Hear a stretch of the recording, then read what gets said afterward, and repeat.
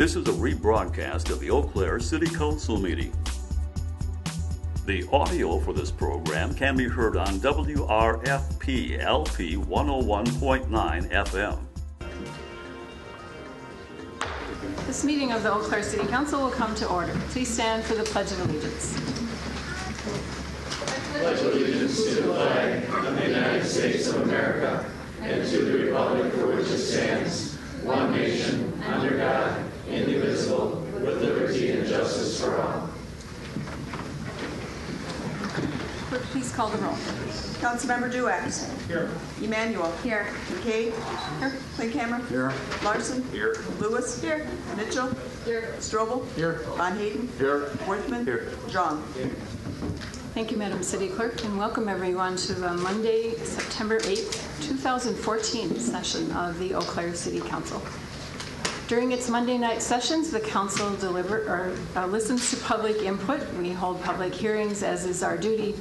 We convene public discussions, in all of this, we try to gather your comments, which helps us make a decision at our legislative session tomorrow afternoon, which convenes in these chambers at 4 p.m. We do have some important items on our agenda this evening. We'll be hearing a revision to a very important neighborhood in our city. The historic Randall Park neighborhood has worked for months to come up with a revised neighborhood plan, and we get to hear about that plan tonight, so we're anxious to hear about that important piece of work. Then we're going to contemplate some amendments to a TIF plan and creating a new TIF plan. And lastly, we will be holding a public discussion regarding our decision tomorrow to enter into a grant application. The governor has opened up a pathway to us to explore whether we can fund our Performing Arts Center through a non-state agency grant fund mechanism. And we're trying to honor that door that he has opened up and see if we can get that grant application submitted by this Friday, I think. So everyone's working really hard on that, you included. We do welcome those of you who are in chambers tonight and those of you who are viewing on community television. Channel 994, I think, is back in operation, or viewing online streaming live at cvctv.org. For those of you who wish to speak tonight, I'll just briefly review the protocol, as we do have a full chambers and it's very warm in here and we have very important items before us. In order to get everyone up and able to say their piece, the chair will institute a 3-minute speaking limit tonight, which means after I open the item and staff speaks, council has some questions. If you're here to speak on that item, you can approach the podium, state your name and your address, please, and then begin speaking. You do not have to take the full 3 minutes, but 3 minutes are there for you should you need them. We often have questions after your comments, and so if you would linger at the podium for just a moment, that gives us a chance to ask you some further questions should we have them. We don't always, but sometimes. And also, if you want to speak more than once, that is possible. I do try to get through first-time speakers and then cycle back around to people who maybe have a second comment. So that will also be a possibility tonight. And lastly, if you don't want to speak but you want to leave a comment, there are blue comment sheets at the back of chambers. You can fill that out, leave that with Ms. Merle, who is sitting right up here, and we will get those before tomorrow. I think those are online, but I'm not sure. Yes. We also now have the blue comment sheets online. I'm not sure how you get to them, Mr. City Manager. Madam President, just for the public's information, when we do post the packet online, right below that is a link where people can go and click on that link and submit comments, even if they don't attend the meeting, are not in chambers, and wanted to do that at their leisure at home. Okay.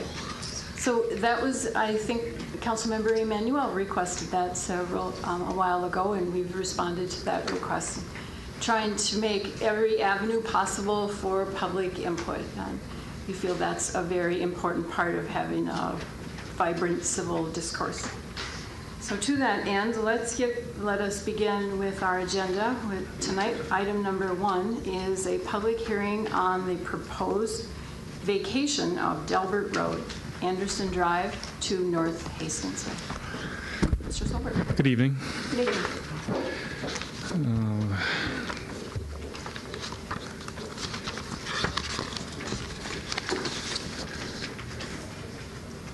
Let's see.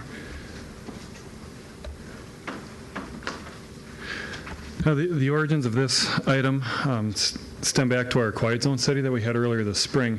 The Delbert Road crossing is right here. It's in our quiet zone 2 that runs along the south side of Dells Pond to the north towards Chippewa Falls. Eddy Lane is here, Melby Street is here. When the quiet zone study was revealed or was discussed, we had an estimated price tag of around $3 million to accomplish everything on it. I was requested by a city council member to look at what are some of the most economical things that we can do with what we have, the tools that we have available to us. One option is to remove the crossing at Delbert Road here and vacate that crossing. Currently, there are 5 scheduled trains that use this corridor every day. There are unscheduled frac sand trains, so their average is more than 5 trains a day. We put traffic counts out on Delbert Road, and there's an average of 200 cars per day that cross at Delbert Road. For comparison, we have 7,600 cars a day use Eddy Lane, and 6,300 cars a day use Melby Street. So we looked at the traffic volumes. 200 cars per day is a pretty insignificant amount in the grand scheme of things for if that traffic were to divert to Eddy Lane and Melby Street.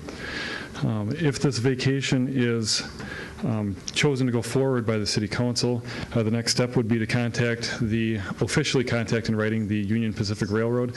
I've had discussions with them on the phone. They're in favor of removing this crossing.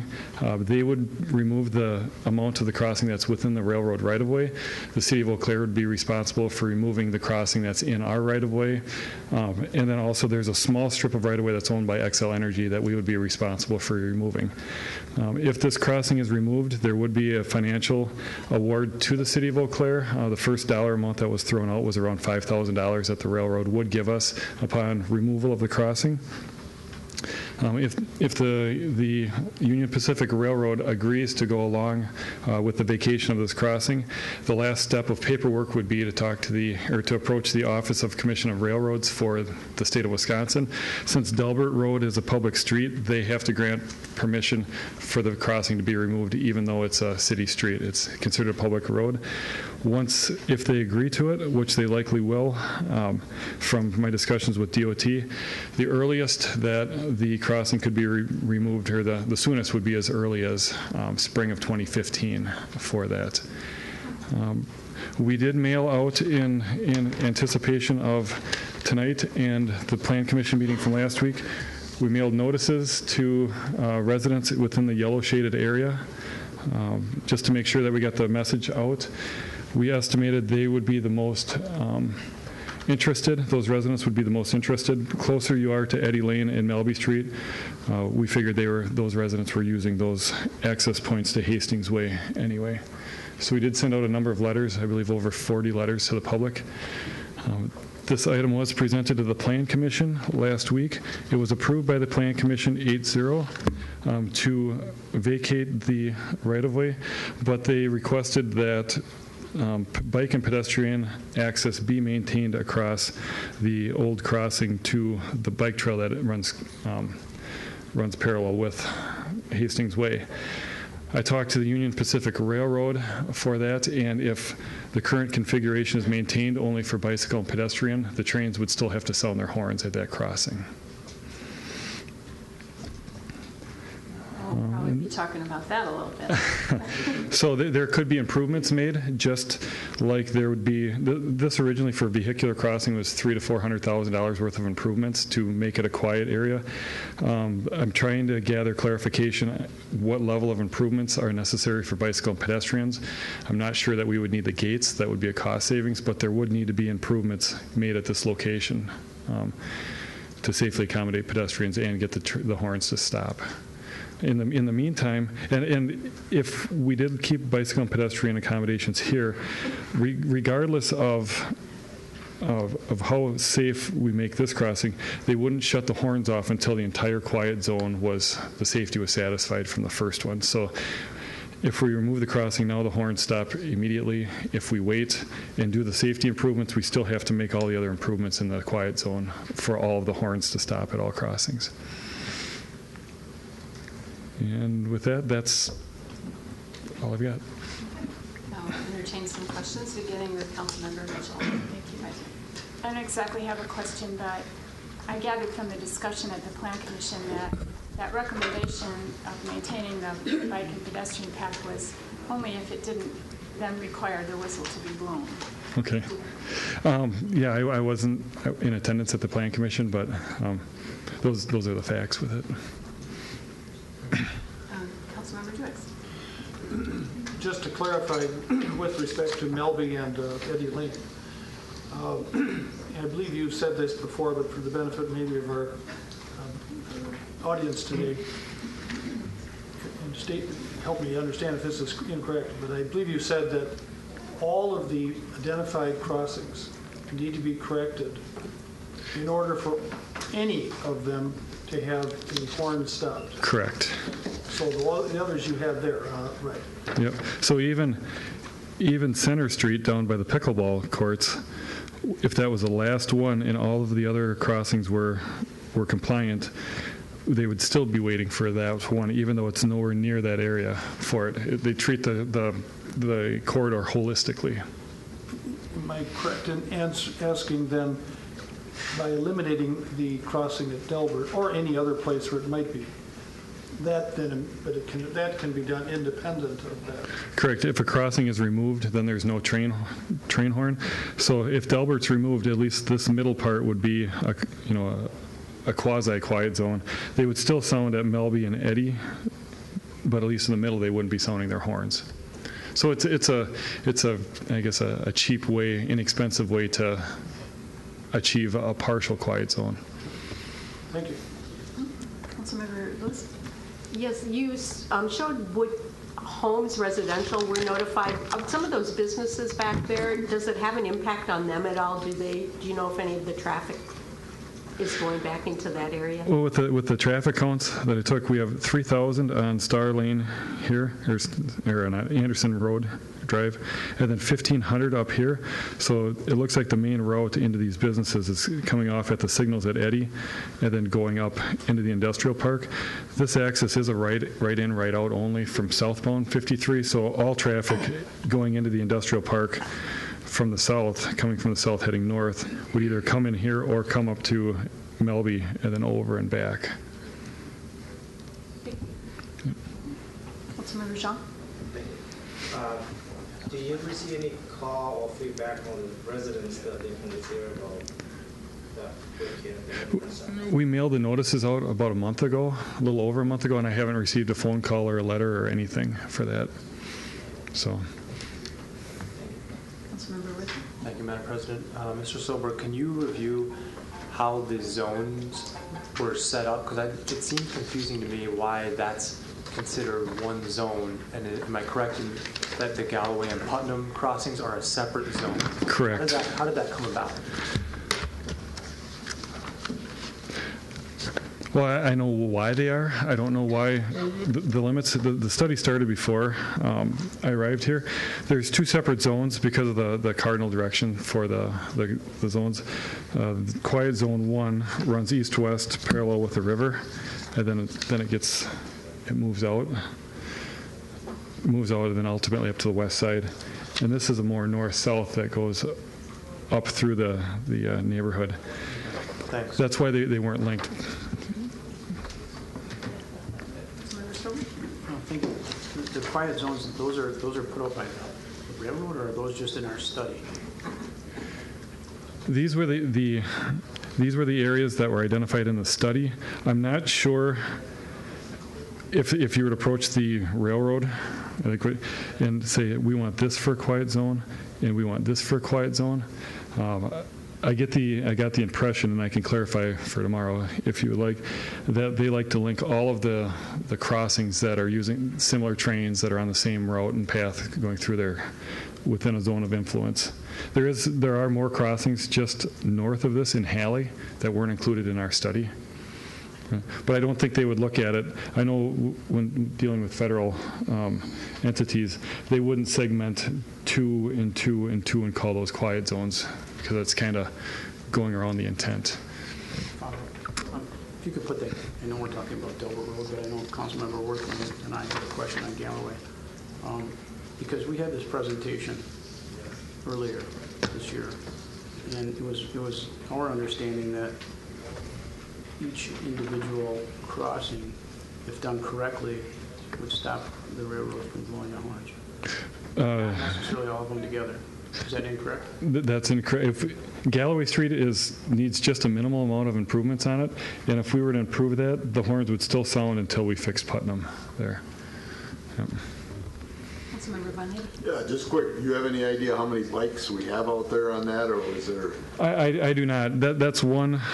With talking with the DOT, the bikes using that crossing, we would do a manual count, obviously in the summertime or when it would get the most use, because the next step would be to ask if there is a large number of crossings. And really, it doesn't save a lot in distance. If you are at this point and you cross and get on the trail, versus if you're at this point, you go down Anderson, which is a frontage road, and then access the trail. But we would look at the number of diversions or the number of bicycles and pedestrians that are here, estimate where they go on Eddy Lane, see if that would alter the numbers at those crossings and potentially put us into a situation where we could apply for safety funds.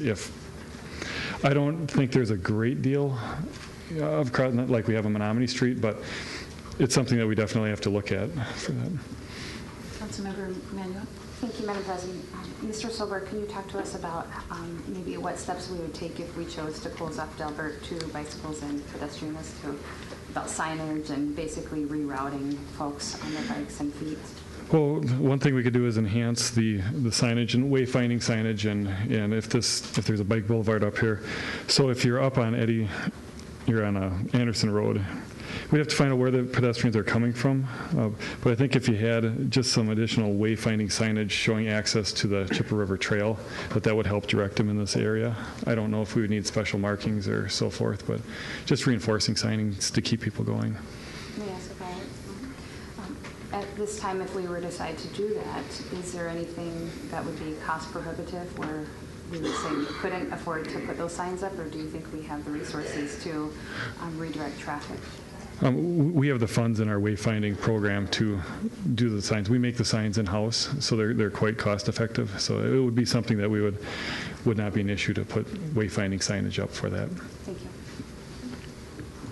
Councilmember Zhang, did you have another question? Yeah, I think we finished our questions. Thank you, Mr. Silver.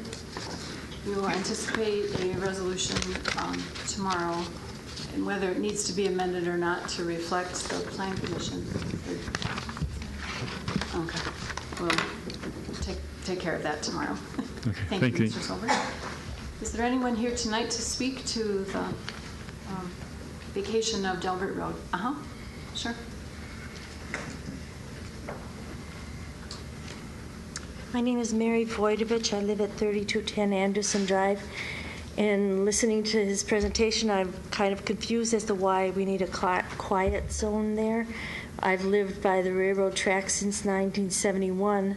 I was afraid my kids would be constantly wakened by the train. Every time it went past, they slept right through it. You get used to the noise there. It isn't that bad. I live by the switching area by North Lane, and if you want to hear noise, you can hear all the cars bumping together as the trains are stopping and starting, and the screeching of the brakes. I personally feel that it's more important to keep the access to Delbert Road there. There have been times when Melby Road has been closed off for some reason or another, repairs, accident, fire, whatever. And instead of having to drive all the way down to Eddy, you could turn on to Delbert and then find your way back to where you were going to go. So I would seriously ask you, consider not spending all this money and making a mistake that you might, be very costly to correct. Thank you. Thank you, Ms. Voidovich. Questions for this? Councilmember Duex has a question. You said spending a lot of money. This is one where the railroad pays us. Still money spent, and Okay. I don't see a purpose, for noise. I mean, how much noise does a train make as compared to traffic, heavy traffic, or trucks roaring past like they do a lot on Anderson, the planes flying over Guthrie at low levels where you can't hear anything. Why do we need the quiet zone?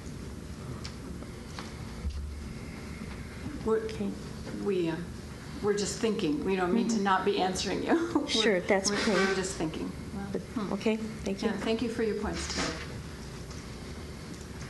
Anyone else to speak to this? Sure.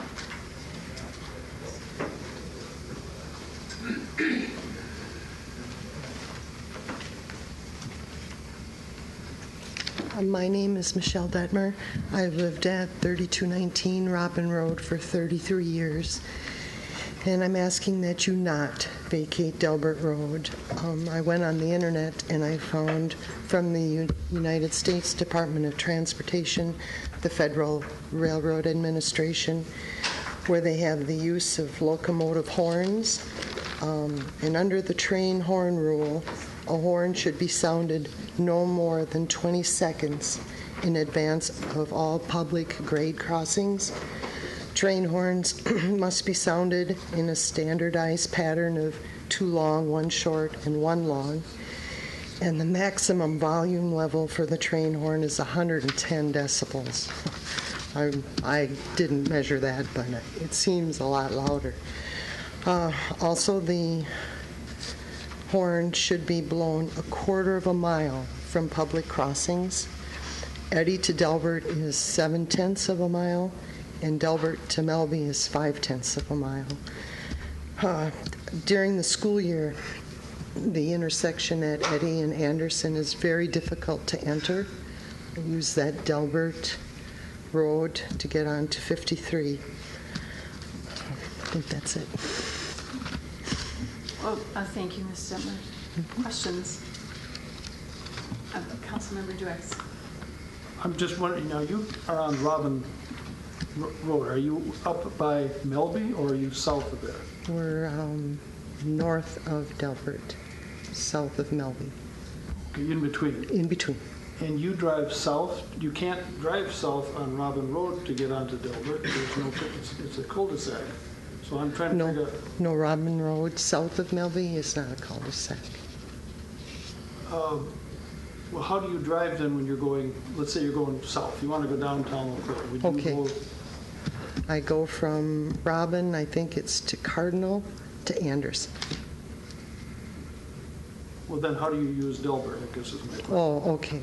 During the school year, I use Delbert because of that intersection at Eddy and Anderson. In order to turn left, it's really difficult to get on to Anderson. Okay, so you go down to Delbert and then turn right or right. South? Yes, okay. south. On Hastings. Get over there. Mm-hmm. Right. Yep, Anderson to Delbert to 53. Yes. We're all just thinking. I know. That's what we're doing. It turns out that Councilmember Worthman has a question. Oh, sure. Yeah, if I could just follow up, because we've had a lot of comments, folks that have either called or emailed us saying that the noise that comes off of the trains is impacting their quality of life, and you hear stories about kids not being able to sleep and those sorts of things. So I'm trying to get the impression from you is that the noise isn't bad enough, in your opinion, to warrant closing off that street. Is that kind of your feeling about it? Like, you're willing to put up with the noise as long as you have access there? Right. If there were some consistency with the horns, the train horns, but there isn't. And from what I've read on this train horn rule, they're not following it. They're not following. They're no more than 20 seconds. They're too long and they're 1 short. and they're one long. Have you? Okay. Good. Oh, thank you so much for entertaining our questions. Yes. Mhm. Anyone else here to speak about the vacation of the horse?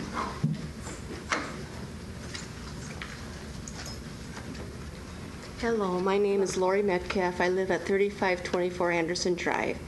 And I think I want to really close this because it affects my sleep because I work second shift, and the trains go at 2:30, 3:30, 4:30. Like this morning, it was 4:30 in the morning, and it's like about time I get to sleep at 2:30, you hear it, and my house shakes like an earthquake, so I hear the rumble and everything. So I'm the fourth house from Delbert on Anderson, so I hear the noise, and the train honks right where my house is.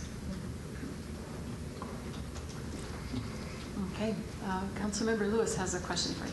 Sure. Since the train would still have to sound its horn at Melby, is it just cutting out the one extra blowing of the horn? It's not as loud. It's not as loud at Melby or even at Italy. You can hear it, but it's not that really, like wake up alarm sound. Okay. Okay, thank you so much, Ms. Metcalf. Yeah. We appreciate your help. And anyone else on this item?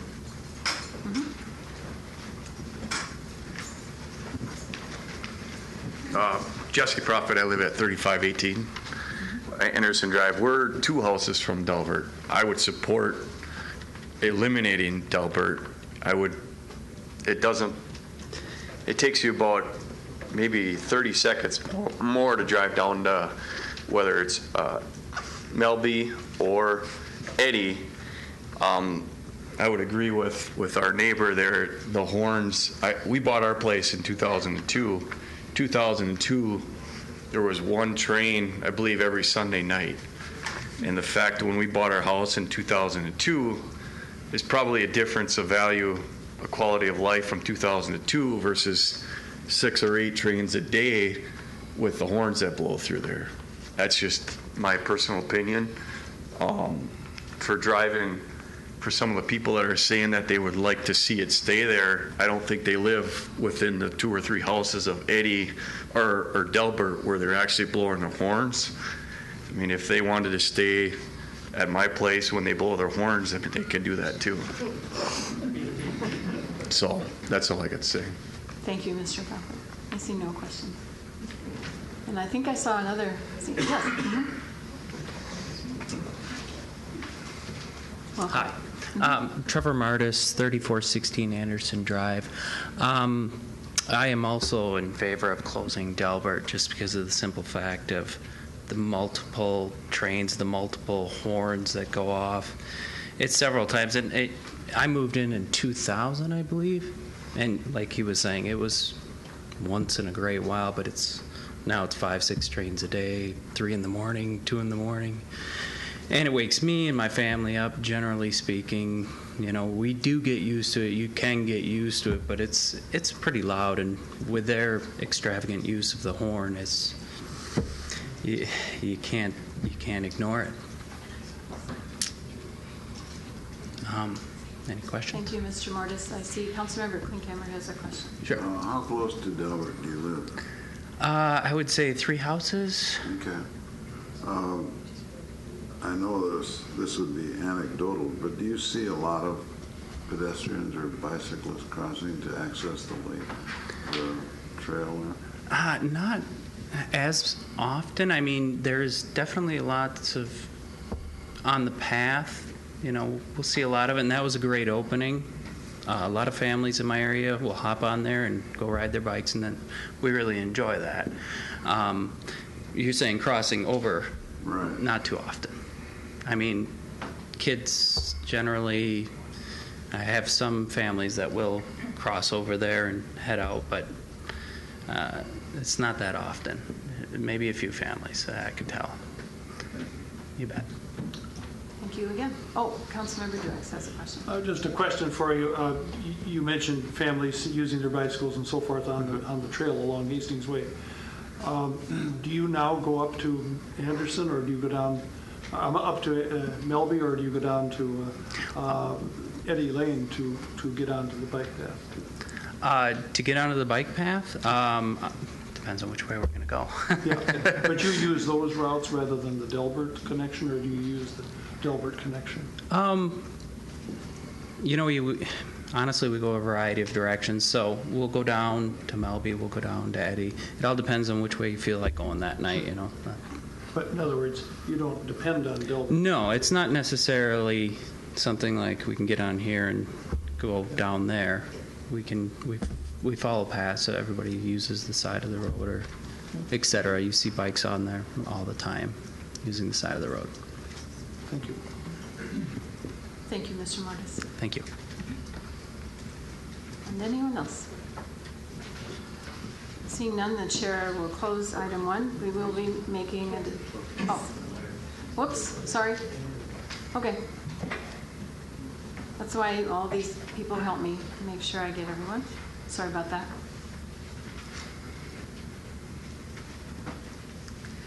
I'm Carol Brenner, and I live at 3713 Robin Road, which is in the area that got the letters from, and that yellow section. I use the Delbert Road access probably every day. It's a safe and convenient way to get on the freeway without going through the congestion of Eddy Lane and Melby, which can be very almost dangerous.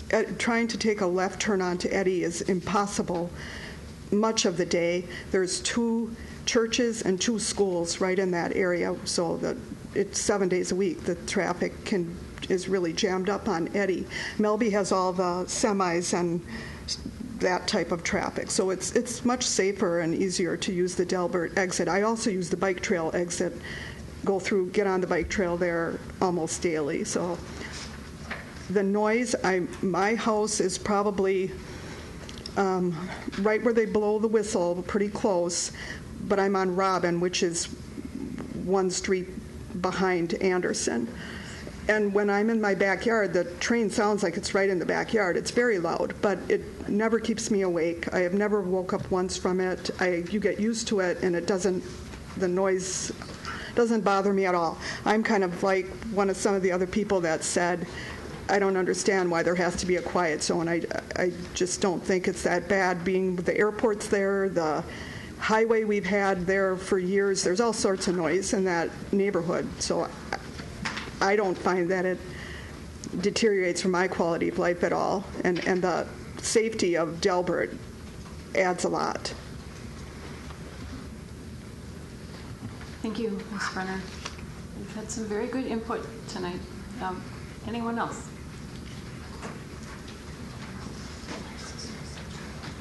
My name is Trent Schneider. I live at 3434 Anderson Drive, and it's gotten to the point where you can't even open your windows because the train blows its horn right in front of our house, and I mean it'll level you jump. I would like to see it closed if possible. Most of these people that are against it or whatever, I guess they're not right in front of it. I mean, when that horn goes off, you definitely know it. So. Okay. Thank you, Mr. Schneider. Thank you very much.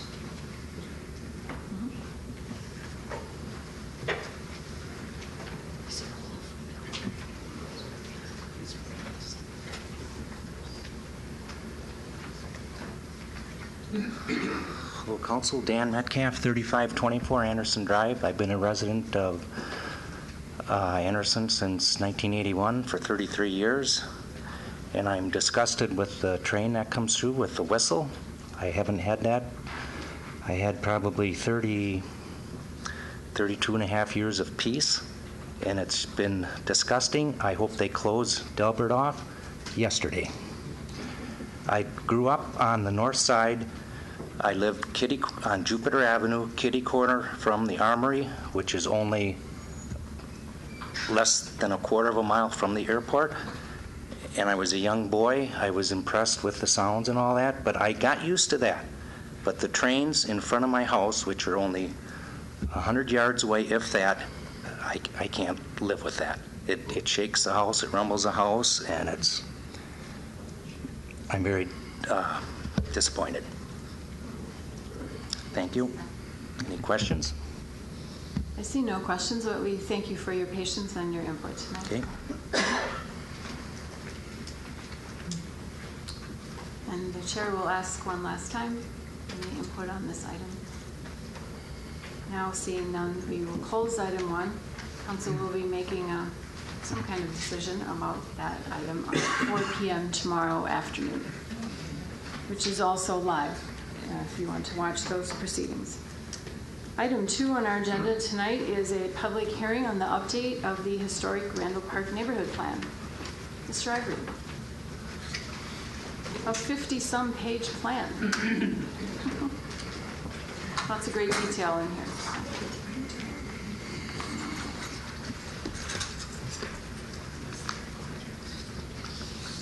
Good evening.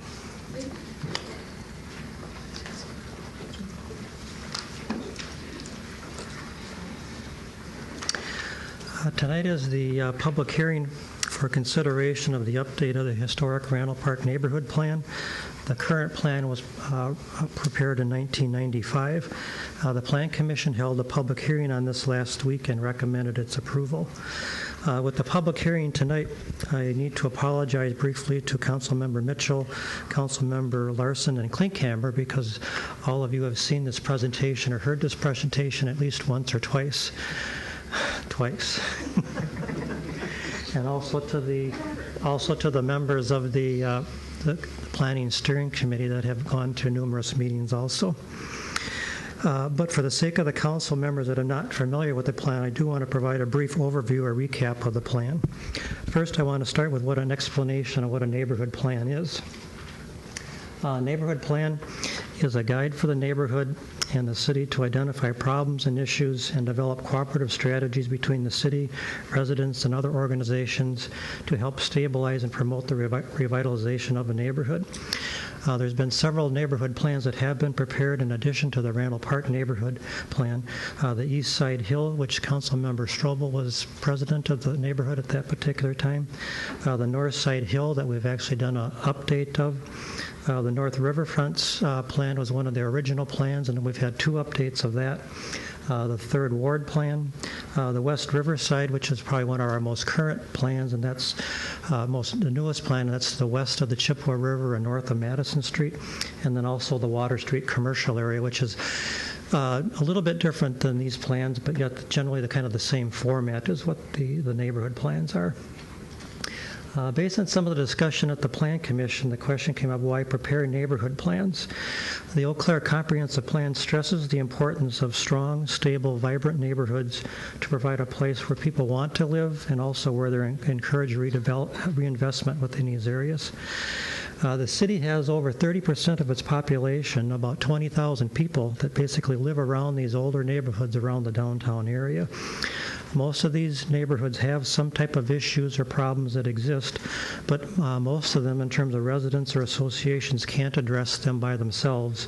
They need some kind of assistance, generally from the city, in terms of planning and collaboration with other organizations. The neighborhood plan is adopted as an element of the comprehensive plan. It generally has about a 10-year time frame. In this case, we're looking at a plan that's almost 20 years old. The primary goal is to identify issues and problems within that area, to identify recommendations to address these issues, and then outline who's responsible for that.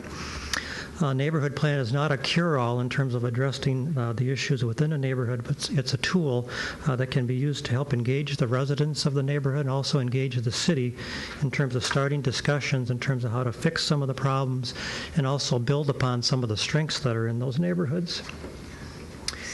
In terms of the Randall Park plan, this is the boundary for the neighborhood with the Chippewa River on the east, to the south, Half Moon Lake over on the west, and then the recreational trail serves it as the north boundary. The original plan was prepared back in 1978, and that's when the Neighborhood Association was formed. The Neighborhood Association was formed based on changes that were occurring in the neighborhood due to rapid growth at the university in the 60s and 70s. And due to the zoning that was in place within the Randall Park neighborhood, what the neighborhood was seeing was a lot of conversion of the single-family homes to multiple unit rentals and rooming houses. In addition, a number of the homes within the neighborhood were being torn down and apartment buildings were being built in its place, 8 to 10 units at a time. So from the original plan, the major changes that occurred was that there was a major zoning change that occurred within the neighborhood that basically downzoned the neighborhood from R3 and R4 categories down to R2 and an RM classification. And then there were a number of housing programs that were initiated basically to address some of the housing issues that started to develop because of the large number of rentals that were concentrated in that neighborhood. That brought us to 1995 when the neighborhood requested an update of that original plan. Since 1995, there's been a number of changes that have occurred to bring us up to the present time. With the construction of the Lakeshore Elementary School, where the city was very closely and heavily involved with that, the development of Lakeshore Park, or playground. The number of persons and dwelling units continues to be stable within the neighborhood, which is a testament to the zoning that was put in place back in the early 80s. The recreational trail improvements, Water Street and Bellinger realignments that occurred. Most of us take those for granted, but those occurred back during this time frame. And if you recall, back before that time, there was a lot of jogging that had to occur in order to get in and out of the downtown area because of that area. There was a courthouse and jail expansion that was recently completed, and with that, more parking was provided than originally before that. There was some floodplain acquisition over by Owen Park. The neighborhood actually changed the name during this time frame from what used to be the West Side neighborhood now to the historic Randall Park neighborhood. And then there was a kind of a collaboration between the police department and the university in terms of getting together and initiating a number of new programs to address some of the alcohol-related issues that were occurring in this neighborhood and over in the 3rd Ward. And so we've seen some progress and some positive movement in that area.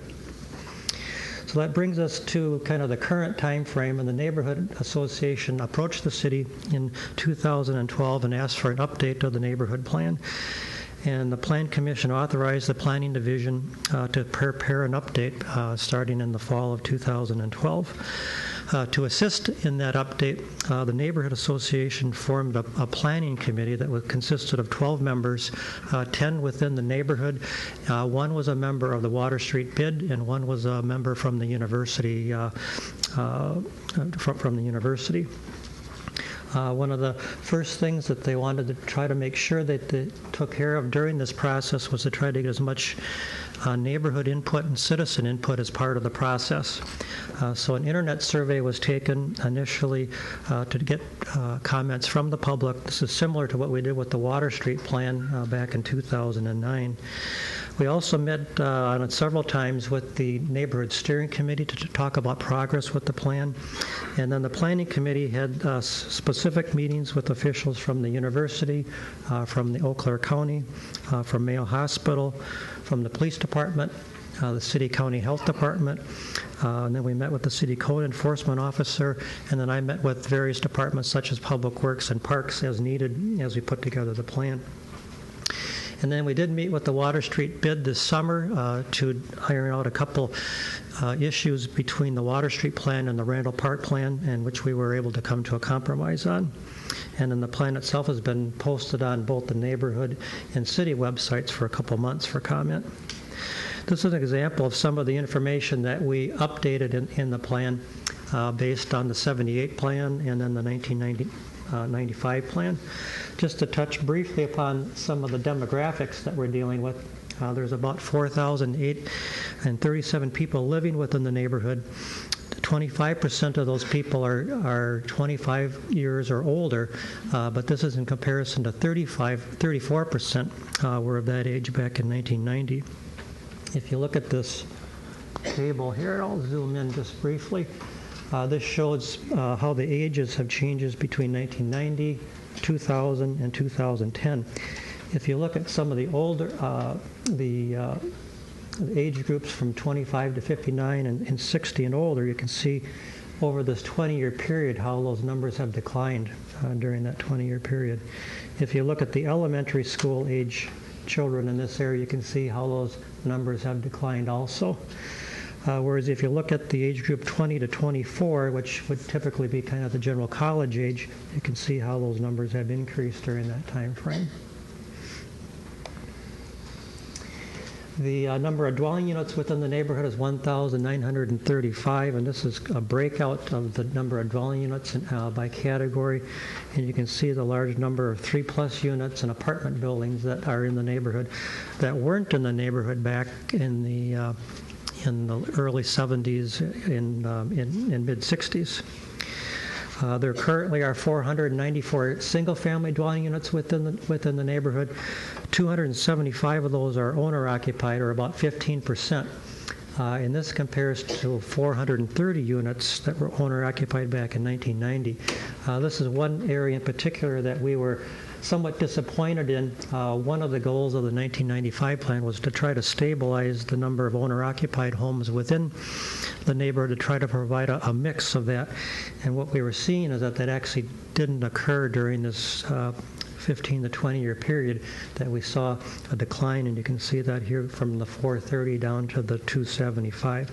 With the construction of the new elementary school, the playgrounds, the recreational trail, what's been happening downtown, we thought we were going to have more of a positive number there in terms of it that was going to provide more of a stable figure in terms of the owner-occupied homes.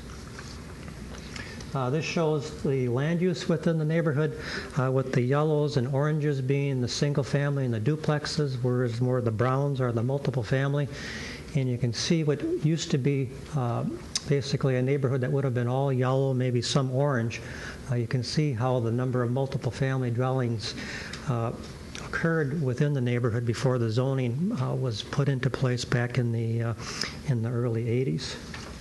This is the current zoning that's basically held those changes in check since they've been put into place, with the orange being R2, single family and duplex residential.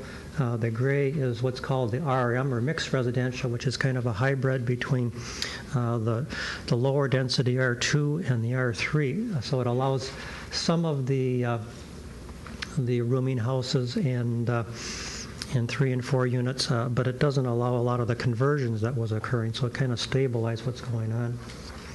As part of the process, the committee went through and identified what they felt the strengths were, essentially the location of the neighborhood, the character of the homes in terms of the variety of the architecture, and the proximity to downtown, the university, the hospital, and the churches were all different real positives that they felt were for the neighborhood.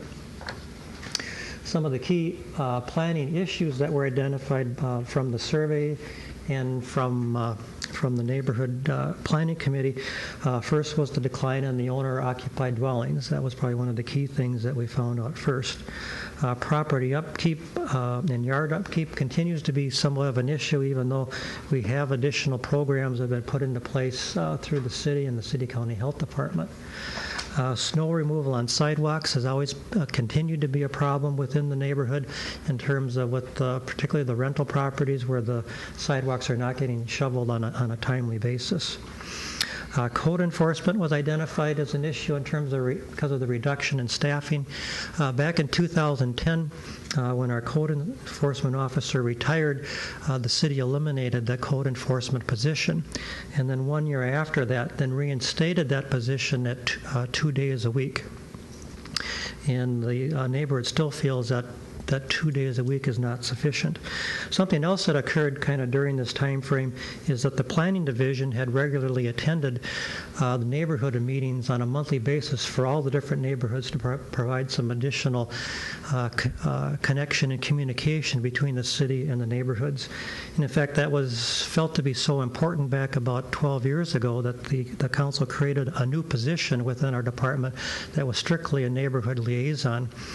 But 2 years after that, due to some budget issues that came about with the city, that position was eliminated, and then we never reinstated any of the neighborhood services that we provided back prior to that time. So we're not attending neighborhood meetings on a regular basis like we used to. So that's another cut in service that has occurred over the 15-year period. There's been some changing demographics within the neighborhood that we've noticed with the construction of some of the new apartment buildings, for example, along Water Street and the new one up by Shopko. We're seeing where so some of the students are starting to move out of what would be considered some of the marginal or lower condition housing into some of these newer areas, and the people that are moving into these areas are non-college students, which typically don't have quite the ties within the neighborhood that the college students did because of their connections with the university. And the police department has some concerns about some of this trend that's occurring. Just briefly, underutilization of some of the riverfront areas along Water Street, along Menominee Street and First Avenue. Some of the obsolescent and deteriorated housing. The housing condition surveys, which look at the exterior of the houses, generally have shown an improvement in housing condition from the 70s through the current time, but a lot of that is somewhat cosmetic in terms of if you look at some of the southwest portion of the neighborhood, some of that housing is getting kind of near the end of its useful life, and some of the issues of whether we could look at some redevelopment it has been discussed as part of the plan. Alley condition and snow removal within the alleys has been an issue, street parking, and then loud parties and nuisance behaviors. And we've seen some major gains in this area, but as noted at the Plan Commission meeting, we have not eliminated that problem. That still occurs within the neighborhood in certain pockets, but we have seen some gains based on statistics in that area. Just want to touch upon briefly a couple key recommendations, by not means all the recommendations, but one of the key ones is to look at having the council create a neighborhood task force or committee that would evaluate options to stop the continuing trend of the loss of the owner-occupied homes within the neighborhood, look at some of the property upkeep issues, whether there's some new things that can be done. Again, look at the alcohol-related problems. The thought here is not just for the Randall Park area, but this actually would look at all the older neighborhoods around the downtown area. So basically those 20,000 people in those older neighborhoods, because a lot of these problems are occurring in some of the other neighborhoods too. The city of La Crosse has done something like this and created a committee to look at some of these issues. In fact, I think they may have actually formed a formal commission called the Neighborhood Commission that works on these issues on a monthly basis. We envision that the update of the comp plan that actually will be starting this Thursday will have a large focus on neighborhoods. So I think some of these issues will be discussed as part of that update. There's a number of different recommendations within the plan that relate to current city policies in terms of that we need to take a step back and take a look at some of these policies that have been on the books for 40, 50, 60 years and whether they still are applicable or whether we maybe need to tweak them a little bit. And a couple examples would be street lighting, particularly in areas north of Water Street, where the lighting meets the city standards in terms of street lighting, but whether in some of these high pedestrian areas, whether we should maybe be looking at some additional lighting. Removal from sidewalks. This is something that, in terms of looking at the possibility of contracting out the removal of snow on sidewalks in areas where the landlords have not done that. This is an item that actually will be coming before the council in the next couple meetings in terms of looking at this. And this is something that the city of La Crosse has done, and I think this will be the first winner for them in terms of implementing that. Alley snow plowing. The city's policy for snow plowing alleys is basically we don't do that unless there happens to be a house on the alley. With the winters that we've experienced over the last 2 years, this was a problem that was identified numerous times in the surveys and from the committee in terms of if we were trying to encourage people to live in some of these older neighborhoods, whether we need to relook at that policy in terms of trying to make those alleys more accessible for people. Alley maintenance and improvements, increasing code enforcement officers as hours, garbage removal in terms of whether that could be done from the alley rather than from the front street. This would remove the issue of where we have the garbage totes that are continually sitting out in front of the houses. and then unmowed lawns in terms of whether we can maybe take a look at that, similar in fashion to what we might be doing with the sidewalks. There's been a number of, as I mentioned earlier, collaborative issues with the city, the university, and the police department regarding nuisance-related behaviors in terms of monthly meetings with those different agencies, in terms of looking at continuing those efforts and maybe looking at other things that can be done. And then also looking at issues regarding some property upkeep concerns in terms of maybe greater involvement of university and students to initiate resource banks on landlords, and more projects related to training programs for landlords and things like that. And then finally, we coordinated policies with the Water Street Plan in terms of looking at, the Water Street Plan looks at some redevelopment along potential redevelopment along Water Street and south of Water Street.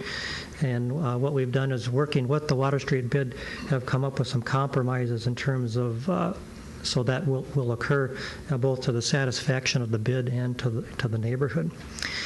One of the items that came up was looking at a possible amendment to the zoning ordinance that will look at some of the smaller lot sizes in the R2 and R1 and R2 area, where there's been homes that are in quite deteriorated condition, and over the last 20 years we haven't seen any movement of any improvement in those areas, and whether we should or could allow new duplexes to be built on those smaller lots, less than 10,000 square feet, with a conditional use permit with some very stringent design standards in terms of that they would fit in design-wise into the neighborhood. So this would be something that we'd like to see that task force look at. And then lastly, conducting a parking study, particularly to the area south of Mayo Hospital, and develop some recommendations. And one recommendation in particular is something that's been implemented in the 3rd Ward in terms of restricting parking from the intersections, from the alleys, and from the driveways, moving that back from 4 feet to 8 feet. We found that it's been somewhat successful in the 3rd Ward area. In summary, since 1995, a lot of progress has been made within the neighborhood, but there have been some setbacks that have occurred. The plan identifies key issues and resources and raises questions on how to proceed in some cases. One of the comments at the Plan Commission was that some of the recommendations were somewhat general, but there are a number of very specific recommendations in the plan related to a restroom for Owen Park, fishing pier over at Half Moon Lake, the causeway improvements over by Carson Park, the Water Street Bridge construction, using site plan standards for multiple family development, looking at the historic district within the neighborhood, constructing the overlook at Water Street, bike route signing, and safe routes the school program. So there's also some very specific recommendations within the plan. Addressing some of these issues are very complicated, particularly looking at the owner-occupied issue within the neighborhoods, and they may require multiple solutions. We don't anticipate that just there is one solution. There's probably multiple things that need to be done in order to stem that tide. So we don't see this plan really as an end point, but really as a beginning point in terms of the neighborhood working with the city on some of these recommendations. So the update of the plan is a culmination of a couple different drafts that we've worked on over the last 24 months. We need to invest time and effort into our neighborhoods, such as the Randall Park neighborhood, in order to move forward and to see additional improvements. This doesn't happen by chance. The plan happens to provide a framework so some of these improvements can occur. The Randall Park Neighborhood Steering Committee and the Planning Committee have recommended approval, and as I mentioned before, the Plan Commission recommended approval last Tuesday night. So with that, if you have any questions. Thank you. Do you need a drink of water? I'm fine. You're used to talking that fast. Looks like we do have some questions, so we'll start with Councilmember Emanuel. Thank you, Madam President. Thank you, Mr. Ivory, for a presentation tonight, and thank you to everybody who has worked so hard on this plan over many years. A good plan like this doesn't happen by accident as well, so thank you so much. I was able to read the entire neighborhood plan on Saturday night while I was in Randall Park in my home, because it's my neighborhood, and it was kind of cool just sitting there reading it. It was great. So my hat's off to everybody who's worked so hard on this plan. There's, I guess, three things I just wanted to bring up as I read through this plan. The first one was on page 36 on neighborhood strategy number 3. I just wanted to say I think this is such a bold idea to create this task force as you recommended and as you talked about. Specifically on page 37 to look at how we can amend some of our zoning provisions for the neighborhood and look at some of our conditional use permits to really improve some of the outcomes and reverse the trends that we want to see with some of the downturn in the neighborhood. As you mentioned, there's so many great amenities in the neighborhood, and we want to be able to maximize those opportunities. So I guess that's probably a comment. My second point, or I guess as a question, is on page 44 under public facilities, number 8. It talks about develop overlooks and improved access to the waterways. I know that earlier this year we had an opportunity to create a tubing, I guess, exit for tubers on the river. And there was a little bit of a contention on safe exits. And so I'm wondering if this would be an opportunity where the city can work on identifying the optimal exits for tubers if we were to make more exits. And then I have one more question, unrelated, after that. Okay. Well, this relates to the, we basically included this as, because it was something that was included in the Water Street plan. We wanted to kind of carry that thought forward, being that the overlook has been reviewed by the city, but actually not constructed yet. So we wanted to basically reinforce that some of these overlooks along the Chippewa River really should be encouraged, and this one in particular with its location. Sure. So I'm not trying to imply that we should undo that. I had my personal opinion about that at the time, and I respect how that vote turned out. But going forward, is there opportunity for us to look at identifying optimal exits for tubers? Well, I would think so. Okay. Mm-hmm. All right. And then my final question? Mm-hmm. Okay. Looking on page 52 under the notes about the Housing Authority Rehab Program, is there going to be plans on aggressively promoting some of the funds that we have with those rehab funds to help homeowners understand their options of making their homes better, especially for folks who might not be able to afford some of those improvements? Well, I think we can always do a little bit better job in terms of publicizing and advertising those particular programs. And I mean, that's part of why this is in here, is try to reinforce that, and for the neighborhood to try to push us to do a little bit better job to advertise those programs. Mm-hmm. I think that would be really important in terms of increasing that homeowner occupancy rate in the neighborhood. I know that when I purchased my home, the income in my home and my marital status was one, and then a couple of years later it was different, and our income changed significantly in my home, and got to the point where in my house I had many leaks, and it was cheaper for me to buy buckets or scrounge up buckets than it was for me to put on a new roof. And I learned that the city had this program, and so I applied for it. I thought I won the lotto. I'm very grateful for it, and at the same time, it wasn't a ton of money, a couple $1,000. It made all the difference to my daughter and I, so I had the peace of mind when it rained. We could sleep the night through it and have to scrounge up towels and buckets, and it just made a big difference for us. And now the income in the house has changed, and we're staying in the neighborhood, and it's a great place to be, so it's worthwhile. Good. Thank you. Councilmember Jones. Yes, Pat, there's certainly a lot in here and a lot to talk about, and I'm sure a lot has been discussed. One of the overarching themes, and you mentioned it, was what you had planned in the 1990s and some of the disappointments. The disappointment being the decline in some of the single-family ownership. I think that relates, though, to some of the solutions you're recommending in terms of code enforcement and quality of life in the neighborhood and some other complaints that need to be addressed. Correct. One thing I noticed, you mentioned that parking study would be for the area in the neighborhood south of Mayo Hospital. Just to the east of that is the area around 2nd Avenue, 3rd, Oxford, so on. Was there a reason not to study the parking impact there?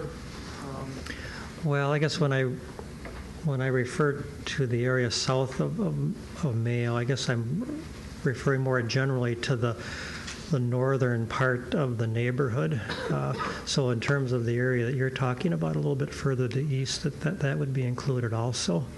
Actually, the plan even goes into talking about that we should look at the area at the south end, down closer to the university, down along just to the north of Water Street, because that's heavily impacted with the parking too, in terms of what we can do. Two of the issues that come up with the parking, one is in terms of parking of the availability for the residents, but the second is more of a safety issue in terms of visibility at some of the intersections and at the alleys and the driveways, in terms of where the cars are parked. They are parked legally, but in many cases it's still quite close to the intersections, and when we change that ordinance in the third ward and move them back another 4 feet, that seemed to help in many cases.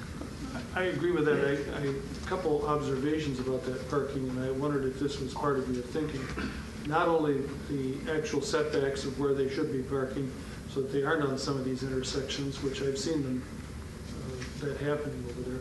Second thing is, and this is very similar to the university in the sense that university parking in that residential neighborhood has always caused some interactions there. What's happening there, I think, and I wondered if this was part of your study, that what is happening there is that some employees or people that work or even are visiting the hospital are for some reason parking over in that neighborhood as opposed to wanting to park on hospital parking facilities. That's been the allegation. And you often see people on Bellinger Street walking across in some of the most unguarded, dangerous spots. I've come out of the parking lot behind the Mayo Clinic, and people are coming, just darting across the street, and you wonder why there aren't probably more incidents. So is that some of the thinking you discussed? Yes, we met with officials from Mayo, and they indicated that they're open to suggestions from the city in terms of if we want to look at some type of parking regulations in that area where right now maybe we have unrestricted parking going to, whether it be 2-hour or 4-hour parking. They don't necessarily have any problems with that, but they want to caution us in terms of that, by doing that, how are we impacting the residents there? So we'll have to kind of look at that, but they're open to suggestions. Just one more follow-up. Did you talk at all about, you mentioned some garbage issues. Did you talk about at all about having a requirement that landlords have to provide the garbage service? It seems to be one of the complaints we've received often is that some rental facilities don't have garbage. They're depending on their tenants to do it. And then what's happening is some of the tenants then are taking it into their own hands and going down to the nearest dumpster and dumping it in somebody else's dumpster. That was something that was talked about by the committee, and it is listed in the plan, and that would be something that this task force would take a look at. Thank you. Councilmember Lewis? Yes, thank you. In reading, in watching your presentation tonight, you had listed that one of the neighborhood strengths was actually safety. And I had heard, I guess in talking to people, some contrary reports to that. And I'm just wondering if you can give me some idea how this area relates in crime to other areas of the city. And is there a fine line between what's a nuisance-related type of activity and what's actually considered safe and/or crime? Well, there's the surveys that we got back for the plan, on a general basis, noted in terms of that they felt that the neighborhood was safe. I think there's exceptions to that depending on where people are living within the neighborhood. I think we didn't specifically delineate where surveys came from, but my assumption would be that those surveys that came back that were closer to the Water Street area probably had a feeling of less safeness than those that were further to the north. So I think it kind of depends where you are within the neighborhood. In terms of how some of these complaints and citations compared to other parts of the city, we didn't look at that specifically, but I guess just looking at the citywide crime maps, it looks like there's probably a little bit higher percentage on an overall basis occurring within the Randall Park neighborhood. And a lot of that is right along Water Street in terms of some of the things that are happening right there. We did ask the police department to do a analysis of looking at a 5-year period and then comparing that to our study year was 2012. And we found that in comparing the 5-year period to 2012, that things seem to be going in the right direction, in a positive direction, that a lot of the different indicators that they used was showing reduction in police activity. At this point, 1 year, it probably isn't necessarily a significant or a statistically valid analysis, but it appeared that some of those things are going in the right direction. The university has been very active in working with the alcohol related issues with a number of different committees that they have with their dean of students, and then the police department with the party patrols and things like that.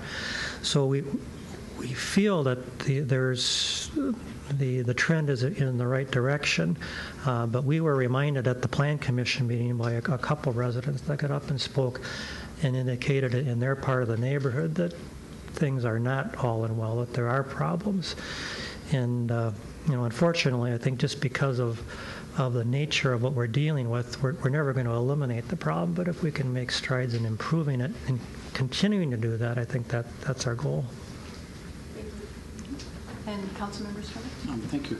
Yes, Mr. Ivory, you mentioned it as a member of the Eastside Hill Neighborhood Association. I sat through one of these processes, and I just want to congratulate you and all the members of the historic Randall Park neighborhood for probably all the time and all the meetings that you went through, and I think you came up with a really, really nice plan, so congratulations. One of the things you mentioned in here that I know was important to us is the code enforcement. And I mean, our neighborhood, we had drive-throughs with the code enforcement people a couple times a year. And it troubles me a bit that we don't have that as much available as might be needed. So I think it's good that you have that as a suggestion in here, and maybe that's something we can look at. And then one other thing I was wondering in here, I don't know if I saw it, and maybe it wasn't here at all, but I thought we talked about it, the neighborhood would potentially qualify, this older housing stock might potentially qualify for historic tax credits. And I don't know if that was, or could be somehow put in here, but the way I understood it is these homes, if they needed a new furnace or a new roof or something like that, and they were in this, stuff like that actually qualifies for the existing state historic tax credits. Is that correct? That's correct. And actually, in the plan, there's a recommendation regarding the status of the local landmark district, but as part of that narrative, we talk about trying to better publicize the tax credit program through the state. So we do need to do that more. Okay, thank you. Okay, thank you, Mr. Ivory. I see no further questions from council. If you don't mind remaining in chambers, we'll see if there's public input you can help us with. Now is the time that residents can speak about the proposed plan if they desire. Hi, I'm Dwayne Severson. I live at 550 Graham Avenue, apartment 501. The reason I'm speaking on this is I was on the commission in 1976 when we started the landmarks with Fred and Cree and Ike, and Fred devoted more time his whole life to this, and we were the ones that got the Drummond Mansion and Galloway and those. But what I want to speak is my house was on it, and also in the Galloway house up next to Unioil. But we took it off the historical. And there's some things you should know. When you get put on there, you're restricted. And when you go to change your heating, you can't do it. When you go to those things, when you want to upgrade some of your stuff, you can't do it. And if you want to pay for the heating bill for some of these homes, it's not going to happen, because you're paying thousands of dollars. I think we should compliment Mr. John Mogensen for when the house burned down and he rebuilt it. And what he did get permission so that he could heat it cheaper. But and he lives in the Randall house and with students. And I had students next to me for 30 years. And I got along with him, well, not at first, but then we went over, set down the rules, and got along great. In fact, they even baked me cookies, but I always thought there could have been poison in there, but it didn't kill me. So, but you want to? They keep saying, "Oh, you get the 25% tax break." Well, that don't mean anything when you got a heating thing. That's good. I spent $100,000 on that house, and that's why I took it off, because. Just to do the heating and stuff, because these homes, they're not insulated. They have old wiring. They have some have no insulation at all. Back to the 1880s and 1890s, they just put slapboard and sandblaster, and that's what it was. So I think when these people think about, oh, I want to get my house on the historical, well, you better look twice on that, because talk to some people that are on it, because you just can't go and change things once it's on there. You either have it on it or you have it off it. Thank you, Mr. Stevenson. Yeah. Appreciate your input.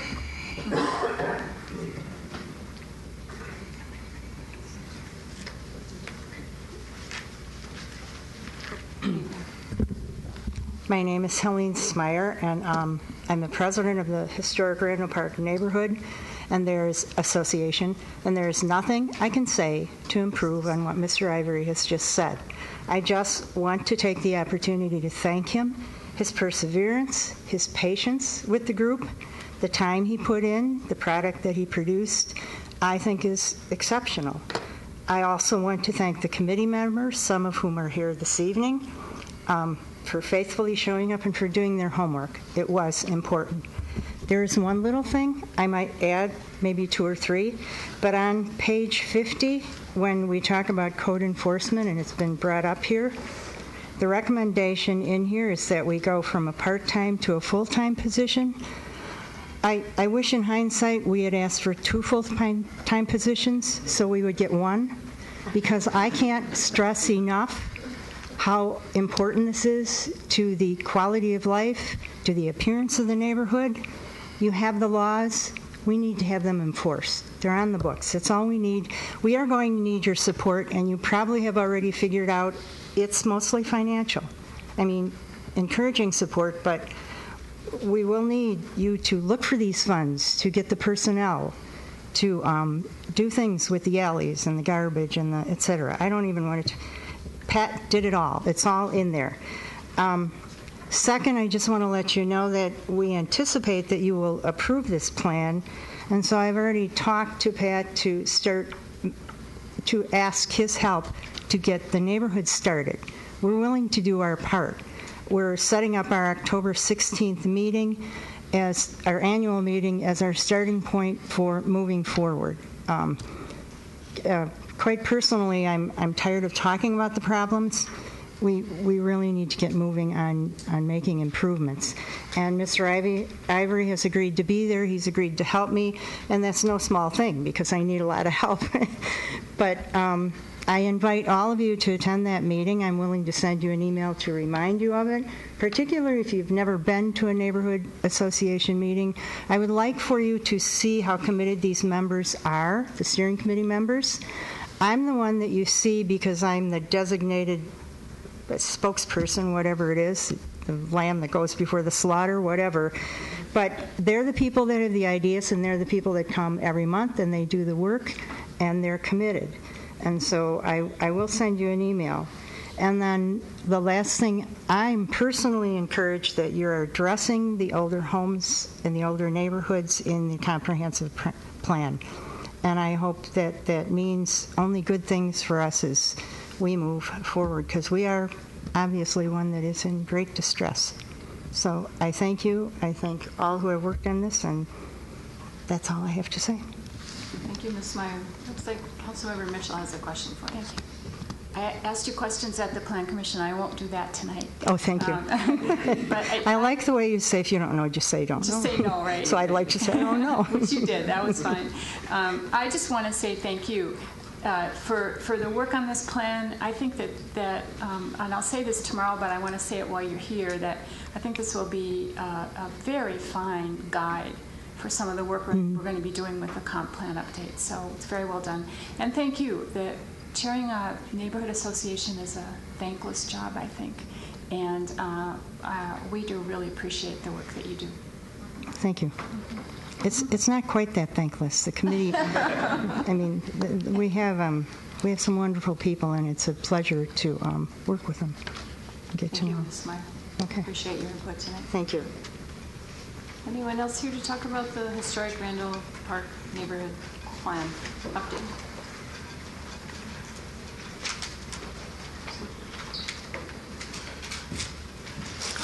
Hi, my name is Jody Thompson, 707 6th Avenue, which is in Randall Park. And I just have a thought to share with on the point that the police calls have been going down. It's possible that the population within Randall Park that is likely to call the police is actually just moving out. I think that's a possibility, because you could have an improved situation, or you could just have the people who would call the police be leaving. And I would personally ask the council to emphasize law enforcement. I feel that the problems in the neighborhood are not architectural or aesthetic, they are behavioral. And I wish everyone would please keep that in mind. Thank you. Thank you, Ms. Thompson. There's a question for you, ma'am. Oh, Ms. Thompson. Councilmember Mitchell has a question. I'm sorry, could you give your address again? 707 6th Avenue. 6th Avenue? Mm-hmm. Okay, thank you again.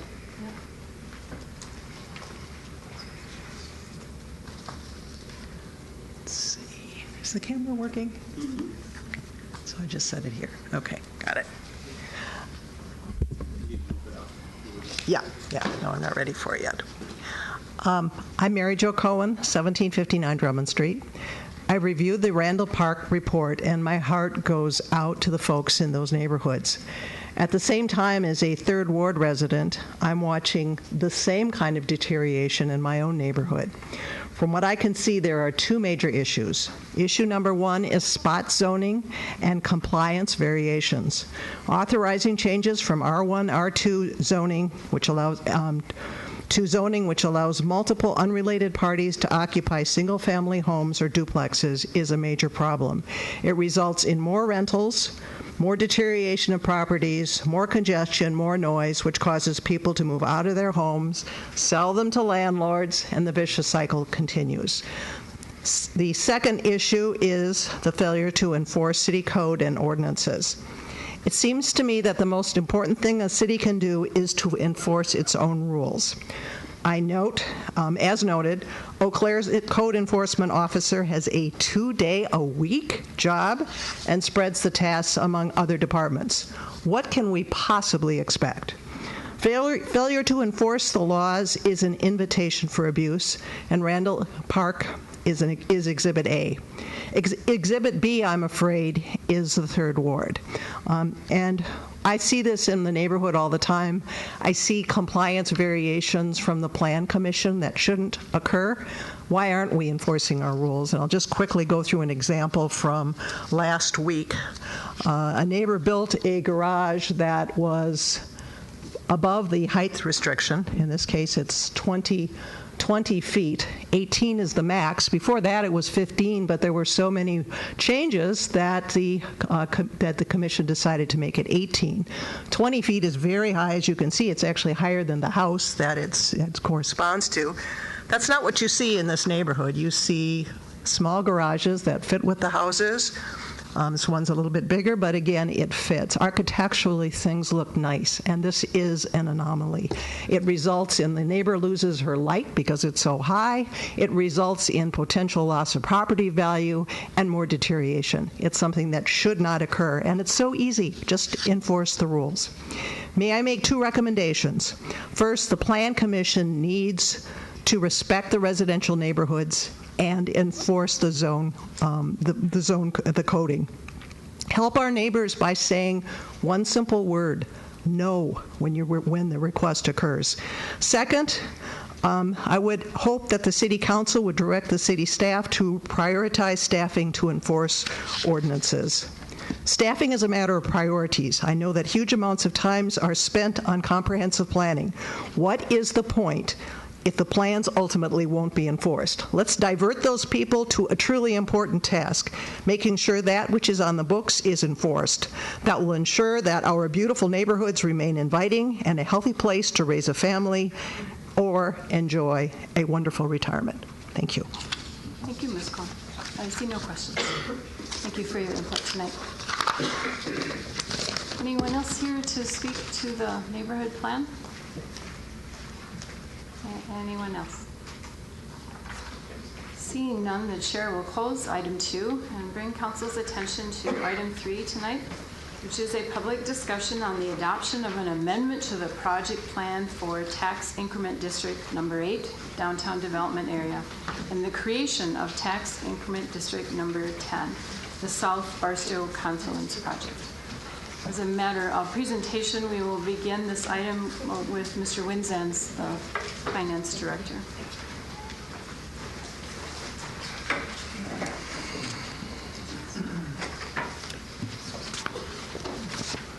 Thank you, Council President Kincaid. Jay Winzans, Finance Director. Before you this evening is consideration of adopting the third amendment to the project plan for TIF number 8. Also this evening, I'll be making a presentation on the creation of tax increment district number 10, which will be considered by the City Council at your first meeting in October. Just a 10,000-foot snapshot of TIF law in Wisconsin. First of all, the TIF statute is in 66.1105 of the Wisconsin statutes. And in order to create a TIF district, these various steps and requirements are outlined in the statute, and they include a hearing before the Plan Commission, which has occurred, designation of the TIF boundaries and recommendation to the City Council by the Plan Commission, the identification of specific properties as blighted or in need of conservation or rehabilitation work, and then the adoption of the project plan. So as of this point, the Plan Commission has conducted a hearing. They have reviewed the project plan and approved the resolution making these findings. A little bit about TID project plans. First of all, a project plan is exactly that. It is a plan, and I may say that multiple times this evening. But just as the neighborhood plan you had a public hearing on and heard a presentation on just moments ago is a plan, so is a project plan for an amendment to or the creation of a TID district. Does not commit the City Council to any specific activities or expenditures.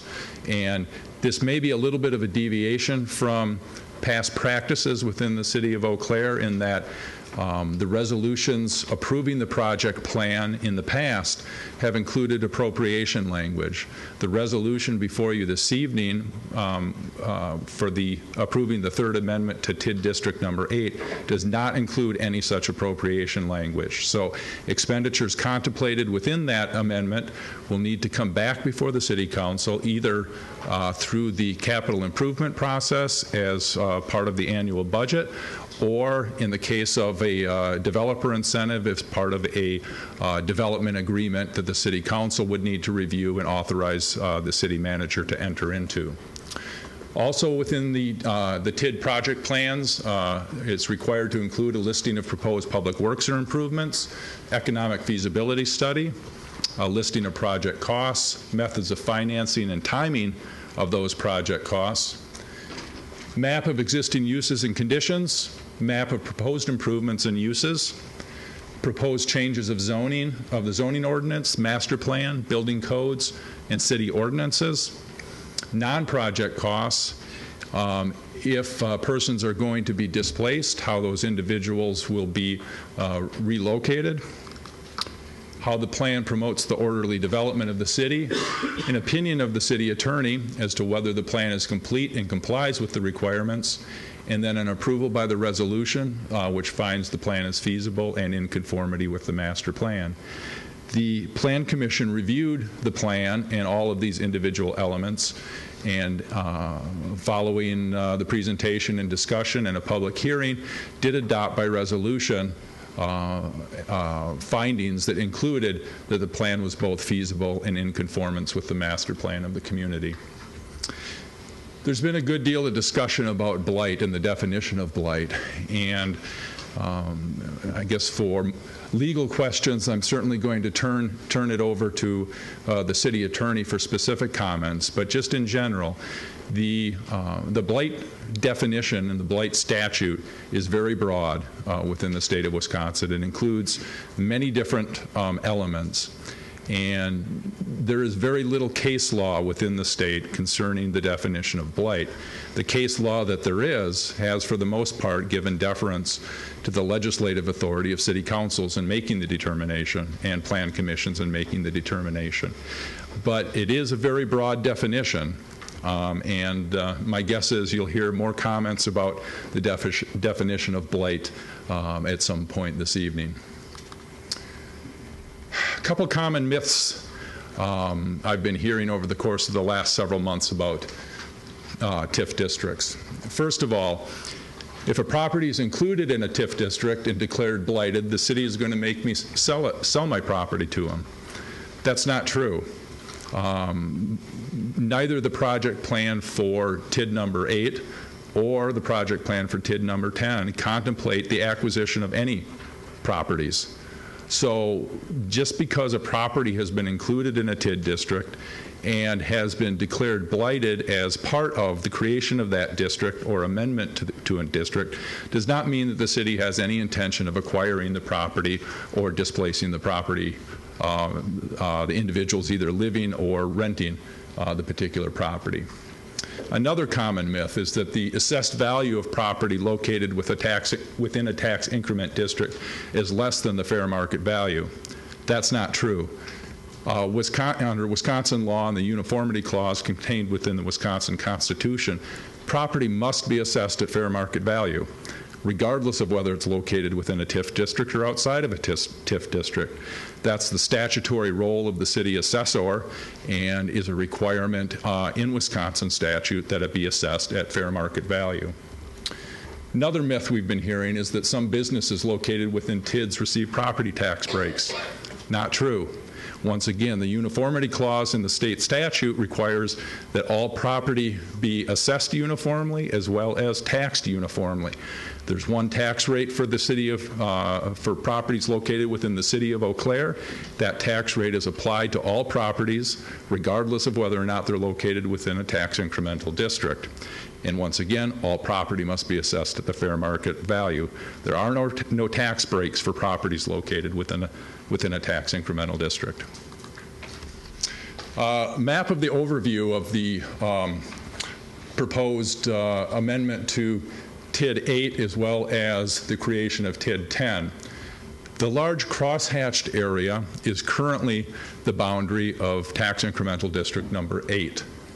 The areas highlighted in yellow are the proposed additions to tax incremental district number 8, and the area highlighted in green is the area proposed for tax incremental district number 10. Summary of the project costs. This combines the project costs for both TID 8 as well as TID 10, just to provide an overall picture because there are overlaps in the particular elements of each project plan. First of all, the community arts facility is proposed to be funded $1.5 million from tax incremental district number 8, as well as $3.5 million from tax incremental district number 10, for a total of $5 million. There's a proposal for a mixed-use building. The total funding for the mixed-use building is estimated to be $5.9 million, with $2.95 million coming from TID number 10 in upfront incentive, and then a pay-go incentive or an incentive over time, depending upon the value that's created by the developer, is also proposed at $2.95 million. There are various improvements proposed for Haymarket Plaza. Specific improvements have not been identified yet, but the planning number that we're working with is a total of $2 million for those improvements, and $1 million of that is proposed to come from Tax Incremental District number 8 and $1 million from Tax Incremental District number 10. Also proposed from Tax Incremental District number 8 is a parking structure immediately adjacent to the new JAMF building as well as RCU, and at the present time that cost is estimated at $9.5 million being provided through Tax Incremental District number 8. And last but not least are streets and promenade improvements that were committed to JAMF as part of their development agreement when I believe when the second amendment to Tax Incremental District number 8 was proposed, and those are estimated at $600,000.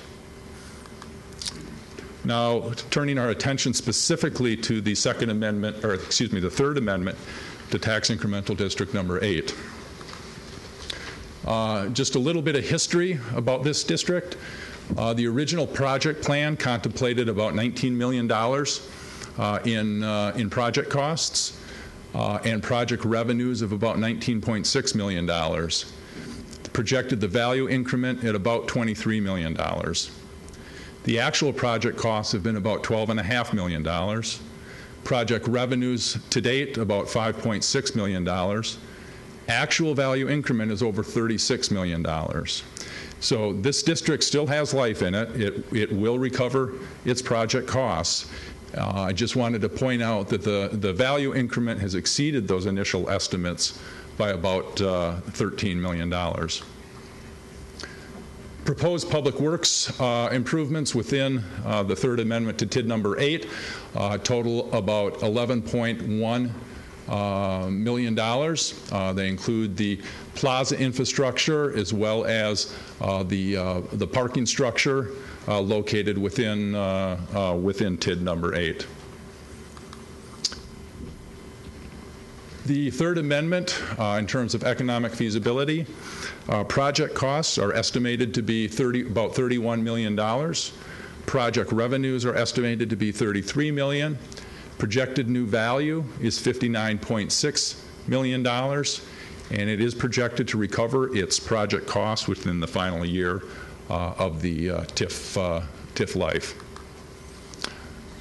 Some of the assumptions used within this project plan include changes in value or increase in value for the Green Tree Hotel at about $650,000. A valuation for what we're calling a liner building, which is a building really part of the parking structure at about $2.2 million. Expansion to the JAMF office building at about $1.5 million. And then improvements to Block 7 totaling $8.5 million. Also within this project plan, there is an inflation factor for the equalized value of the district of 1% per year. Proposed debt issues, $9.5 million for a parking structure in 2015, $1 million for the plaza improvements in 2016, $600,000 for North Barstow in 2016, and $1.5 million for the community arts facility in 2018. And again, these are estimates. The actual timing will depend upon when developments occur within the district. You can see that the existing land uses within the district, to a large extent, the northern part of the district is comprised of public uses along the river, as well as the Phoenix Park area. In red are commercial uses. So that would be probably the other predominant land use within the district. And then there's a smattering of residential uses within the district as well.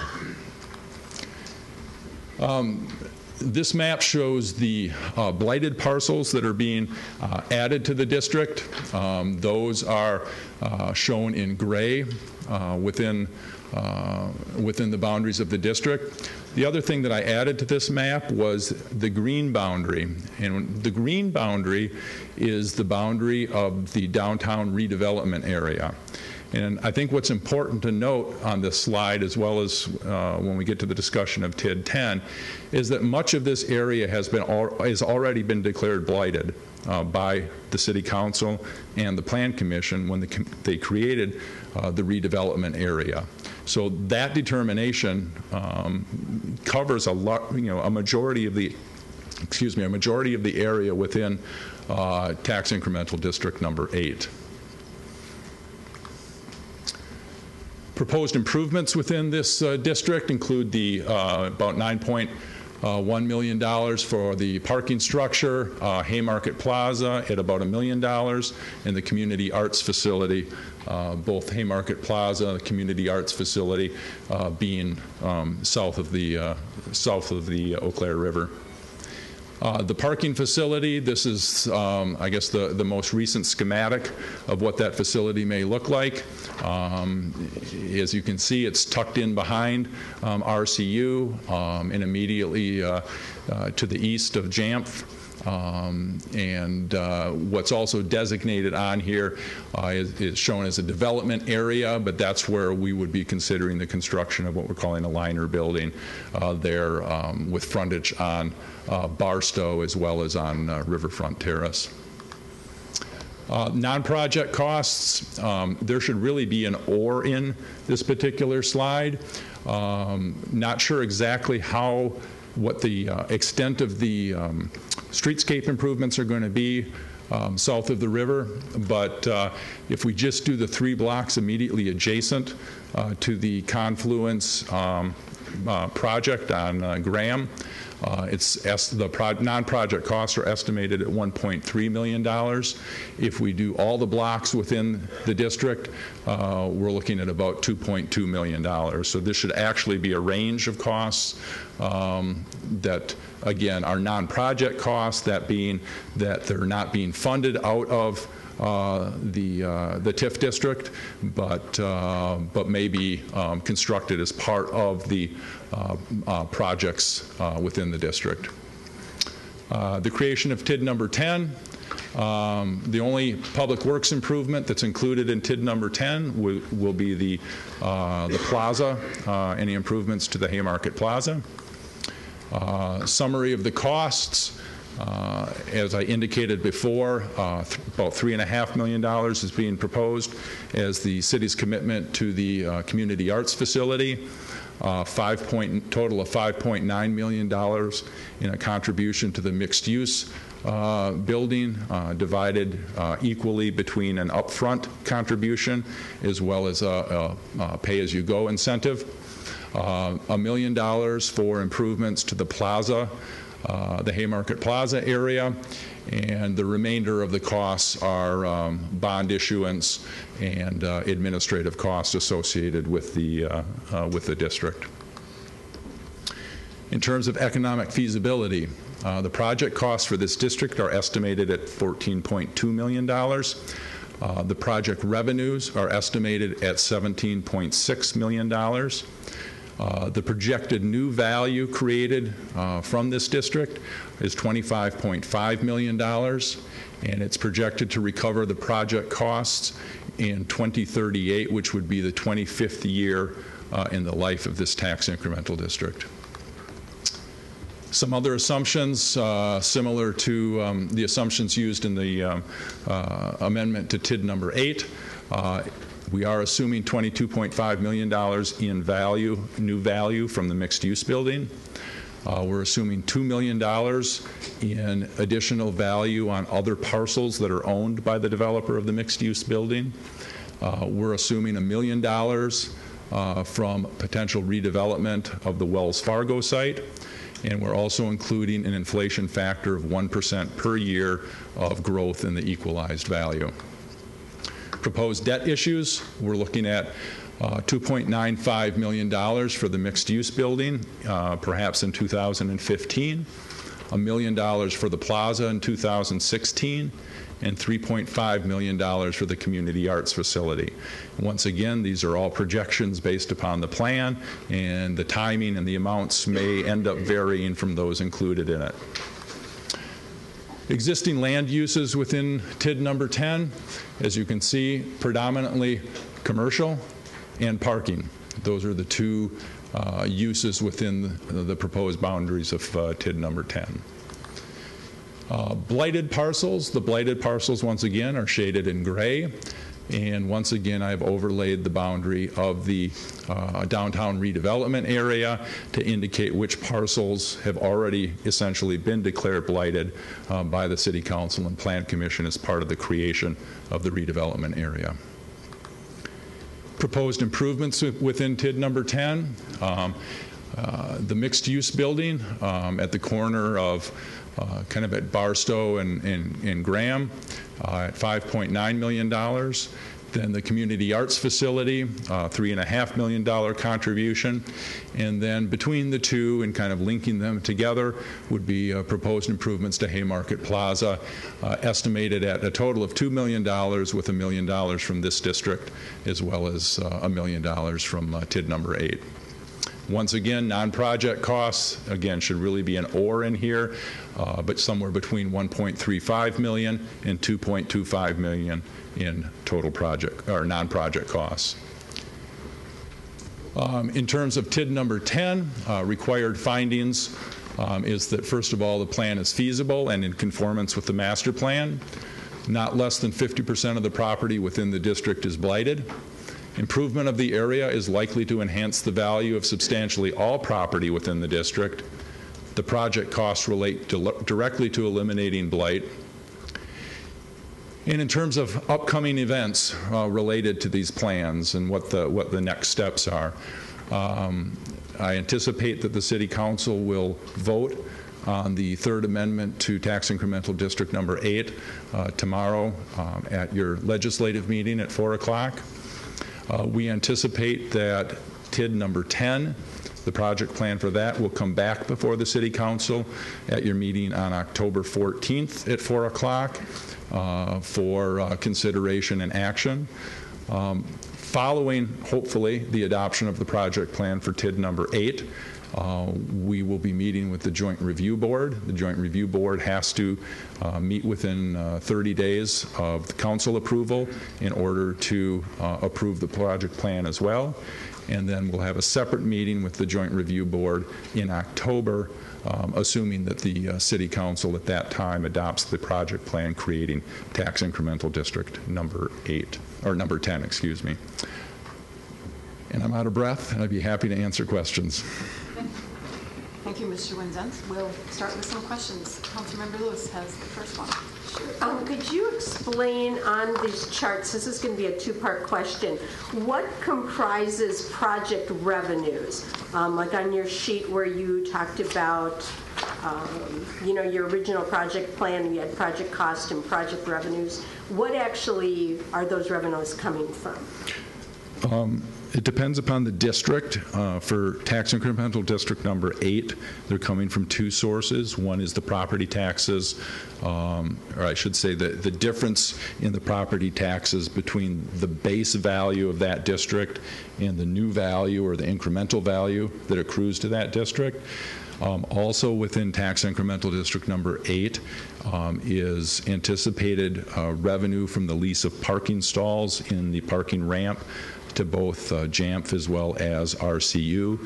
I believe that estimate is based upon a total number of leased stalls of 460 stalls at $50 a stall, and then we also subtracted off $28,000 per year for maintenance of the parking ramp.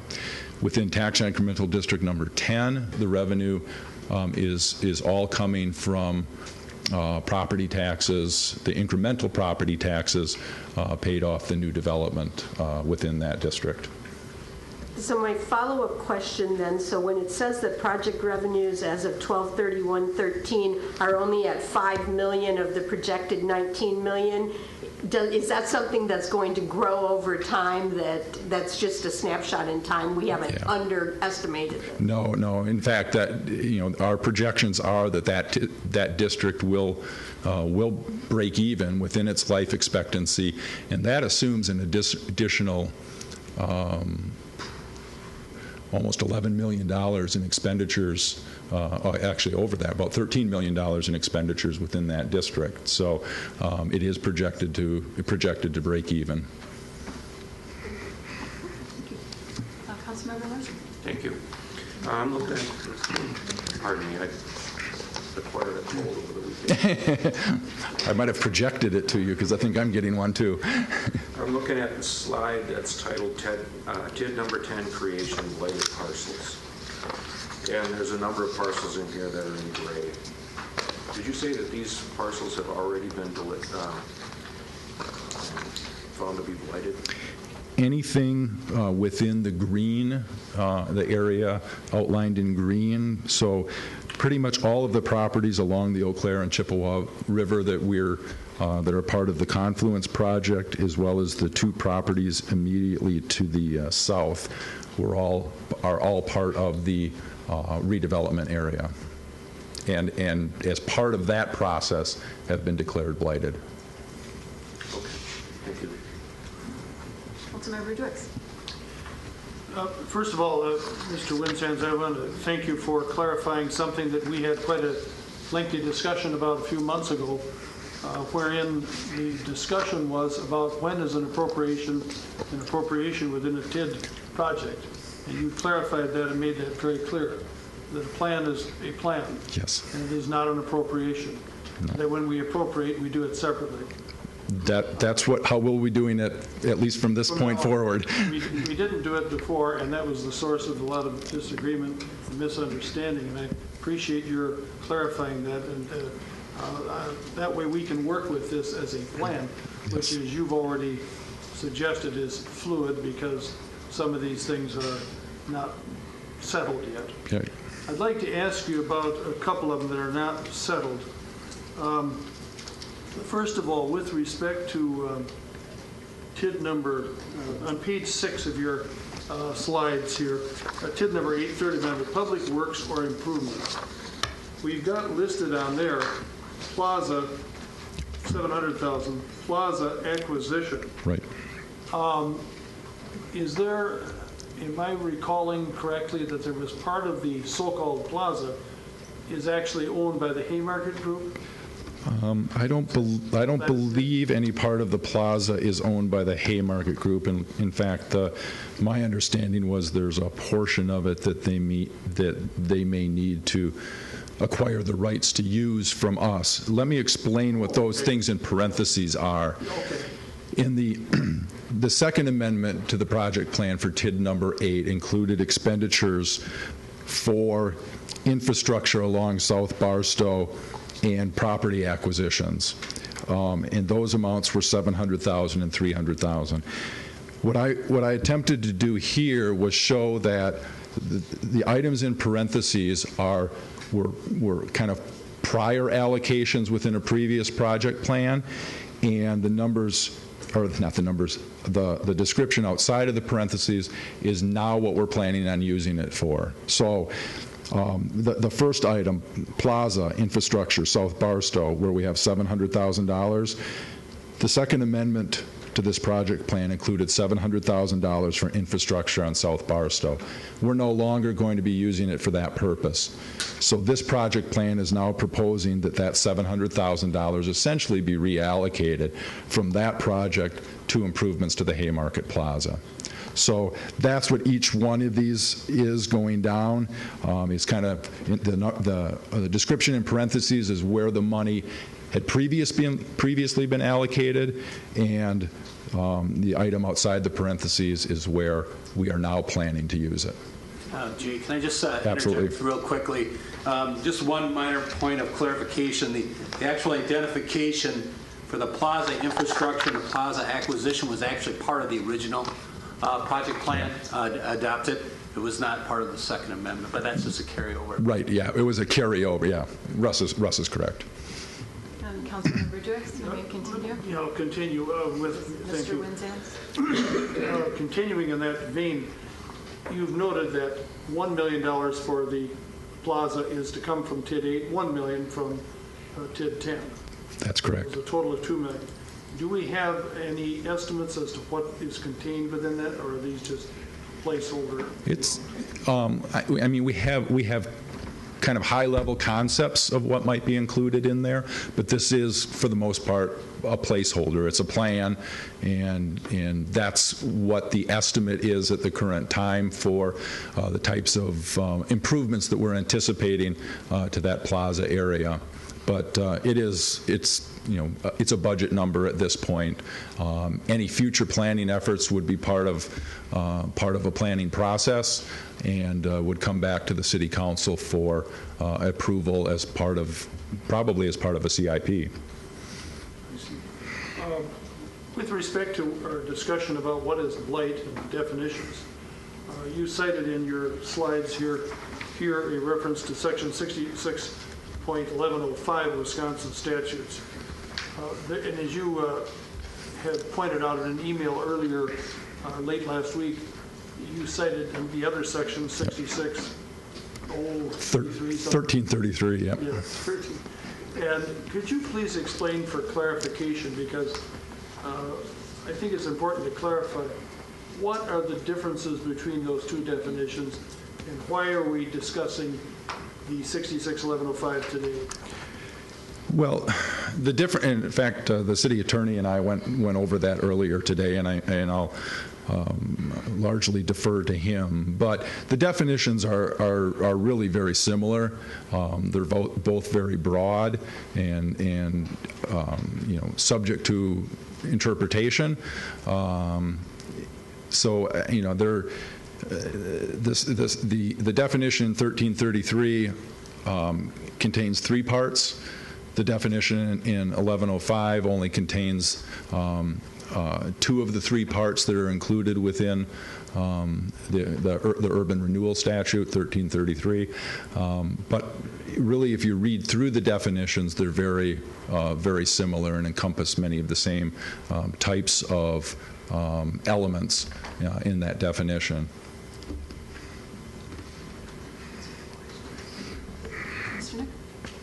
I agree.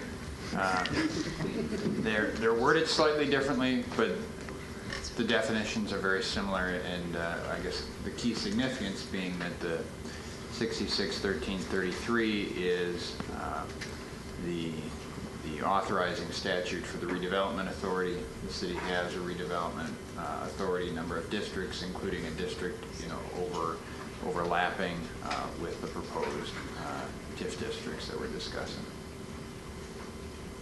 Thank you, Mr. Nick. If I have one more follow-up, and then I'll be done. Okay, then your turn's over for a long time. My light will be on here. Well, all right then. I'll just say, that with respect to the blight issue, can you put some light on blight? Because most people have an understanding of blight, that it means something. It's kind of like that old definition of obscenity. You can't define it, but we know it when we see it. But a lot of people look at one building downtown and they'll say, well, that one's really blighted. They look at some others and they say, well, that doesn't look blighted. Mm-hmm. How can you help us understand this when making a determination, which the council must make, that something is blighted? How can you give us comfort? I don't know if I can. And what's funny is I had that Potter Stewart quote in my slide presentation. And Steve told me to take it out. Madam President? Mr. City Manager. Thank you. I think for the City Council, the biggest thing to remember when we go through this process is that the determination of blight and the properties that are determined to be blighted is really a statutory provision in the creation of a tax increment district. And I think the scary part, because I've been through this process a number of times, the scary part is when you see the word blight for a specific parcel doesn't really make or change either the use, the zoning, the valuation. It's not attached to that parcel.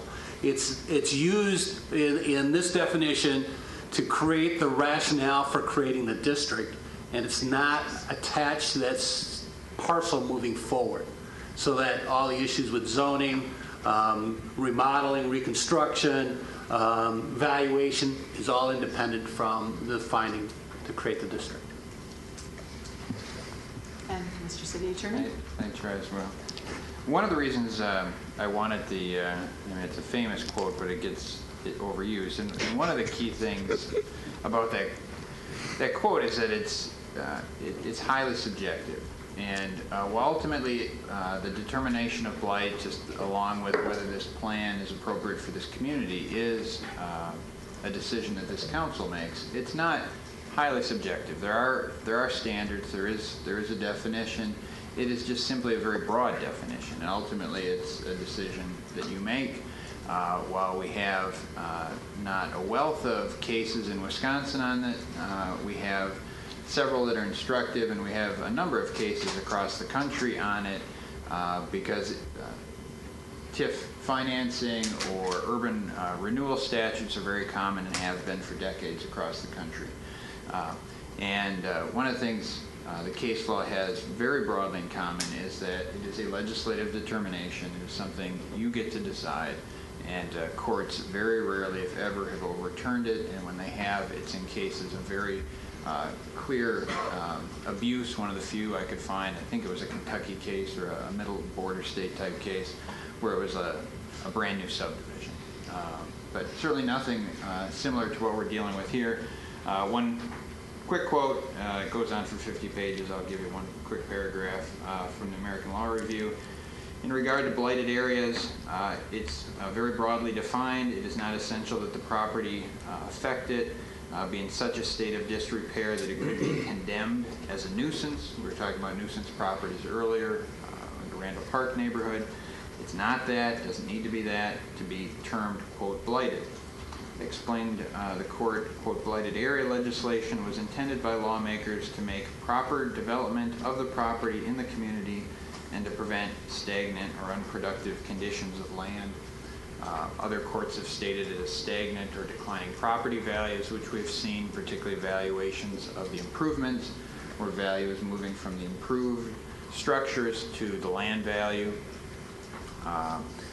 Increased vacancies, we don't have that uniformly, but we certainly had some. Any unproductive use of the land. And I guess the other informative, to me, standard that we have from our own statute is we get this very broad definition, and then we have one provision that tells us what it's not.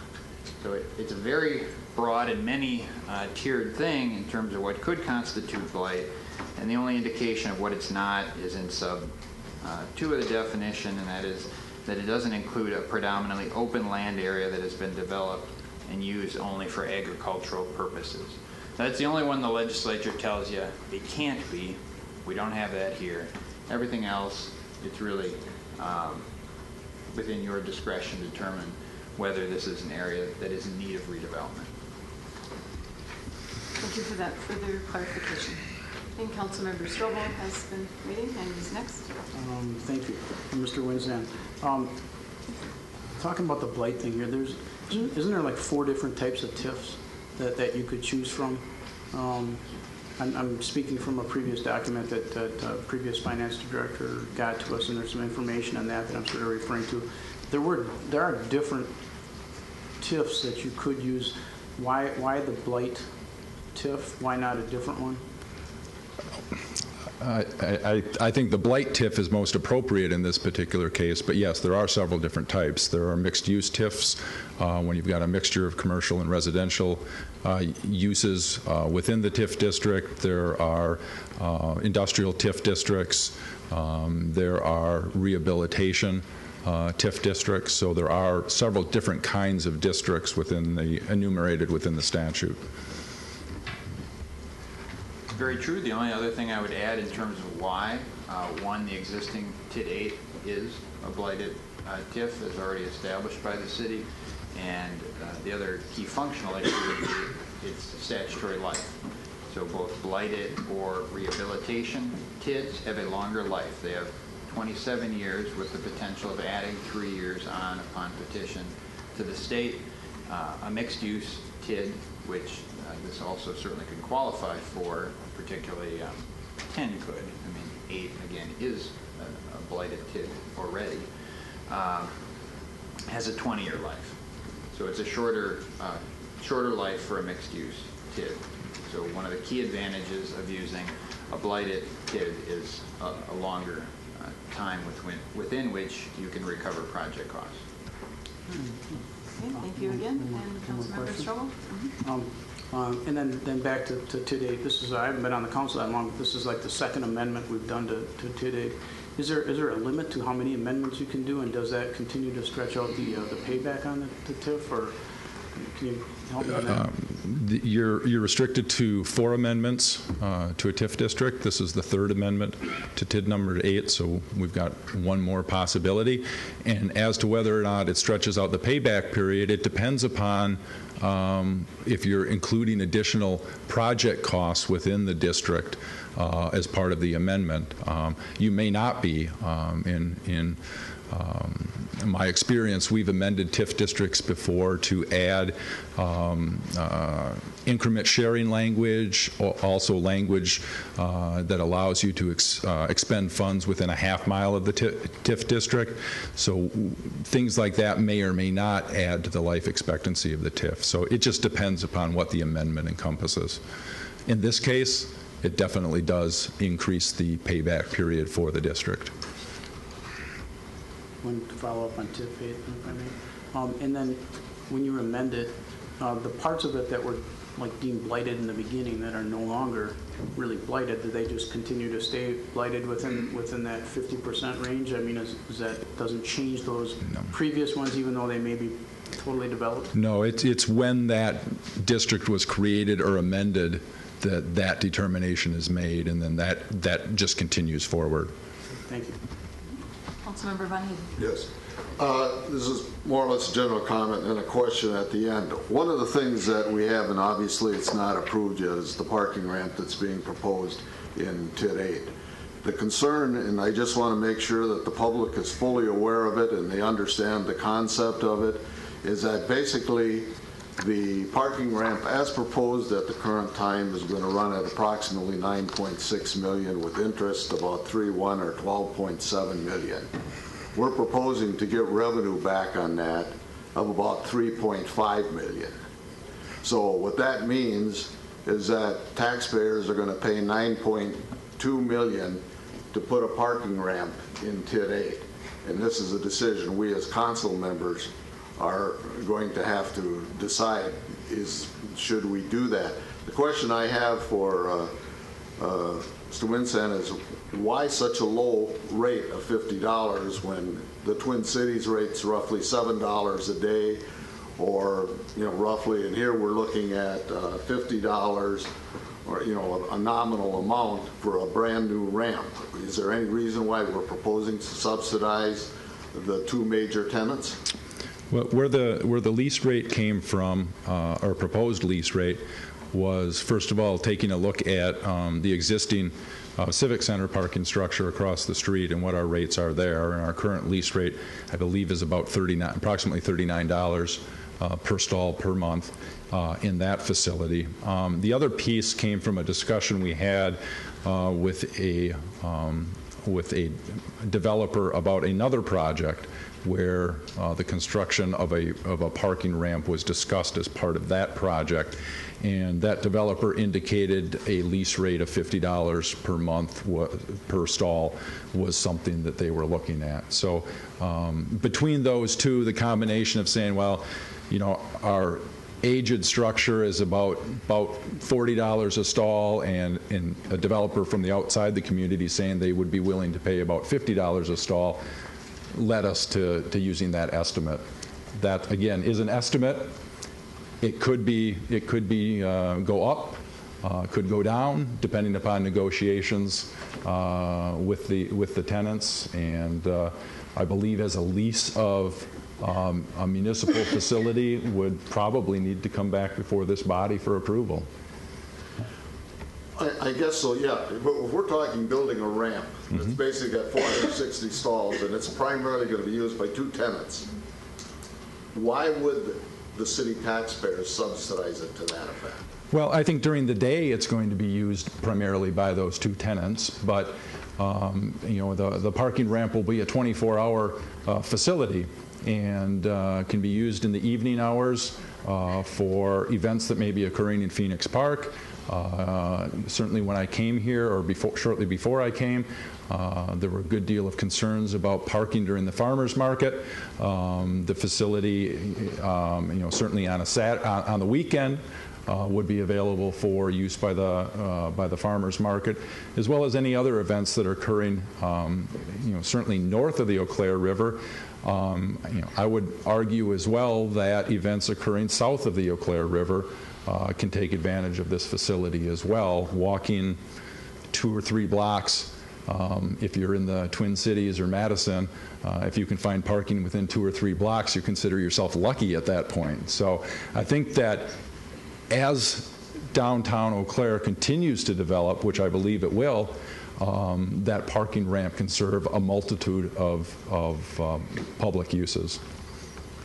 Thank you, Mr. Winzens. Councilmember Larson? I want to ask the President if I may respond to what Mr. Von Hayden just said, because there was a comment there that needs clarification, I think. With great difficulty, may I ask you to keep your response as a... we're now in a question period, and I recognize that. Realize it's difficult, and it's easy to entertain and to state our opinions, and we do need to restrain ourselves from that. Thank you. Councilmember Mitchell. Thank you. Mr. Winzens, Councilmember Von Hayden just said that the taxpayers would be subsidizing the parking ramp.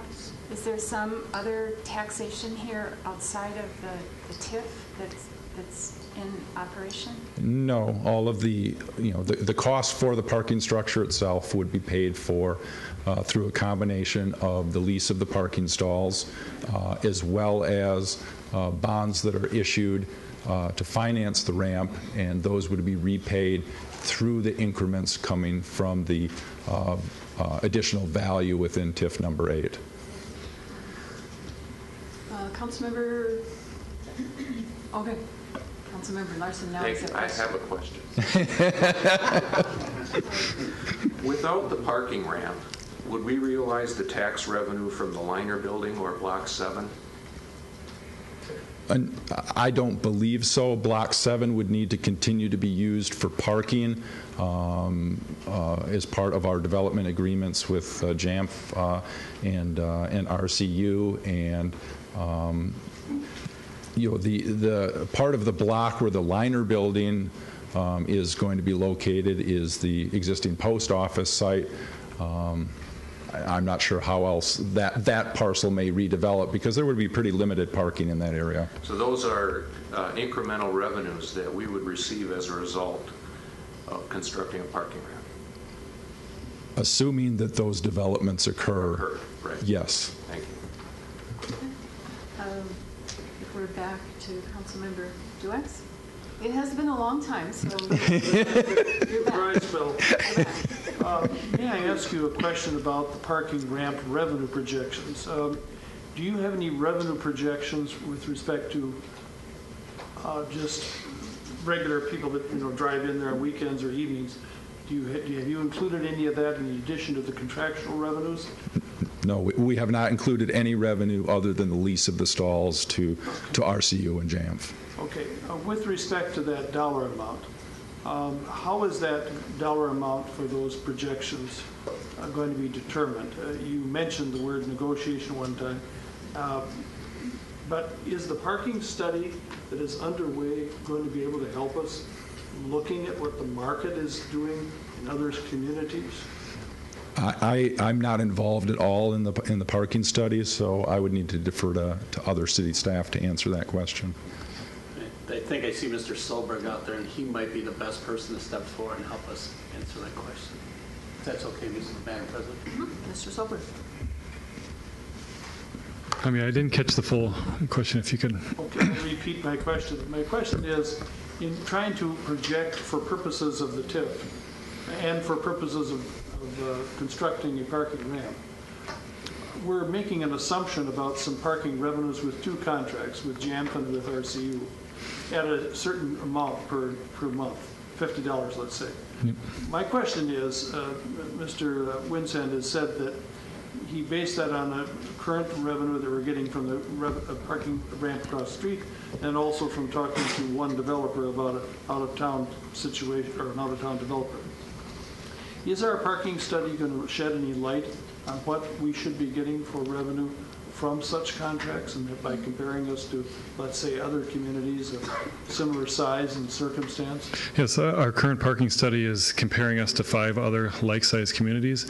Part of the contract with our parking study consultant weighs in on size, capacity of the North Barstow ramp, fees, both for the ramp, our current ramp, on-street parking.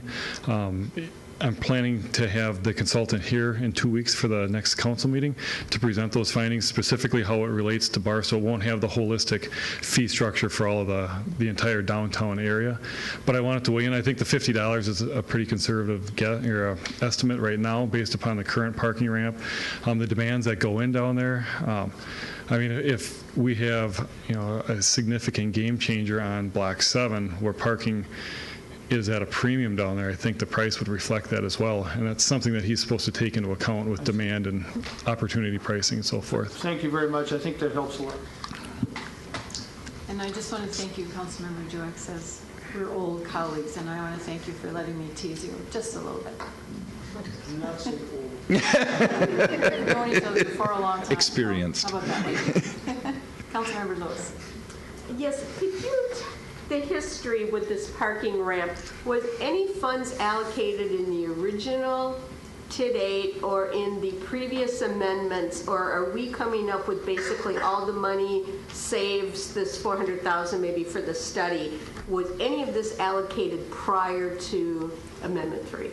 Yes, Amendment 2, I know for sure included money for the parking ramp. I'm not sure about the, I don't think the original project plan did, and I'm not sure about the First Amendment, but I know the Second Amendment did include, it wasn't $9.5 million, it was, I believe, 6 point something, but I know the Second Amendment included funding for it. I'll follow up. So then if we're doing TIF Amendment number 3, is that to come up with the extra $400,000 that if we didn't approve Amendment 3, we could only build a parking ramp for the $6 million that already was in Amendment 2? No. So it's not that simple? No, and that's I think that's a distinction between I mean, my emphasis that this is a plan, and previous feelings that this was, that these were the appropriations. From my experience, a project plan is exactly that, and as long as money is included or earmarked for a parking ramp, that dollar amount can change. And that's up to the city council to determine that, as long as in the end the project plan cash flows. So I don't think that this amendment, in fact, I know that this amendment wasn't solely being done for the parking ramp. The new elements within or certainly the new element within TID 8 is the support or the funding for the community arts facility. The $1.5 million for that facility was not included in the Second Amendment, and I think that's really what precipitated the need to amend TID number 8. Can I do one more follow-up? Mm-hmm. So when you say that TID number 8, the Third Amendment, has project costs of $31 million, where does that number come from with all of these other things that there was already a TID 8, there was an amendment to TID 8, and some of it included the parking ramp? this 31 million? That's from the beginning. Okay. So that's including all three amendments. Okay. And Councilmember Strobel. Thank you. Yes, I'm just reading page 3 of the TID District 10 plan. And under redevelopment there, under part of this plan, it says projects proposed in TID 10 also include the clearance of blighted property south of the Eau Claire River. And I'm just curious what that would include, because I'm pretty sure there's not any property south of the Eau Claire River anymore. That language, I believe, was in the Second Amendment, and if that got carried over into the Third Amendment, it probably shouldn't have. TID 10, not 8. Oh, TID. Okay. TID 10. Excuse me, TID 10. At this point in time, again, that's pretty broad language, and if you look at the project costs, there are no project costs being assigned to any acquisition or any demolition of properties. So if there's no project costs assigned to it, in order to proceed with any of those activities, an amendment to the project plan would have to come back before the City Council, because there's no funding provided for either of those or contemplated for either of those activities. Okay, thank you. Thank you, Mr. Wenzans. I think we're at the end of our questions. Obviously, we might need your expertise in Thank you. public hearing coming up. Now, this item is open for public comment. I would remind citizens to state your name and your address and adhere to the 3-minute rule, which we will help you with our lighting system to do that. Okay. I do think I can answer a couple of questions for him about a blighted area, because I was an interior designer for 40 years. I've done a lot of homes and a lot of. You can have a blighted inside as well as an outside. We use the effect what's pleasant to the eye. You take your lawyer here, dressed very elegantly, very professionally, very elegant to the eye. If he came here in blue jeans and an open shirt and his hair out and chest, you wouldn't think much of him as a lawyer. But it's true. You are how you dress. And a building is the same way. What you tore down was not very good looking, I can tell you that. And when they tore it down, it stunk so bad that it just about, oh, man. The second thing is about the parking ramp. I live at River Plaza. We have a ramp right next to us. Underneath it's $40, and that's in garage underneath per place. $40 a place. Up above it's 30, but then there's also free parking for meter parking. Your best deal is right next here to the hotel. I don't know who owns that property.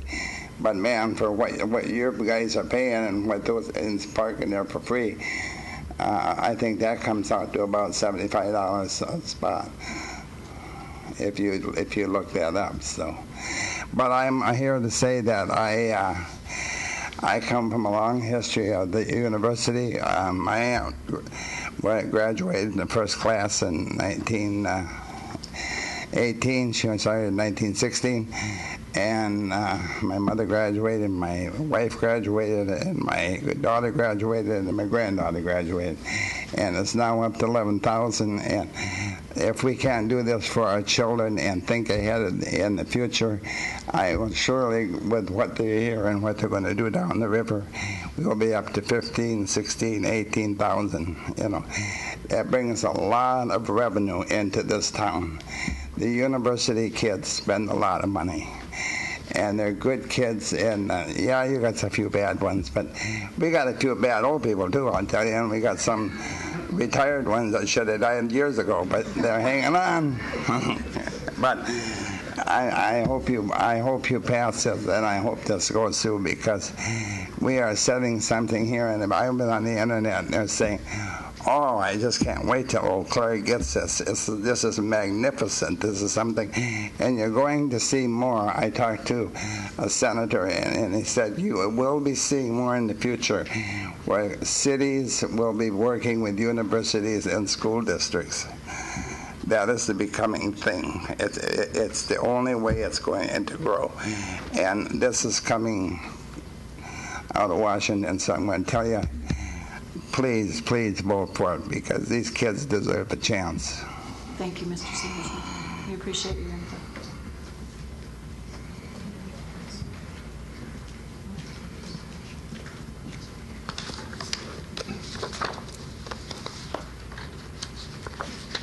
Madam President, I would ask that this handout be provided to all members of the City Council. It will just aid my very brief 4 minutes and 30 seconds of my comments this evening, if I'm allowed to do that, please. We'll see how it goes. Your name, please. My name is Patricia R. Usher. My address is 1711 Drummond Street, Eau Claire 54701.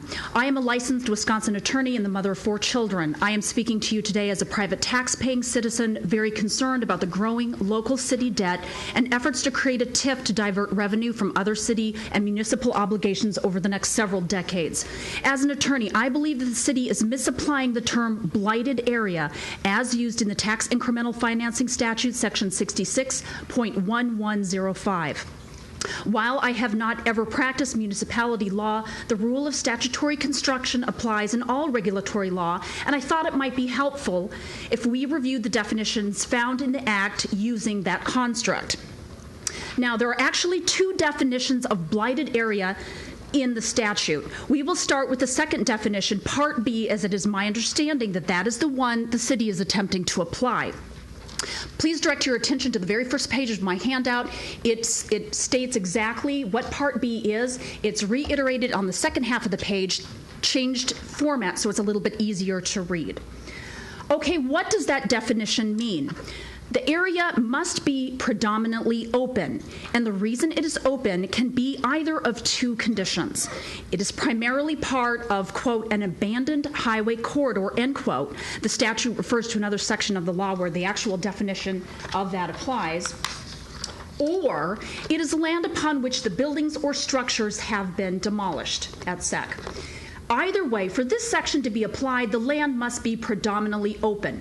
Under legal rules of statutory construction, or in layperson's terminology, how you read a statute in its entirety for its meaning, you cannot take words or phrases such as, quote, substantially impairs or arrests the sound development of the community, end quote, and apply those words alone to any situation or this particular situation.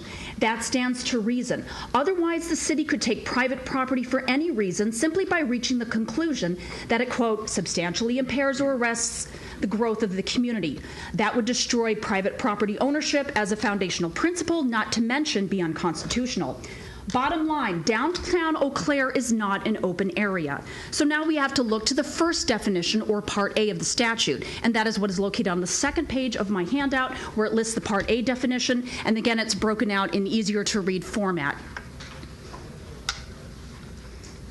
Okay, what does this definition mean?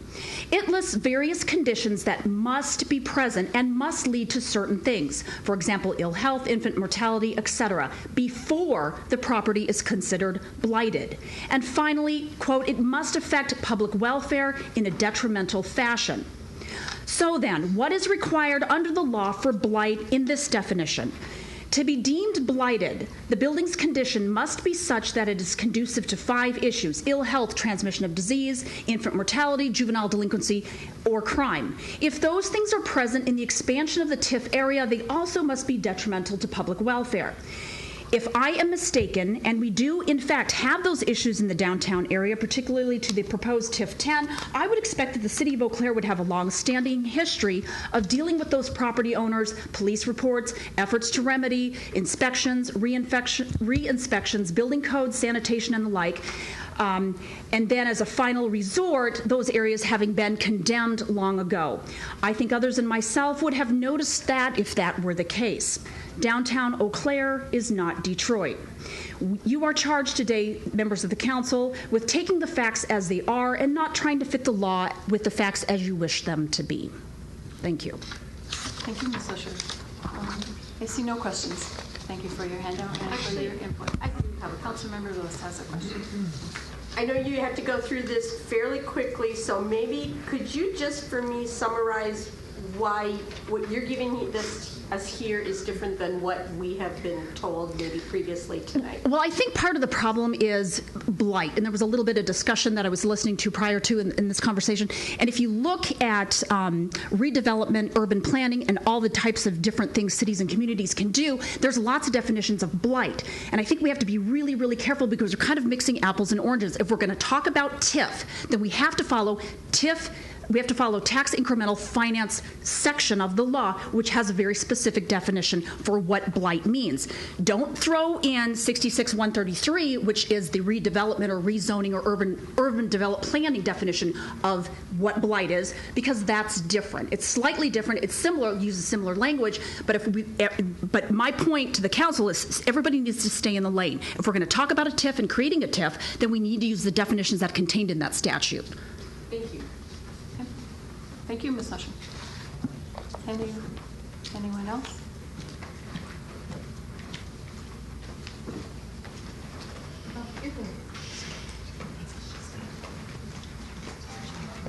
Hi, folks.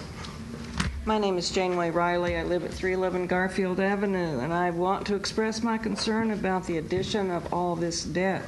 We're tossing these numbers around like they were chump change. The city already has more than its share of debt. We are living beyond our means. We can't take care of street repair without borrowing more money and more money and more money. Right now, if the two proposed TIFs are approved, our debt will be at $114.1 million. Property tax revenue that's raised for the city totals $30.7 million per year. The ratio of debt to revenue will be 3.7 to 1. Now that's pretty scary, and it'll only climb. We are now unable to provide basic city services, like I said, without borrowing. I note that in tomorrow's meeting, a resolution to authorize spending of up to 70% of the debt capacity allowed by state statute. That results in debt of $151 million versus a revenue income of $30.7 million.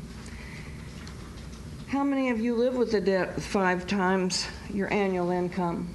I doubt if anybody does. What happens if the property taxes on which we're counting do not materialize? With the TIFs, we're basically putting a personal guarantee on the backs of all of us taxpayers in the form of future taxation.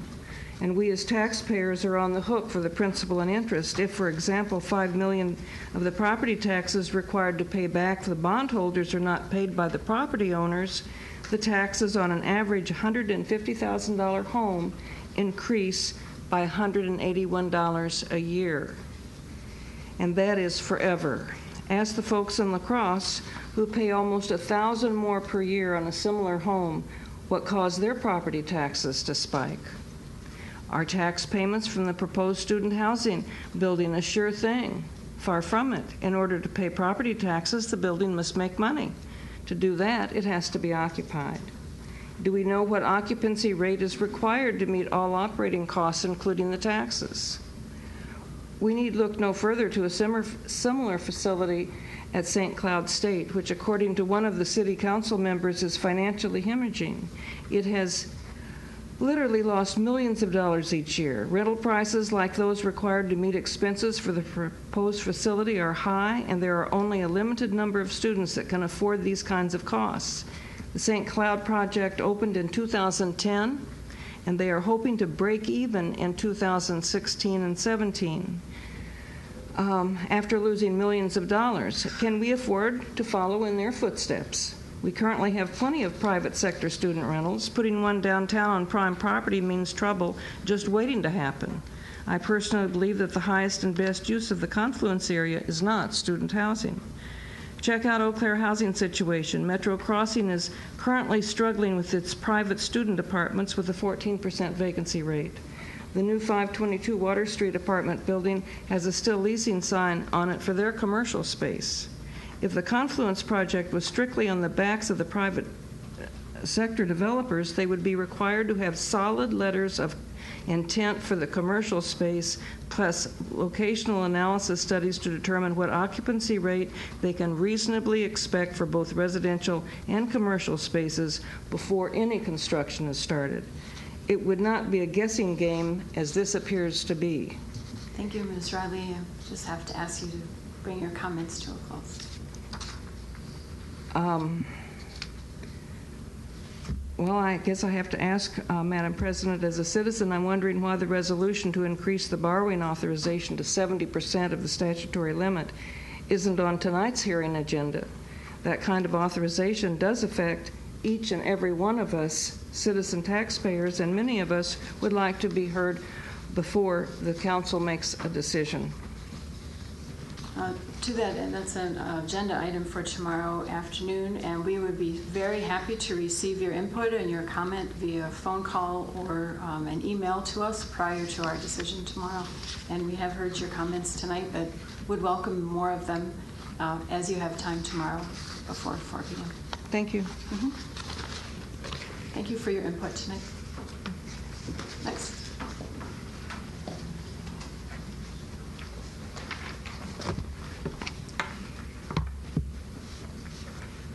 Good evening. Good evening.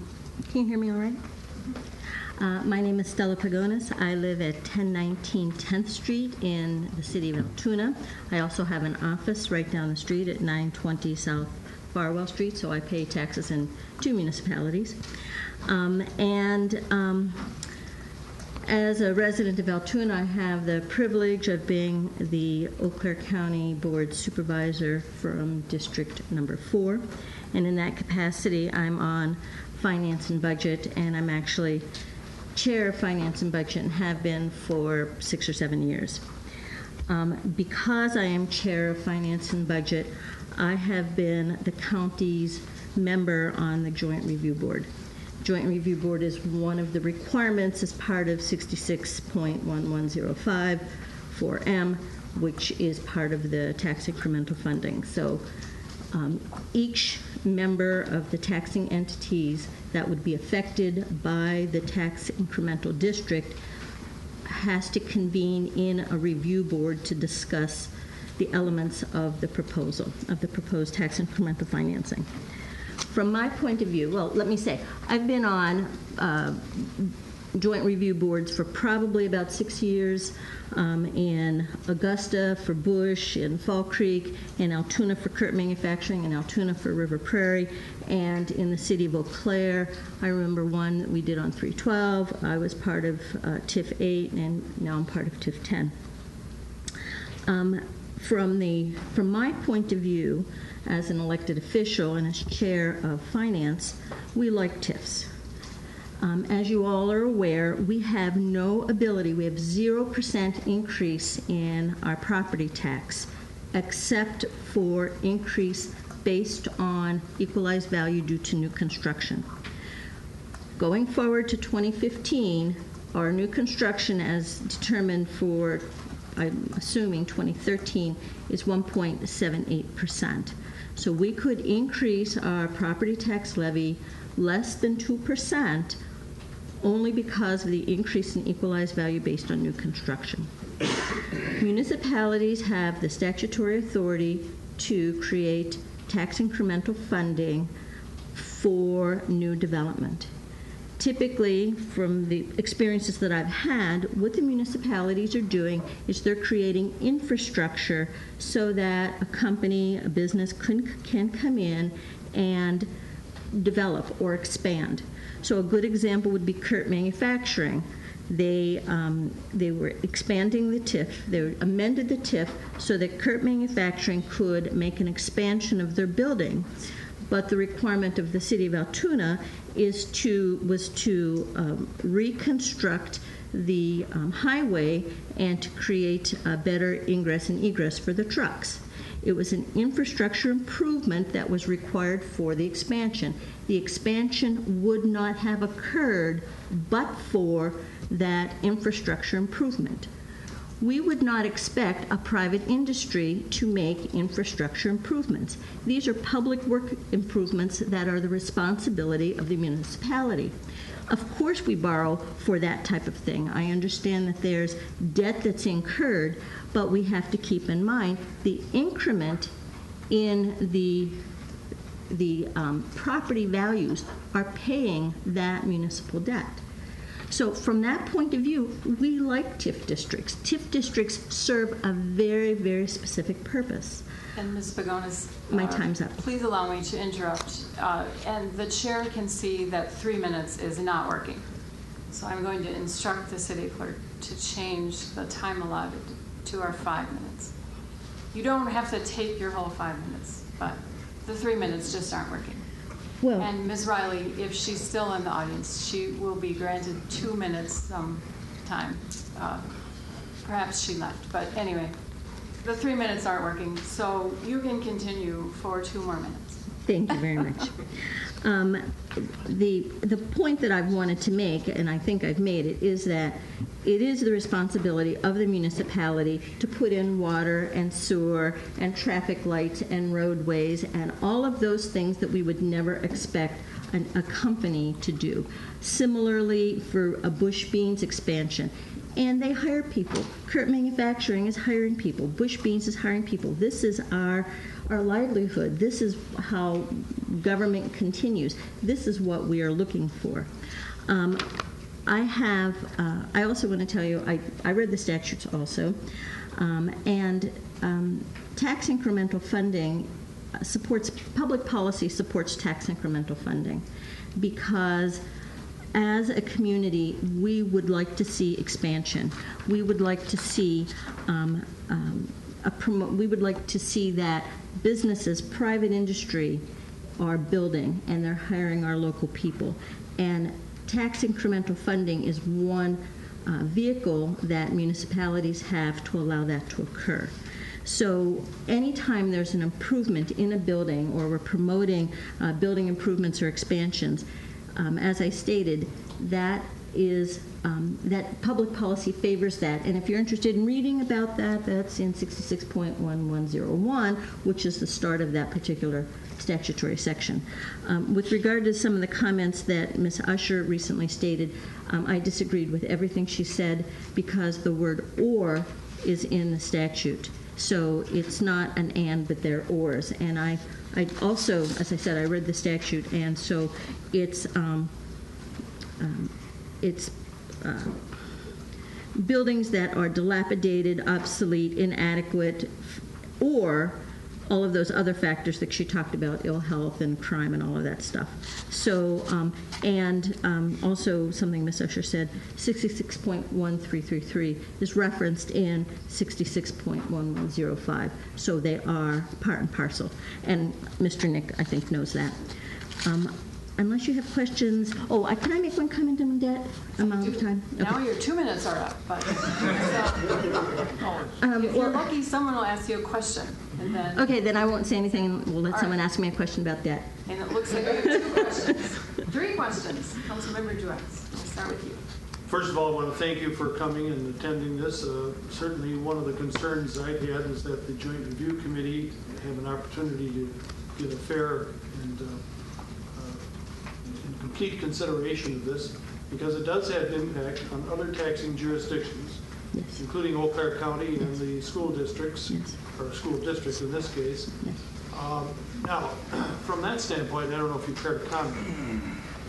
Does it concern you at all that the tax increment will accrete to the municipality until it's reimbursed itself for those expenditures, and that other taxation districts will not benefit from that for a number of years? Does that give you some pause for that? Debt service is a concern, and the debt service needs to be paid. If we're going to continue to improve our community, we need to improve our infrastructure and our public works. That debt needs to get paid somehow. So it's either part of the levy, or it comes, in a municipality's point of view, it's through the increment. It makes absolute sense to me that it comes through the increment. We set a base, we continue to get the property tax based on whatever the base amount was, and the increment is going to pay the debt. Once that debt's paid down, that increment then comes back onto the regular tax rolls. I'm okay waiting for that. I would rather see the construction and the improvement and wait for that. And you know, there's been some discussion. I was in a discussion yesterday about some. Well, we shouldn't increase them. We shouldn't let the TIDs go longer than they were originally intended. But there are many reasons why that happens. And River Prairie would be a good example. It was 3, 4, 5 years before any construction even began. So it's going to take probably longer than the 27 years to pay the full cost. Did I answer your question? Yes, you did. Thank you. And some more questions. Councilmember Lewis, I see. To my right.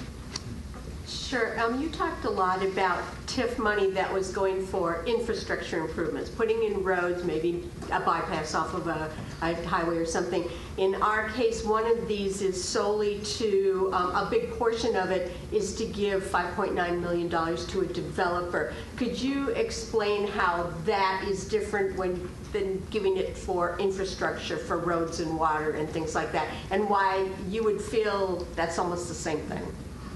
Or do you feel that's the same thing?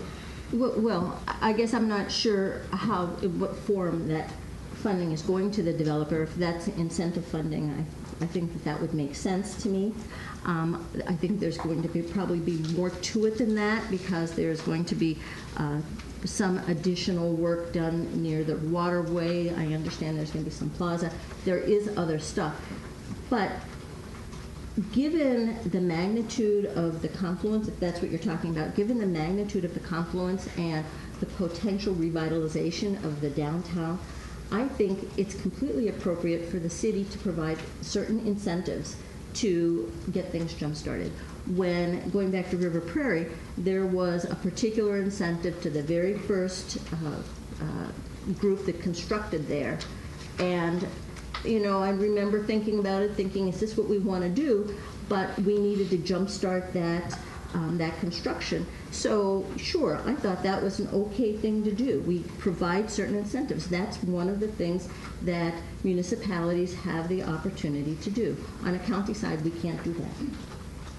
I think Councilmember Emanuel was next. Thank you, Madam President. Thank you, Ms. Pagonis. Thank you. I'm sorry. That's all right. I'm pronouncing your last name. Thank you for coming down here and just sharing some of your insight of being a fellow elected, and then also your service on the Joint Review Board. I guess you bring a different perspective than, I'll speak for myself, than I have as far as being on the Joint Review Board, and you've been able to see different TIF proposals come through. Given that this project has experienced a high amount of interest, energy, opinions, do you have any red flags about the process as far as confluence goes of TIF 8, TIF 10? Do you have red flags that make you think, I don't know, I guess I just want to ask you, do you have red flags?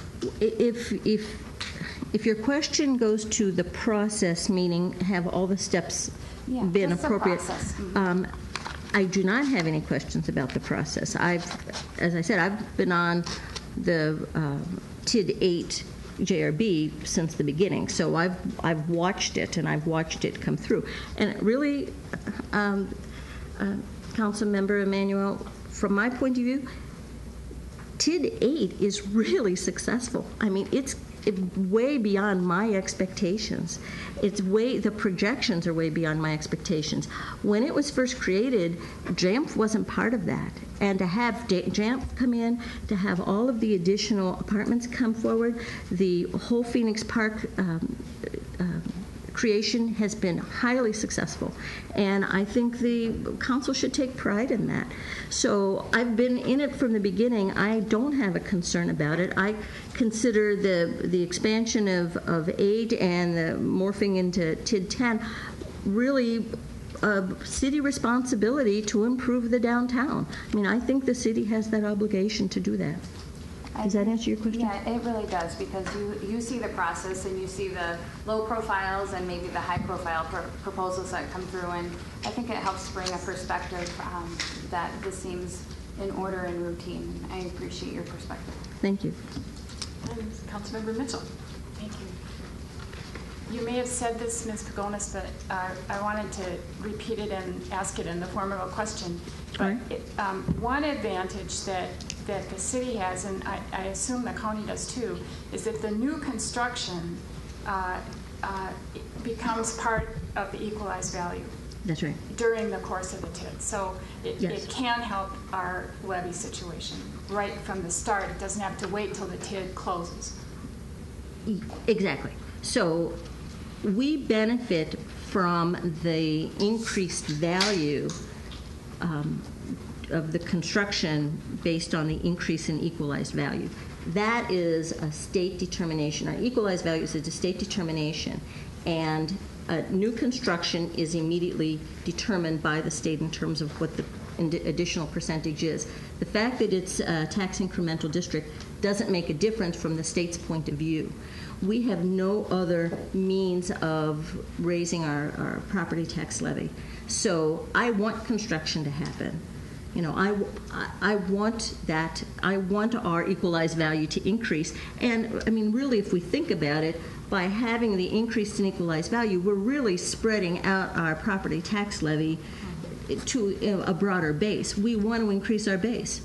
We want people here to be employed. I mean, there are just many reasons why we want that level of growth. And as I said, the legislature, in their infinite wisdom, created tax incremental funding to allow municipalities to do that. Thank you, Ms. Pagonis. Leave one last question by Councilmember Larson. All right. Thank you. I want to point it out if you didn't mention it. If you did mention it, I didn't hear it. But you've been practicing law in Eau Claire for a number of years too, right? That's correct, and I didn't mention it. Yeah, okay.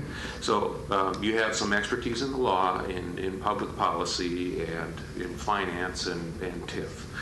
So I want to ask you, are you aware of any case law where a municipality has used a definition of blight in the way that we're contemplating here and has been overturned for that? If you hadn't said has been overturned, I would have said yes, but has been overturned, the answer is no. There is a Black River Falls case where some of the citizen members questioned the definition of blight and the buildings that were going to be part of the TIF, and the judge threw it out and it went up on appeal, and the courts of appeal said no, the city council has the ability to define what in their municipality is considered appropriate for improvement, and either demolition or some other type of infrastructure improvement. Thank you. Does that answer your question? Yes, it does. Am I done? I don't think so. Councilmember Strobel? No. Is that a question? Or I do have a question. All right. Yeah, it's interesting you came up here because I still have your Voice of the People article that you wrote to the newspaper. I didn't bring it with me. What was it about? TIF. Oh. and how much you love it. So, however, and I found myself sort of agreeing with you there. Is my understanding of how the TIF should be used, and that's the way I think the TIF aid originally started here. You had publicly owned land, providing utilities and roads and those types of things to make it a shovel-ready site. I saw that from other officials here as well, as that's what TIF is for, to get that so a developer doesn't have to spend that money on his own. And I think a little bit of the heartburn that we've had here is how that TIF money's being planned to be spent, because we really don't have government or city-owned land that we're trying to get ready, shovel-ready, and we have very little utilities to do. So we're using it mainly for other things. If I may, Councilmember Strobel, to suggest that, just as I would suggest that the term blight is a term of art, I would suggest that you expand your concept of public works. So public works, we typically think roads, sidewalks, that type of thing. But think about Phoenix Park, and think about the park itself, the camaraderie involved, the farmers market, the just the complete changeover in terms of bringing people into downtown. So you could argue with me and say, well, you know, Ms. Pagonis, there's no plumbing down there. We really, you know, it's a park. Well, it is a park, but part of Public Works is beautifying the municipality. It's not only putting in traffic lights. Thank you. Thank you, Ms. Pagonis. Oh, Councilmember Van Hayden. Well, following up on that same approach, I agree with Phoenix Park. Over there, it's a totally different scenario. That's a blighted area. You had all of the problems with the blight. Now we're over on this side of the river. We don't have that same problem. And all we're doing here is the developers coming to us saying, give us $5.9 million because otherwise my project's not feasible. Now, is that, in your definition, fitting into that? I know Councilmember Lewis was trying to get at that, but this is where our, and Strobel is where our heartburn is that this isn't any of the items that you've been talking about. This is strictly an outright gift. Here, take this money and run and reduce your costs so you can make money. Excuse me, Councilmember Van Hayden. We do have time for debate tomorrow. What was your question? Your opinion on that? Well, Councilmember Van Hayden, I'm not going to argue with you on that. But let me just step back a minute. I'm on the Ellie Phillips Library Board, and we've expressed some serious concern about people coming to the library if the rest of that street continues to fall apart as it has been. And so there's been a lot of discussion about reconstruction of the street and what changes were going to be made. But I could envision if Pablo Properties hadn't bought the hotel, if we weren't, they wouldn't have bought the hotel but for the fact that the confluence was going to be created. I mean, this is a domino effect. If that hadn't gotten started, I could envision a very serious situation where people have to walk in pretty scary environments to get to the public library. There are 1,500 people per day who go to that library. 1,500 per day. It is a go-to destination in downtown.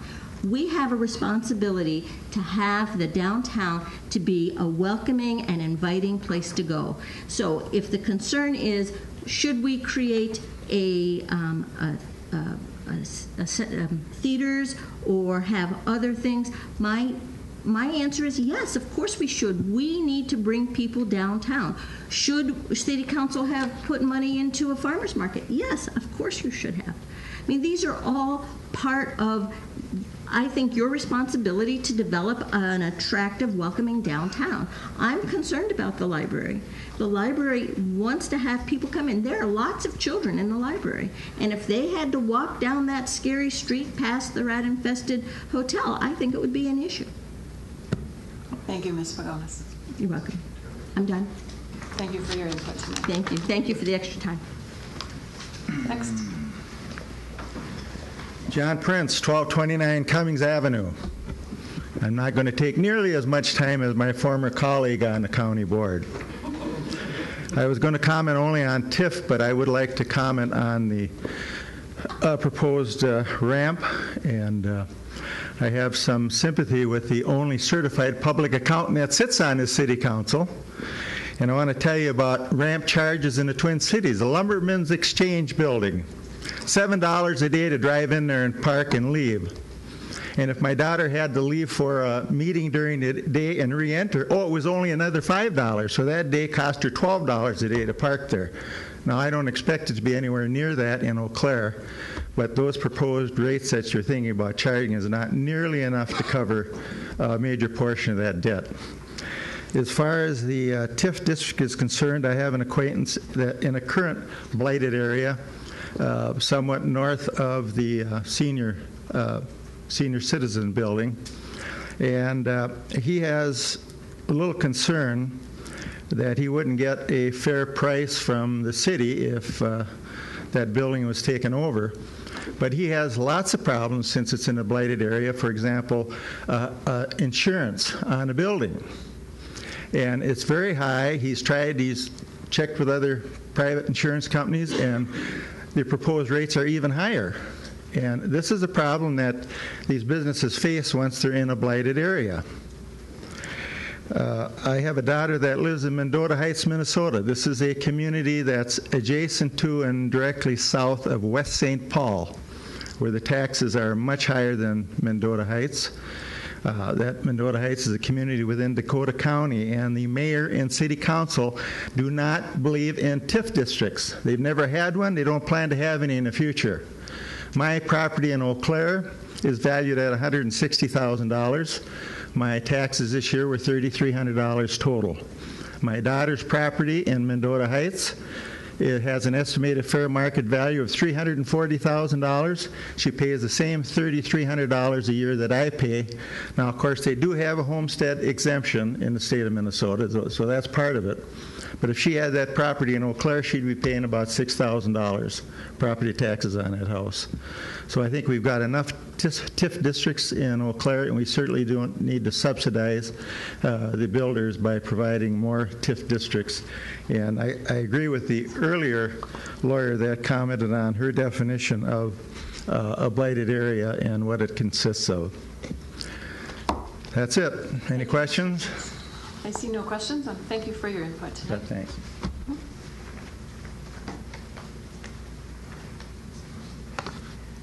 My name is Becky Zank. My address is 1105 Main Street. Many of you might know that's the old Boyd Elementary School. And I think the Boyd is a good example of repurposing a building rather than tearing it down. I'm here as a representative of the Beerson and the Zank families. We're longtime Eau Claire families, and we've owned properties in downtown Eau Claire for more than 4 decades. During that period, we've been good citizens. We pay our taxes. We support the downtown. Many of our tenants have occupied the buildings we own for years. I'm proud to say that one of our tenants has been with us for 42 years. The buildings we own are behind the Green Tree Motel. On Dewey, 218, 222, and 224.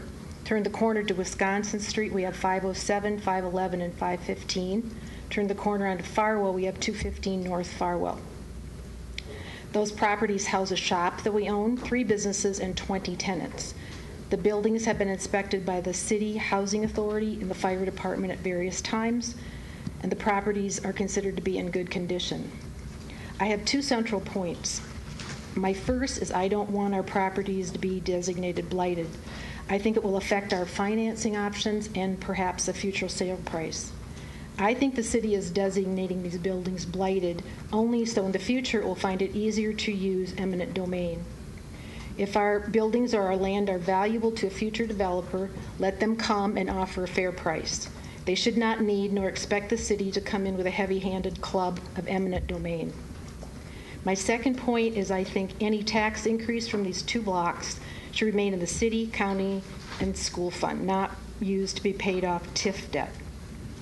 I was surprised to learn that the city is proposing that our properties be placed in TIF 8 as blighted properties. And I was very upset when I learned what blight means under the TIF statute. I would be the first to admit that our properties are not luxurious, but they are functional and they're in good repair. Their condition does not meet the statutory definition of blighted. Their condition is not conducive to ill health, transmission of disease, child mortality, juvenile delinquency, or crime. Likewise, their condition is not detrimental to the public health, safety, morals, or welfare. To have our buildings classified as blighted puts a scarlet letter on our properties. It's going to reduce their value. It's going to limit our options in terms of financing or even sale. And like the last gentleman said, what will the impact be on insurance? If I were an insurance company, I wouldn't feel comfortable insuring a property the city says is blighted. By describing our property as blighted, the city is taking our property rights away from us. I feel this is wrong. Where is the American concept of property rights, free enterprise, and the rule of law? What is this really about? I don't think it's about the condition of the buildings. Does the city want to give the property to Volume 1 to become part of the Green Tree? Volume 1 did want to buy our property, and we declined to sell it. Does the city plan to condemn our property, use eminent domain, and then place it in the hands of a developer? Does it want to build more Phoenix Park apartments where our buildings stand? I certainly hope not. Those apartments are going to look very dated in 5 to 10 years. And the last thing we need is 3 more blocks of those same structures. Good planning would incorporate the old with the new. Perhaps it is just an old-fashioned tax grab. With remodeling Green Tree's taxes will increase. If it's part of the TIF, the tax increase will be used to pay the TIF debt rather than fund our city and our schools. Please do not designate our properties as blighted. Leave our block alone. Increased taxes should be left in the city, counties, and school funds. These should not be used to pay back debt that has nothing to do with our block of property. Thank you. Thank you, Ms. Zink. I see no questions for you. Okay. Thank you for your statement.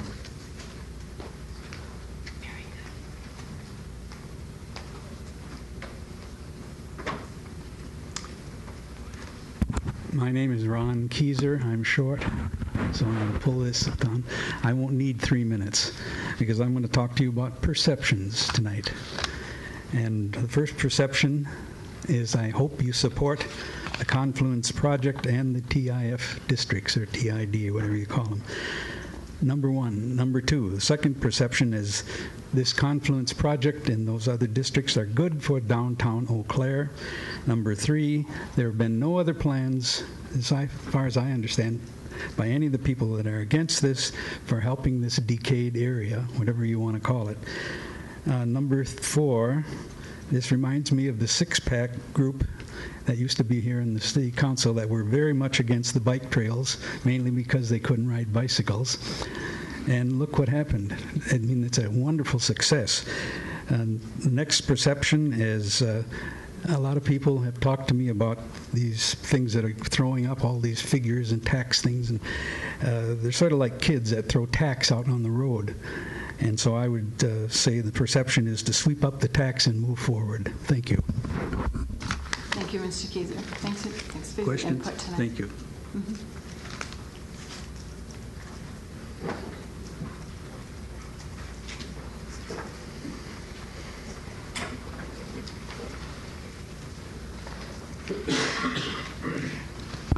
Dale Gable, 1132 Pershing.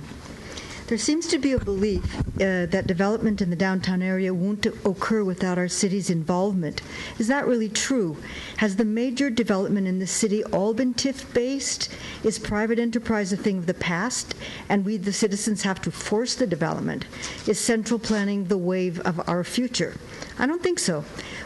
Picture Banbury Place. When Michelin closed the plant, it left a huge 1.9 million square foot facility. Easy to imagine it as a candidate for blight. Instead, the free market stepped up. Someone saw possibilities, took a hand in the development of the site. Banbury now houses 130 tenants, ranging from art studios to manufacturers, 35 apartments, 315 indoor self-storage unit, employs about 500 people. There are still places high on that creepy index in the former factory area, but it is only a matter of time before they too are converted. Parking is not an issue, and best of all, no TIFs and no city money. Note 2, ongoing projects to remodel the Green Tree Motel into a boutique hotel. Great idea. Look forward to when it opens to try out the planned restaurant, etc.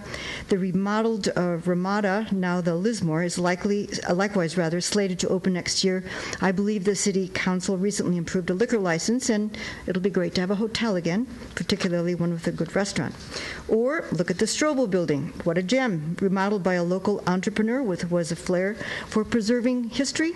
Kudos, the Councilman Strobel, for preserving part of Eau Claire history in such an admirable fashion. Did you receive any TIF money? Contrast these private developments to the Phoenix Park area, where the pressure for development has turned what was a charming, airy park with a bank building to the side into an area that is crammed with buildings where the sun really can't penetrate, with the plan to jam in yet more, where the same Lego apartment design, initially rather whimsical, is repeated over and over, where parking is an issue due to an apparent failure to plan. The proposed parking ramp is not economical, nor is it even viable if the additional buildings materialize. There will be no place for the new tenants to park. If the buildings don't materialize, TIF 8 will fall short, leaving the Eau Claire taxpayers to cover the cost of the infrastructure. Or contrast them to the proposed student housing on the Confluence block, where a developer must receive $5.9 million in property tax repayment in order to earn a return for private investors. And even then, the developer is on record indicating that the project is marginal.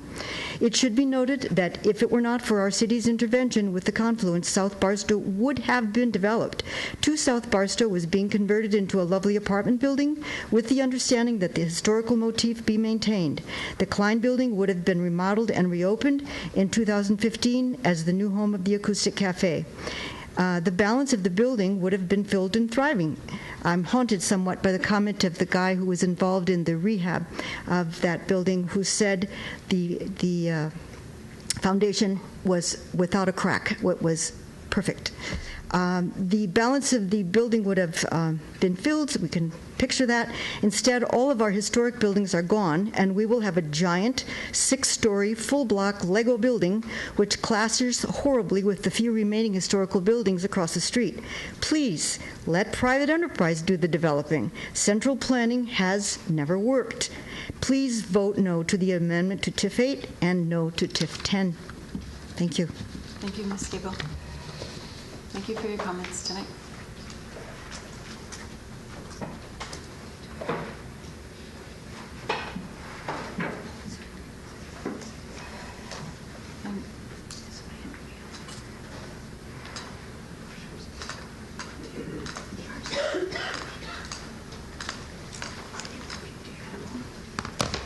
Hello, my name is Judy Olson, and I live at 1421 State Street. Just listening to the budget, and it sounds so very good, and we have to look at it. It seems like there's two sides here, the money that's coming in, and then the taxpayers that are suffering. We have to look at both sides. It sounds so good with the budget and the $13 million that's coming in over on TIF number 8, and I've heard. We have to look at the whole picture. I've heard city council or staff, city staff say that the TIF money does not get directed away from the school districts or the city or the county, and I've heard other people say it does. And I thought, okay, I didn't understand. And so I've been wondering which one is true. And to say to your constituents that TIF money does not get redirected from the schools is misleading at best, if not an untruth. Sure, the tax base stays with the school district, but after capital improvements, any increases go to fund the TIF. Let's be open and honest and say what it is instead of the misleading statement. TIF money does not get directed away from funding the schools, city, or county. In fact, Dave Duex was the first one I heard all night saying, "Aren't you concerned that the other municipality funding is being directed away from because of the TIF, being directed away from the schools, city, or county?" Now what really gets me is this overreaching TIF 8, number 10, into areas that are not blighted according to the definition of blight, which we just heard, and grabbing buildings that are being improved upon with private funds like the Green Tree Inn and the Lismore Hotel. I consider this basically, a land grab, a property grab, and it's taking away from our schools, city, and county, and ultimately, and most importantly, from our citizens, because the money going to the schools, city, and county will be only from the tax base and does not increase with the rate of inflation. Let's look at this value of this tax base at the end of the TIF years, 27 years. That is 27 years. It goes $100 will be worth $34.70 at a rate of 4% of inflation. At an inflation rate of 2%, $100 will be worth $58.60. I don't know how much the capital improvements are on these two hotels, but I'm sure they're substantial. This grabbing of property improvements into the TIF and taking them away from the school district, city, and county is bound to cause our property taxes to increase. My property taxes increased $600 back in 2010. Other things go up too, and also my insurance is going up. I've just heard is going up $1,000 this next year. And I'm wondering what you're going to be doing with the extra $13 million that's going to be coming. You know, the revenue you say is in TIF 8 is going to be over $13 million. I wonder what you're going to be doing with that. So I'm asking you to please think about the plight of the citizens of Eau Claire and not just the blight. Please drop this overreaching TIF 10 and amendment number 3 of TIF 8. Thank you. Thank you, Ms. Olson.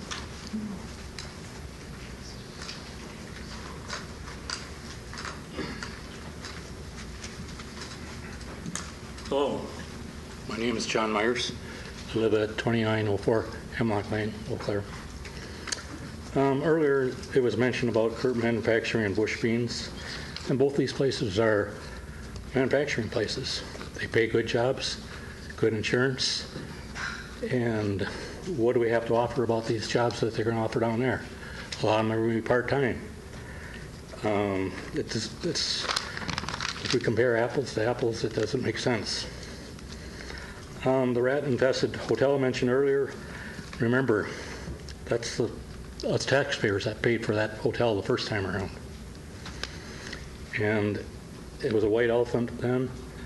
I don't see it making it. You see these young people, they get on Facebook, they look at Facebook and they come into Eau Claire and they say, I want a place close to like the mall, easy access to the highway, and good eating places close by. It doesn't offer it down there. You can't. I've been here I was born in 1949, and in the 60s you couldn't get in and out of downtown. Our population was a fourth of what it is. How are you going to get in and out of downtown now if you're going to have all this, you're going to have all this stuff going on and there's no roads getting in and out of town yet. So you're going to take Main Street and widen out to 4 lanes so we can make it? I mean, and we're paying all this money for people, it's just a handout. You can't do this handout. It's a TIF district. You're just giving this money away. We're taxpayers. We deserve more. We don't deserve, our roads are going to hell, and if you want to build them, you borrow. Our schools, you put off the funding for maintenance instead of doing the maintenance when it should be done, you let it go. So it costs twice as much. Then you just, we'll have another city or a school referendum. So there we are again. It just keeps steamrolling. And the taxpayers were the ones held accountable. The city council should be held accountable. Thank you. Anyone else?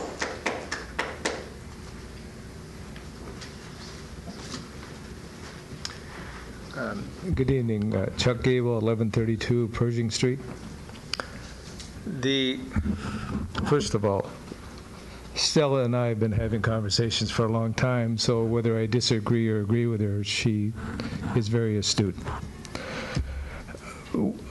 Last time I talked to you, I just got back from Boise, and last Friday I was down meeting with the coordinator for the real estate department of the city of Milwaukee, because what's been bothering me since I moved to Eau Claire in 1991 is, having been from the West Coast, we're kind of a boom and bust society. If we have money, we use it. If we don't, we try and get a job and earn it to then do something.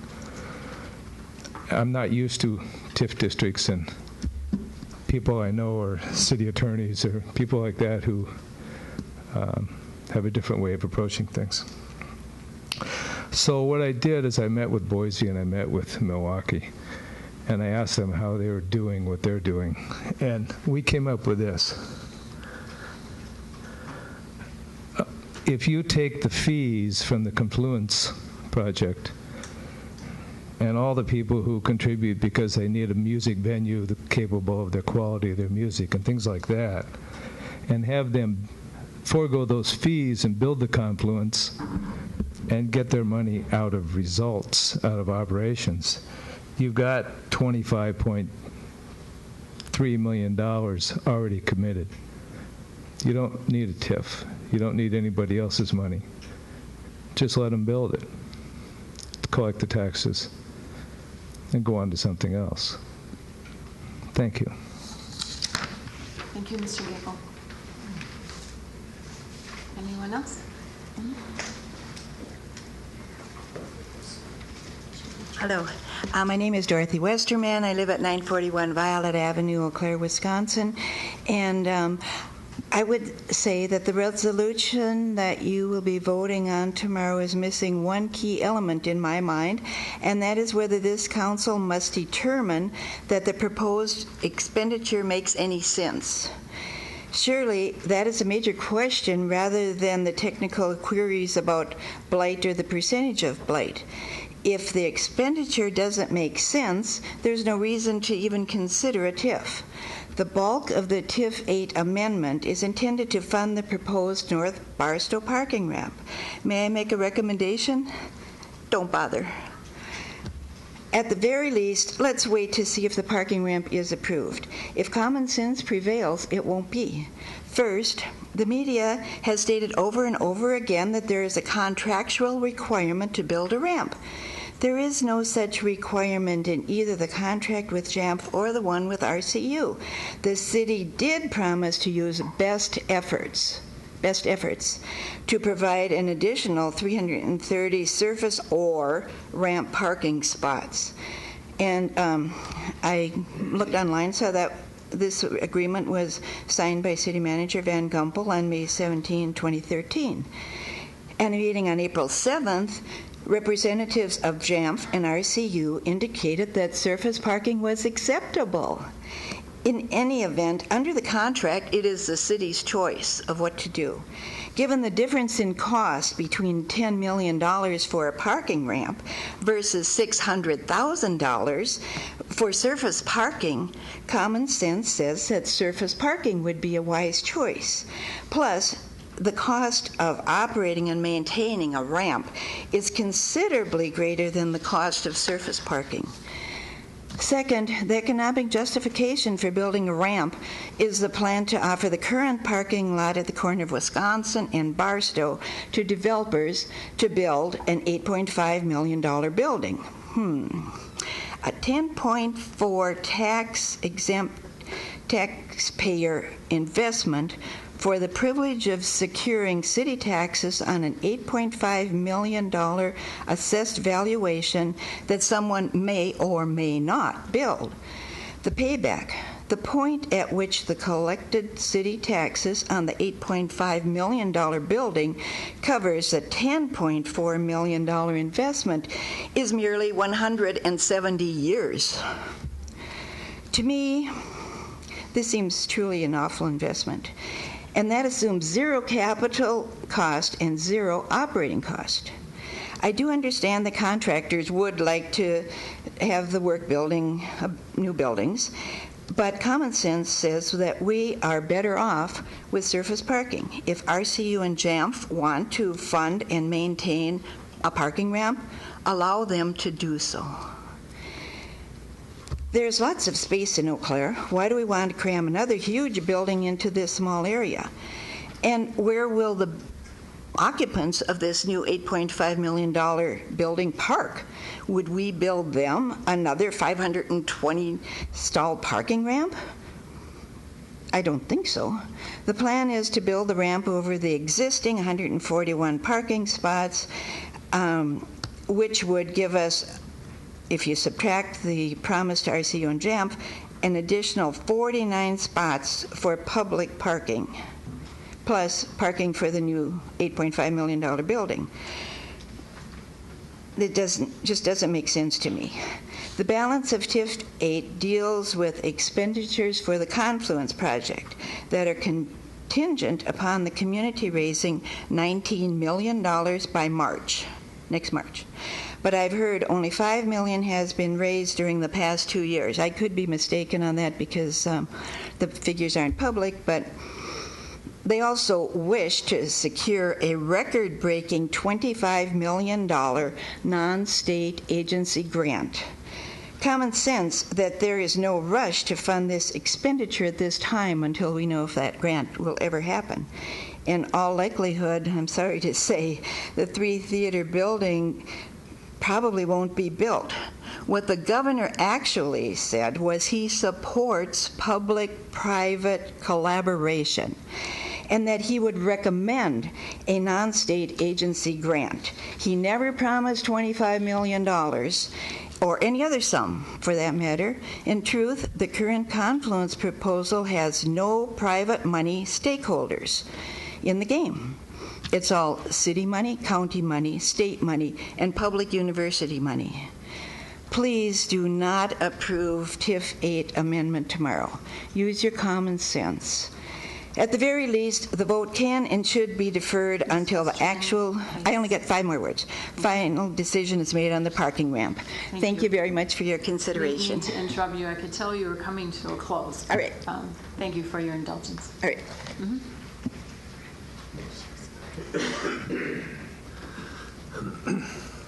I'm Dave Wood from 3648 Gold Ridge Road, and I've frequently shared with the City Council my concerns that our city has too much debt. Inclusive of the recent wastewater treatment plant, the debt property owners are on the hook for has more than tripled per resident since 2001. I'm also very concerned that according to taxrates.org, a nationwide analyzer of property tax rates, that our property taxes in Eau Claire are in the top 7 to 8% nationwide. As a resident and property owner in Eau Claire, these facts alarm me very much, and these are the primary reasons I've been involved with Voters with Facts. In 2012, the Street Improvement Fund 440 projected new general obligation bonds and some smaller special assessments, which of course mean increased taxes, to be $6 to $7 million each year going forward. We add more and more debt, despite tripling it since 2001. And we show no fear of increasing property taxes, despite having some of the highest property taxes in the country.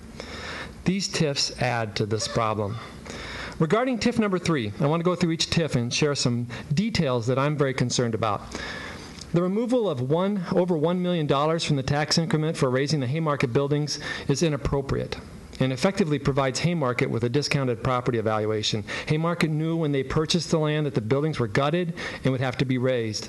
The market value of the land it purchased should be the price they paid, which was 4.5 times the assessed value. My view is Haymarket should pay the same tax rate the rest of us do. Parking ramp revenue. It includes $248,000 per year, or $3.7 million for the entire period. That assumes it's going to be 100% sold, I believe.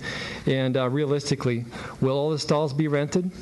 I heard a lot of questions that seem to be unanswered about the parking ramp tonight. Assumptions that 2 major buildings will be built. That's exactly what they are, as assumptions. I've been in sales for since 1986.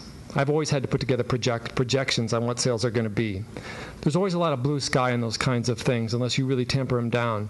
How do we know that there's going to be 2 buildings that are built that are of sizable tax revenue?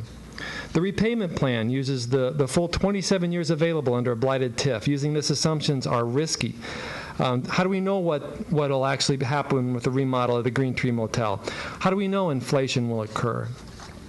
Moving on to TIF number 10, and I'd like to use a visual for that, please. I'm not sure. Oh, there we go. I'd like to step through these. TIF 10, the increment value, as I understand it, is going to be $22.5 million. There is that write-off that I was aforementioned of $1 million. That gets it down to $21.5 million. But yet the projected building value is actually projected to be 26 to 28. Include the present land value, $2 to $2.5 million. If we have some cost to raise it, and there's some floodplain potential concerns, there'll be other costs. It's $30 million, surely, of what the value will be. So if we subtract back out that land value, the real incremental value is $27.8 million, not $21.5 million. So we're giving a tax break to Haymarket on $6.3 million of assessed value. That's $150,000 per year. and over the life of the TIF, it's $3.75 million. And this goes in the face of what our finance person actually said right up front, so it's breaking the law, and I hope that there's some way that this is going to get rectified. Maybe I'm misunderstanding it. I see, Eric, you're grinning. I hope I'm right. The next thing, and I'll wrap this up, is that we property owners are footing the bill of this project. And as long as we own property, we're responsible. Instead of looking to these statistics on a debt per resident basis, I'd like to look at them on a debt per taxpayer basis, because that's who's really footing the bill here. I couldn't find any numbers on how many taxpayers there are. Would you mind blowing that up a little bit? Enlarging it? But I did find in one of the government reports that there's 25 entities that receive a sewage bill. I figure if you receive one of those inflated sewage bills, you're probably also getting a really high property tax bill as well.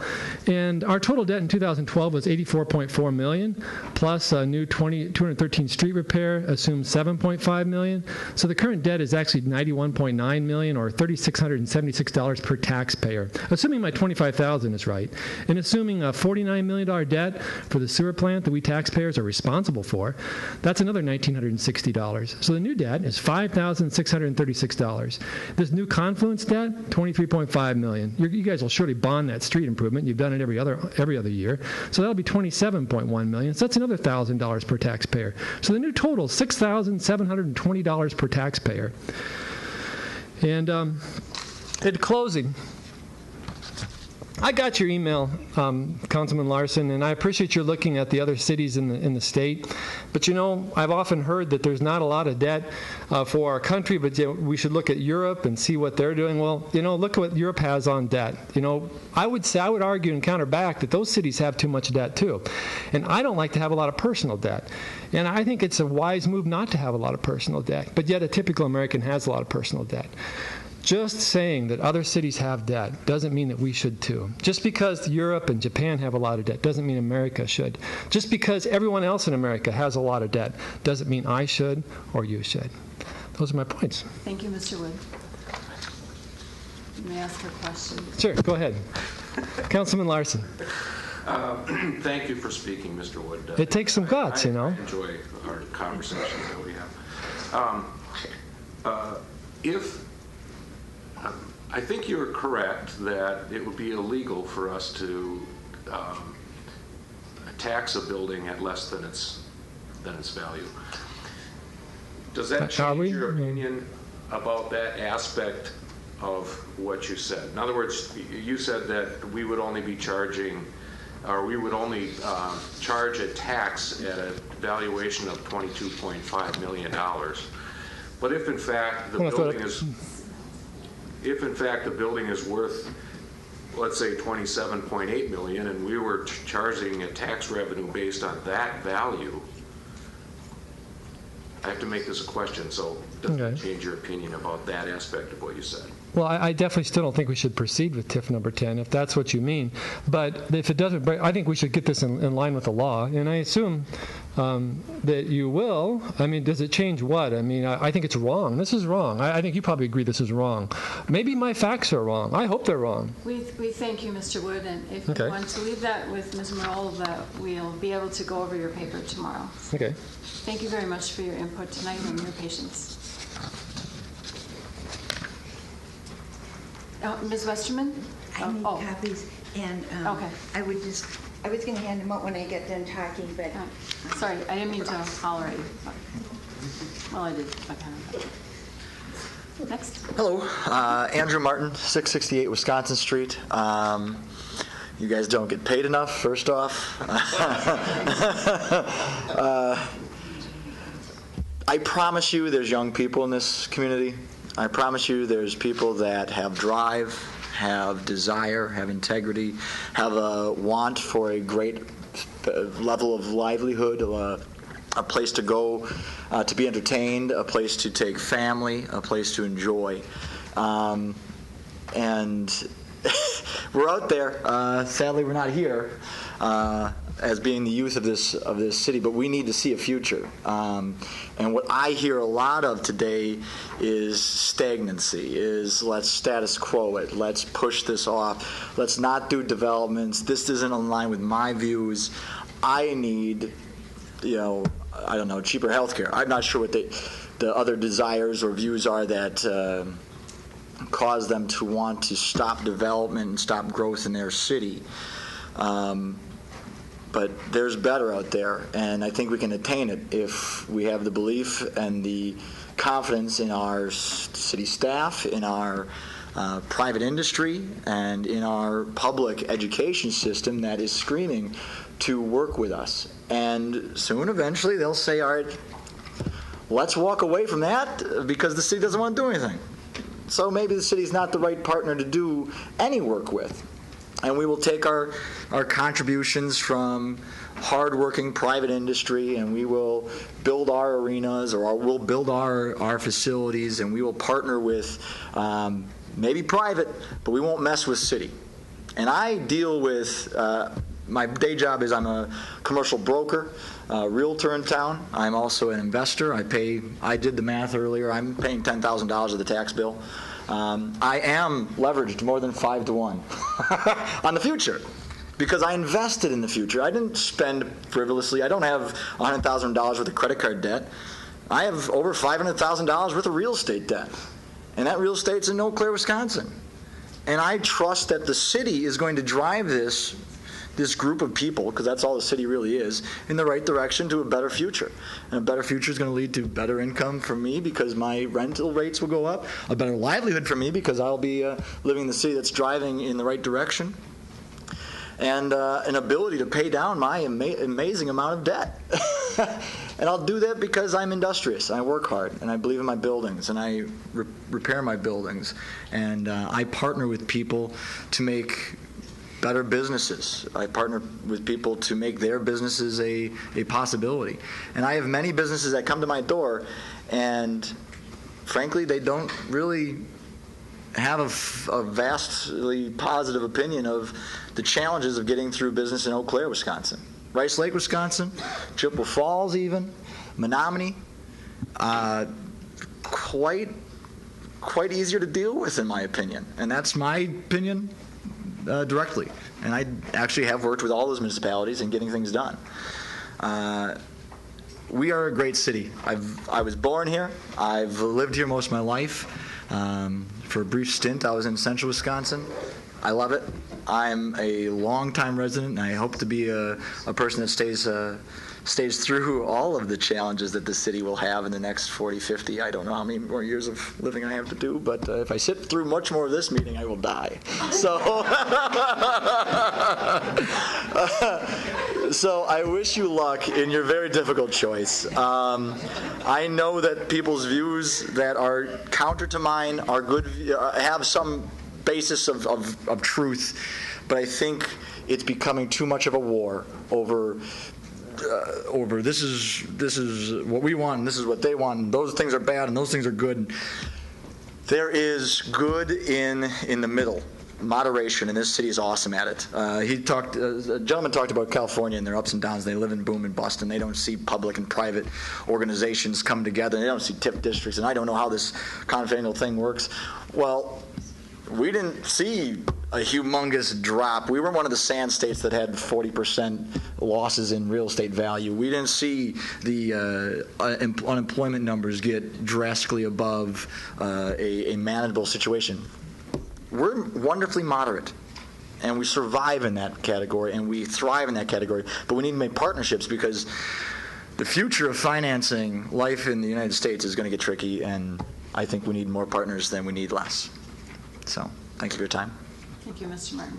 Looks like Councilmember Duex has a question for you. Yeah, I'd like to just pursue something you said. You said easier to do business or something in Rice Lake, Chippewa Falls. Yes. Okay. Why is that? Why do you feel that? I feel that way, one, because when I've come to, and this is not related to this project, it's a general feeling, but when I've gone to inspectors' offices in Rice Lake, I get a gentleman that comes out to my site. I get a gentleman that sits with my tenant. He works through what we're trying to do, and he finds a way to do it. He doesn't find a reason why this can't happen, and that can't happen, and this can't happen. Well, no, you need to bring all that to me later, and I'm not going to help you put that together, and I'm not going to tell you what you really need to make it look like so it's going to get through these organizations that you need to work with. They don't partner in Eau Claire as much as they dictate. And in Menominee, actually tonight at 5 p.m., I was meeting with their Historical Preservation Society about a remodel of the front of my building that I'm trying to redo the facade work on. And unfortunately, I'm just a guy. I don't have 3D renderings. I don't have the budget to afford architects. So I have this sad looking, artwork. This is what my face will look like. Here we go. And they worked with me. They didn't say, well, no, you're going to have to resubmit next month when we meet, and you're going to be 4 weeks delayed on getting your new tenant into your commercial building downtown Menominee because this. No, they said, all right, hey, we understand. Keep us in tune to the design. Try to keep it like this, and we'll approve you right now. Approved, done, gone. And I was able to get here by 7 o'clock. And I'm able to go forward with getting my tenants in my Menominee building. In Chippewa Falls, I don't have any recent situations apart from conversation with different business owners. Well, thank you. I like to think that we do a good job of administering things in a way that's, I think, fair and treats everyone with respect, and also that we do our homework.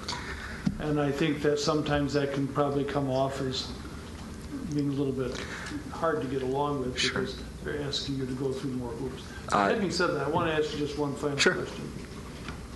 Do you feel that pursuing what we're pursuing here, the TIF districts and the Confluence Project, is something that is going to make a major difference in developing this community? Is this going to be the opportunity? Or I'll let you define it. Sure. A quick comment on the functioning of Eau Claire City. We get the job done. It just takes a little longer. And I think we have great facilities. Yeah, you guys don't get paid enough, I'm telling you. There's no one development that's going to make a city great. And I think there's so much focus on, we have so much space in Eau Claire, spread out somewhere else. A city center has to be dense. A city center has to have that life, that heartbeat.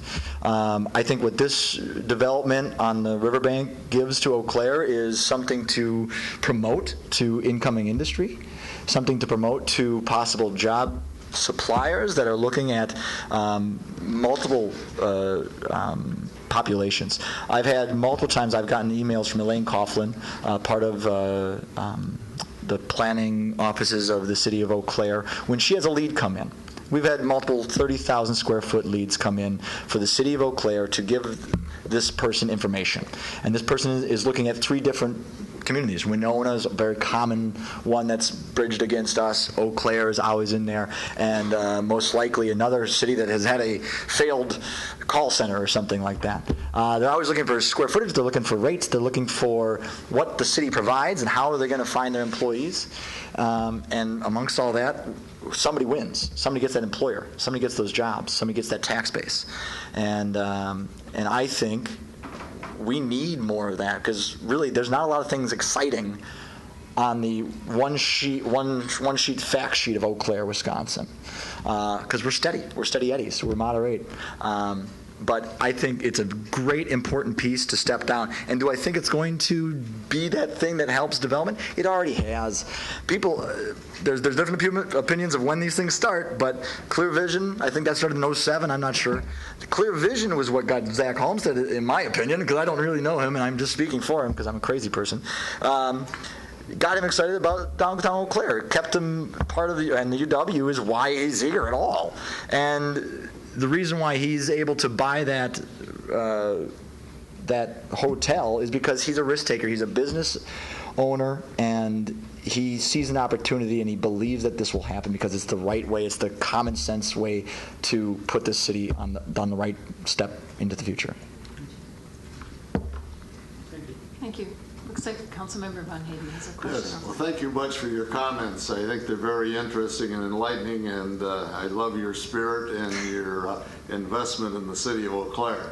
I guess just a simple question is, do you expect the city of Eau Claire, when you go out on a major investment, to give you a significant sum of the dollars for a project, or do you do that on your own? I understand that in business, it is hard enough to get by and make a profit. And when you're looking at a piece of our culture and a way to improve the livelihoods of the masses, it's so hard. The tragedy of the commons is always something that comes to mind when I think of this, because the tragedy of the commons is the fact that everyone benefits, but nobody's specifically responsible. So what I want is the opposite of the tragedy of the commons. I want the city to see that they can do something good for the whole, even though the whole's not all willing to pay for it. And eventually we all have to. I understand that, tax basis. Full disclosure, I have $5,000 of my own personal funds that I've already donated to this project. I've written paper, I will give this money. That tells you as much as I believe in this project, because I don't have boatloads of cash sitting around, and usually with the cash I have goes back into my properties. Well, I'm talking not so much about the Fine Arts Center, because I understand that. I'm talking about the dorm, where the contribution to the private developer. Right. I understand your concept of giving money to the Fine Arts Center, and nobody's going to argue that that's not something that can be there. But we're considering the other aspect of it, and that's what I was talking about. Sure. To, I guess, speak to exact activity, I did not look to the city to give me money. I started the firehouse with 3 others. I did not do it myself. Will, I think you guys know Will, so I did not say that. Will was with me. But we were sanding floors till midnight and on. We did get a facade loan. The Regional Business Fund gave us a 0% interest rate loan, and that would have been very hard to come up with cash to redo our front of our building without it. There are always pieces that a business owner needs to help him get there, whether it's as simple as consulting or it's as advanced as trying to finance a multifaceted public-private works project to make the whole thing float. Thank you. Thank you. Mr. Martin. Thanks. His light turned on. I can't leave. Mr. Strobel, a brief question. I do have to respect the hour. I'm sorry, Mr. Martin, you just reminded me of something, and I'm not sure if you're still working for that company or not, but we had an $80 million Waterford project come before us probably 10 short years ago or something like that. We did. And I don't think we didn't form a TIF district for them. And as far as I know, we even made them pay for the utilities and stuff under the road. Then the financial crash came, and it didn't turn out as they would have planned. Had we done TIF money at that point in time, the taxpayer probably would have been on the hook for it. So a couple different things with that development that I think are a lesson maybe for us here is there are developers that will do these types of things for big money without getting public funds for it. So I guess comment? There were developers that have had very tough lessons in the last 5 to 10 years. And before you get another crop of developers out there that may not have had those lessons yet, we're going to have to come together as groups to get things done, because the risk is far apparent, in my opinion. And I was not part of Goldridge when they did that development, and I do not have background information or knowledge of what all made that fail. But obviously the culture and the mood of 2005 to 2007 wasn't good. The $65 million relationship with M&I Bank being pulled out from under us within 90 days wasn't good. Those are some of the failures that caused that issue. Not exactly that vision was flawed, but that the timing was tough. Do I feel like I think if we stopped talking, the city shut down and said, we're not going to be part of this anymore, do I feel like some solution would come into place in the next year and a half? No, I don't feel that. I feel like to get investment going, they have to see the buy-in from the municipality. They have to see the buy-in that the community, which I think we've seen the vote, and I think we've seen the buy-in. And now I think we need to see the city step up and say, we will listen. Thank you, Mr. Martin. Thank you. You can go home now. Sorry.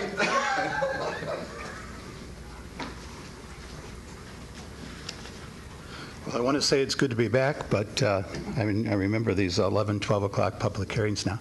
My name's Wallace Rogers. I live smack dab in the middle of this TIF district, TIF District 8. I live at 315 Riverfront Terrace downtown. And I moved downtown, and I want to stay downtown as long as I can because of not only the improvements that happened in the Phoenix Park neighborhood, but the ones that we anticipate are going to happen across the river. It's made downtown a destination place, which will only be one big exclamation point once this project, this Confluence project's approved. Just two very quick things. TIF districts. There's a lot of crazy information going around here about TIF districts. And what I would encourage you to look at, here's a guide to Wisconsin's tax increment law. You just go TIF Wisconsin, and it tells you what you can do and what you can't do. And a TIF district is a district that's set up, a geographic area where all the public improvements and the public investment, and that's what you're talking about here, is a city investment in your city. You can't do almost anything better than a TIF district to invest in your city. Otherwise, you sit back and you react to things, and here you're doing something proactive. But a TIF district is set up so that all the increased revenue from the development that happens within the TIF district goes to pay off the public expense to encourage that developer to come in and do it. And your finance director a couple hours ago did all his due diligence and showed you just how that's going to work with this amendment and with a new TIF district. So it's a self-contained thing. The notion that taxpayers, their taxes are going to go up on their property just doesn't apply to a TIF district, because those bonds, the collateral for those bonds are the projected development within the TIF district. So it's a whole different kind of animal. And the second thing, having sat in your seats from 1985 to 93, downtown development was number 1, 2, or 3 all those 8 years on what we did, and we just busted our butts to do something downtown, whether it was beautification, setting up a business improvement district, whether it was trying to channel as much as our community development money, which was dwindling, from Department of Housing and Urban Development into improvements. That's where all the blighted reference came from. It's the old CDBG program. We never had something fall in our laps quite like this. And this is something that makes downtown a destination place, which is something we tried to do. Projects just don't get done these days in cities our size and bigger unless local government's involved as a partner in it. It just doesn't happen. You can't show me a project. You can't show me a project where that's happened in the last 5 years.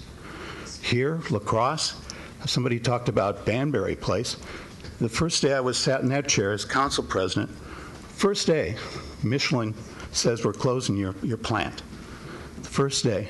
And the city was quite involved in Banbury Place in making that work, making that, bringing a private developer in. We were very proactive on that. We didn't want that place to look like the Pontiac factory in Flint, Michigan, after a while. But you do have a role here. And just if you do download this thing, just look at 2 pages in here. Page 2 in this guide, it says why they set up TIF districts in the first place in Wisconsin and what they were trying to address that they didn't have a tool for before there were TIF districts. And on page 6 in this document, it talks about blight, and it talks about redevelopment. It talks about even preservation as an outcome of a TIF, and whether you set it up as a blighted TIF or anything. And the fact of the matter is we've used TIFs a lot, and we haven't lost a dime on it. And this one looks as good as any from where I'm sitting, which is right in the middle of 8. So, but anyway, I really encourage you to look at this whole thing as an investment, because you're not going to have too many things cross your table here where you can say, well, okay, we can invest in this, we can invest in the city, and we can expect a return. You've done it over and over again, and you've always gotten a return on it. And there's no reason why this situation should be any different, I think. Thank you. Thank you, Mr. Rogers. Question? Councilmember Lewis, or Mr. Rogers, yeah. Okay. Councilmember Lewis has a question. Thank you. Thank you for your service. I think some people, when they talk about TIF districts and that they can raise your taxes, come from this place that we heard it tonight, that the increased valuation that comes from these new buildings will allow the city and the county to raise the tax levy, which does increase our taxes. We also know that debt service can be used to raise taxes. It's one of the other things that we have. So is that not, when some of them are talking that a TIF district can raise property taxes, do those two things actually lend themselves to that argument? A TIF district is set up so that the improvements within the TIF district pay off the debt. And it's a different kind of bond that's issued. Just like somebody was up here and just talking about your all the debt for the water treatment plant and those kinds of things. That's a different kind of thing too, because the rates we pay retire the debt for the water treatment plant. It's a pay-as-you-go sort of thing, and the capital improvements are done that way. The only way a municipality, and you guys can correct me if I'm wrong, what I did, just real quick, what I've done is I've used this over and over again in Eastern Europe. That's what I do as a consultant. I go around and try to help set up local governments. It's a State Department program. And we've used Wisconsin's TIF district. In Lithuania, we've used it in Estonia, we've used it in Ukraine, well, the good part of Ukraine. But those kinds of things. But it's tried and true.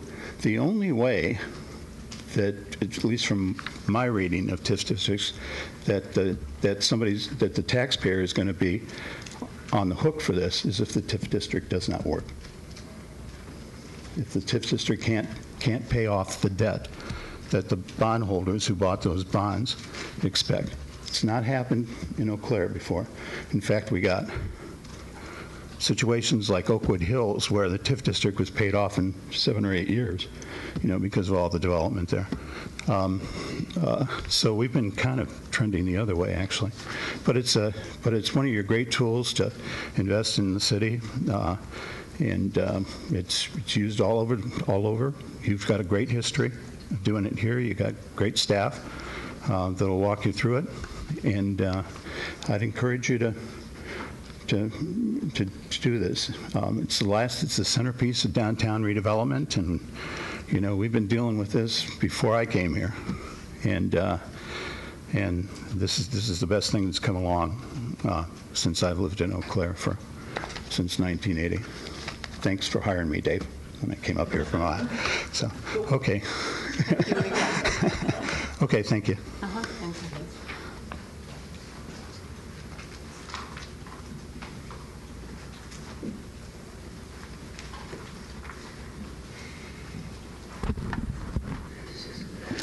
Hi, my name is Sandy Cosmo, and I live at 3214 Chasewood Lane in Eau Claire. And I think we need a break. I found a place that's in our blighted area that's called Playmakers, and they're open until 2 a.m. Everyone could wake up a little bit then. As I see it, the way things are going in downtown Eau Claire, soon everything that is wanted for development will be declared a blighted area, no matter how viable the business is or the residence is. And the problem I have with it is that TIF monies take away from schools, And that's what I understand it to be, as I've read it several times. And it also takes away from the technical college, and I worked there for 17 years, and that's a very viable part of our city. So we've already heard several times what a blighted condition is and what the two different definitions are. I won't go through all of those again. Ms. Uzzier did a beautiful job many hours earlier than this. But basically, to cut to the chase, a blighted property's condition must be conducive to one of 5 problems. We've talked about them. Maybe somebody missed it. Ill health, transmission of illness, child mortality, juvenile delinquency, or crime. And obviously, some of these areas aren't included in any of those, probably none of them. For instance, Superior Auto Body, that's where I have my car done. It's an excellent and clean facility. They just added new areas there, and they just bought property next door so they can add even more area to this fine facility. And that is now considered to be in the blighted district. The buildings and the property that they bought. The Wisconsin and Dewey Street rentals we heard about. What's wrong with these? Playmakers Bar and Grill. We can go there after we get done here. My daughter's favorite place when she comes home from Madison to go. Pretty fine place to go. Pretty good food. And that's in the Gretzky building. That's in the new blighted supposed area that we're going to have. LSS always seeks excellent buildings, and they're in the Kresge building. Don't thinking that it's very blighted there. The railroad and Haymarket parking lots, these are owned by the city, as we all know. The railroad parking lot is in good to excellent condition. And with the Confluence project on the table, the city has not bothered to keep up the Haymarket in tip-top shape. We know that. Private parking on 9 South Barstow, that's the one next to the Barnes building, that's in excellent condition. Where's the ill health? Where's the transmission of disease? Where's the infant mortality or the juvenile delinquency or even the crime? Do we go after thriving, excellent businesses in this town for the sake of a developer? That's a big question you must answer when you form these TIFs. These businesses and places do not fall into the blighted definition in any way, and we've heard this several times tonight. We have already displaced great, outstanding, long-standing businesses downtown. For instance, you'll know I'm going to say it, Scandinavian Imports and my good friend Dawn Bergstrom. That was a very viable business and had been on Barstow Street for 50 years. What did we do to her? We shafted her. Are we chasing good places to other locations? Perhaps Altoona? I think you're going to find some news about Altoona very shortly.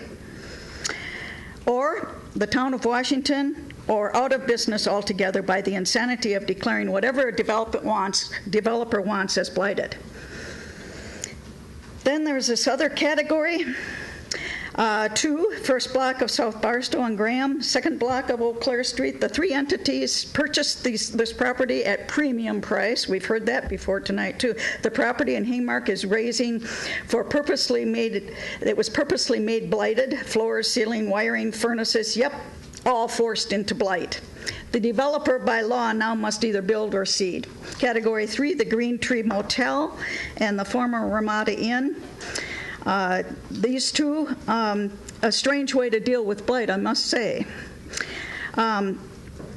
One strange thing I find about this, neither of these 2 buildings, the Green Tree Motel nor the former Ramada Inn, from what I can tell and what research I've done, has a building permit. Does anyone know why? I thought a building permit was required in this town to make any kind of structural changes. If nothing else, to tell the assessor to check for a change in valuation. Does the absence of a permit enable the city to contend that there is no ongoing development and to divert the resulting tax increases to a TIF? And finally, as a long-time resident of Eau Claire County, except for 7 years when I lived in New Mexico, I am simply in shock at how the council has ridden, the majority at least, have ridden roughshod over Eau Claire treasures. Historic buildings, wonderful long-time business people, and all for the sake of a developer. You may not agree with me, but that's the way I feel. We have no historic depot, no historic hotel, Eau Claire, no historic auditorium, no historic Klein building now, and probably no historic State Theater as a theater very shortly. It will probably be something, perhaps. I find it also interesting. I do need to ask you to bring your comments to a close. Okay, I have one final comment. Can I get this up here? This is what we were shown by the university and the city as the building that was going to be the apartments, student apartments. And this is what we have now. And there's a third drawing, too, I think, that doesn't have quite so much color on it. But to me, this doesn't show any historic preservation. And this thing is ridiculous. My opinion. My opinion. I see no anyway, questions, and thank you for your comments tonight. You're most welcome. I just want one last comment. As Kurt Vonnegut said in his book, Slaughterhouse 5, and so it goes. You are out of order. Please take your seat.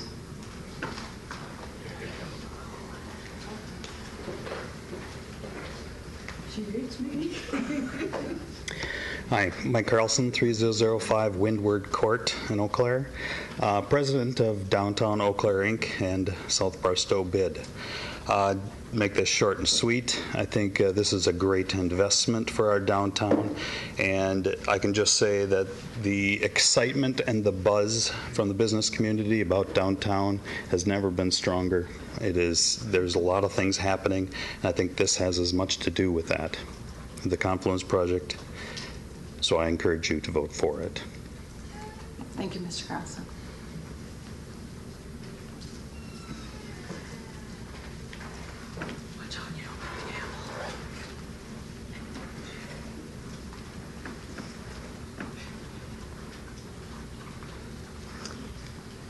Good evening.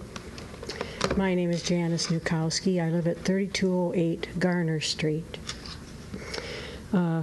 First, a few comments. I worked for the state of Wisconsin for 33 years in the equalization office. I've been retired 7 years, so there have been changes made that I probably am not aware of. But in answer to your question earlier, Monica, when the state looks at the TIFs and the rest of the city, they get two reports. One report is for the entire city. One report is for the TIF. Any new construction that takes place in the TIF has to be reported on the other report for the rest of the city. So yes, the taxpayers would be affected by any new construction. And I think that's the answer to your question. As an employee of the state of Wisconsin, I was an appraiser. And if anyone knows appraising, you know that two people can't look at the same property and come up with the same value. It's just the way it is. Everyone perceives something differently. I feel from the discussion I've heard here tonight, blight is the same type of issue. We're all going to look at a building and see something different. Bearing that in mind, my first comments concern blight and my perception of that issue. We were told at the Waterways meeting, Waterways and Parks, that the new buildings that are being built, where the old ones, the historic buildings were removed, have been miraculously raised out of the floodplain. That was done by submitting an application to FEMA that was called the change in map, I believe. The FEMA is a department that's responsible for looking at floodplain issues. No one prior to this year has asked FEMA to redo their map or review their maps. Owen Ayers did ask them, and that's why the change was made, because they decided the map was wrong, the floodplain is not where it was before. Now, the new building can be built at the same elevation or approximately the same elevation as the old buildings. They aren't supposed to flood first floor up. But the basement will still flood. The basement where the parking area is has potential for flooding. One of the major concerns with the buildings that are gone now was the fact that their basements flooded.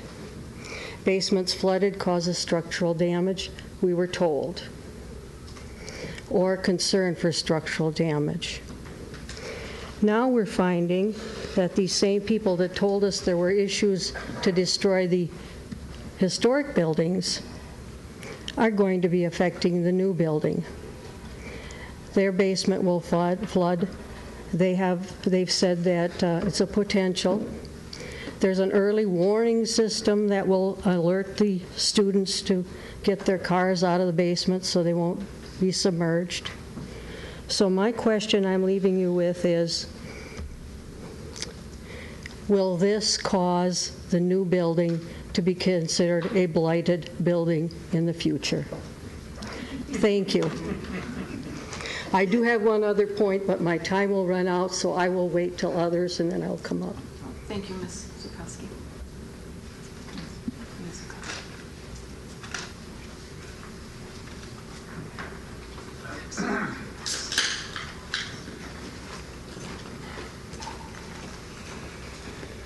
Good evening. I'm Pete Bartle. I live at 3014 Irene Drive here in Eau Claire.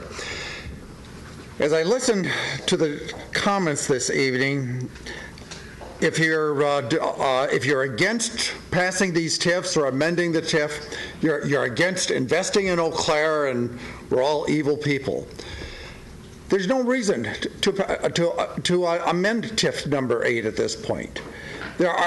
Or to create a new TIF 10. There are so many uncertainties. We don't know what sort of investments we should be making. We hear now that there's a difference between amending the TIF or creating a new TIF. These are just plans. Nothing happens until we have appropriations. I would recommend that we at least delay all of this until some of these uncertainties are removed and we know where we are going to be going. Apparently, we have a plan where the reason for the expanded TIF 8 is to fund a proposed parking garage that will be used primarily to provide parking for employees of RCU and JAMF. We'll also contribute $1.5 million of the $5 million that the city plans to contribute to the Performing Arts Center. The new TIF 10 is to provide what has been described by city employees as a contribution, alternatively as a gift, or whatever you want to call it, to Haymarket Concepts, the current owner of the west side of the Confluence Block on North Barstow. This new TIF will also provide the remaining $3.5 million that the city plans to contribute to the Performing Arts Center. Let's look at these individual items. The city has decided to spend $180,000 to design a parking ramp that is expected to cost in the neighborhood of $10 million. We're hearing various figures. When this design phase is completed, the city will hold hearings, decide whether or not to move forward with the ramp. Supposedly, that decision hasn't been made. To amend TIF 8 at this point is to tell the citizens of Eau Claire that the decision already has been made and any hearings are just a mere formality. Why bother? This is certainly insulting to the taxpayers of Eau Claire.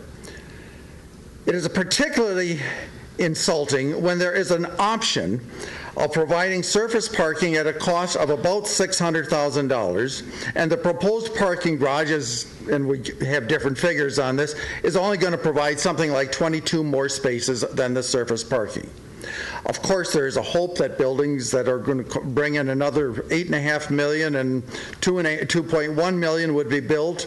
However, if these buildings are built, there'll be no place for the tenants of these buildings to park. Contrary to statements that have appeared in the press, it is my understanding that there is no contractual requirement that the city provide more parking spaces than would be provided with surface parking. In short, it is premature to amend TIF 8 to have funding for this parking ramp. I don't also know why the city is not cooperating with the post office to provide good government. It certainly seems that two arms of government should be able to work together. It is also premature to amend TIF 8 and create TIF 10 to fund a performing arts center that may never be built. The state of Wisconsin has never approved a non-state agency grant as large as the state is being asked to grant for the Confluence Community Arts Center. The required private fundraising has been ongoing for over 2 years and to date has raised only a small fraction of the dollars required. Most of this, I understand, is in pledges that could be withdrawn. Given the record at this point, is unlikely that the private fundraising will fall. It is likely that the private fundraising will fall short of its goals, and therefore other contingencies that must also be satisfied will not be satisfied. I see I am running out of time, but I would strongly encourage you to delay any action on either one of these TIFs. Thank you. And thank you, Mr. Brennan. Thank you for your comments. Anyone else?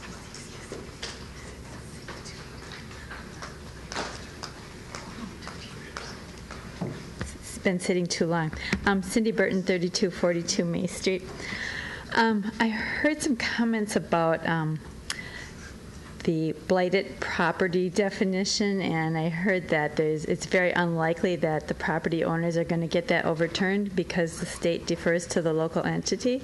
And I think that's really great that the state does that, but I think it's really unfortunate that the city's tried to take advantage of that.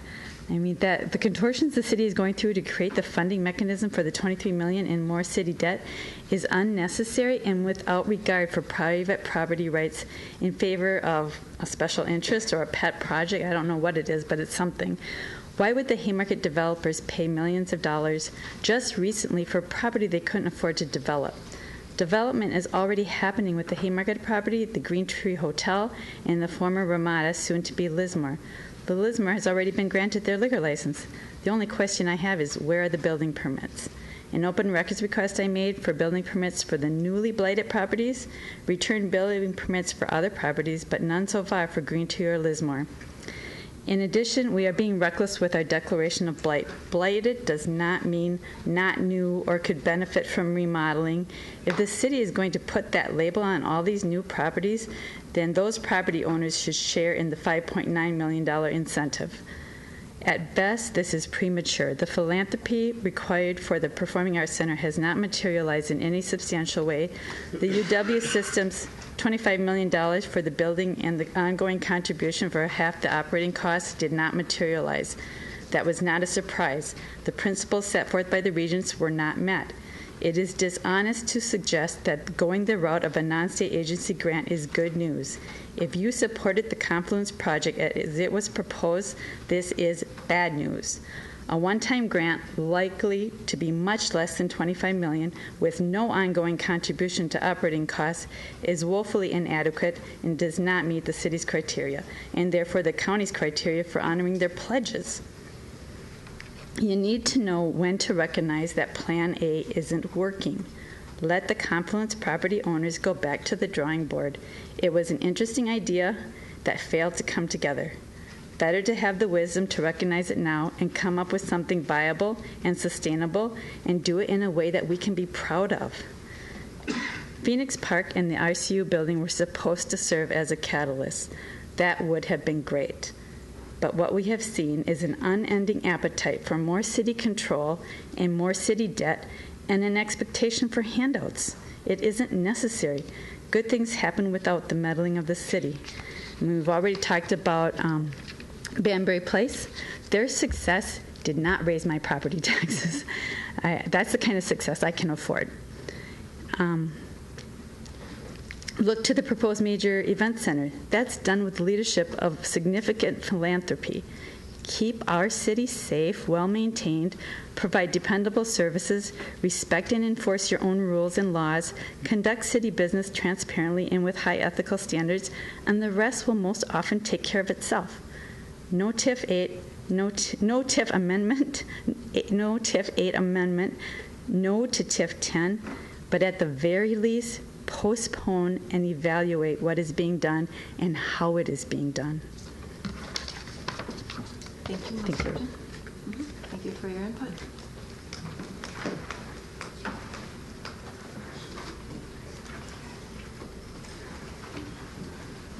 Good evening, everybody. Wake up and smile with us. My name is Barb Fila. I live at 4511 East Robin Meadows Lane, and I'm here to share with you a couple of things. First, I want to tell you today when I thought about this meeting, I said, hey, why does only my opinion matter? So I went to talk to people that I had never talked with this about just to see what, feelings they have. Ordinary people that, would enjoy and benefit from this or maybe not. And here's the thoughts that they have. They are confused about the confusing, ever-changing information and then new information that keeps coming up each time about heavier and more extensive involvement and responsibilities to the taxpayers. And that's a real concern to them. I am not, and they are not, necessarily against the Confluence Project. They are against the methods that have been used and the fact that we don't know things we should know. And things like that. They're just providing it can be built and operated with no future cost and stuff. This is really concerning to them because they can see the benefits, but they want transparency from everyone. So we can get on the ball with you, but without knowing, and honestly there has been a lot of that, then we don't know what's going on. And so I'm going to skip all of the other things that I intended to say today because it has been said many times over. But I do have some questions for you because there are still a lot of outstanding questions. One of them is, and maybe you may think they're irrelevant, but they're questions we have. Will the property Graham intended for the Confluence Performing Arts Center also become a dorm if the Arts Center does not materialize? And, these things need to be considered and answered for us. Number two, will we be expected to subsidize that as well? Historically, university student housing is either funded by the state, by student fees, or by private enterprise. It is not a city expense. So why is anyone on this council advocating that city taxpayers subsidize this housing? Three, is student housing the answer to revitalizing downtown? Most people don't think so, just because of the discretionary income that young people have compared to what those of us who have, been out in career have had. And they're only here 9 months. Number four, what short-term or long-term growth will come downtown in or nearby, you're going to say we've said this many times, but a blight area, because perception is very key. A smart purchaser of property, or if he wants to come and rent, I know I've remodeled properties, built them, and so I know what buyers do, and I know what I, as a builder or remodeler, did, is they analyze that. Blight is a word that's going to say, I'm not going there, even if there's a potential. And most buyers are astute. Sometimes you find them not, but most are. So think about that and present it in a way that maintains our value and can increase it.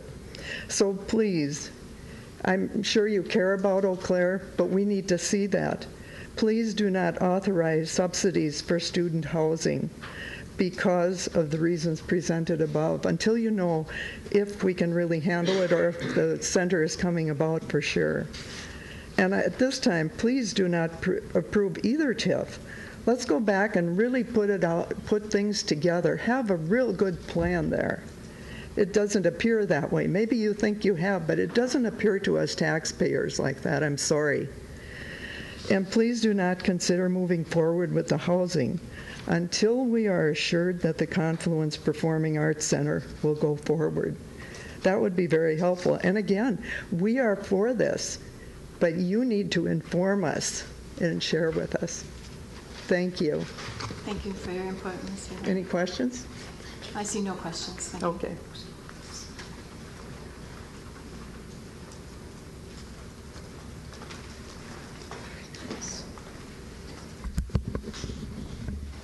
Hello again. My name is Mary Jo Cohen, still is. My address is 1759 Drummond Street.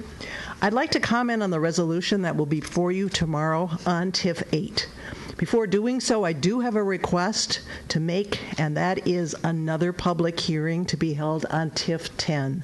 There is no resolution for it, nor has the development agreement, or even a draft of the development agreement, been provided. And that is the majority of the amount that you were talking about adding, or actually including in that TIF. For appearance sake alone, that $5.9 million gift to the developer really does need sunshine, and as at a minimum, a real public discussion. Both the resolution and the development agreement should be available prior to October and should be the subject of the public hearing. It should be noted that by law, Section 66.1105 2F2.d, the development agreements must be signed before TIF 10 can proceed. Otherwise, the City Council will be required to reject that TIF. And in fact, the Plan Commission should have rejected it because it is an absolute requirement that the development agreement be signed by the city before you can move forward. Tomorrow you will be making 5 specific findings in order to pass the resolution. I'm sure I don't need to remind you that a TIF is a serious document and that you are acting as in a fiduciary capacity. Blighted TIFs are abused. Let's not be part of that abuse by disregarding the law. And I've talked to the Department of Revenue, who has informed me that the law is regularly abused. There is nothing she can do about it, but it is regularly abused in the fashion that we have been discussing. Finding number 1, you must find that not less than 50% by area of the property within the amended boundary area is a blighted area. The amended area is that which has been added. It should be clear that the standard some in the city have used substantially impairs or arrests the sound growth of the community found in the statute section B does not apply here. As Ms. Usher pointed out, that definition pertains strictly to an open space. Read that, take a look at what she provided you. It has to be an open space. If that standard were applied generally, it would enable the city to trample unchecked on individual property rights.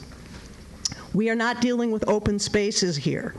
That means that A is the applicable section, and under A, I doubt that any of the property is blighted. If it were, surely the city would have fined and then condemned the property long ago. The so-called blighted property conditions are not such that they are conducive to ill health, transmission of disease, childhood mortality, juvenile delinquency, or crime. The choice of properties was bizarre. Why would the city include a property like the Green Tree, which is in the process of being remediated, for a 2015 opening? I can think of only one reason, and that is just plain wrong. To grab the tax increment to support TIF 8, which does not have the resources otherwise to build a $10.4 million tax-exempt parking ramp. That is wrong. Those dollars, they should be used to support the schools, the city, and the county, which are all desperate for funds. Second finding, improvement of such area is likely to enhance significantly the value of substantially all of the other real property in the district. The word such area applies to the amended boundary area. There is, however, nothing, and I repeat that, there is absolutely nothing in this plan to improve that area. All of the improvements planned are within the original boundaries, the parking ramp and the proposed changes to the Confluence properties. Finding number 3, the project costs as described in the amended project plan directly serve to eliminate blight and rehabilitate the area.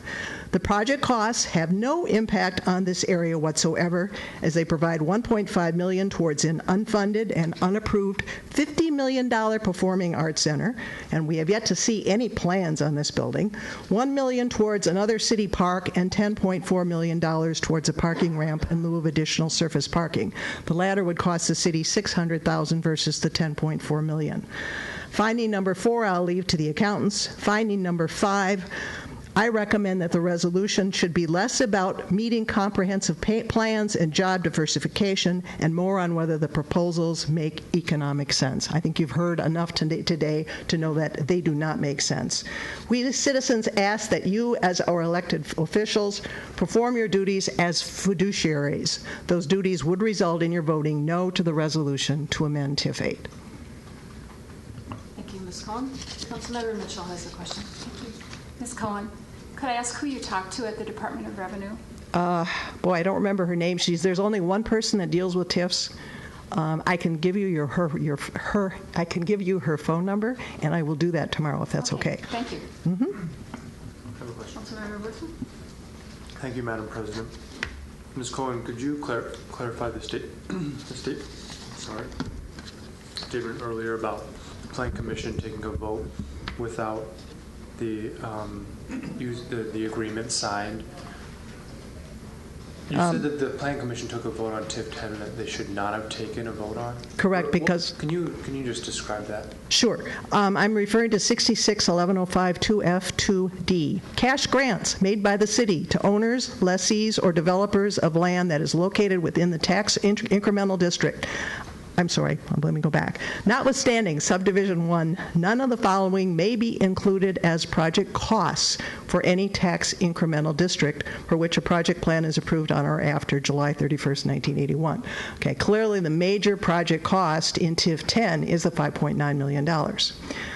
Now the provision refers to notwithstanding none of the following. Cash grants are none of the following made by the city to owners, lessees, or developers of land that is located within the tax incremental district unless the grant recipient has signed a development agreement with the city, a copy of which shall be sent to the appropriate joint review board, or if that joint review board has been dissolved, retained by the city in the official records for the tax incremental district.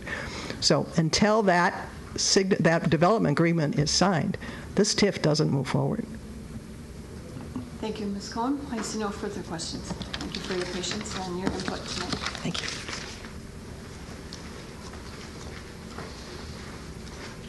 The chair sees that we have come to an end of the comments,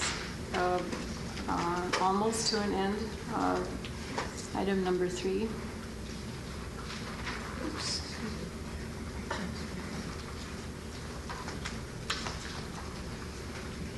Janice Nukowski, 3208 Garner Street. I will try to make this extremely brief, but I did say I had one other point I wanted to bring up.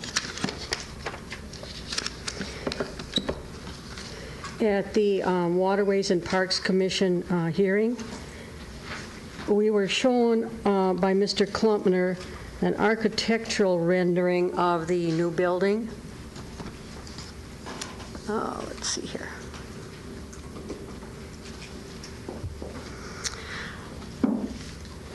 This is compared to the first building we were shown. And the building we were shown in the article on the 23rd of August.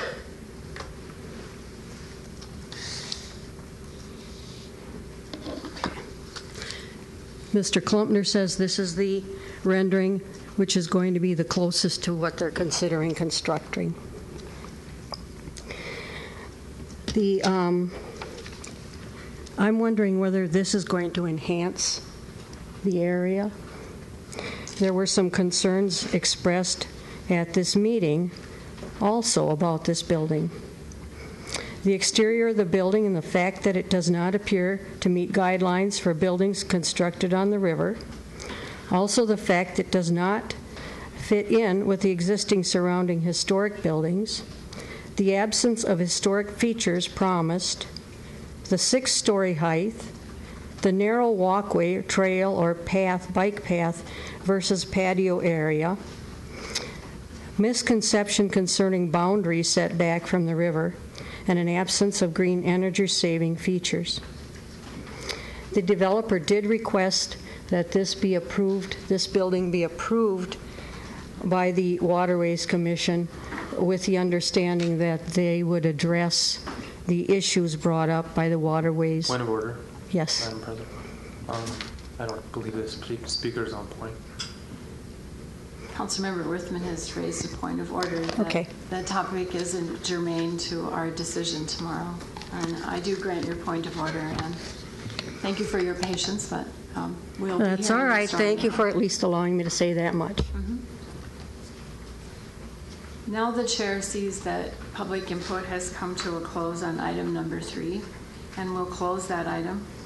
We have one more item on our agenda this evening. Item number 4 is a public discussion on a resolution supporting the creation of a nonprofit entity to submit a non-state agency grant application and own the Confluence Arts Center as part of the project located in downtown Eau Claire. Mr. Van Gumpel has some opening remarks and clarification for us. Mr. Van Gumpel. Thank you. In your packet this evening is a cover sheet that kind of outlines the resolution before you tomorrow afternoon. The resolution is to support the creation of a nonprofit entity to actually do the submission for the non-state agency grant, and also to own the Confluence Arts Center, which is part of the Confluence project that we've been discussing. Very quickly, the first 5 or 6 whereases were taken from the October 13th pledge that the City Council adopted by resolution. The new items listed on the first page include that reference that the city and county held referendums in April. The second part is that the Governor Walker has suggested that the funding be provided through a non-state agency grant. The next bullet point talks about the fact that the Board of Regents passed a resolution adopting or recommending adoption of their 2015-2017 biennium capital budget request. And in that resolution, they affirmed their support for the project and directed the UW Systems president to work with the Department of Administration to apply for the grant and to implement the project. The next whereas talks about that the non-state agency grant must be submitted by a local government or a nonprofit organization. The non-state grant requests are due to the Department of Administration by September 12th. And we would look at the creation of a new entity. The articles of incorporation will occur as soon as possible with knowledge of the September 12th application deadline, and then followed up with negotiations and approval for any necessary amendments to the articles of incorporation and the creation of the bylaws and such ownership and operational agreements as deemed necessary. Therefore, the council would be asked to support the creation of the nonprofit stock entity and also to accept the invitation to be a member of this new entity. That kind of outlines in very summary form the resolution. Does council have questions? Do council members have questions? It's probably more proper. Councilmember Lewis, a question. Sure. Mr. Van Gumpel, could you explain why the city needs to even go on record supporting the creation of this 501c3? Could that not just happen without us going on record, and what purpose does us going on record serve? Well, we'll actually be part of the members of a nonprofit, a non-stock corporation, and the city is being asked to have a seat at the table for that entity. And so before you tomorrow will be a consideration to determine whether or not you want to participate in that process. Councilmember Duex. I think the ultimate question I have is, has any determination been made that a nonprofit entity that does not exist as of this moment, will not exist as of tomorrow, that entity, which won't be probably created till after September 12th and perfected, how can it submit a grant by September 12th? September 12th. That's the big question I have. To the best of my knowledge, that the creation of that new entity is allowable as long as it's in place before the grant is made, and we're making all the steps necessary to get that entity created. Before the grant is made or the grant is submitted, request is submitted? My understanding is that before the grant is made, and that I believe, and I'm not 100% certain, that there's been other situations where newly created entities have submitted applications. Since that seems at variance with what you can get from the Department of Administration, do we have that assurance from someone who is actually in the Department of Administration, or where are we getting this assurance? I have not talked to anybody at the Department of Administration, and I'm not sure if there's anybody in the audience that would be able to provide that as additional answer to that question. I think that probably should be addressed by our speakers. The chair would recognize that there are willing people in the audience to help us with questions. And Mr. Osberg, if you would introduce yourself and if you understand the question. Yeah, I think so. Okay. My name is Randy Osberg. I'm one of the attorneys working with the developers and helping them put together the grant application materials, along with Mr. Rogers, who's doing actually the drafting of that. Actually, the entity was formed today. But we need to finalize the bylaws and how it's going to be populated depending on who wants to participate. This is the entity that will own the facility. It's proposed to be a non-stock, nonprofit entity, so there wouldn't be a stockholder. There would be a board of directors that would be self-perpetuating, that would own the facility. This is exactly what was proposed before with the entity on the chart was NPC, I believe. And the Confluence Council that was created through your task force would be charged with the operation through a lease agreement. This entity would only be in existence to provide additional funding for the endowment or the support that the city required, and as further expertise should there be an operational problem. But this would be the entity that actually owns the facility. And we have an opportunity now. In the past, there had been indications from city staff that the city was not interested in being an owner. So this is a way to have a seat at the table on the ownership side without actually having to take on the mantle, the responsibility, and the liability of being an owner. You would just have the right to appoint a certain number of members to the board. Again, all of this would be subject to negotiation with the city. Changes to the articles and bylaws would probably be necessary depending on what level the city wanted to participate. We're simply giving you the opportunity to participate if you wish. We do not have to have you do this. We're just asking you if you want. Can you ask a question? Sure. Councilmember Jorks has a follow-up question. Excuse me. Does this particular entity, whatever its name might be, Confluence Inc. or something, does this entity, in your opinion, have the standing with the Department of Administration to submit this grant, even though this hasn't been perfected as of, let's say, September 12th?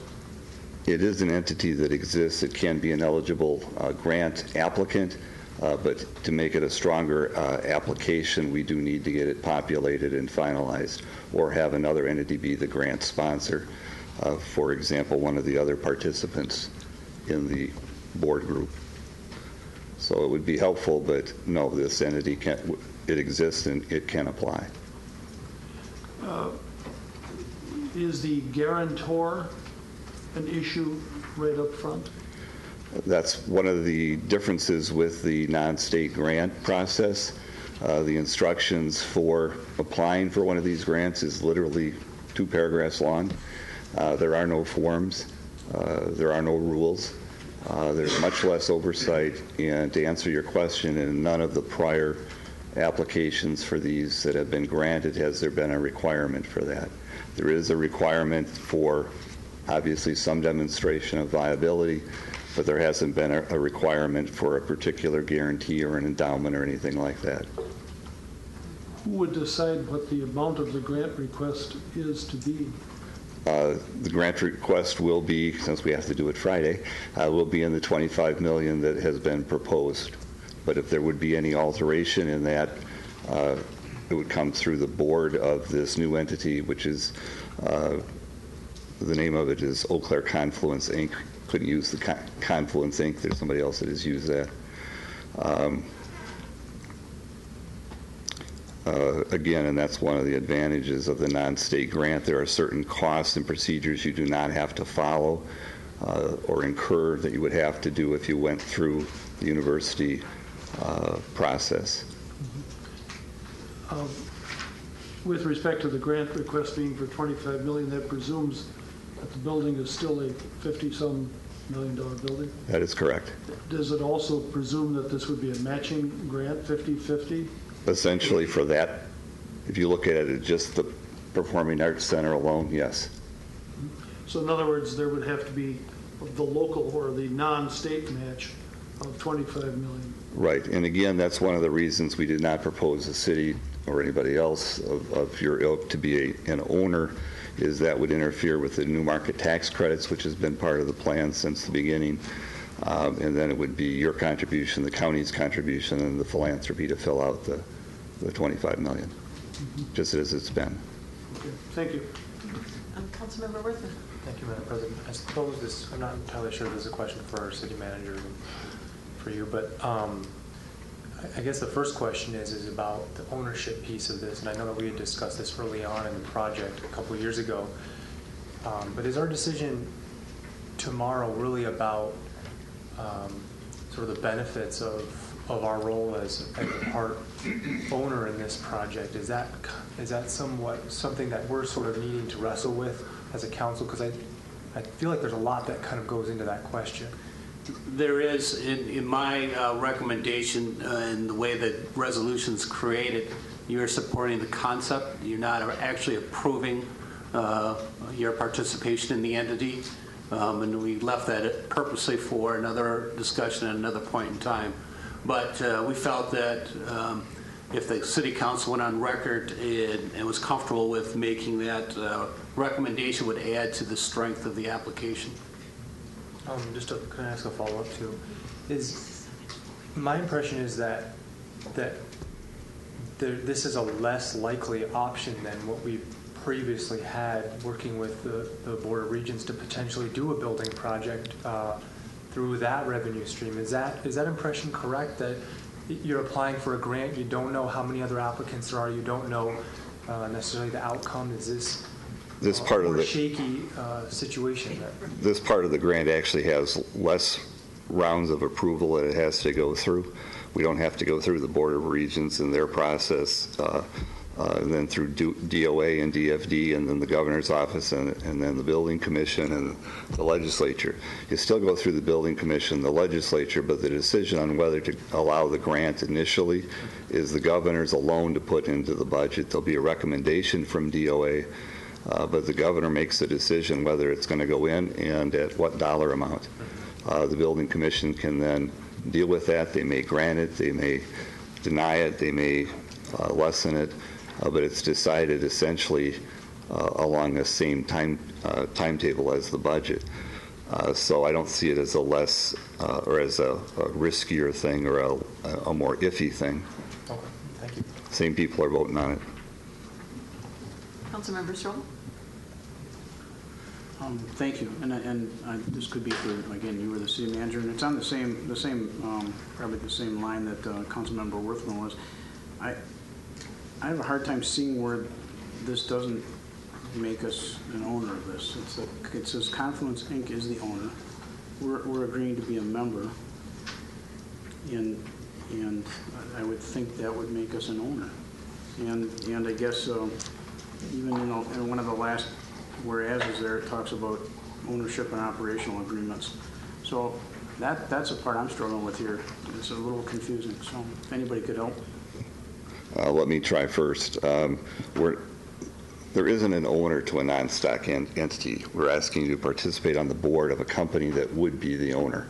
Okay, so that's a little bit hard to get your head around, I understand, but it's the way a lot of nonprofits operate. You have a board, they run it, there isn't an owner. There isn't an owner for the Boy Scouts or the Girl Scouts. They have a board that runs them and makes the decisions for them. The board members don't own them. So try to think of it that way. What this resolution, as I understand it, is you're going to accept that invitation to become a member of that entity in terms of board membership, but it's subject to your acceptance of all of the agreements and terms. So it's a conditional thing.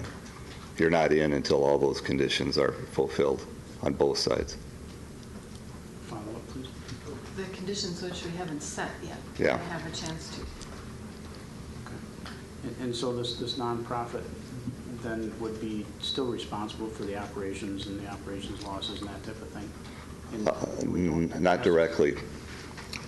You have the Confluence Council that you've set up already that has responsibility, primary responsibility for operating the facility day to day and making those decisions, who gets in when, what kind of shows they're going to run.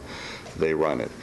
This entity would hold whatever endowment monies or backstop monies or guarantees or letters of credit or whatever assets would be there to help out if there was a shortfall. So this entity would really, its role would be as if there's a shortfall in dealing with that, in imposing changes on the Confluence Council if that's necessary, if deciding whether to dip into the endowment funds or the backstop monies or not, or saying, time out, this isn't working, we're done. I mean, that's what this board would get to have the power to do.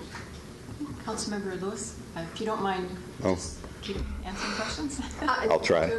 Sure, and it was explained to me earlier this week that by Mr. Van Gumpel that one of the reasons we're asked to be on this is we have made the $5 million pledge and have been a part of this. Has the county also been asked to be part of this with their $3 million pledge? I do not know whether they've been asked. In our conversations with the county, they have no interest in doing that. Okay. And then a follow-up, do you have any kind of idea who else is showing interest in this, and are they bringing money to the table also, as far as who's going to be sitting on here with us? Because when you take a board of directors vote, if we have 2 votes and there's 11 other people, the city's the loser on the vote. I mean, it could be 2-9, but I'm just wondering who else is making this up? And that's part of the things that needs to be worked out on this, but the proposal really is there would be a representative from every party that has a financial interest if they want to. For example, if the ECRAC Trust decides to back the project, they'd have a seat. Certain key donors over a certain level would have the opportunity to have a seat. People who provide a letter of credit that can be drawn on if the operation needs it to some degree, to a certain number, we don't want to get too many, would be allowed an option to have a seat. So those are the kinds of people. I don't know whether the developer would probably have a seat, but I haven't decided, or we'd have to work out whether that'd be voting or not. Again, it probably depends on how much money is put in and from where. One follow-up to that, then, when you said you need to populate this Confluence Inc., how many people initially have responded, or how many people do you feel you have to have signed up or positions filled to actually say you've populated the We populated enough to be legal, and that's, which is myself and Kim Way and Dan Market, just enough so we've got it going. We have to have 3 as a minimum, so we're legal and can operate. But the plan would be to populate it with others, and probably not me. Councilmember Van Haden. Yeah, just to make sure I fully understand it, so we're creating a corporation, which is a 501c3 or whatever that would be, and there will be certain groups that will have a right to have a board of director or some position within it, and whatever number it is, whether the city has 1, 2, or however it is, would be finalized at the end. And therefore, out in the future, as this thing would mushroom out into the future, if, I'll just use the example that we had said Russ is now our board member, and 2 years from now we decide we want Ms. Manuel to do it, we could just switch, and that would be the city council's choice. That's the way I would recommend structuring it. Okay. That the body that, like if it's RCU is a donor and they want to nominate, they nominate. Okay. If the city wants to participate, they nominate their representative. And as far as this corporation goes, the city has no financial obligation to it or from it. Not as we stand, no. Okay. And as I read this resolution, other than the last line in there, which can be amended as such additional ownership, there is no commitment in this resolution that says, and I guess that's kind of the city manager, that the city is going to make any financial commitment to this organization of any nature. Not saying that we can't do that, but there is no commitment in this document. Not with this document. This document says that you support the concept and that you are interested in being part of the board of directors, and that's the obligation. And then the rest of us have to go to work figuring out the terms of that and bringing that back to you. It doesn't mean that sometime out in the future, if we want to get involved with, or if there's whatever, that whatever the city would want to do, those are future agreements. Yes. I have another question, Councilmember Jones. Yes, just to follow up. Okay, now let's just say that the scenario plays out that the grant request is submitted on Friday, and we don't know what that grant request. We know what the request is. We have no idea whether that's going to be fulfilled at the 25 million level or 5 million or none. Correct. So this corporation may be short-lived or short-lived, and so forth. Secondly, is there, in the event that, you mentioned something about an endowment. We've talked about an endowment, but there is no endowment at this point. There's no money committed, but we've gone back and forth with your staff on how this might be done. So we have a structure on how it might work, or we've made a proposal on how it might work, but it's not final, it's not populated, and it's not ready to discuss at any length. But I think it's obvious an organization like this needs some cash. I mean, you just can't trust that you're going to be, cash flow positive day one. You're going to have a certain amount of cash. And so we need to talk about, the dollar amount of that. What's our annual budget look like? What's an appropriate amount? Is it 3 years? Is it 5 years worth of expenses? So there's a number of different ways of funding that too. Well, I'm just thinking in terms of operational costs between now and whenever this becomes decided. I mean, who's going to pay for that? There's ongoing costs. For this company? Yeah. The developer's paying me. So I don't know what this entity is going to incur in cost until such time as it knows it has the grant. And then it will also be working with, I believe it's the Community Foundation that they're proposing as a fiscal agent to handle grant monies and gifts and that sort of thing in the interim. So there would be some funds available at some point, but until you get the grant in hand, there's not a lot that this entity would be doing, because most of the heavy lifting on this is going to be operational stuff, which is your Confluence Council, which has started doing that stuff. Right. But the other thing about that grant request thing from the Department of Administration, it also says that the grant requester has to come up with their share before it's matched. So before they give you the money. Right. So in other words, between now and whenever this is going to occur, and you don't know exactly when this occurrence will be where decisions are made. So what I'm looking at is trying to step back and say, by when does money have to be raised to be able to incur the ability to get a match? To some degree, that's going to depend on the government. But the way that most of the grants that to this point have been done is they say, you've got a grant, we're not giving you a penny till you've raised and spent all of the money that you've pledged to do. So that's usually the way they're set up. So it depends on how long you're willing to wait to start construction and what time of year is. I mean, you're probably not going to find out about this till June. Well, if we have a change in governor, it could dribble on into August, so you can't start construction. I mean, it may get delayed just because of the timing. And then you're going to have a fairly lengthy design process, picking out a design company and that sort of thing, and this board would be involved in that. Councilmember Mitchell? But the grant won't be finalized till the biennial budget is finalized. They're usually done very, very close to the same time. It's a separate bill, as I understand it, but they're done usually within days of each other. So the earliest would be July 1. Probably. Okay. Mr. City Manager.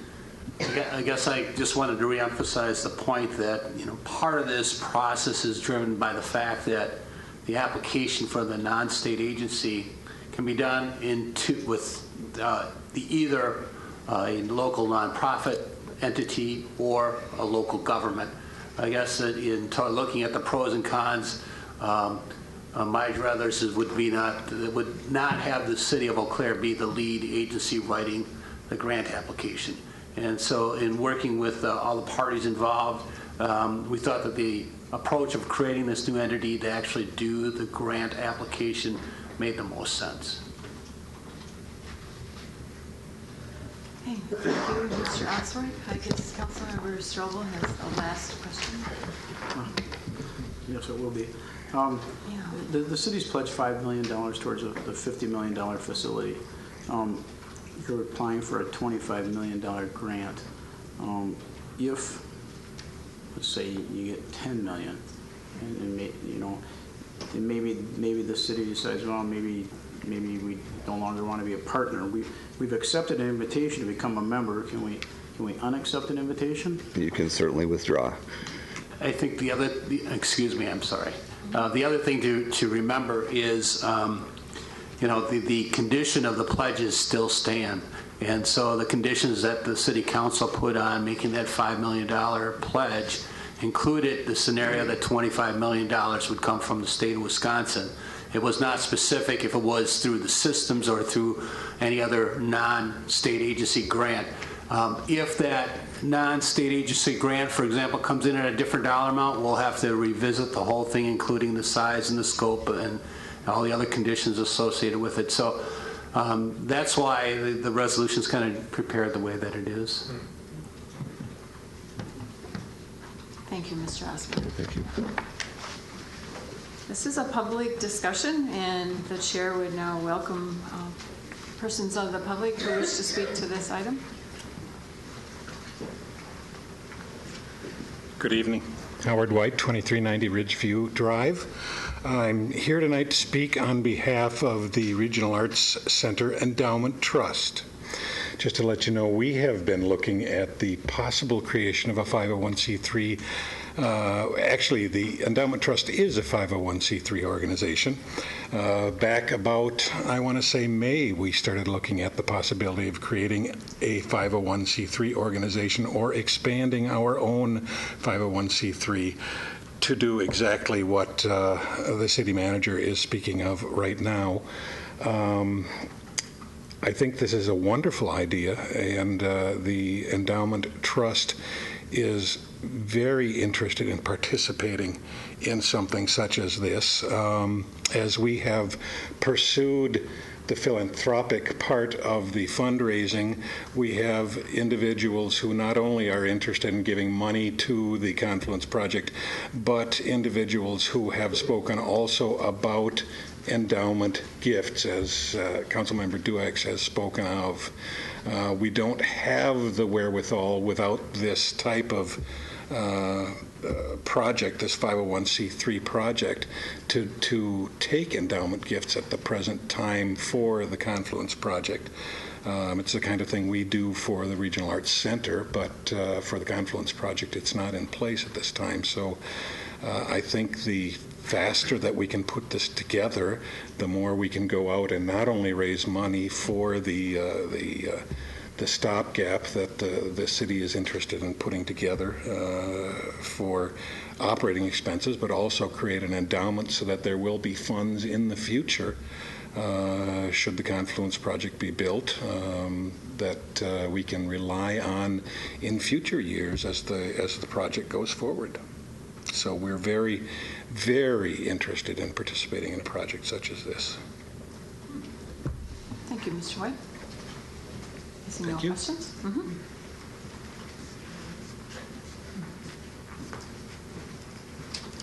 Trust me, I won't take 5 minutes. First of all, Randy, I want to say I really understand. If I was the developer, I would want to get this non-state grant too. So I respect what you're doing very much. However, as a city council, I think that's a different issue. $25 million non-state agency grant, I think, is somewhat of a pipe dream. As you know, the Board of Regents, they removed its request for funding of the Confluence, and it was done because our local government in the community failed to meet the Board of Regents' 5 principles for its funding. And instead, they recommended that the project's promoters seek funding from non-state agency grant funds. Well, let's look here at what Governor Walker actually approved. I don't know if we can make that fit. This is what he sent, what he requested to the state legislature. The World Dairy Expo, $9 million. I attend that every year. I'm in that industry. That industry affects our entire state. The Family Justice Center in Milwaukee, $10.6 million. I assume more of a statewide reach, I don't know. Domestic Abuse Intervention Service and Shelter, $560,000, and they had to match it with $5 million. The Convention Center in the Green Bay Packers Complex, they requested 4, I think they got 2. They had to match it with $17.5 million. Look at that sort of ratio and think about our project.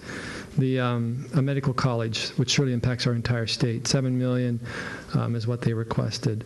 Then a couple of tourism things, $1 million and $5 million. So we've got things that aren't even close to $25 million. The total thing was $37 million.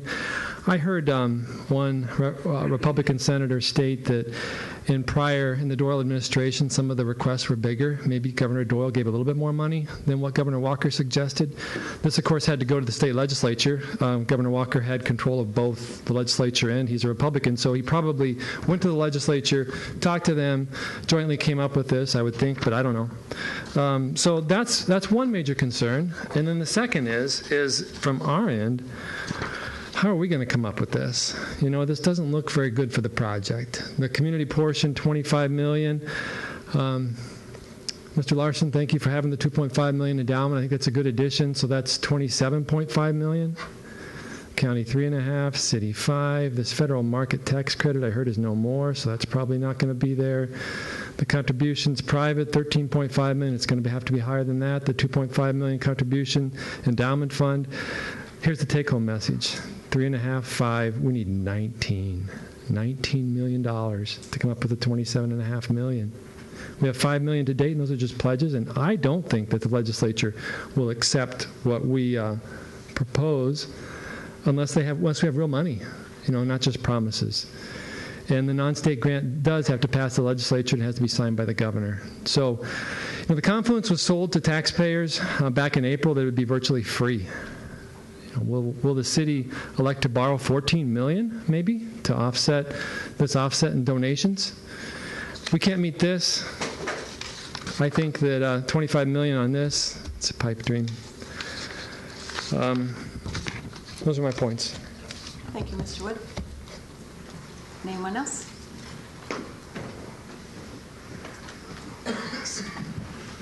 I'm Mike Rindo. I'm the Assistant Chancellor for Facilities and University Relations at UW Eau Claire. Just to clarify and correct the record from what the last speaker talked about in terms of what the Board of Regents action did or did not do last month. The Board of Regents considered the 2015-17 capital budget recommendations for the entire UW system. The Confluence project was not included on that list. Doesn't mean it was removed from a list. It was not included on that list because it was deemed that the best path forward for this project, because of its unique nature and the collaborative nature, was through the non-state agency grant. Now, you'll recall when Governor Walker was here on June 23rd, and he talked about his public support for the Confluence project, he specifically talked about the non-state agency grant as being a way forward to do that. By the Regent's action, they did not in any way go on the record as saying anything about the reason for pursuing the non-state agency grant had anything to do with the guiding principles that were established by the Regents in their original resolution of October 2012. So they did not talk about that, and in fact, what we were told was that by going through the non-state agency grant, the guiding principles that were established by the Regents no longer applied. So that's what the Regents did and what the Regents didn't do. So if there's any questions about that, I'd be happy to answer them. I don't think so. Thank you. No, I mean, and that wasn't very professional. Anyway, thank you for your input. Anyone else?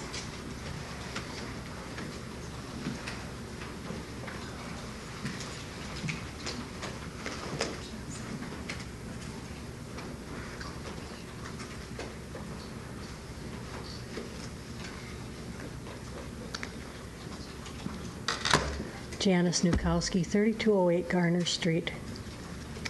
I just have another suggestion for possibly setting up your Confluence Committee or your Confluence Inc. It was suggested in an article in the Eau Claire Leader-Telegram that you use the Green Bay Packer model, and I am a shareholder in the Green Bay Packers, proud shareholder in a historic NFL team. Now, as a shareholder, it cost me $200 in 1997. I felt that was a worthwhile investment. I don't get much for that investment. I get a certificate that has to stay in the family. I get to go to a shareholders meeting once a year, which part is a business meeting, so you have a financial statement, you have a progress report for the team. They usually give the shareholders some little perk that no one else is entitled to. So you're not, and I don't get any special treatment for tickets or anything else, but I still feel it was worth the $200.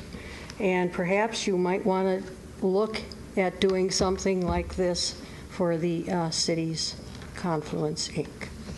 Thank you. Thank you, Ms. Nukowski.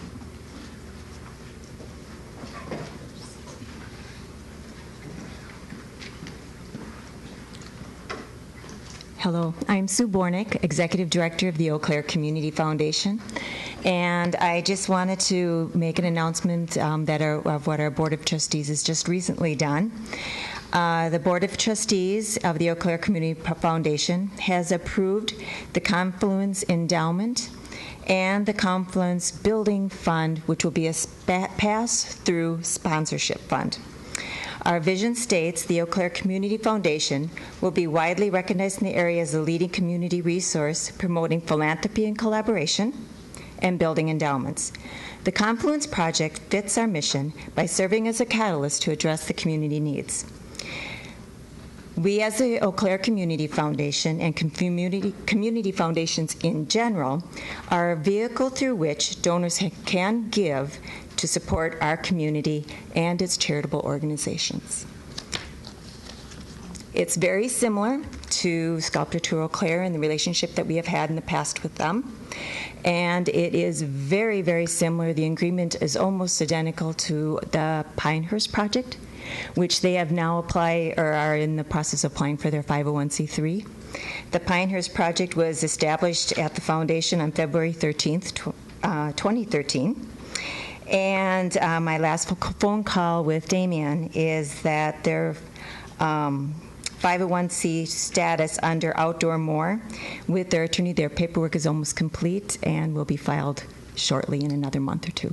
So we're happy to support those wonderful projects in the community, and we hope we can continue to do that going forward. Thank you. I think you have a question by Councilmember Von Hayden. Yeah. On these types of organizations, do you charge a small administrative fee, or how is this set up, or do you just hold the funds for them? We do charge administration fees for all our funds. Okay. So then this would be set up, and so by using you, it makes the donation a tax-deductible donation going to your fund. Absolutely. Very good. Thank you. Thank you. Good news. Ms. Thank you. Thank you.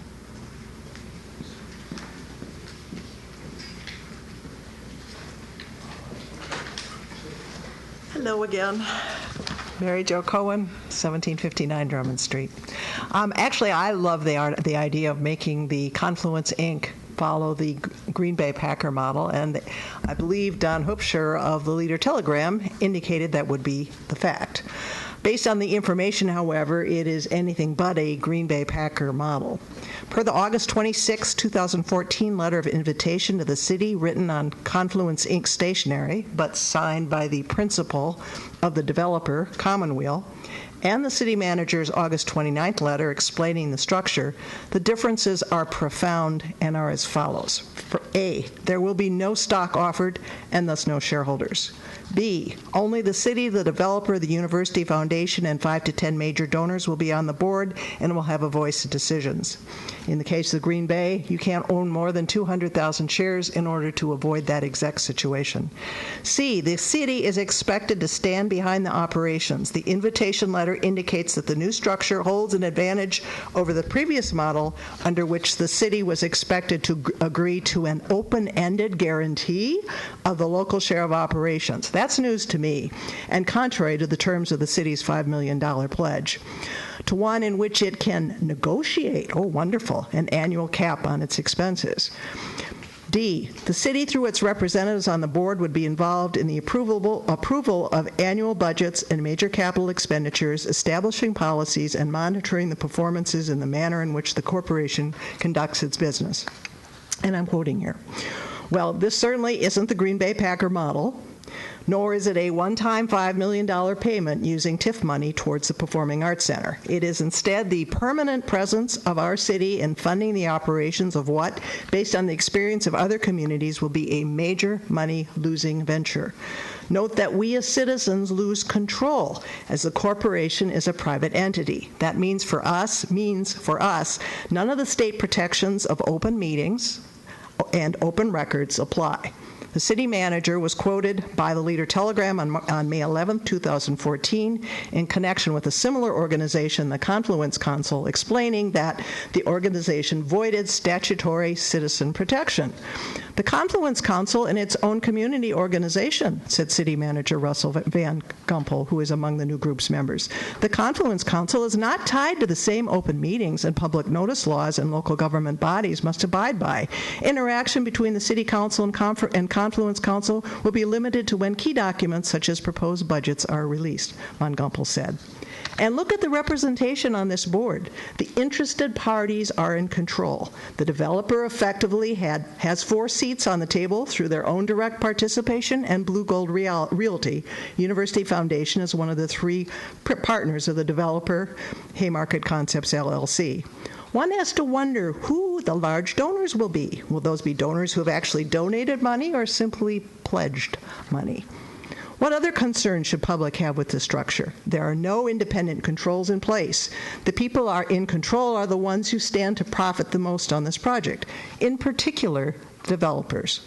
Just what is the $50 million going to purchase? The developers will control the specifications. They'll control the construction. Effectively, they can deliver whatever they want and pocket the balance. This is the pinnacle of, and I know people don't like this word, but is the right word, crony capitalism. If Confluence Inc. were a public company, it would be shut down. I can promise you that as a public company. It would be shut down by the exchanges and by the SEC. In contrast, under the program with the Board of Regents, the developers were not in control of the specifications and were placed in the same position as any other construction company in bidding the project. That won't happen under this structure. If the developers wish to go forward with this structure, they are free to do so. The city, however, should not be a party to Confluence Inc. Likewise, it should not now be offering to be backstopping operating costs or even thinking about backstopping operating costs, either capped or uncapped. Based on the pledge and the understanding of the citizens, that was never part of the deal. I urge you as our elected representatives to vote no to this scheme. Thank you, Ms. Cohn. Thank you for your input.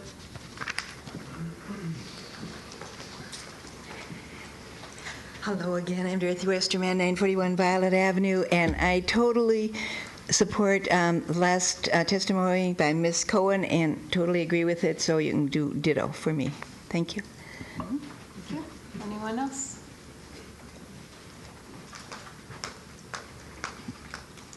Cindy Burton, 3242 May Street. Please do not commit our city to being part of this hastily thrown together nonprofit entity. You do not have enough details to commit the city to any ownership. Who else is going to have ownership and responsibility for operating costs? Remember your fiduciary responsibilities. Would you do this with your own resources?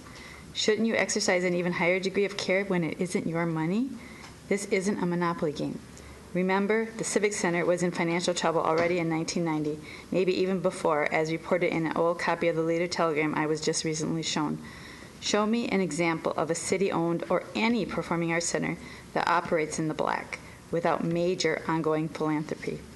And for point of clarification, your resolution says that whereas both the city and county referendum held in April 2014 with the results from both referenda indicating community support for the Confluence project, somehow we've forgotten what the wording was on that April 1st referendum.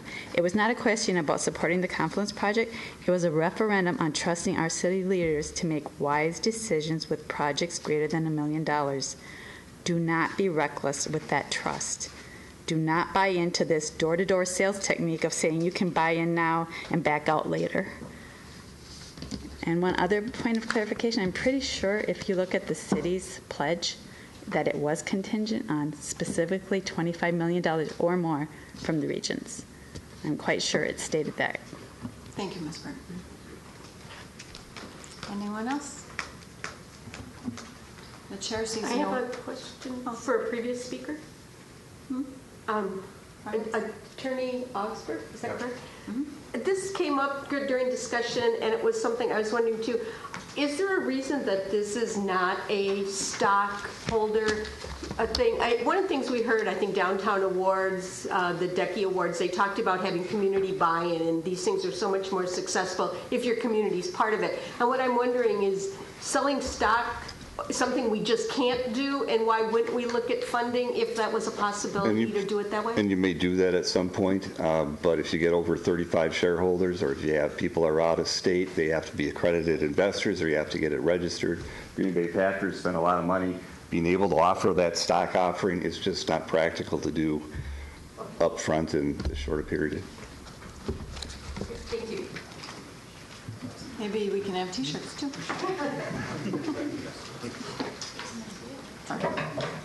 All right, we're done. Thank you all for your patience and your public input. It's an important part of democracy. But on a motion by Councilmember Von Hayden, seconded by Councilmember Strobel, this meeting is adjourned without objection. We will return to your program after a short break. Chippewa Valley Community Television is made possible by continuing community support.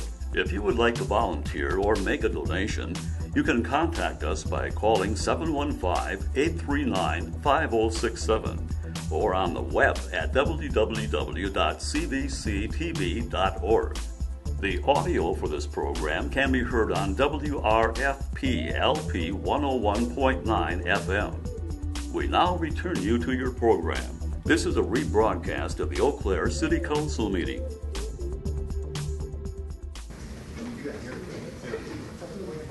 This meeting of the Eau Claire City Council will come to order. Please stand for the Pledge of Allegiance. I pledge allegiance to the flag of the United States of America and to the republic for which it stands, one nation, under God, indivisible, with liberty and justice for all. Clerk, please call the roll. Councilmember Duax. Here. Emmanuel. Here. Kincaid. Here. Klinkhammer. Here. Larson. Here. Lewis. Here. Mitchell. Here. Strobel. Here. Von Hayden. Here. Worthman. Here. John. Here. Thank you, Madam City Clerk, and welcome everyone to the September 9th legislative session of the Eau Claire City Council. During its legislative session, the council deliberates and takes action on the agenda items before us. We have prepared for this duty by working with citizens, by working with staff, and by reading the considerable amount of materials in our packets. And we are ready this afternoon to exercise our responsibility. Welcome to citizens who are joining us in chambers and those of you who are viewing on community television, channel 994, or streaming live at cvctv.org. Council does have important items on its agenda this afternoon, and we will get going in just a minute. Last evening during our lengthy public hearing, I received a couple complaints from people in chambers that they were not able to hear, sometimes council members, but most assuredly people standing at the podium. So mostly staff will be speaking tonight, but I may have to interrupt you and tell you to move the mic down into your speaking area. And likewise with council members, we need to pay a little bit more attention to speaking deliberately into the mic. So I'll try to help everyone do a little better job of that. We will begin our work then with the consent agenda. If council members have questions or wish to remove an item from the consent agenda. Seeing no such motion, on a motion by Councilmember Lewis, seconded by Councilmember Klinkhammer, the consent agenda is moved and discussion is in order. There being none, clerk, please call the roll. Councilmember Duax. Aye. Emmanuel. Aye. Kincaid. Aye. Klinkhammer. Aye. Larson. Aye. Lewis. Aye. Mitchell. Aye. Strobel. Aye. Von Hayden. Aye. Worthman. Aye. John. Aye. And the consent agenda is passed. I do have one certificate of appreciation this afternoon and would ask that Eric Anderson and his team, entourage team, meet me at the podium.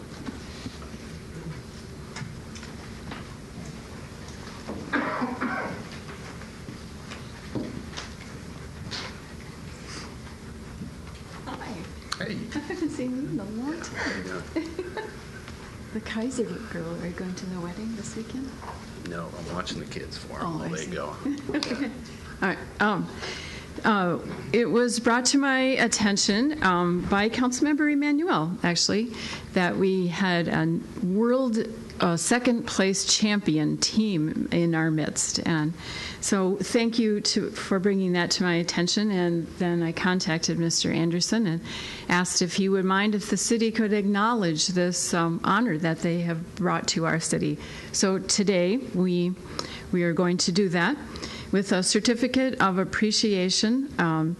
Whereas, as you all know, we are the Cube capital of North America, thanks to Mr. Anderson's hard work.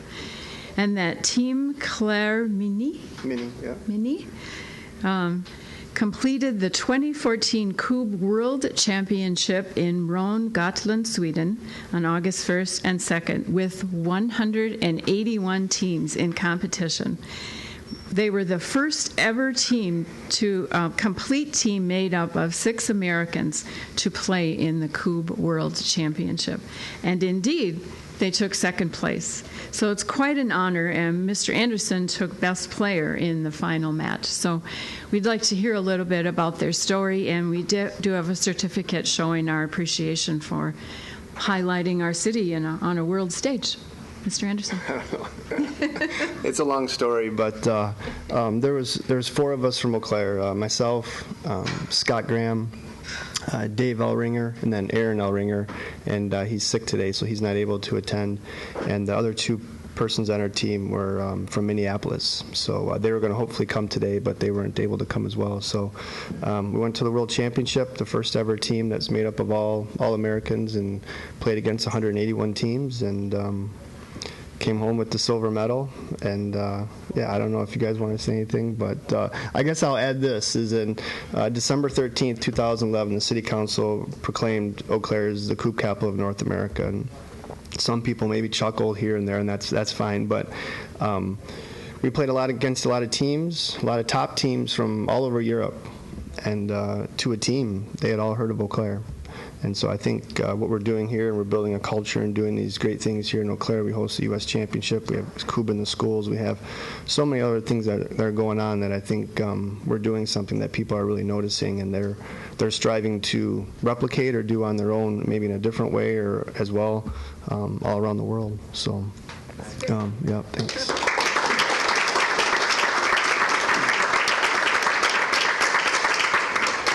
I did bring, the U.S. Championship is a nonprofit entity, and this past year we got these stickers made. It's usacoupe.org, and 8M, and M is meters, 8 meters, that's the length of the field. So is it okay for me to just give them to you to hand out? Is it okay? I thought maybe everybody would want one for, you don't have to put it in your car, but maybe your water bottle or your bike or something like that. So, yeah, so. It's wonderful. I just wanted to say thank you. We really appreciate it, and it means a lot to us.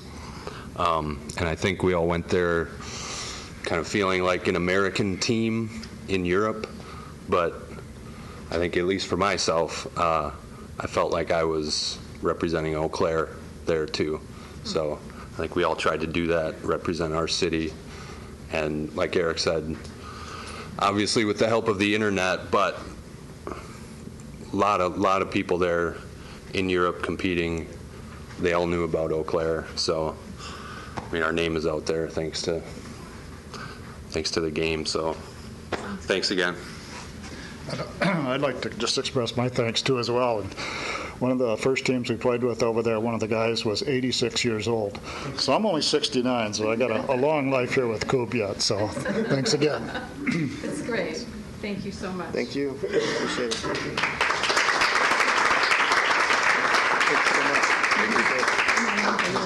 Sorry. Thanks a lot. Thanks a lot, everybody.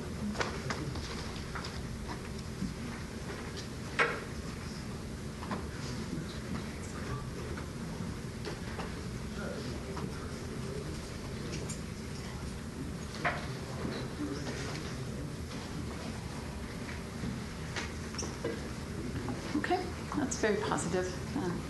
Probably the most positive part of our meeting today. Okay, let's get on with our business agenda then. The next order of business is item number 8, a resolution authorizing Eau Claire skaters to hold their association contest fundraiser at the Lakeshore Park Skate Plaza on September 13th. Ms. Comte. Good afternoon. I do want to point out that Eau Claire Parks and Recreation also partners with these Coupe people to offer clinics to youth, so there's some good things happening with that. As we move forward, I'm bringing forward this event as recommended by the Special Events Committee to you for approval. It is the Eau Claire Skaters Association contest fundraiser put on by the Eau Claire Skaters Association. The date of the event is Saturday, September 13th. 2014. I do not believe there's anybody here representing the group this evening. Is there? Oh, you snuck in. Okay, so the applicant is here to speak on the event if you have questions. Thank you, Ms. Comte. Question, Councilmember Jean. Just have a quick question. Is this fundraiser is open to other skaters or just for local people? It's open to anybody. Can you come up to the podium, please? Thanks. I guess I should know that by now. Just give them your name. And Sure. Thomas Kemp. I get the address, right? 632 Putnam Drive. Member of the Eau Claire Skaters Association. It's open to anybody. So anybody who'd wish to come down and participate in the contest, absolutely free to go. There's a nominal entry fee, but of course it's open to anybody. If you want to come on down and give it a shot, more than welcome. Mama. Councilmember Zhang, this is skateboarding. Yeah. Are you a skateboarder?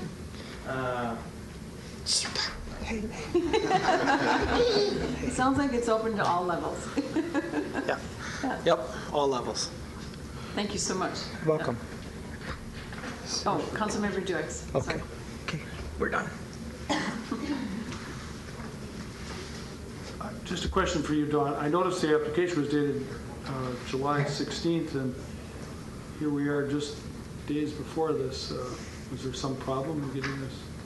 I don't know I can speak on behalf of that, but sometimes we don't bring the applications forward until we have all of the information, and that could have been possibly the holdup. I can check on that if you need more information. Well, I just wondered it because sometimes there's reasons for that. Otherwise, I know we have a policy about how many days in advance they have to apply and all that. And so, because there's a lot of arrangements being made. I mean, you've got so many events going.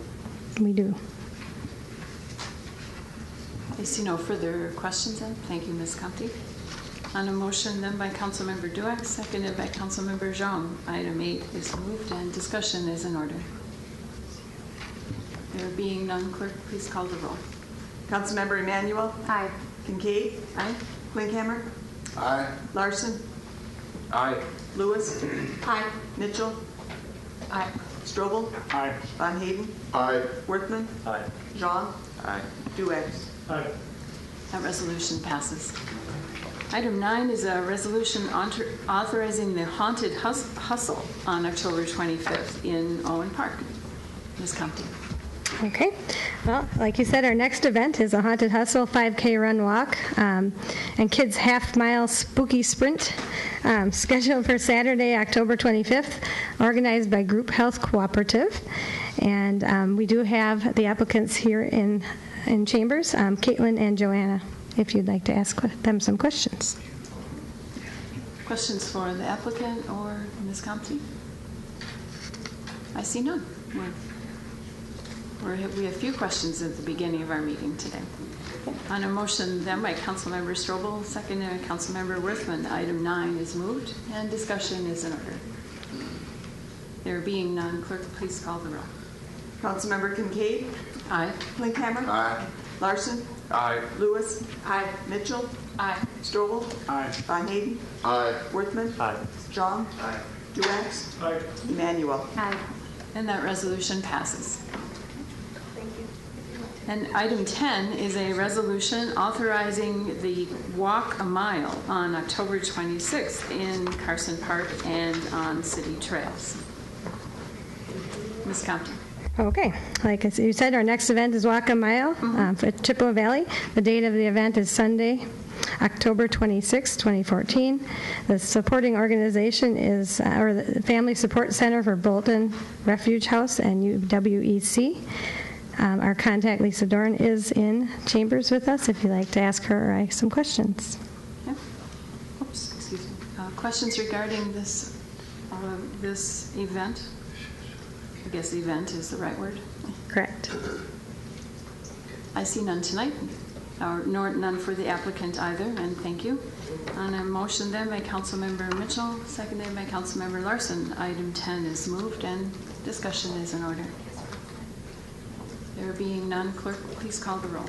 Councilmember Klinkhammer. Aye. Larson. Aye. Lewis. Aye. Mitchell. Aye. Strobel. Aye. Von Hayden. Aye. Worthman. Aye. Jean. Aye. Duex. Aye. Emanuel. Aye. Kincaid. Aye. And that resolution is passed. Our final special event for the evening is a resolution authorizing the Clearwater Winter Parade and Celebration on December 20th at Hobbs Ice Center and along city streets. Ms. Compte. Okay. Yep, the next event is the Clearwater Winter Parade and event. The parade would take place on city streets and the celebration at Hobbs Ice Center. The date of the event is Saturday, December 20th, organized by the Community Parks Association and the City of Eau Claire. And the applicant is me, so I am here to take any questions you may have regarding this event. Questions about this event? Councilmember Emanuel. Thank you, Madam President. Ms. Compton, I'm really excited that this is still alive and so excited to see the parade. How are we going to, or how are your plans to basically move people from First Avenue and kind of the end there all the way down Water Street to get them to Hobbs? Like, what's kind of the flow of traffic to get them? Not really the logistical flow of traffic, but, you know, the spirit of people. How do you do that? The spirit of people. We are trying to figure out exactly how to do just that. We have some things in mind, some signage, big signage at the end. We're hoping people will disperse from different areas. But I think as we, the city Parks and Recreation, as our float or entry may go through, we'll try to do some promoting that way and announcing throughout the event and then do general promotion. But as flow of traffic, we're hoping that people will disperse from different areas throughout. And there's a lot of different streets they can take to get to Hobbs. Great, thanks. Councilmember Dukes? Yes, I have a question for you. How many winter events have you had so far? Is this the third? This would be the third one. Third one, okay. What year, it's billed as a fundraiser. How well have you done? I mean, maybe you could kind of give us a report. Well, I don't have the financials in front of me, but as far as how well have we done, we have raised some funds for scholarships generally, but it's more of it's still more of a break-even event than anything at this point. Okay, thank you. I see no further questions. Thank you, Ms. County. Hopefully it won't be so cold as it was last year. I hope not. And no snow. And no snow. Yeah. Mr. City Manager. I guess if I could just add one quick comment. One of the purpose of the event and having the open house at Hobbs is to get people familiar with Hobbs Ice Arena, especially those people in our community that normally don't visit the facility. So part of this is just promotion of our existing facilities, and it's viewed that way. Thanks for that. I think there's a great outdoor, like roast marshmallows and hot chocolate, and it's fun. On the motion of my council member, where am I? Councilmember Von Hayden, seconded by Councilmember Emanuel. Item 11 is moved and discussion is in order. There being none, clerk, please call the roll. Councilmember Larson? Aye. Lewis? Aye. Mitchell? Aye. Strobel? Aye. Von Hayden? Aye. Workman? Aye. John? Aye. Duax? Aye. Emmanuel? Aye. Kincaid? Aye. Klinkhammer? Aye. Oh, and that resolution passes. Item 12 is a resolution and approving and appropriating a 2014 Bulletproof Vest Program grant from the Office of Justice Programs, Bureau of Justice Assistance. Chief Staniszewski. Good afternoon. Good afternoon. This is a Bureau of Justice Assistance grant that's offered on a yearly basis. It covers 50% of the cost of body armor replacement. Our officers are required to wear body armor as part of their normal uniform, and we replace them every 5 years as far as an individual basis, so it takes several years to rotate them through. We budget for the other 50% of the cost, so with this grant, if accepted, then we'll be able to start a replacement for this year. And so I recommend that we accept it. Thank you, Chief. Questions, anyone? Councilmember Dukes? How many vests do you purchase then with that grant? I mean, I don't know how much they cost per vest. Every sworn officer is issued one, so we have 100 patrol officers or sworn officers, and then we have a portion that goes to the tactical response team. So I would say roughly 130. But you say they're good for 5 years? Correct. So then you're doing this every year? Every year we replace them. Right. And it's part of the hiring practice and, the timing, so we just keep track of when they're out of warranty. It's basically what dictates the replacement rate. And it was said that this was good enough for vests that need to be purchased between 2014 and 16. Correct. Is this a 2-year supply? Correct. Oh, okay. Yeah, and they run about $1,000 a piece. Okay, thank you. Sure. Thank you, Chief. I'm sorry. I see no further questions, and thank you for your input tonight. On a motion then by Councilmember Lewis, seconded by Councilmember Klinkhammer, item 12 is moved, and discussion is in order. There being none, clerk, please call the roll. Councilmember Lewis? Aye. Mitchell? Aye. Strobel? Aye. Von Hayden? Aye. Worthman? Aye. John? Aye. Duax? Aye. Emmanuel? Aye. Kincaid? Aye. Klinkhammer? Aye. Larson? Aye. And that resolution passes. Item 13 is a resolution approving and appropriating the Edward Byrne Memorial Justice Assistant Grant Formula Program funds from the U.S. Department of Justice. Okay, and this is another grant that we're offered on a yearly basis. It's based on our population, and even though we are awarded the grant as an Eau Claire Police Department, we share it with the Sheriff's Department. Our portion of the funds will be used to replace some outdated software for crime scene mapping and crash reconstruction mapping. The Sheriff's Department plans to buy a laptop and some other hardware purchases. There is no match for this, so I recommend that we accept it. Thank you, Chief. Questions? And I see no questions. On the motion by Councilmember Duax, seconded by Councilmember Jean, item 13 is moved. Discussion? There being none, clerk, please call the roll. Councilmember Mitchell? Aye.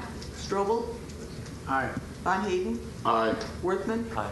John? Aye. Duax? Aye. Emmanuel? Aye. Kincaid? Aye. Klinkhammer? Aye. Larson? Aye. Lewis? Aye. And that resolution passes. The final item on our, item 14 is a resolution approving appointments to various boards, committees, and commissions.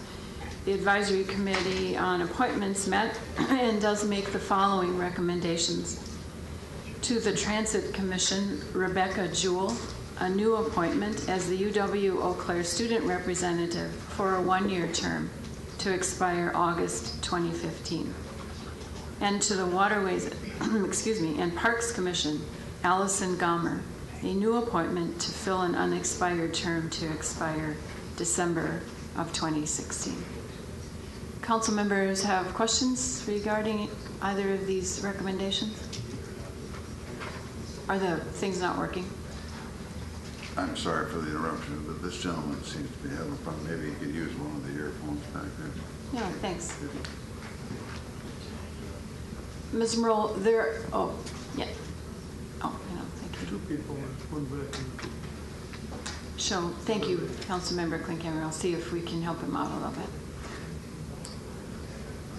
We've had a lot of problems with our sound system.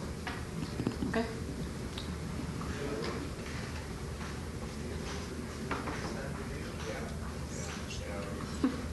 Would you like to proceed, Councilmember Duex? You have a Yes. question? Yeah, and a question and a suggestion. Whose reappointment is this? What unexpired term is being filled? Oh, I hope the chair brought her notes. Councilmember Mitchell. A gentleman on the Waterways Commission, Jason Rathbun, moved out of the city, and so he had to be replaced. Would you like to know who's being replaced? Is that what you said? That was what I was going to suggest, to just say to replace the unexpired term Of so-and-so? so-and-so. Sure, we can do that. And just include that, that way Yeah. we know, because sometimes we're aware of this, sometimes we're not aware of who has left the commission. Or any commission. Right. Okay. Any other questions about the appointments? On the motion then by Councilmember Mitchell, seconded by Councilmember Emmanuel. Item 14 is moved. Discussion is in order. There being none, clerk, please call the roll. Councilmember Strobel? Aye. Von Hayden? Aye. Worthman? Aye. John? Aye. Duax? Aye. Emmanuel? Aye. Kincaid? Aye. Klinkhammer? Aye. Larson? Aye. Lewis? Aye. Mitchell? Aye. And that resolution passes. Item 15 is a resolution adopting the update of the historic Randall Park Neighborhood Plan as part of the comprehensive plan. Do council members have any questions for Mr. Ivory from his presentation last evening? Councilmember Lewis? Just a quick one. If this is adopted as the comprehensive plan and we are going forward with redoing our comprehensive plan, is this referred to, and if anything changes in our comprehensive plan that changes theirs, does that get incorporated as we move along? Each of the neighborhood plans are considered elements of the comprehensive plan, so they're standalone documents. So even though we'll update the 2005 comprehensive plan when we go to update the new one in 2015, this plan, along with other plans such as the waterways plan and other neighborhood plans, will still stay intact, and they'll be referenced as part of that update. If something changed it, I'm sorry, if something would substantially change that in the new plan, does it have to go back to the neighborhood association plan that says we saw this differently and now it's changing in the new comprehensive plan? If that were to occur, then we would go back and we would update this plan, and that would have to come back through the council again. Mm-hmm. Councilmember Strobel? Yes, I have a question too. Mr. Ivory, we all got a letter in our email today from David Mortimer from the neighborhood there. I wondered if he was involved on the committee at all. He had some concerns, maybe 2 pages worth of concerns, and didn't seem to think the plan addressed some of his issues. I wondered if he was involved at all. He was not on the planning committee that we worked with, that was appointed by the neighborhood. And I guess I don't have a complete list of the neighborhood steering committee members, so I can't say whether he's on the steering committee or not. He may or may not have submitted information as part of the survey that we did for the neighborhood. So I really can't say specifically that he was directly involved, nor did he contact us. And I haven't seen the email. Refresh me a little bit. Is there a recommendation in here for maybe trying to get increased policing? And I think there was maybe a recommendation for increased street lights and stuff like that. Correct. There were 2 separate recommendations. One regarding that the city should be revisiting our policy regarding street lighting, particularly in the area along Water Street. And then there was a recommendation that we need to continue a lot of the programs that we have initiated with the university and the police department regarding drinking and property issues, but also look at trying to develop some new programs as we go forward. Okay, thank you. Further questions? Councilmember Deutz? Mr. Mortimer, in his comments, raised several very specific issues regarding the obnoxious behavior. He called it broken bottles, vandalism, and the fact that people are moving out of at least where he is in the neighborhood because of some of these behaviors. And he goes on and talks about how, policing and other things are one of the things that need to address. Did the task force at all, the committee that worked on this, did they at all address some of these issues during the discussions that he's raising? It's a very long email, but it's very complete.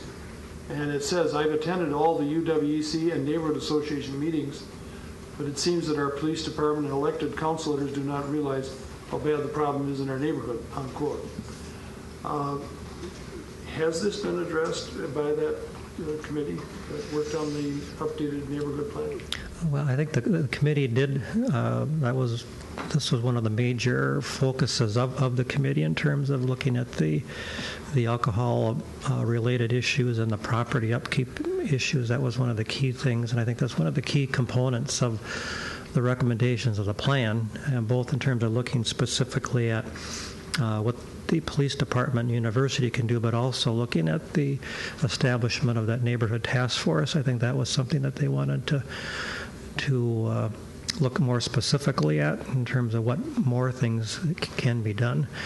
I did talk with the neighborhood president. If I recall, I think Mr. Mortimer was at the Plan Commission meeting, and the neighborhood president or chairperson indicated that he lives in an area that is closer to the Water Street area and is unfortunately an area that probably is more prone to some of these problems than a little bit to the north of that. So he is correct, and the neighborhood president has indicated that he is correct in terms of that particular area. The neighborhood is more prone to some of those problems than other areas, and we probably need to try to focus more efforts there.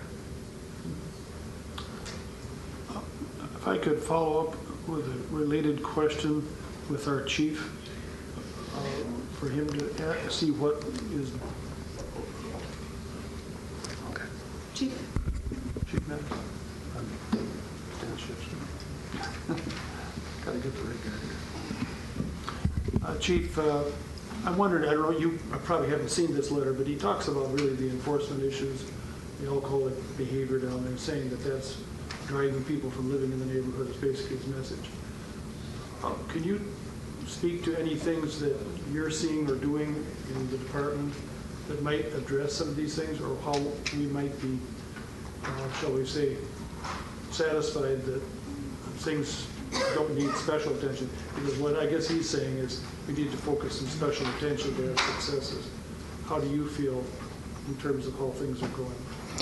Well, I would agree that there are some challenges with that specific area, specifically because of the bar district. I think a lot of the issues that are created are during a very specific time of day related to alcohol consumption and risk behaviors. So I don't think it's going to be any one person's or organization's responsibility to solve all the issues. I think it's that partnership that has to be developed between the police department, the neighborhood, and the bar association that's down on Water Street, and work towards recognizing that it is a serious problem, that we're all responsible for solving those issues and working together. So I think if it was an easy solution, it would have been taken care of, but I think there's a recognition that that is a continual problem. Absentee landlords is also an issue, and shifting that responsibility on to the people that own the properties as opposed to the people that are just spending a year there. So there's a lot of the ownership problems. We have been developing a lot of connections with the college age residents down in that area through our district officers, but it is more of a partnership that we have to work on developing over time, and it is a priority. It's just very challenging to get through all of the issues. Thank you. Thank you, Chief. Councilmember Larson, I'm not sure who your question's for. Well, I was just going to comment. Oh, okay. Yep. That Mr. Mortimer was at the Plan Commission meeting. He expressed those concerns. And we talked about that issue.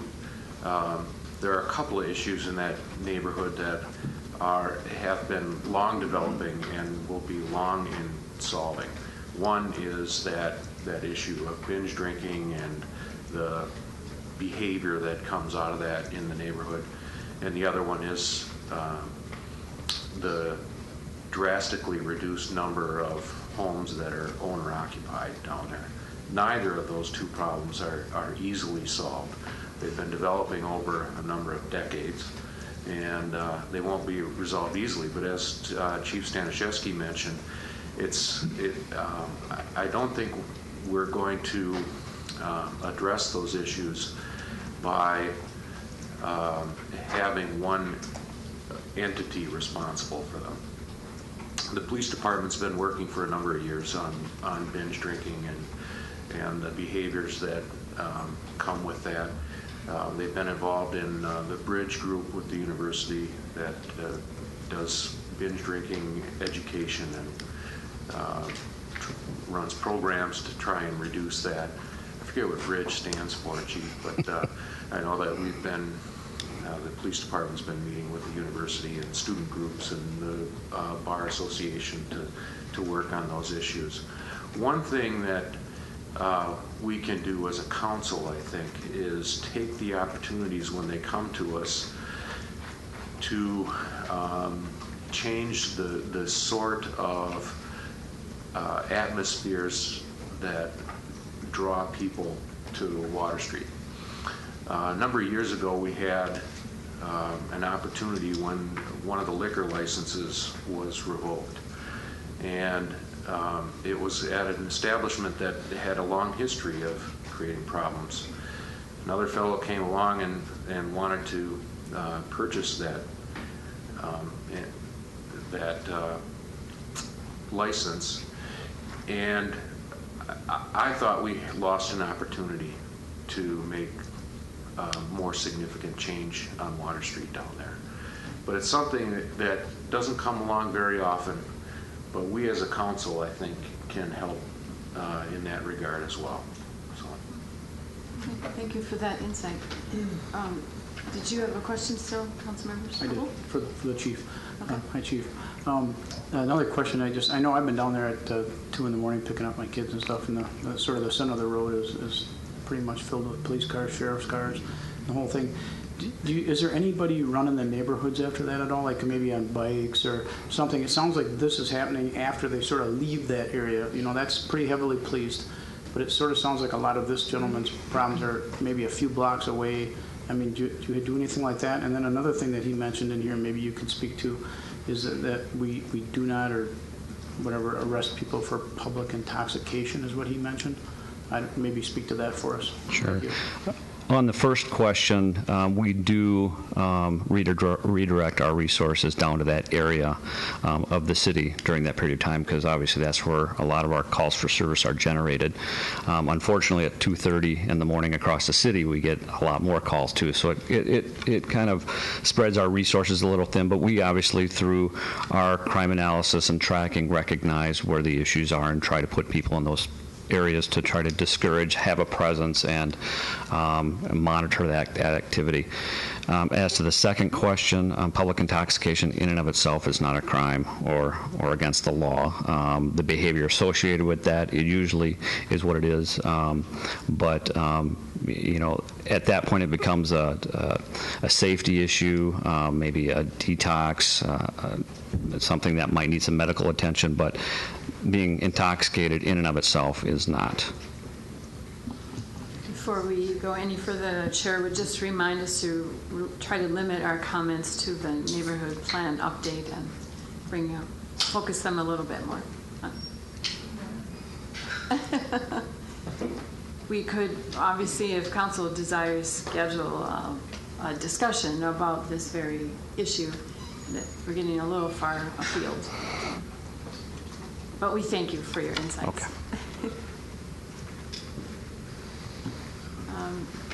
Let's see, did I move this? On a motion then by Councilmember Strobel, seconded by Councilmember Worthman. Item 15 is moved and discussion is in order. Councilmember Joyce. Just one thing, maybe I should need to get reassurance, but during our discussion yesterday or questioning last night on the plan, I made the point about the parking analysis around the Mayo Hospital and wondering about the extension of that. Do we need to make any comments or in the resolution or amendments that would address the fact that that parking study ought to look at both the areas south and east of Mayo Hospital? I'd ask Mr. Ivory if he could respond to that. Yes, we had another question, Mr. Ivory, and your comments on that. Yes, the intent of the plan was to look at those areas that you're referring to, both east and west of Fifth Avenue, south of the hospital. Well, we'll put that in the minutes and then expect to see that too, because that's I think a rule would be very helpful. Yes. Further discussion? Yeah, I would just like to continue in the discussion to say that in addition to what Councilmember Larson said, there are 2 task forces at the City County Health Department that are working on alcohol issues. One of which is the Municipal Alcohol Policies Group, which is trying to work right now on some policies to bring forward to municipalities, including the City of Eau Claire. And that study has been underway for 2 or 3 years. And because of the fact that the funding for these 2 groups is in jeopardy, they have not as yet this month heard whether they're going to get renewed. This program may be coming to a very quick halt this month, or maybe it could be, some people can be stretched out till the end of the year, but we're going to see a big stopping point here, and I'm very concerned about it. So with those things in mind, I think the neighborhood plan is an ambitious plan in the sense that it's trying to address so many things. The only concern I have is that one big area that seems to be, has been beyond the neighborhood's reach so far, is the declining area of home ownership. The Plan Commission, I know, has talked about that in years past, and we talked about it in the comprehensive plan years ago, and yet we still don't have a plan a real plan that really targets that area to try to see if we can stem the tide of the decline of single-family home owner or family home ownership. And to that extent, I think that's something a work session would be useful on, because I realize it's bigger than the neighborhood plan. But I do think it's probably the one weakness in the plan, is that's a driving problem and needs to be addressed. Thank you. Thank you. Councilmember Worthman. Thank you, Madam President. I had a chance to look over the email today from Mr. Mortimer as well, and I was informed that he, while he wasn't a part of the task force with the neighborhood, he was here last night until late hours. He didn't have a chance to give his testimony. I think we all saw it in our emails, and I want to say that I agree wholeheartedly with Councilmember Larson that I don't think that it is one entity's responsibility, but in fact, neighborhood and the university, the council, and as well the county play a role in this as well. And I think some of that comes down to some of the policies that we potentially could look at and enact. And I get the sense, and I completely agree when I think about my time as a student living in the Water Street area, and to think about Mr. Mortimer and his family. I actually know him. He's I believe works with the Sacred Heart Hospital. To think about him and his family and some of the stories that he shared outside on his lawn that happened, I guess I don't blame some folks for deciding to move away out of that neighborhood. And in my opinion, what this really comes down to are what are our priorities. There's obviously priority to have people drinking a lot of alcohol on Water Street, but then there's these other priorities about quality of life that I think we need to be really serious about. And so, in my opinion, I think Councilmember Larson hit the nail on the head when he said, we all have a part to play in this, and I'm hoping the City Council takes the lead from what the neighborhood has started here and says, what more can we do moving forward to make it a better neighborhood? Thank you. Councilmember Mitchell. Thank you. And I agree with both of you. You know that the update of the comprehensive plan that we're starting this week, Thursday, is going to focus on these same issues in all of the older neighborhoods. And they'll be a little bit different. Not every neighborhood has a Water Street, but some of them are similar, and especially the issue of owner-occupied dwellings and the rehabilitation and maybe even redevelopment of some of these areas. And I think that this plan is an excellent guide for that discussion. I think it really identifies the problems. I think we had some discussion about, what do we do about the problems, and that's obviously the next phase, but this is going to be very helpful to the comp plan committee in their work. Thank you. Councilmember Strobel? Just one more question for Mr. Ivory, please. And I forgot to ask this last night. I'm sorry. I just in the plan I didn't see any down zoning or rezoning at all. Was that looked at as a way to maybe help the amount of rentals and stuff like that? Generally speaking, the plan did not. Basically recommends that the existing zoning that we have in place remain in place in terms of the R2 within the core area of the neighborhood and the RM on the periphery. We've, based on the review of the demographics from 1995, actually from 2000, when the first plan was put together, and then 1995 and now, we haven't basically, the existing zoning has pretty much stabilized in terms of the conversion of homes from single family to multiple family, so that's remained fairly stable. What the issue is the changeover from the owner occupied to the renter, and the zoning itself isn't necessarily going to do that. There were two areas where the plan recommends down zoning. One was a block just to the south of Lakeshore School that currently is RM, and the plan recommends that be rezoned to R2. And then the area that's south of Water Street to the west of 6th Avenue. Currently, the Water Street plan states that that area could be redeveloped to R3 or R4 density, and what this plan states and what we met with the Water Street group and compromised on, they agreed that that area to the west of 6th Avenue should remain as RM. So actually that will involve an amendment to the Water Street plan, because the Water Street plan says it should be R3 or R4. So you'll see that come forward at a future meeting in terms of that amendment to the Water Street plan. Follow up, please. Is there any R1 within that whole area? No.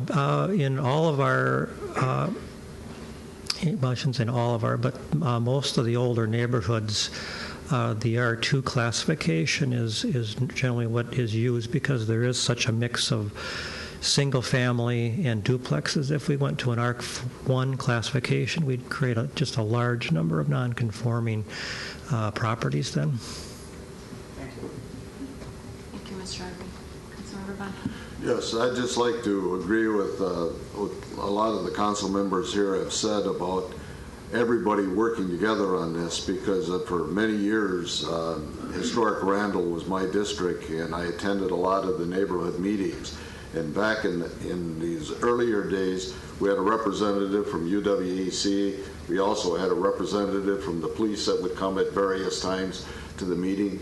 And it was always a very good discussion between the neighbors and all of the people. And I think this is what the important thing is that we open up the discussion between all of the entities, and that then City Council give them the backup and the support so that they can do the things that are necessary, because it isn't one party at fault. There's a lot of different things down there, and a lot of things happen, and I know a lot of the neighbors would say, well, yes, we had some problems at first with the students, but we sat down and talked to them, and everything started to work out. So I think the main thing here is that we keep the communication lines open and viable, and by doing that, we'll find out that we'll eliminate a lot of the problems or be able to nip them, and that the citizens down there in the neighborhood continue to report the individual events so that the police can appropriately react to the situation.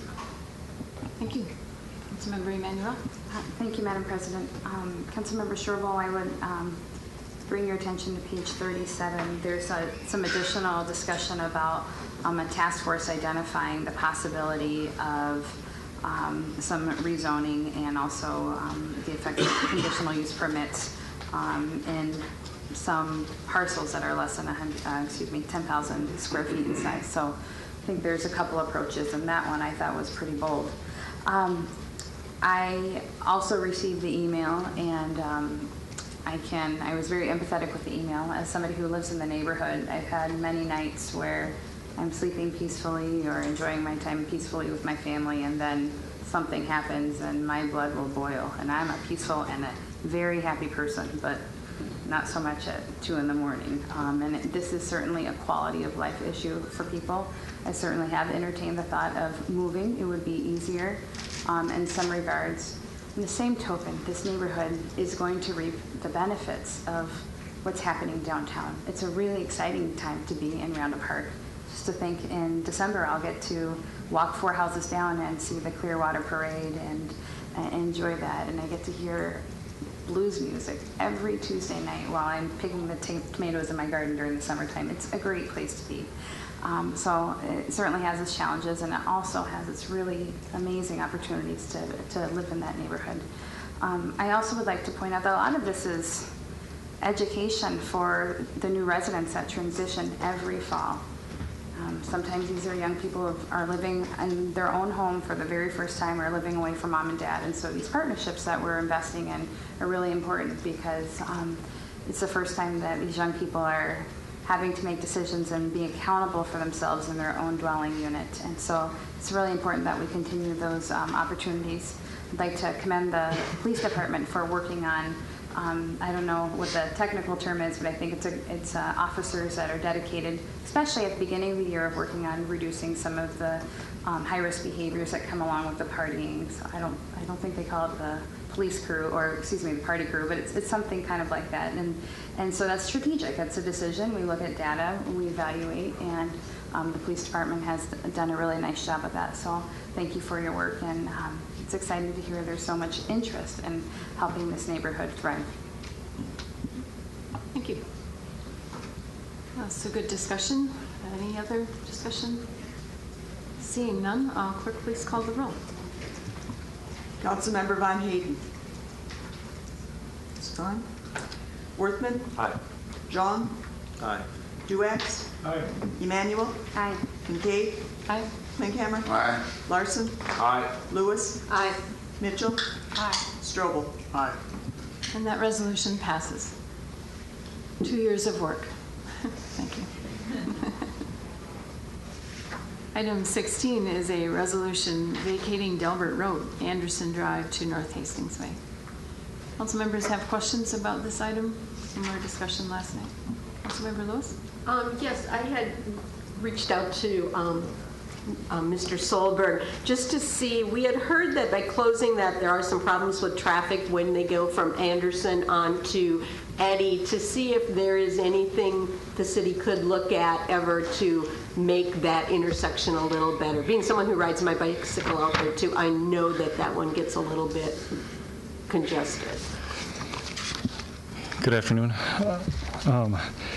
Yes, we looked at that. I met with staff this morning, and we looked at it and tried to brainstorm. And the intersection that was looked at is right here. Anderson Road comes into Eddy Lane, extremely close to the railroad tracks. We have a bike trail crossing. There are businesses that are in the area. There's not enough room for a roundabout. There's not enough room for signals. If you place signals here, you'd run into issues with cars backing up on the railroad tracks. There was one option that could potentially, but I don't know how it would work with the real estate that's involved. It's called a continuous flow intersection. And basically, here's a picture of it. And this is just very, very preliminary looking at it, but this is a larger. If you had Eddy Lane here and Anderson Road coming up here, you basically create a left turn, so the left turners only have to cross one lane of traffic at a time. Instead of, this shows two here, but it could be one lane. And then they're able to merge with this traffic here instead of waiting for both of those. This is something that could be looked at for it. Probably the better solution, the more cost-effective solution, but maybe not the most politically popular solution would be try and encourage have this be a right in, right out off of Eddy Lane, and try and encourage users of Star or Anderson Lane Road to come out to Star and then do signals at this intersection here. But you have a school here, a church, which you'd be putting that traffic through a neighborhood over here onto there. So it's just, it's real tough with that railroad being that close and traffic backing up on it. But we did look at it, and there's some options when we look at doing Eddy Lane in 2016 that we'll look at. Councilmember Mitchell. Thank you. Mr. Solberg, now do we know for sure that if we left a bike and pedestrian crossing there, that they would still have to toot their horns? Yes, I talked to Union Pacific today about exactly what kind of upgrades they would be looking for. And he said they would be looking for the same type of upgrades, the continual sound or the continual warning circuitry that's required. So we're looking at about the same cost to keep it open for bicycles and pedestrians that we would for vehicles. Thank you, Mr. Solberg. I see no further questions. And on a motion by Councilmember Mitchell, seconded by Councilmember Larson, item 16 is moved, and discussion is in order. Councilmember Duex. I just want to inform the council that this being in my neighborhood, I have had an interest in this and have had many, many calls about trying to help up there. And people are really, as you heard last night, people were very passionate about talking about how this is disturbing their life. And having been up there when trains go by and listening to the horn, boy, 120 decibels, I believe they said, it is really powerful. And this may be we've looked at the grand plan that was presented to us by the consultant. We know how expensive it is and how difficult it's going to be to do some of that. The fact that we have to do every single intersection in order to get a certain area, a quiet zone, makes it triply or quadruply tough. But by picking out particular obstacles that we might reduce the impact of these trains, Delbert is the first one. There may be a couple of others that we could consider closing that are going to be a little more difficult, but there's going to have to be a little sacrifice on the part of some people and a little inconvenience to create a greater convenience for those who can hear this. Now, even where I live, I hear these horns. If I had my windows open, I could hear them very clearly. And I would say from Delbert to my house, straight as the crow flies, is about 1.5 miles. I talk to people all the time who are over 1 mile away that hear it and complain about how they can't keep their windows open. I had just last week, a man emailed me from Redwood Drive, or he's just off Redwood Drive, and he was complaining about it. And I said, well, now how close are you? And he said, well, I'm about a little less than half a mile, quarter mile. And he said, but I hear it, and it's really upsetting. So I think this helps us build good faith with the public that we're trying to do a responsible job, and this is a first step. And maybe there's a couple more we can look at. If we partner with the village of Lake Hallie, there's a few up there that we can hear at Eau Claire, that if they could close off these lesser intersections, it would help. And unfortunately, the rules, and you heard what the testifier said last night, the rules are such that it's the railroad's responsibility to have to sound these horns, and they're within their rights to do it. Now, I keep hearing stories about some engineers might be a little more emphatic when they blow the horn, but beyond that, there's not much else we can do, but we have to do what we can do. Thank you. Further discussion? There being none, clerk, please call the roll. Councilmember Worthman. Aye. Jean. Aye. Duax. Aye. Emmanuel. Aye. Kincaid. Aye. Klinkhammer. Aye. Larson. Aye. Lewis. Aye. Mitchell. Aye. Strobel. Aye. Von Hayden. Aye. And that resolution passes. Items 17 and 18 have to do with policy change, or financial policy change. Mr. Winzenz would like to speak to both items together, but we will be voting on them separately. Item 17 is a resolution approving amendments to the fund balance policy. Item 18 is a resolution approving amendments to the debt policy. Mr. Winzenz.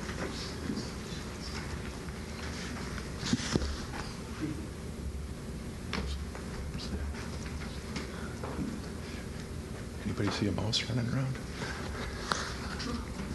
Okay. Thank you, Council President. Jay Winzenz, Finance Director. I apologize for my voice, but you wore me out last night.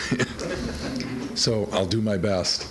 I'll click to the next one. Before you this evening are two proposed council policies, one concerning fund balance, the other concerning debt. Both total debt as well as debt service. And these policies came out of a number of study or work sessions with the City Council, and we're bringing them before you this evening for your consideration. Just real quickly, some of the couple slides that we went through during the work sessions for the benefit of the public who may be watching. Just looking at our fund balance in comparison to our peer communities, Eau Claire ranks very well, looking at it as a percentage of the next year's expenditures.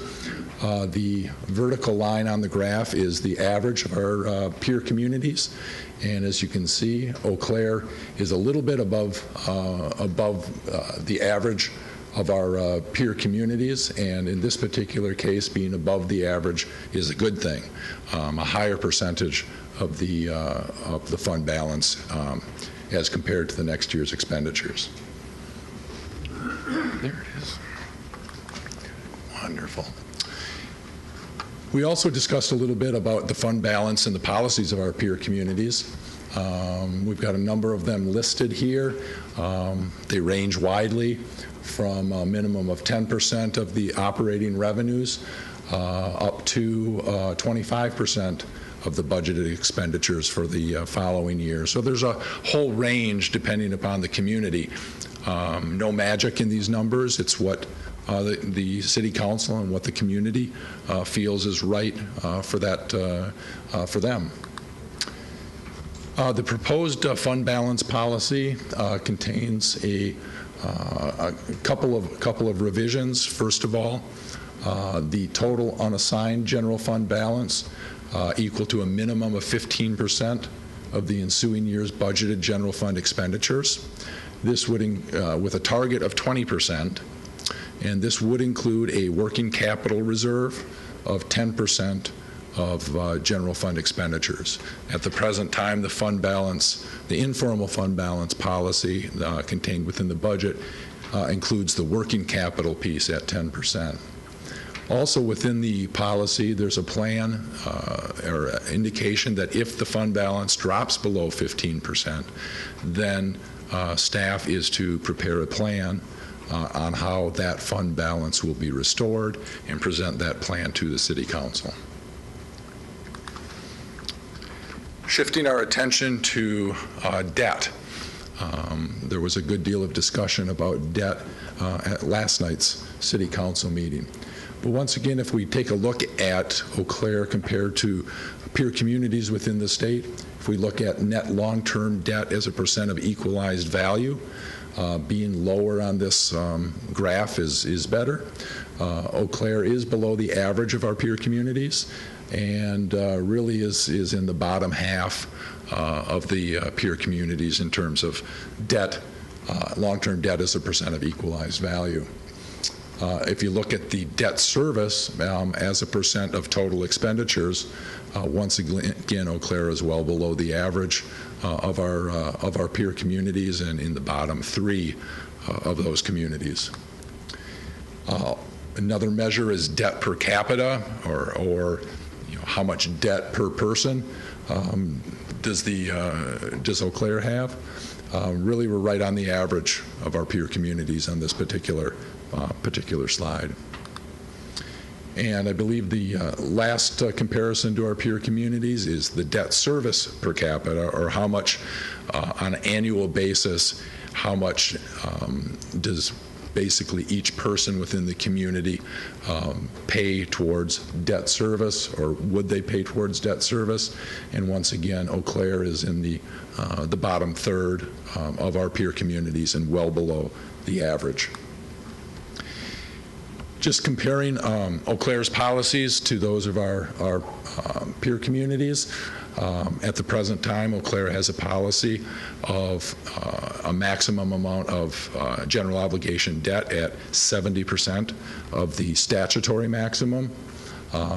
Peer communities range from a low of 40% in Appleton, and other communities don't have any particular restriction other than the statutory maximum.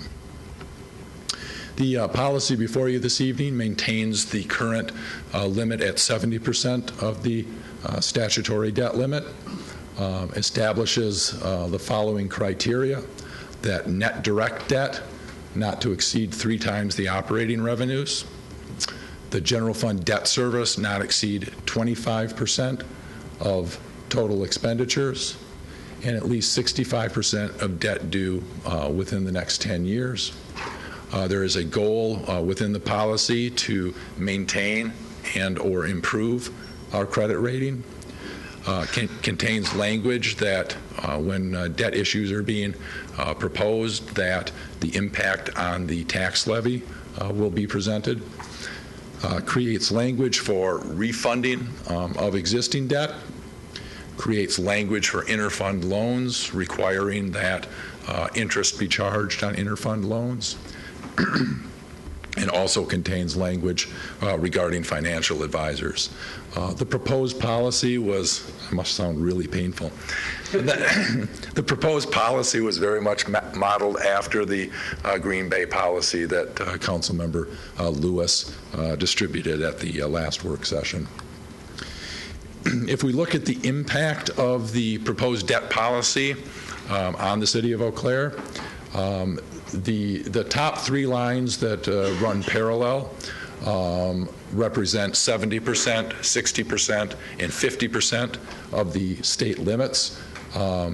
The green line that then diverges in 2013, I think it's green, that represents what our current debt is, as well as the upper line being adding in what the debt that's projected within our capital improvement plan.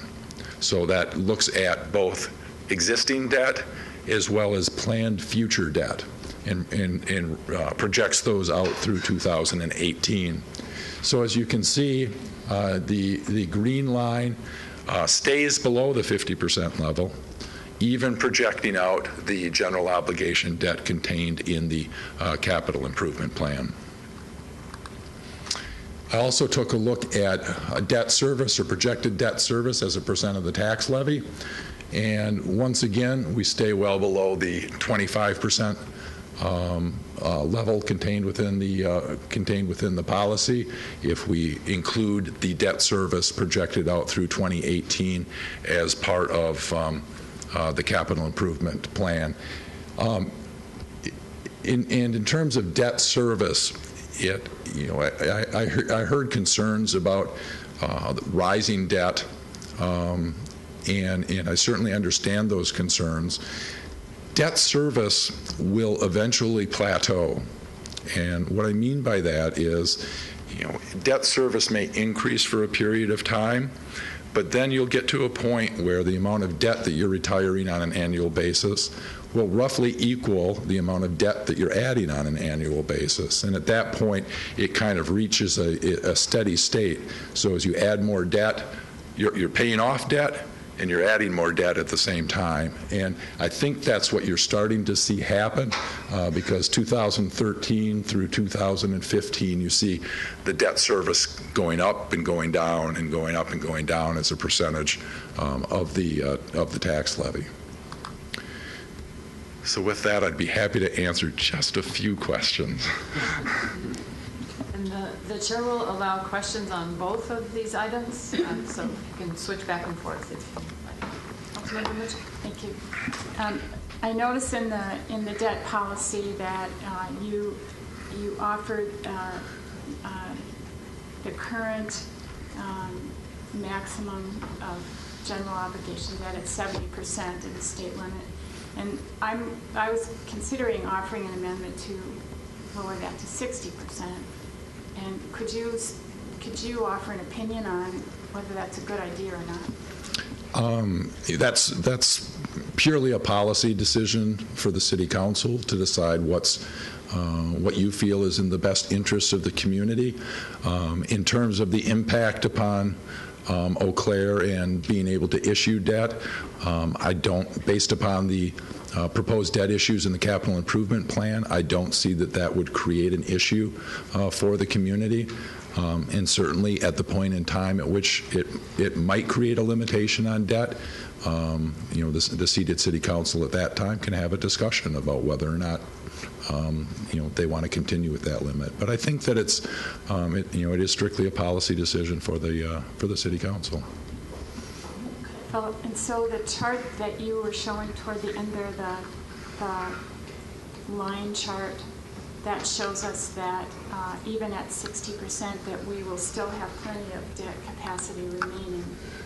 That's correct. In fact, we don't even, like I said, we don't even reach the 50% level based upon the projections in the capital improvement plan. Councilmember Van Hayden. Yes. Just to make sure we're all clarified, when we talk about general obligation debt, we're talking about general obligation debt of the general fund and the general obligation debt of the TIFs. Or are we just talking the general obligation debt of the general fund? We are talking the general obligation debt of the general fund. However, with that being said, when I projected the debt out, I included the debt and debt service for the TIF districts as well. So in the existing number, it only includes the general obligation debt of the general fund, but in the projections, it includes the TIF districts as well. Okay, and the question I'm getting at then is, what is our policy? Is our policy to include the debt of the all general obligation debt, or just general obligation debt of the general fund? General obligation debt is general obligation debt is my answer, and I don't know if the city manager has a different answer. So we're including all general obligation debt, no matter which fund it is in, stormwater, general fund, TIFs, etc. The second thing would be, just as a follow-up on that, follow the same definition, state trust fund loans as defined in here. Those would be similar to what we'd classify as general obligation because of their normal nature being a requirement? If they're backed by the full faith and credit of the community, okay, and I believe they are included in the statutory limit. Revenue debt is not included. So if we have clean water fund loans or wastewater loans, that revenue debt is not included in those numbers. Okay, thank you. Councilmember Luke? Councilmember Van Hayden. The one last thing is that we now have incorporated in here the interest on advances or interfund advances. So this would now include all of the advances that are currently existing in the TIFs. They would start paying their interest. I hesitate to answer that question because those loans have been made. Yeah, those loans have been made to those TIF districts in the past. But you know, I mean, I'm going to defer to the city manager on that question. I think that's something that maybe for another discussion, but it's clearly the intent of the policy is everything going forward would carry that. We'll have to go back and look at the arrangements that were made at the time those previous interfund loans were made and look at that authorization. So, but clearly this policy would identify interfund loans going forward under the terms and conditions of this new policy. Thank you. Thank you. And Councilmember Lewis? Yes, the new maximum amount of indebtedness at 70%, you showed a slide that said we always had that. Was that in writing or just an assumed that it was 70% because that was the state standard? Well, the state standard is 5% of equalized value. The City of Eau Claire's policy has been really 70% of that number. That has been contained it's in the budget book. It's a written policy within the budget book. So when the city council adopts the budget on an annual basis, it's adopting that policy as well. That being said, before you this afternoon are what are called council policies. And from this point forward, those policies will exist outside of the budget book. Those are policies being approved by the city council, and so you know, those will be formal policies of the City of Eau Claire. Okay, I appreciate that. I thought when we went through our discussions that we actually did not have it in writing, that we had been assuming about this 50% we've been running at, but I guess this is different. Mr. City Manager. It was a policy adopted by the City Council and was in writing. Okay. And I believe at one of the earlier work sessions, either number 1 or number 2, maybe even into number 3, we gave you the written language of what the current debt policies were, and those were adopted and in place, which includes the 70%. Councilmember Joyce. On the interfund loans, I'm reading the language here. It says, quote, interfund loans shall be repaid with interest at a rate similar to the average cost of borrowing funds from external markets. And you said that applies to all interfund loans hereafter. Am I correct? That's correct. All. Well, I wanted to make sure because we're dealing with some of the interfund loans that exist now. And since those loans exist internally between the city and itself for entities of the city, correct? Yes.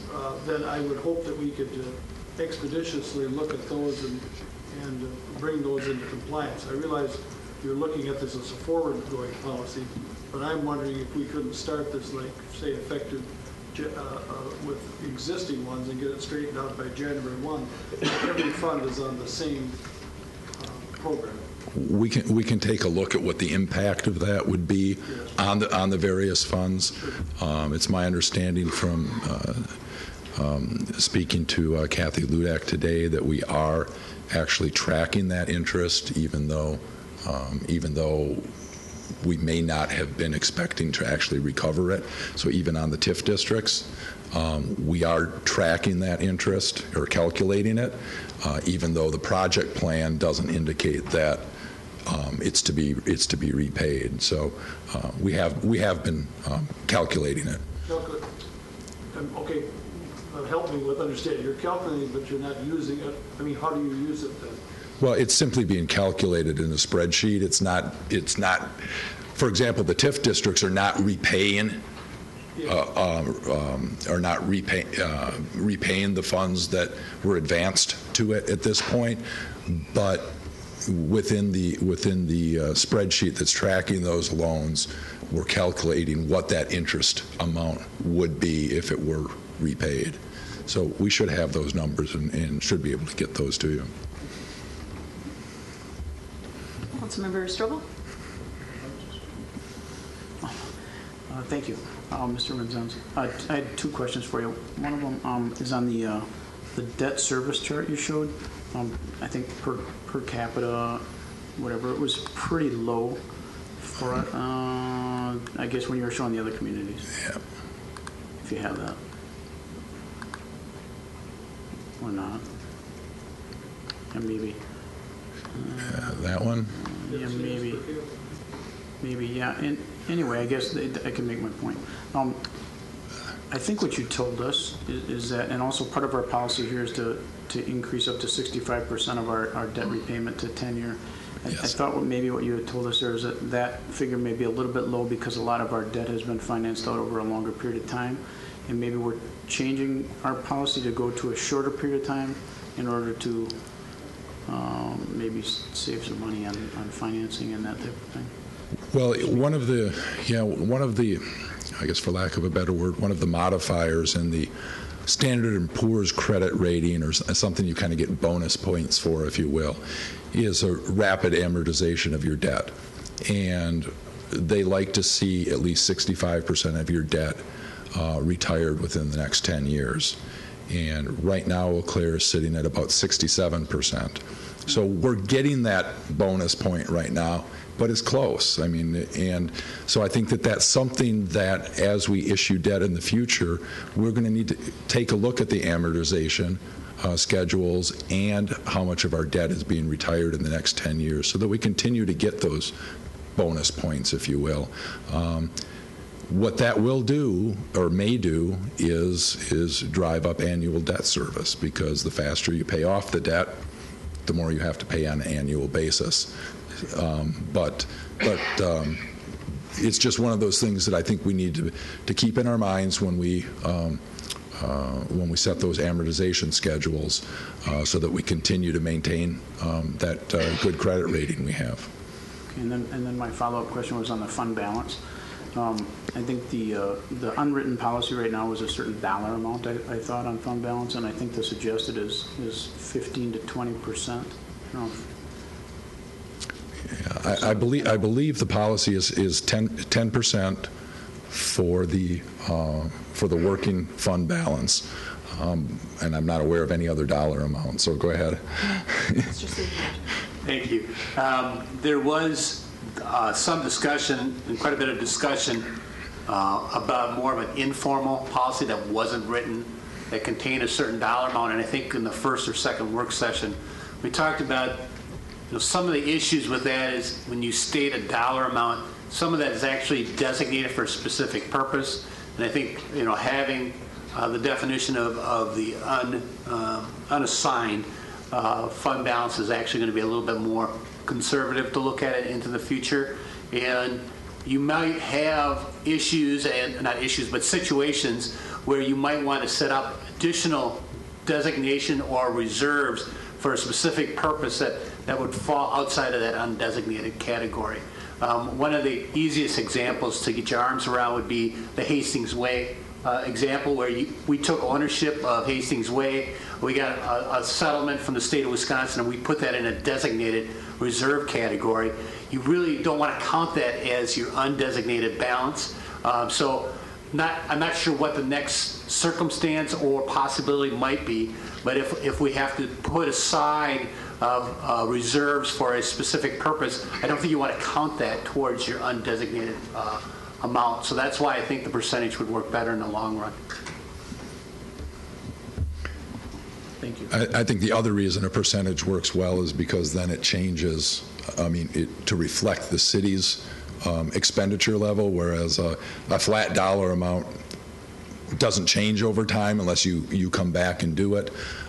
It's kind of like the bidding requirements under the statute, under state statute. At the time that they were set, it was a very reasonable dollar amount, but now it's incredibly low. Councilmember Von Hayden. Yes, just one last item.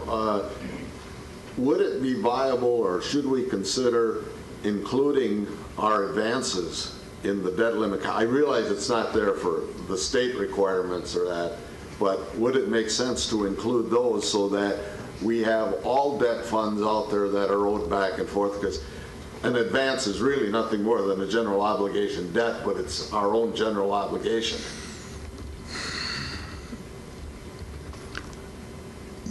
I wouldn't recommend that, but that's certainly, I think, a policy decision for the city council. Those advances, I don't think are backed by the same full faith and credit as general obligation debt is, and defaulting on those advances is basically failing to pay ourselves. I think they're a little bit different. Mr. City Manager. And the only thing I would follow up is, again, within the statute, there's a statutory definition of the general obligation debt, and that the dollar amount, that 5% of the equalized value, is a statutory limitation, and we've kind of built our policy based on that. As Mr. Wenzen has indicated, you can certainly do that. I think when we portray our debt load to the rating agencies, they take a look at the actual obligation to outside bondholders, and I think that falls in line more with the definition within the statute. Councilmember Mitchell. Thank you. Mr. Winsens, one of the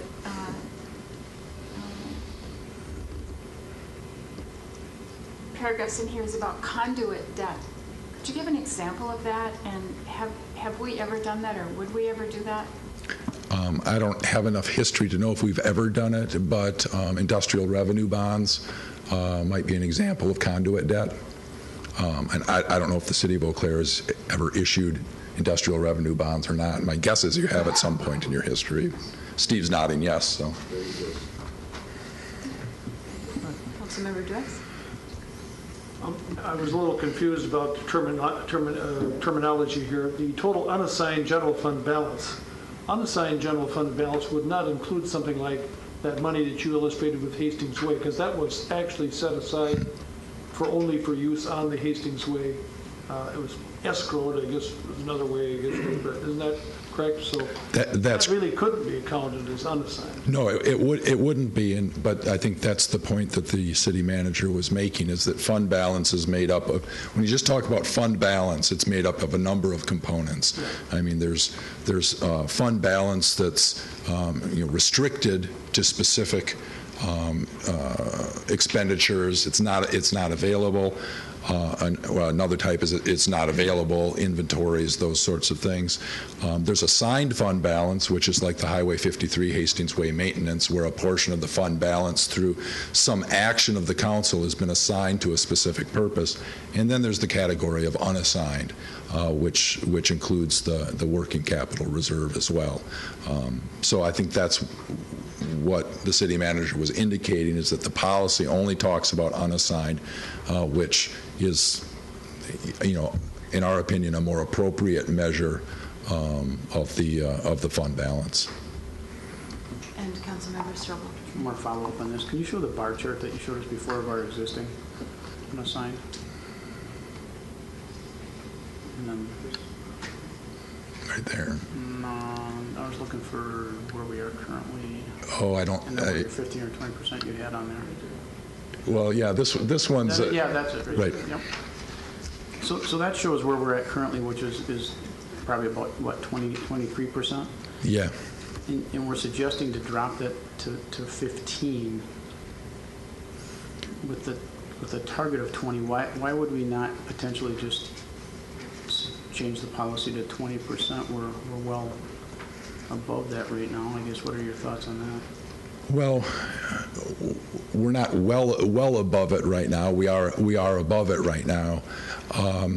It just has to do with the flexibility that the city council wants to maintain, and the level of fund balance. 15 to 20% is appropriate. It's I think I indicated previously that the Government Finance Officers Administration, basically recommends 2 to 3 months of expenditures and fund balance. So this is an appropriate level. One of the things that the city of Eau Claire has historically done on an annual basis is use a portion of the fund balance for capital expenditures.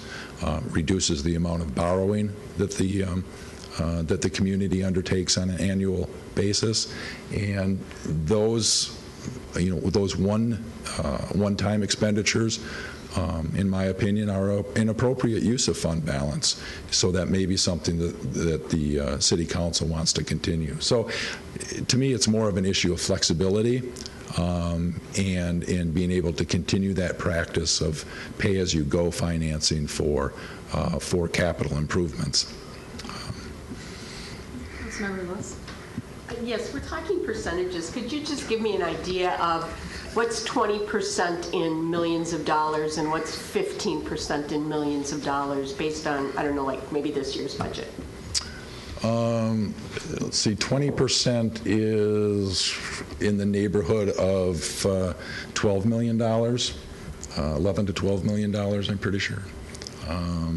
So 15% would be in that $8 to $9 million range. And Mr. City Manager, I fed your light on a while. I apologize. It's okay. If I may digress back to the question from Councilmember Duex, and I would like to call to your attention the proposed policy. It's on page 80 of your packet. We, as part of the policy, have identified the different classifications and categories of fund balance. So if you ever get confused on the definition of fund balances, we have those categories listed on page 80. And then to address Councilmember Strobel's previous comment, I think the thing to keep in mind, no matter what percentage you feel comfortable with, and I know we had some discussion about doing this prior to the budget, but the biggest part of this policy that Finance Director Winzens did not cover is the whole part of doing this as part of our annual budget process. On page 81, the very first procedure on our fund balances, as part of the annual budget process, the Finance Director will estimate the surplus or deficit for the current year. So as we're looking forward to the 15 budget, we're going to give you a review of what's happening in 2014. And prepare a projection of the year-end fund balance. So as we look at 15, we'll look at where we're going to be at the end of 2014. Such projection will include an analysis on trends in the fund balance levels, and the historic and future projections. And that gets back to the culture and philosophy of whether or not we have fund balance available to fund those one-time capital expenditures instead of going out and issuing debt. And we can make sure that we have adequate fund balance moving into the forward.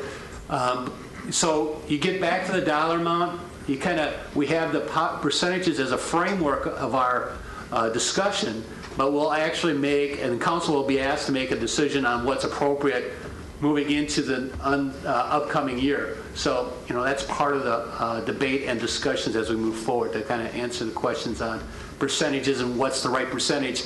And, there are communities that say, we want to, over a period of time, set up fund balance for a large purchase, a capital asset. Sometimes you may want to set aside a little bit for like a 5-year period and say, when you get to that part, buy the capital asset instead of borrowing money for it. So those would be some of the individual decisions you'll make from a year-to-year basis. And some years you might want that a little bit higher than the 20%. Sometimes you might want to bring it down to 20%, depending on the needs of the community. Okay, thank you. I think we're at the end of our questions. For now, perhaps. So we'll start taking the policies for discussion by moving the fund balance policy on page 79. The resolution's on page 79. On a motion, I think we're around to Councilmember Von Hayden and Emmanuel. The item 17 is moved, and that brings discussion in order. Councilmember Von Hayden. Yes. This discussion came up primarily because some of us council members, Kathy Mitchell and a couple others at each of our budget sessions were looking at it saying, what's happening to our fund balance, because it continues to deplete each year by a small amount. And so we were saying, hey, what are we going to do to more effectively monitor where it's at so we can stop the bleeding on the fund balance? We got to do something to turn the tables. This also included our capital debt. We had the reverse of that. The capital debt was continuing to go up. So we said we have to adopt some policies going forward on this. I kind of agree with Councilmember Strobel that we're setting the percentage a little low on 15 to 20%, because what that does is, based on our current unassigned fund balance, provide us again an avenue to reduce it rather than to effectively do what we want to do, is stop the bleeding and increase the fund balance. Now, however, I think the policy is very good to get set and go forward with, and as we do our budgets in the ensuing years, we can take subsequent looks at this and say, are there some things we have to do to tweak the policy to make it more efficient? Because one of the things we have to do, and I appreciate this being put in here, that we take a hard look at what potential impacts any of these decisions would have on our bond ratings, because one of the things that's very interesting, right now interest rates being low, it's not bad borrowing money. But if we would have a major negative effect on our bond rating and interest rates would start climbing slightly, all of a sudden we would see our taxes go up significantly on this. And so we've got to have a policy to control these types of things, and hopefully that adopting this policy will be the first step in many steps as we go forward in refining this to get it for the best interest of the city and the taxpayers.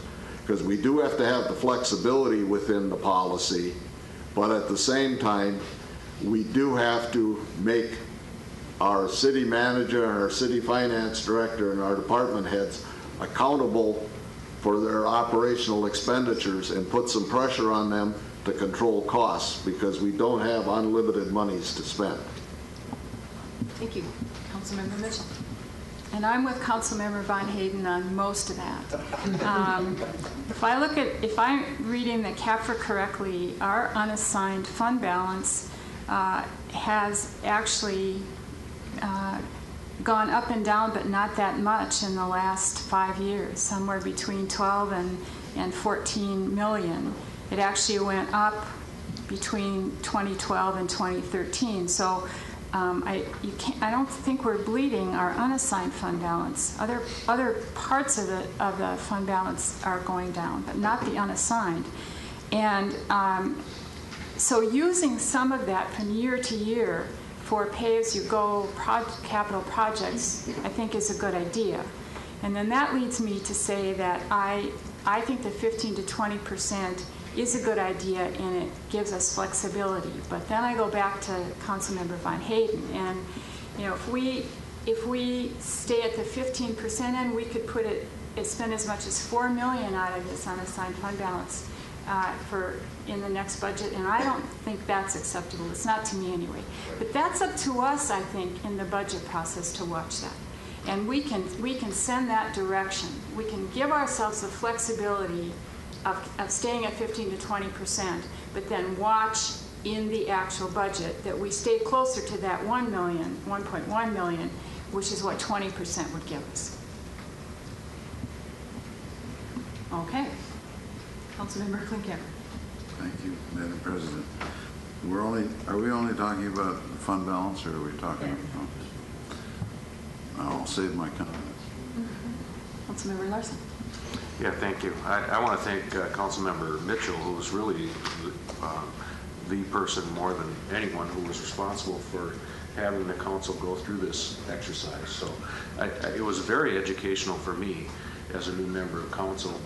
And, I don't remember, I agree with some of what Mr. Von Hayden said too, but I don't remember the conversation being because we were concerned about bleeding in our budget. In fact, I think there was only one member that used that word in our discussions. But it was very educational.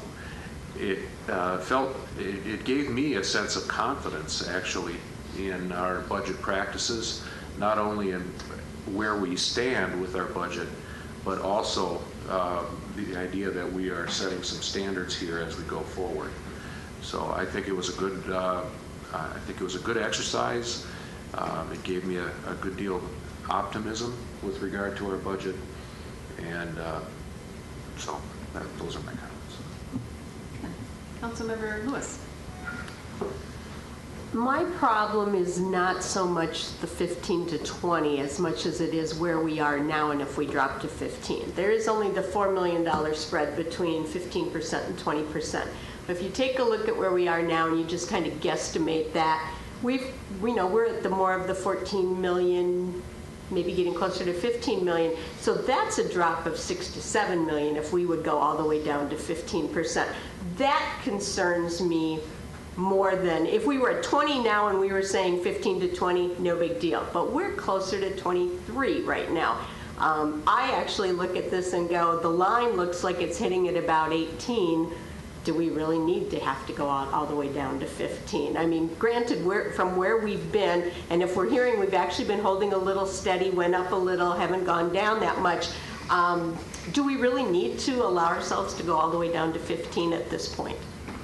So I'm not sure if we're making motions or anything now, but I would be considering saying that we would be in an 18 trying to stay at 20 rather than going to 15. But that's where I look at it, is the swing of where we are now, not necessarily the swing 15 to 20, but from where we've been historically, then we drop quite a bit if we went to 15%. Okay.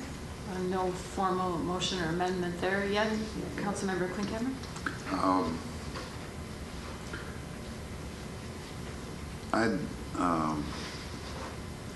If we went from where we're at to 15%, it would be our fault.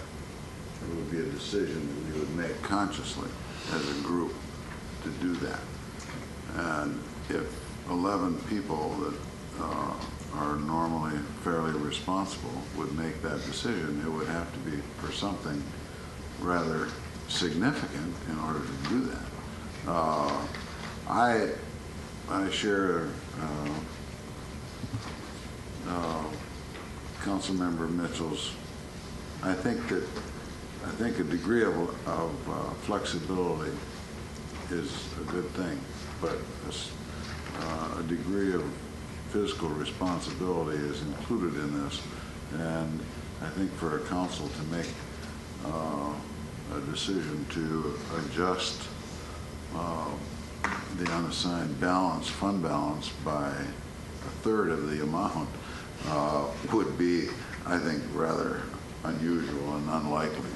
So I think the benefit of having some flexibility would be a positive thing. Councilmember Von Hayden. Yes, I just want to comment on Councilmember Mitchell's comment on the unassigned fund balance going up. This is one of the things that when you get into the accounting of this thing, it becomes kind of a tricky wicket. The only reason unassigned fund balance went up is we transferred monies and paid off some advances between a couple of the other funds, and that went down.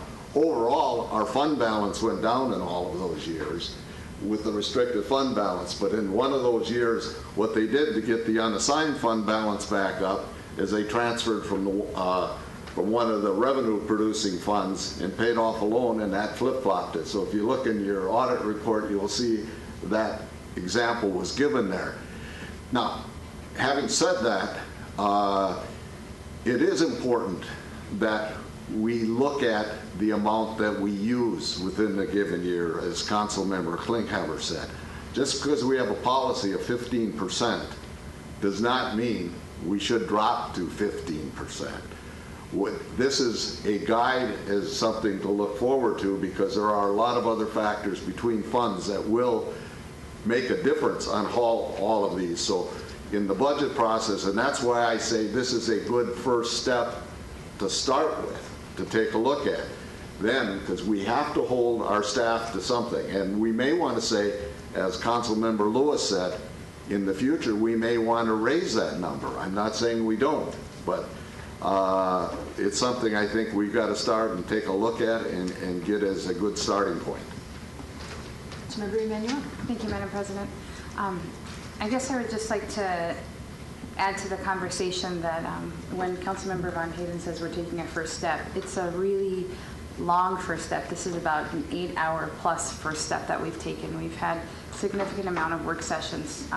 Council and staff have had really excellent free-flowing conversations. And so for folks who might be listening to this conversation for the first time today, this really reflects a significant amount of work from staff and the council coming in off of our regularly scheduled sessions to have this discussion. And it was really helpful to ask clarifying questions for us who are curious about certain aspects of the budget. It was very, very helpful. And I think what we see here presented to us, even though we hear certain points of maybe disagreement, for the most part, I think this document reflects a lot of consensus, which is quite a feat for 11 folks up here and with people who are staff members who are professionals in this realm. So it's a good reflection, I think, on council and the staff working well together to serve the public. Thank you. Councilmember Joyce. I think when we take a first step, it's an important one because we have not taken many of these steps with policy. And it's very important that we be reviewing policy, even whether it was written or unwritten, or haven't looked at it for 20 years, or we haven't looked at it for 2 years. The discipline of getting onto policy is the work of a council. And that engagement worked very well here. I think it went on a lot longer than probably some of us expected, but it was worthwhile. And with the new finance director, obviously there's new eyes to even be looking at this. So I think this is something that prior councilmen, I think, would say that this was great, because a lot of people when they first come on council are confused about these policies, about how this operates. And they've always said, I wish I understood this better.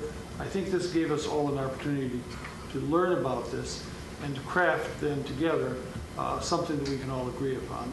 And that's, I think, a lesson for us to carry forward for other issues, that we need to process things. It's great to have everybody thinking and adding to the conversation. Thank you. Barring further discussion, The item has been moved and discussion has ended, so the chair will ask the clerk to call the roll. And I vote adopts the fund balance policy as outlined. Ready? Yes, we're ready. Councilmember Zhang. Aye. Duax. Aye. Emmanuel. Aye. Kincaid. Aye. Klinkhammer. Aye. Larson. Aye. Lewis. Aye. Mitchell. Aye. Strobel. Aye. Von Hayden. Aye. Worthman. Aye. And that resolution passes. Item 18 is a resolution amending the debt policy for the city of Eau Claire.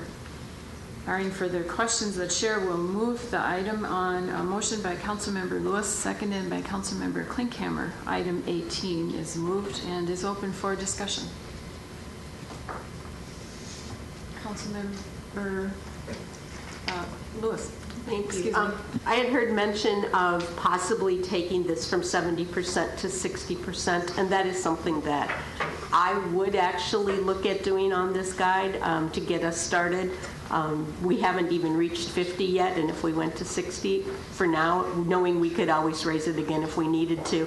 So I don't know if we want to have some more discussion on that, but I would like to see a motion for that in the future. Sure. That's a good way to handle it, to let us know what you're thinking, and then we'll, that's good. Councilmember Klinkhammer, we'll get back to you from your previous question. Yes. Here you are. Waiting with bated breath. You know, a lot of the work that we do is, well, all of the work that we do is important. Some of it is more perfunctory than others. And the concern, the debate that we just had about fund balance is important, but I think the policies that are included in our debt policy probably are going to do more to strengthen our, or at least as much, to strengthen our bond rating and to improve our fiscal picture than the fund balances. But I think that, as I said, I feel that this is some of the most important work that we've done in a long time, in the time that I've been on the council. I think that future councils will look back at this and think, this is good policy. This is a good guide. And I think that it will benefit us in the short term, and it will benefit future councils in the long term. And I definitely will benefit the city and our taxpayers. Thank you. Councilmember Mitchell. Thank you. And I agree with Councilmember Klinkhammer. And I think that if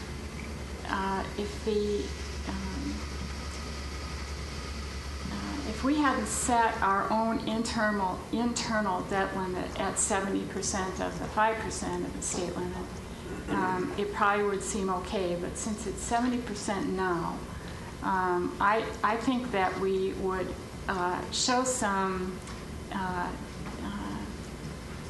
good faith to the public if we were to change that to 60%. I agree with Councilmember Lewis. And just tighten up that internal debt goal a little bit. It's actually not going to make that much difference because we're not even close to that. We're not close to 50%. But I think it shows that we are paying close attention to the debt issue and that we're wanting to be responsible with using our debt policy. Well, I think we're ready for an amendment then. A motion to amend. You want to make one? I'll make one. So on page 87 of your packet, under debt limitations, A, if we just change 3.5% to 3% and 70% to 60%. I'll second. And anywhere else in the policy that needs to be changed, that's the one part I found. Seconded by Councilmember Lewis. The motion is on the floor as, did you get that, Madam City Clerk? And changing the policy there is referenced in the resolution, so do we have to change the resolution at all let's see.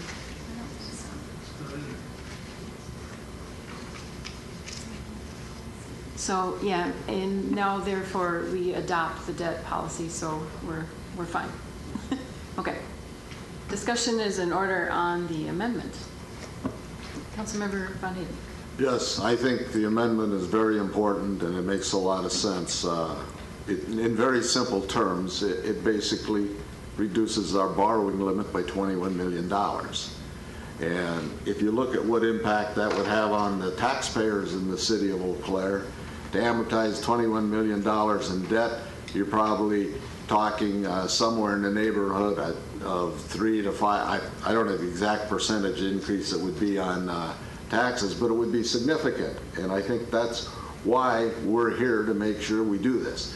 Now, if something would come up in the future where it is necessary for a factual thing, at that point in time we can take a look at it. But it's time we put some harder guidelines on so that we do try to be as efficient and effective as possible to protect the taxpayers of the city of Eau Claire. Okay. Further discussion on the amendment? Those in favor signify by saying aye. Aye. And those opposed? The motion or the resolution is amended as indicated. We're back to discussion on the resolution on page 84. Further discussion? There being none, clerk, please call the roll.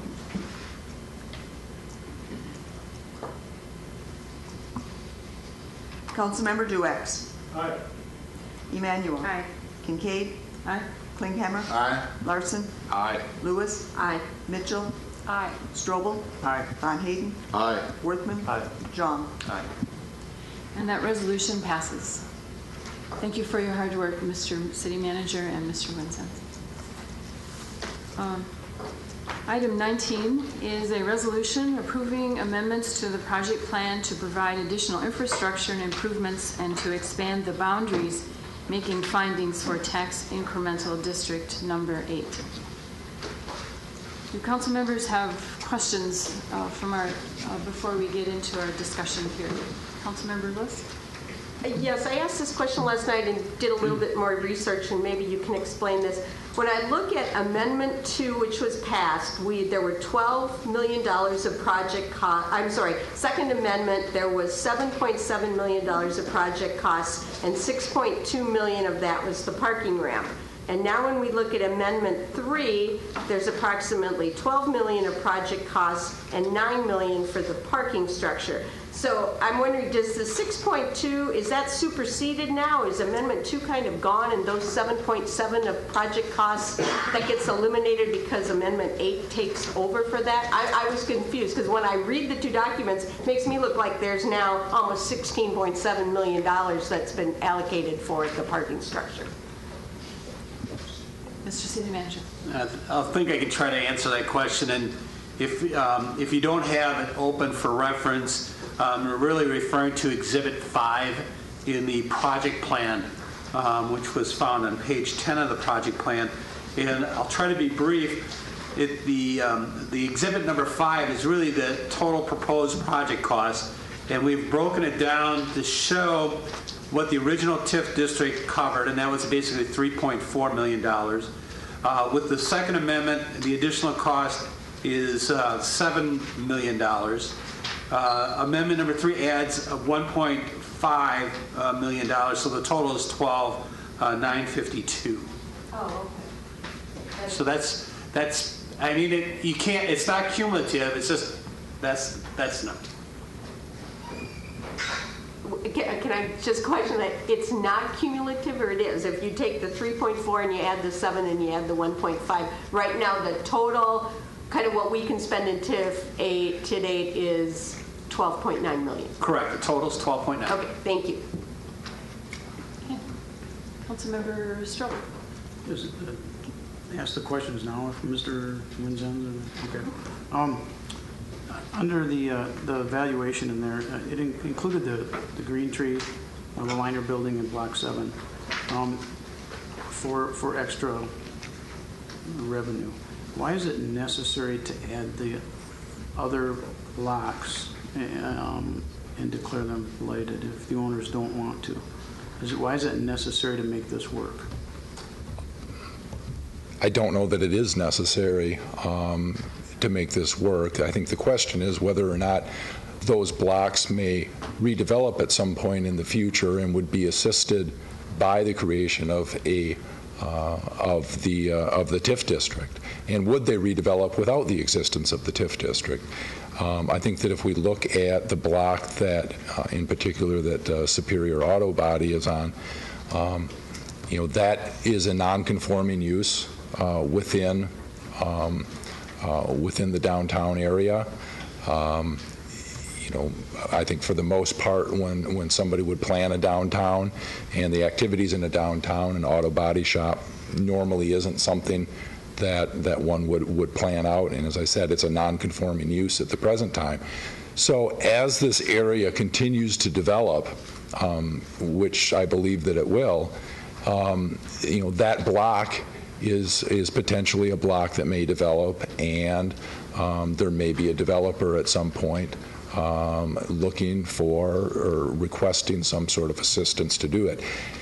Again, it's a plan, and as such, we're trying to project out into the future what may or may not happen, just like when the original project plan for TIF number 8 was created. So, and then as a follow-up to that, so correct me if I'm wrong, you could include those properties within this TIF and not declare them blighted.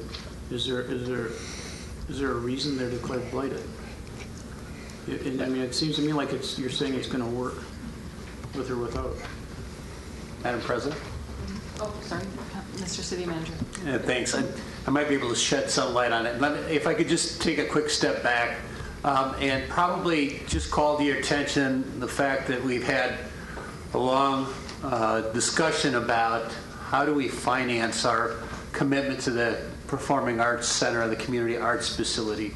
And if you recall the actual pledge resolution that had some discussion last night, when we made the pledge for $5 million, we did not want to impact the property taxpayer and our community, the general taxpayer. And actually, one of the last conditions of that pledge included the commitment for this body, to the City Council, to look at and consider the possible amendment to Tax Increment District number 8 and possibly creating a new tax increment district. One of the premise on this was really to finance part of the pledge to the community arts facility. Initially, we were looking at whether or not we could do all of it or whether we could do half of it. Right now in the project plan, we have 1.5 of the $5 million. Some of that also gets into some of the discussions that we had last night with the potential to create a parking structure behind the post office site. So those are the rationales used to create the amendment. You create the amendment, and to make all of this potential financing plan work, we need a new value to come into the district, and that's why additional property is being recommended to be added, namely the Green Tree Hotel and some of the property behind that. To get back to the definition and standard, because this is a blight TIF district, 50% has to be blighted. So we looked at that district in total, and we looked at the property, and we wanted to make sure we met and continued to meet the requirement that 50% of the property is blighted within that district. And that's the finding you're being asked to make this evening. So that's kind of taking a step back and look at how we got to where we are. And to answer your question, when you look at adding the territory, you still have to make sure you meet the criteria of having 50% of the area blighted. We'll come back to you, Councilmember Strobel. In the interim, Ms. Merle, would you be so kind as to print me a copy of the resolution on page 92, 93, and 94? Thank you. Councilmember Mitchell. I'll bring this up now because I think it's part of a kind of question period as opposed to discussion. But as a result of the hearing last night, someone mentioned that they had talked to the Department of Revenue and talked to a person there who said that there were problems with cities abusing blighted TIF districts. And so I called the Department of Revenue today and talked to that woman. Her name is Mary Lou. And I asked her directly, because although this wasn't said, you could infer from the comments that there were problems in Eau Claire. So I talked to her and I asked her, this is a woman at the Department of Revenue who handles TIFs and TIF issues. And I said, do you know of any problems with the city of Eau Claire and its use of blighted TIFs? And she said no. And I said, are you aware of any issue or any problem in the past or currently? And she said no. She did say, however, that some people that had gotten in touch with her, and I guess more than one person from Eau Claire had gotten in touch with her, who said that they were unable to get a copy of the project plan. So I guess I say that now to the public, that it's on the city website. It's been there for a long time, and maybe people just didn't know how to access the city website. Thank you for that information. Councilmember Van Hayden. Yes. Following up a little bit on what Councilmember Strobel said, in looking at the projections in TIF 8 and looking at the valuation changes that are projected in there, adding these properties had a very nominal impact on TIF 8. The real thing in TIF 8 that makes the huge difference is the amount of parking fees we're charging for. In fact, parking fees would more than weigh out if we went to a reasonable parking fee charge in there for the parking ramp. It would outshine anything we're doing by adding these other properties. Now I'll get to my question. How do we notify the places that they're being considered as a blighted or this type of thing? I know it's posted in the newspaper, but a lot of people don't read the classifieds or see those. So do we actually contact all of the property owners and talk to them that this really isn't blight, but is merely something that, looking at it, as your statement was, a non-conforming property that maybe doesn't quite fit in the downtown district, which I have a little hard time telling one of our major businesses they should get out of downtown Eau Claire, but because I don't think that's what we're intending to do at any point in time. But how do we do that? Sure. We mailed a certified letter to every owner of record, so every property owner of a property that was being designated as blighted as part of the project plan. So, and that is required by statute, that we make that notification. We did not follow up with personal telephone calls or the such to the individual property owners, although the letter did have my name and contact information on it. And I know I got a call from at least one property owner who south of the Eau Claire River, asking about it. Okay, so there was a formal letter being sent out. This was one of the questions that was asked, and I wasn't sure if that was, because I know it had been out in the classified part, but the lady that spoke last night, I kind of felt the way she was saying it, she didn't really say she was notified in advance. But. Well, and we didn't notify tenants. We notified property owners. So I don't recall if she was an owner or a tenant, but if she were a tenant, she would not have received a direct notification from us. And the only one, you said you only had one concern expressed, or? I only received one telephone call, yeah. Thank you. Councilmember Lewis. Thank you. What we heard is the $1.5 million is to help us pay the pledge. Why do we need to approve this Amendment 3 now, then, to move forward with that? I know there's been talk sometimes it's about property valuation and getting things on the books at a certain time, but I'm just wondering if this wasn't really to get more money in the coffers for parking, which we also haven't approved, but is there a reason we need to approve Plan 3, Amendment 3, prior to knowing a little bit more about what's going to happen with the money from the state?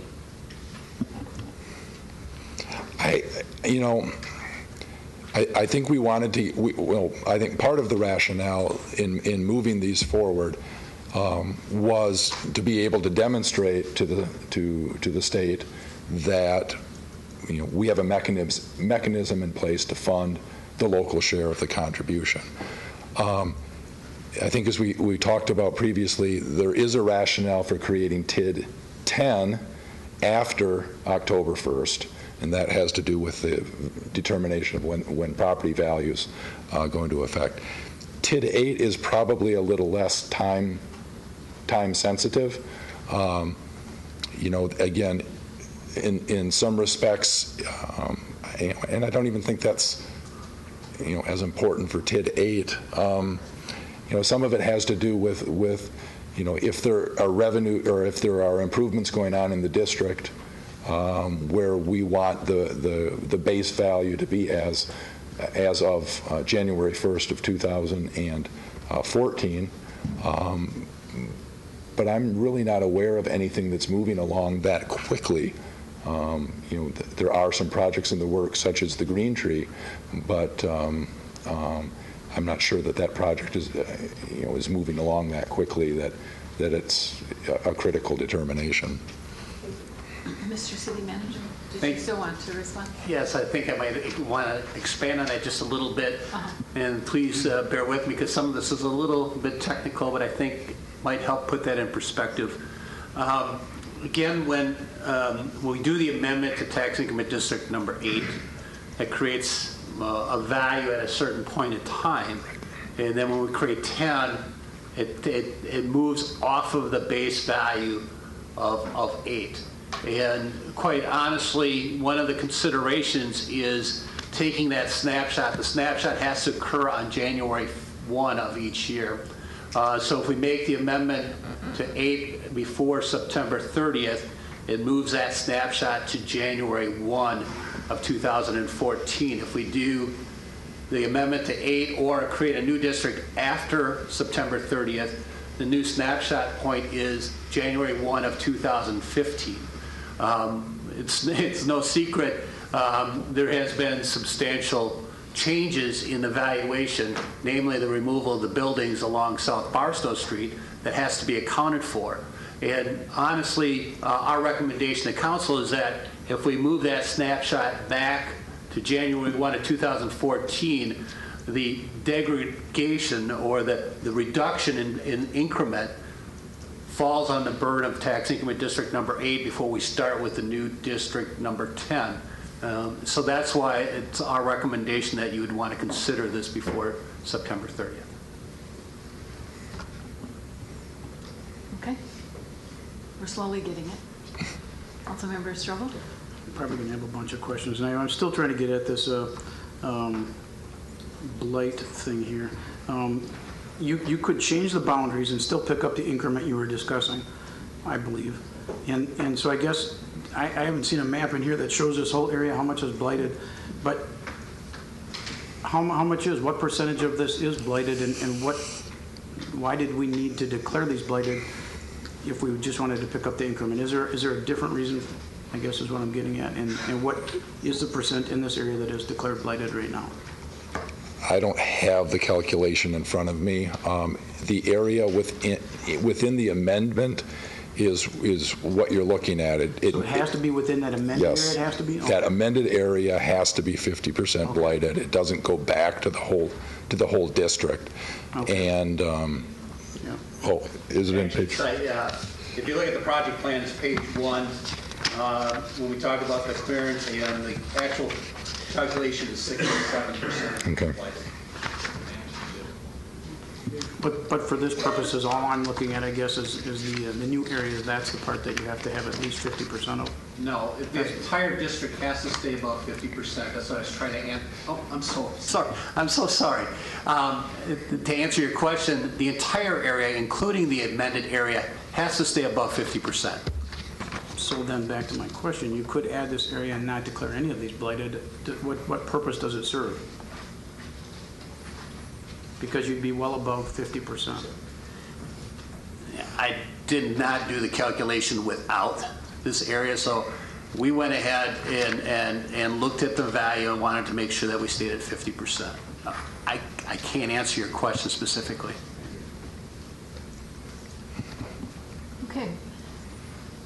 think we're in a question. Any further questions? If not, I'm going to move the item so we can move into a discussion period. If we just follow our habit, we are at a point where in which Councilmember Duex would be the mover. And seconded by Councilmember Zhang for item 19. So we can continue discussion. Is that acceptable? The chair moves and seconds the item 19, and it is open for discussion. Discussion is in order. Councilmember Lewis. Well, I just found it a little bit disturbing that last night we heard that Superior Auto Body has purchased additional land so that they can do improvements, which will definitely add to the tax base down there, only to hear that if we put them in a TIF and somebody else comes along with a better development, we would say, well, we like what you've done, but you're gone, we want to do something else. So I'm a little concerned that we have a business that may be thinking of doing something nice and just heard here tonight that, well, you're really non-conforming and you can go ahead and expand, but we could actually push you out. I think that requires some clarification, that statement. Mr. City Manager. And I'll try to reemphasize the point I made last night, is just because a property is declared blighted doesn't mean we have an intent to go in and kick them out or buy the property. And I think you need to understand that. The other side of the coin is, while we have limitations of how often we can change the area and the boundary, and the limitations you heard last night, the 4 amendments, we can amend the project plan as often as we want for specific projects. And likewise, if that Superior Auto Body wanted to expand, it was looking for some assistance in one way, shape, or another, whether it was street improvements, whether it was utilities, whether it was something else, it's now eligible to come and ask for that. And so it's actually a benefit as opposed to a negative. Councilmember Duex. I think with respect to this particular issue, and I just want to speak to that, where this becomes very difficult, and we heard the testimony last night, there's 2 or 3 different definitions of blighted, depending on how what they're serving. One is for RDAs to clean out blight in the community, and another one is for establishing TIF districts.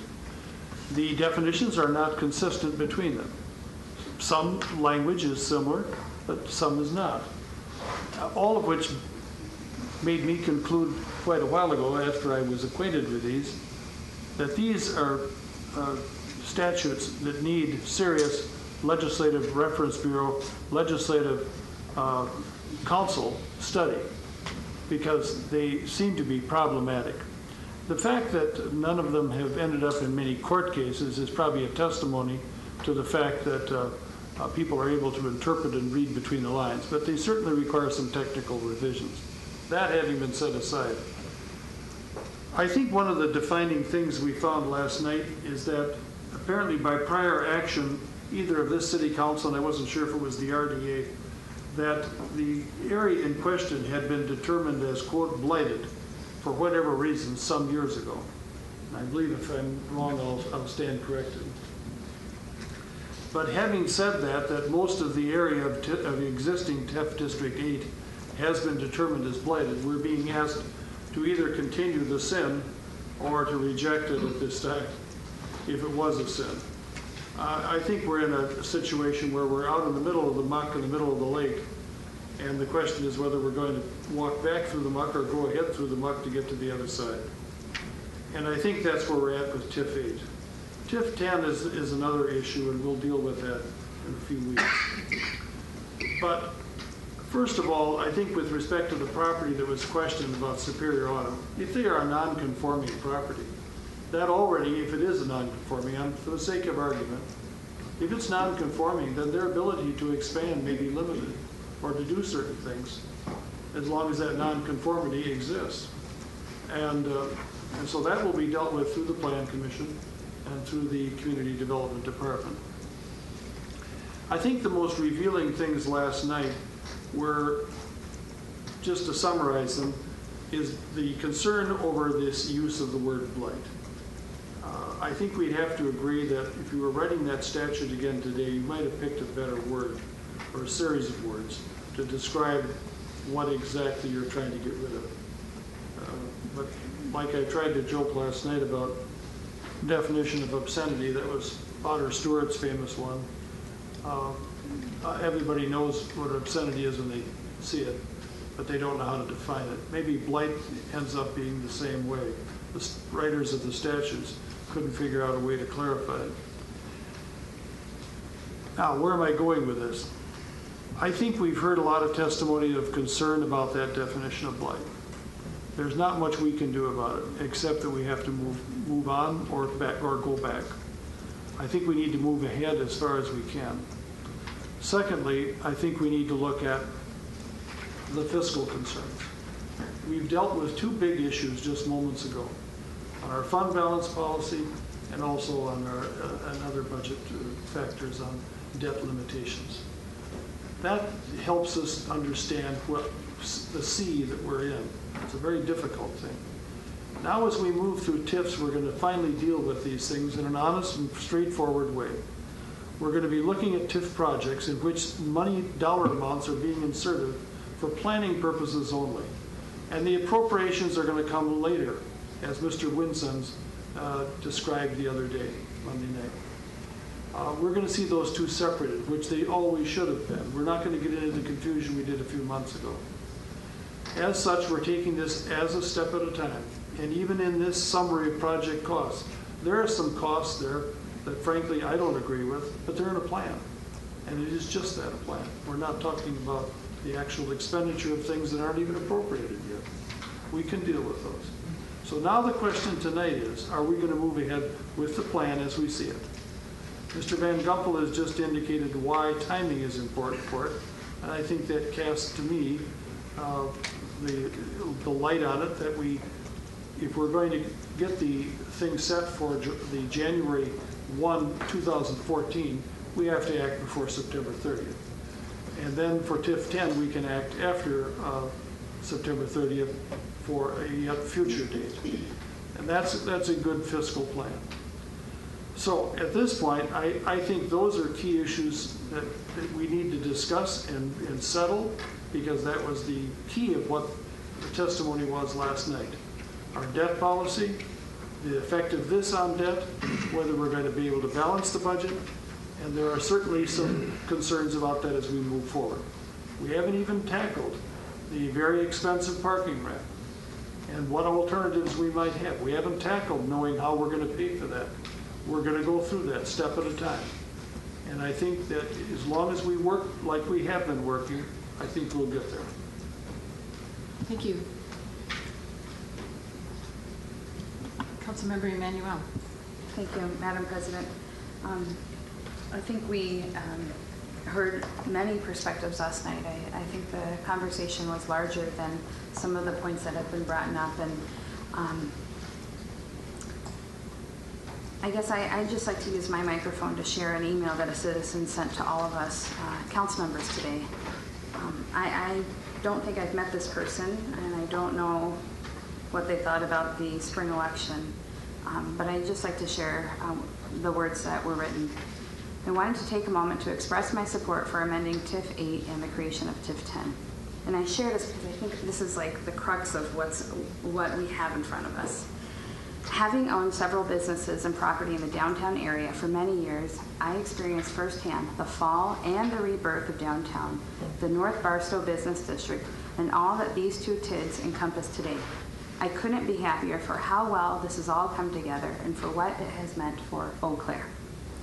As a realtor, I have learned that people do not move to Eau Claire solely for a job opportunity, nor do they decide to stay in Eau Claire for just the employment that they currently have. They come and they stay because of all the good things that come with this city, the growth that it strives for, the culture it has created, the economic strength it continues to build on, and warmth and character that comes with all of that. These attributes that this city holds true are created by the smart, open-minded, forward-thinking residents, business people, administrators, and council members that have come to realize that we need to look at the big picture. and all of the different pieces that define, shape, and mold the city. I trust in you and your passion for the city, and I hope that you will vote in favor of these 2 items. And as we know, we will only be considering one of these items tonight. I also reflect to the division that we continue to hear, the parallel perspectives, and I respect our democracy that we can come and disagree with each other in such a relatively peaceful fashion. Even if it's not my viewpoint, once I've calmed down and have had a couple of days away from council, it's great where we live. There's a lot of countries and communities that wish they could fight about this type of conversation. I wish we weren't fighting about it anymore, but given the fact that we get to argue about it, we're pretty lucky. I'm really compelled to support, of course, the confluence. I've been a strong supporter of it, so no one will be surprised about that. But I just think, in the end of the day, we had an election. We voted on this, and I think that it's appropriate for us to honor that. I'm sorry that we continue to have a vision, but as I see it, we've got to honor that. And so I will be supporting this evening. And I really appreciate, again, the continued discussions. And I think this writer hit it on right on target of we need to look at the big picture. And so to me, making these strategic policy decisions allows us to make that big picture. So when we have new people moving to town, when we have people who have lived here for a long time, and everybody in between, that we are building that type of community that we all long for. Thank you. Councilmember Strobel. On to my next question. Thank you.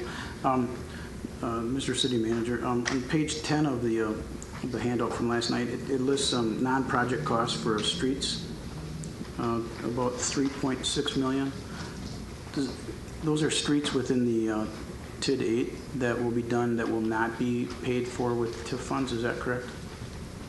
Yes. And I don't know, maybe I can read something, because I guess my understanding was that TIF was meant to be used to do streets and improvements, and that money was to come out of TID funds. There's an article in the paper, Councilmember Emanuel talked about an election. In February, there was an article in the paper, and it says, in TIF districts, the city makes improvements to utilities and roads to entice developers. Those costs are to be repaid by the increased taxable value of the projects. It's a way that the general taxpayer doesn't have to front the cost of the project, because the project itself, the new tax valuation, pays the debt for the improvements rather than the taxpayer. That's from Mike Schatz. And to me, these street construction costs seems like they fit that exactly, but we're not covering those in the TIF. Instead, we've got other things that we're paying for in the TIF that aren't street improvements, so that, to me, it seems that the taxpayers are picking up part of this. I mean, I guess maybe you can speak to that. Mr. City Manager. I guess I'll try to answer that question. It depends upon how you want to look at this. Obviously, these are projects that could be covered in a tax increment district and might under certain circumstances. Clearly, when we identified project costs and potential project costs, we looked at the revenue side of things. We looked at the increment that's going to be coming in.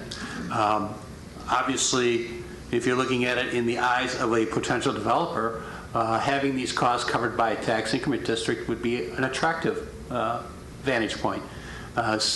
Strictly, staff looked at the requests that came in, looked at the financing generation of increment over a period of time. We wanted to make sure that the projected costs were covered by the incremental taxes collected. And based on that, we were not able to include this additional cost in with the tax increment district proposed cost. Thank you. Councilmember Larson. Thank you. I have I agree with a lot of what Councilmember Duack said a while ago about this whole process. But I have a little bit of a different take on the comments regarding the statutes that define blight. I think the way the statutes are written is one of the things that I wish we had a little bit more of from our legislature, and that is that it allows a broad discretion for our legislative body to do what's right for our community. There's a lot of different, as Mr. Dulac pointed out, there are different definitions in different sections of the statute, and they refer to one another. And what we end up with from that and from the case law is a broad discretion for us, which I think is a good thing. I don't think it's useful for us to cherry pick one section of the statute and say we have to follow that for all of our definitions of blight. That's not the way the statute is written, and I trust the advice that we get from our city attorney and some of the folks that spoke last night, that we do have the discretion to move forward on that. Another question that came up last night was another interpretation of a statute that had to do with whether or not we can move forward with a TIF plan before a development agreement is signed. And I'd like to ask the city attorney to comment on that if he could. Mr. Nick? It's not relevant to this discussion because that's TIF 10, not TIF 8. Point of order has been raised. I think they are related as the question was posed, the written question that Councilmember Larson advanced to the city attorney. I would add to that, isn't there a $1.5 million tax grant to the Confluence project in TIF 8?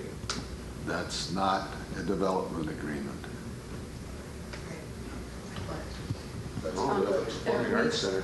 We seek some clarification then, Mr. Nick. Mr. Nick? I'll try to clarify a couple of those things. I think this mostly does relate to the TID 10 issue, which was discussed last night, but will come to you for a vote in a couple meetings. The development incentives involved, I think, deal primarily with the mixed-use development. The 1.5 is really a donation to the Confluence, which is different from the developer incentive to the mixed use, which I think fairly comes under the cash grant issue. However, just quickly, it is something that, one, while it is being worked on, and we do expect that mixed use building development agreement to come to either at the next meeting or the meeting after that, there is no requirement that it be in place, certainly prior to Plan Commission, as was claimed last evening. Nor is there even a requirement that it be in place before council take action or even the last action, which is the Joint Review Board. I think it's a good idea. I think our plan is such that it will come to you either the meeting before or concurrent with your TIF 10, but there's no statutory requirement for that. Simply that a copy of that development agreement be signed and be on file. One quick question, other comment that I want to get back to, I think that was brought up by Councilmember Lewis on blight. I think one of the issues of confusion is just in the number of different statutes where the term blight is used. So the definitions are not meaningfully different as we're dealing with properties here. I think they could meet other definitions, including, say, the redevelopment district that we referenced last evening under 66-1333. But I think where people pause on it is they hear that word and it's also used under public nuisance, where they think, well, geez, this is a property that could somehow be condemned because it's blighted, and somehow because my property is in a TID that, and now it's been declared blighted in a TID, that it could be acquired by the city. That's absolutely untrue. It has been perpetuated. I've seen it stated in documents. Completely false. There's no condemnation authority in TIDS, and in fact, I've said a few times, we don't have too many cases interpreting our TIF law, but one of them that we do have that originated out of Menominee a number of years ago was this very issue of whether there was some authority to condemn conferred upon the city through TID law. And the Supreme Court got that one, said no. So there's no such implication. It's simply a financing vehicle. What you're doing in the end effect is bringing these additional properties in to assist the financing within TID 8 and nothing more. There's no insurance implications, there's no restriction on how that property can be developed, and there's absolutely no truth to any sort of notion that somehow the city could acquire that property now. Thank you for that clarification. Councilmember Lewis? Sure. Two clarifications. Number one, blight has not been a concern with me on this issue. I was more referring to what our financial director had talked about, that Superior Auto Body could be supplanted because they were not necessarily conforming use. The other thing that I wanted to speak to tonight is I'm pretty consistent on TIFs. And I know that this has been tossed around again tonight, that if you're against anything having to do with TIF 8, you're against the Confluence project, and we're so divided. I just don't believe in expansion of TIFs. I believe that TID 8 did exactly what it was supposed to do. It was a spark plug that is generating great things for downtown, and I think you'll find that I will always be consistent. I may support the original TIF somewhere, but we better do a good job when we create it the first time, because I don't believe that you need to continually add to every single person who wants some money or may need some help downtown. So I wanted to just put that aside tonight, that my objection to this has nothing to do with a project. Thank you. Councilmember Von Hayden. Yes, and I just want to follow up. This is coming out of the Planning Commission. It says that the improvement of such an area is likely to enhance significantly the value of substantially all of the other real property in such district, and that project costs as described in the amended plan relate directly to eliminating blight and rehabbing or conserving the area consistent with the program for which the tax district was created. The only problem I have with that comment is we're not providing any funds to eliminate blight of the properties we're including. We say they're blight, and we're going to put in a project plan to eliminate the blight, but yet we have no dollars to do anything. It's confusing. Thank you. Councilmember Strobel? I have one more question. I must have refrained from my questions last night because of the crowd. Maybe Mr. Klinkhammer would disagree with me, but one other thing that I saw in here that I just wanted to question, and maybe where these numbers came from.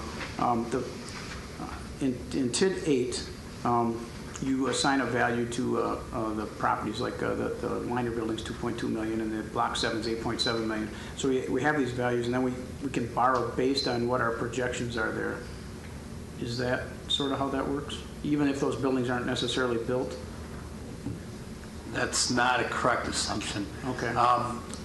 The decision has been discussed earlier. I'm sorry if I jumped ahead without being recognized. It's fine. The decision. I run a tight ship, but not that tight. Well, yeah, pretty tight. The decision before council, and we kind of talked about it, is really with the projects.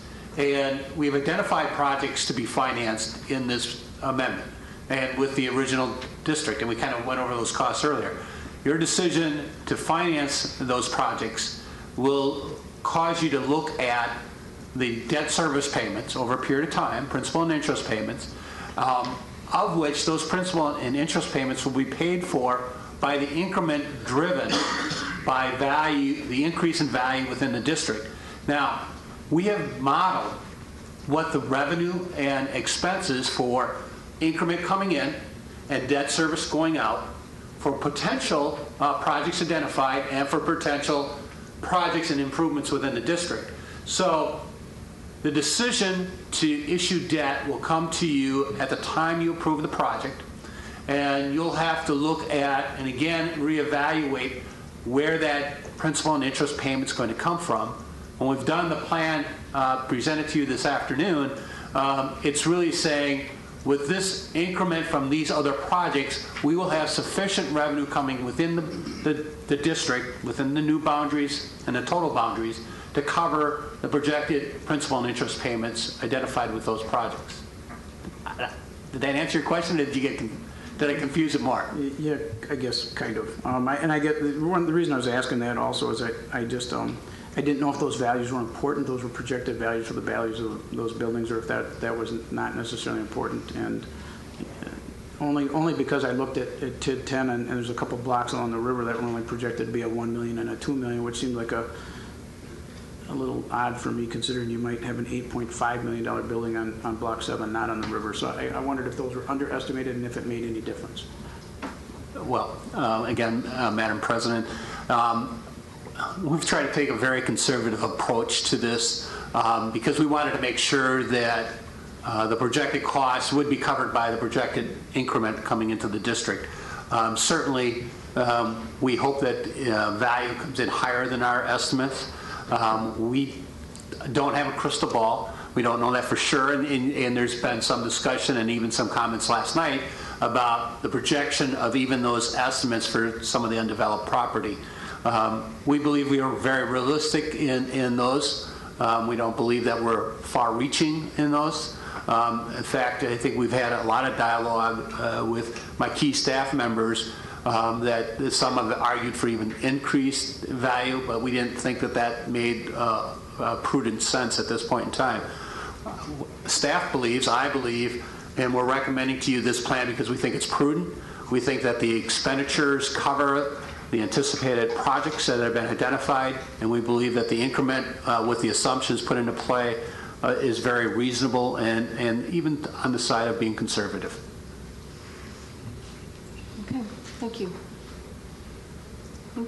It looks to me like we've come to the end of our discussion period, and a vote will soon be in order. The resolution you're voting on begins on page 92.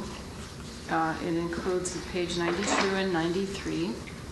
And I vote will approve the amendment to TIF incremental district number 8. And Madam Clerk, please call the roll.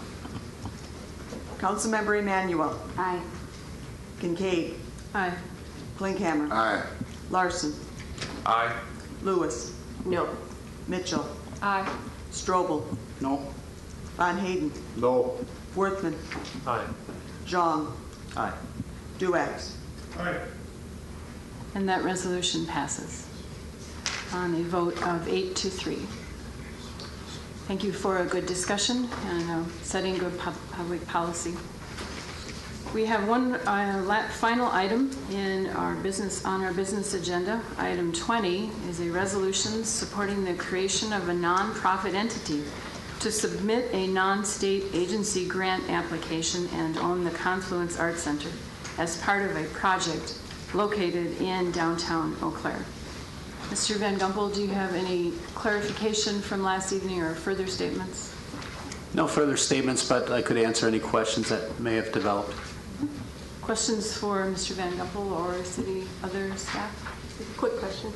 Councilmember Lewis. We heard last night that they had already filed and created the Confluence Inc. entity, and was it referred to that it is called Eau Claire Confluence Inc. now? Yes, that is correct. The Eau Claire, it's just Eau Claire Confluence Inc. Further questions? There being none, on a motion by council members. Oh, Councilmember Duex, did you have a question? Oh, okay. Imagine. If we go around as is our habit, a motion would be made by Councilmember Strobel, Councilmember Worthman, and seconded by Councilmember Mitchell. Item 20 is on the table for discussion on a motion by Councilmember Worthman, seconded by Councilmember Mitchell. And discussion is in order. Councilmember Duex. Madam President, first of all, I think we're at a point where I been speaking to Mike Rindo last night as he was leaving. I said this somewhat is like a soap opera. as the confluence turns. And he agreed, and he said that he doesn't recall anything quite this confusing with as many twists and turns as anything he's ever worked on, and I'd have to say I concur from my own perspective. And not all these twists and turns have been positive twists and turns. Some have been more positive than others. The one we're going into now is one I wouldn't have guessed would happen, and nor would I have wished that it would happen. I'm much more comfortable with a proposed appropriation and under the circumstances that we were given. But we've been dealt the hand we've been dealt, and we have to play that hand. With that having been said, the resolution, I think, deals with it appropriately and optimistically. I have prepared an amendment, I think, that would clarify a couple of the concerns that was read last night, and that's this one, this size here, that's on your desk. Do you have a copy of the amendment? And Ms. Roll, would you be so kind as to print me a copy of the resolution? I was up way too late last night. Page 96 and 97. Pardon the interruption. It helps me. You need to recharge. I do, yeah, I do. But having a printed copy really helps me manage the discussions. And I usually do that. I fail to do that, so pardon the interruption. That's all right. I like printed copies too. So there were two things that were raised last night during our discussion about the resolution, about are we becoming a member or are we being asked to serve on the board of directors? And I think that Mr. Osberg, who is the attorney representing the folks who are preparing this, indicated that, well, we're asking you to participate, perhaps as a board member. So I introduced an amendment that would change that. And number two, the word ownership came up. And I don't think that the writers of the resolution intended on ownership to be an issue, but I wrote something that I thought might be more appropriate. So the amendment would change the resolve clause to read, be it further resolved that the city will accept an invitation to appoint representatives to serve on the board of directors of this new, and I put corporation because it's now a corporation, subject to future acceptance by the city through its city council of articles of incorporation, bylaws, and such additional, struck the word ownership, governance, liability, and operational agreements as the city determines are necessary. So I think that more carefully states what we were talking about and what I heard, at least from the discussion. And if you agree, I would hope that you would support this. So I would move the adoption of that amendment to the resolution. A motion has been made. Is there a second? Second. Seconded by Councilmember Von Hayden. Discussion is in order on the motion to amend. As outlined, you all have your Councilmember Klinkhammer. I guess personally I have no problem with the wording. I guess my question would be of the city attorney as to his opinion on it. Mr. Nick? I have no objection. Member is taken right out of the non-stock statute, but representative to the board of directors is fine. That's what we're effectively doing. The other language changes are similar. I don't think cause me any kind of legal concern. Councilmember Emanuel? Thank you, Madam President. This is probably a question to Councilmember Duax. I noticed that you struck the phrase "become a member" and changed "appoint representatives," plural, to serve on the board of directors. Is there a difference between becoming a member and appoint representatives, going from singular to plural, and will there be an implication that now we're asking for more than one seat on board? A good question. Becoming a member, I think, wasn't quite understood by people last night. I realize that in a non-stock corporation, you can't have, quote, members. But I think it was more clear that we were being asked to appoint a representative. Now, I said representatives. It probably should have been S with parentheses, because I don't know if it'll be one. I mean, we don't know at this point if it's going to be a 5-member board and we're going to have one of the 5, or if it's going to be a 15-member board and we're going to have 3 or 2. I don't know.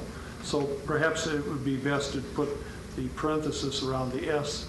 I wasn't intending on any, I didn't have any intention other than that. So if there's no objection, I would just put a parenthesis around the S. So it would read representatives. So it would be either or, 1 or 2. A good point made, and if the chair sees no objection, a paren will be added around the letter S in the word representatives. Good point. Councilmember Lewis. My concern with this, and I have a concern basically with us even addressing being invited to become a member at this point, but with what's in front of us right now, when I first read this, it read like we were now going to appoint the board of directors for the Eau Claire Confluence, Inc. I did not read this that it was just to appoint a representative from this group to that. It just says we're going to appoint the representatives to serve on the board of directors. So if this were going to move forward, I would like to change it a little. It makes it look like we're the ones who might appoint the same way maybe we did with Confluence Council and identifying who's going to be on it. That to me, it read that this is more powerful and goes further than just we may have 1 or 2 seats and we would be appointing only our 1 or 2 seats. Councilmember Mitchell. Thank you. I guess I can't quite read it that way, but I do think that this wording, Councilmember Duex, is an improvement over the original resolution. And I think, I guess I can't get the reading that we would be appointing more other people than ourselves. So yeah, and I think this is good. As long as there's no legal difference between becoming a member and appointing a representative, I think it's a good change. Councilman. May I comment, if it would help persons to understand this, to appoint representatives of the city? Or city representatives? Yeah, I haven't read it that way either, but actually when it was brought up by Councilmember Lewis, I could see the ambiguity. Yep. And that is one of the changes of just saying, yeah, we're going to be a member, and then we'll sort out representation later. Would be no objection? If there'd be no objection, I would like to add appoint city representatives. Mr. Nick interjects, and Councilmember Duex complies that the word city between the 2 words appoint and representatives is a worthy addition, and without objection. Do you have an objection? Turn your left. Oh, the chair, seeing no objection, the word city is added as directed. Now we're back to the motion, changed a couple times. Further discussion on this motion. The chair will order a roll call vote on the motion. Madam City Clerk. Councilmember Kincaid. Aye. Klinkhammer. Aye. Larson. Aye. Lewis.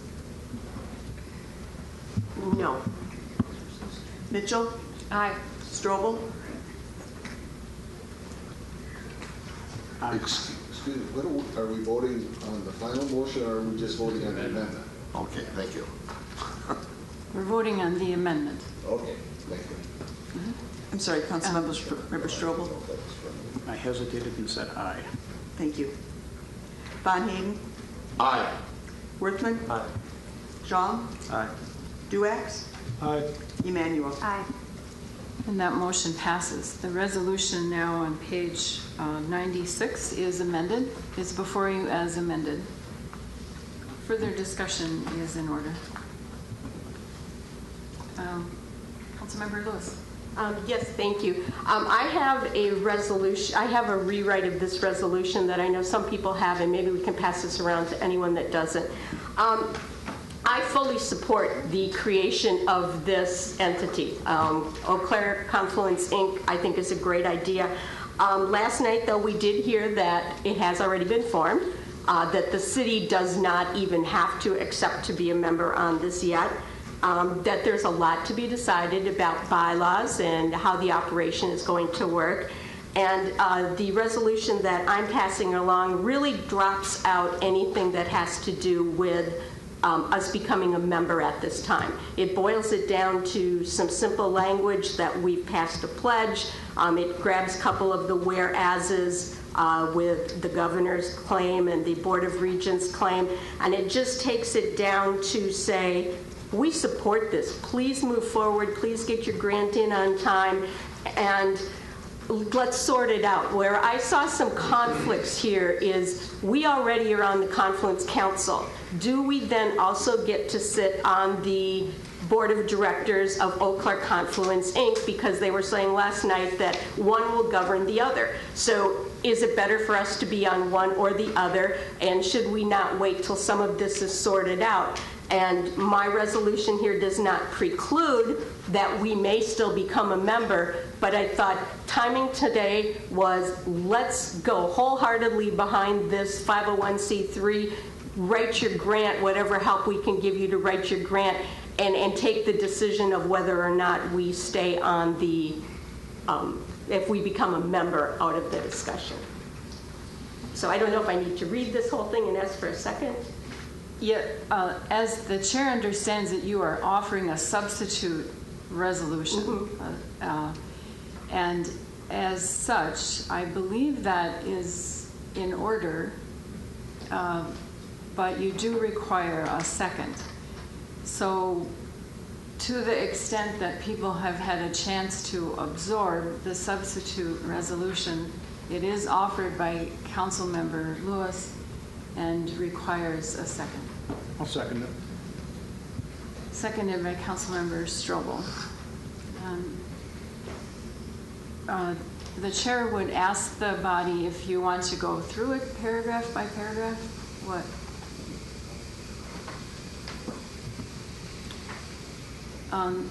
I don't see any Councilmember Lewis, did you have further comment then? Is that why your light's on? Yes, actually I forgot to turn it off, but I will. Some of the things that I found troubling is that I really wanted to support this resolution, but I don't believe that I can support the resolution that was put in front of us if it talks about we might become a member of something sometime in the future, depending on how it's written. And since we heard last night that we didn't have to make that decision at this point, that I thought it would be better for us to help with what needed to be done right now and then let them sort it out. I look at this Eau Claire Confluence, Inc., they need to populate themselves with what is going to be the most important of what they need. They need management, they need fundraising, they need a lot of people. Does anyone from the city here necessarily going to do that? And do we limit them to how many people they can appoint? So I thought, waiting and seeing how that fell out would make more sense. I looked at this from the beginning to start wordsmithing it. There were little things in there. Could, change a word from would to could. Some things about the referendum language. Some of it replicated what was in the pledge. So I thought, why not boil this down to something that really just addresses what's in front of us right now? We've got an application that's due. We fully support them moving it forward. And then we will work with them. They'll come back to us. I'm sure the city manager will be involved. And that's when we can take a look at, is it appropriate for us to be a board member, to be on the council, or where do we go with it? So that was my thought process behind it. Councilmember Strobel, discussion is only in order on this proposal. Correct. And I support it because I can't talk about the other one. Well, you can in reference. Okay. Because I think the other one, it confused the terms of the Confluence Arts Center and the Confluence Project, which is a bigger project. And I found a lot of spots in there that it seemed to be confusing. And I think this is applying for the Confluence Arts Center. So I think that sort of clarifies that whole issue. So that part of it and taking out a couple of the more troubling points I found in there makes this more desirable for me. Member Emanuel. Thank you, Madam President. With regret, I won't be able to support this amendment, or this replacement resolution, solely because I think it takes away our voice at the table. I think that's really the benefit that we have with this other resolution, that I hope we'll get a chance to talk about. But I think when we're talking about a public-private partnership, it's really important to have a public voice at the table. And so as we support our community in submitting this grant application soon, I think it's really important that a public body says, yes, we are interested in joining this 501c3. Yes, let's put it in writing, let's make a commitment, and yes, we want a voice at the table. Councilmember Drex? I'll admit the thought occurred to me to rewrite the resolution and to probably take out some things that might have created more misunderstanding than understanding. I chose instead to just deal with what I thought was the issues that were raised last night about membership and or ownership. And so that's why that amendment, I offered that amendment. I did not see Councilmember Lewis's substitute amendment until this evening. And although it perfectly would sound perfectly okay, I do think it is important that we stay engaged with this process. Very early on, I remember there were some statements made by some members of the council, probably over a year ago, where they said, well, I think we should be out raising money, we should do all these other things, but one thing I don't want a part of is ownership. And I was feeling quite differently about that. I thought, you know, I think we have to be involved in the steerage, or maybe not ownership, but we have to be involved in the steerage of this project, or we're not going to see it land in the port we expected it to. So one of my disappointments is that we're creating this corporation in a very hurried fashion, and hopefully that we can slow that down and be able to craft something that's going to be sustainable. Because the charge that I understood that Mr. Osberg was preparing to give them was fairly substantial. One of those charges that I'm not sure I'd want to be on the board of directors because it's an awesome responsibility. But on the other hand, we can't shirk that responsibility. And so if any of us were called to be on that or suggested that we should be on it, we should accept that challenge because it's just one more step in this process. I therefore, with all due respect to Councilmember Lewis, I understand her concerns and wanting to keep a distance from that, but I guess I'm more comfortable with having a little closeness to it because I think that we need to be steering yet.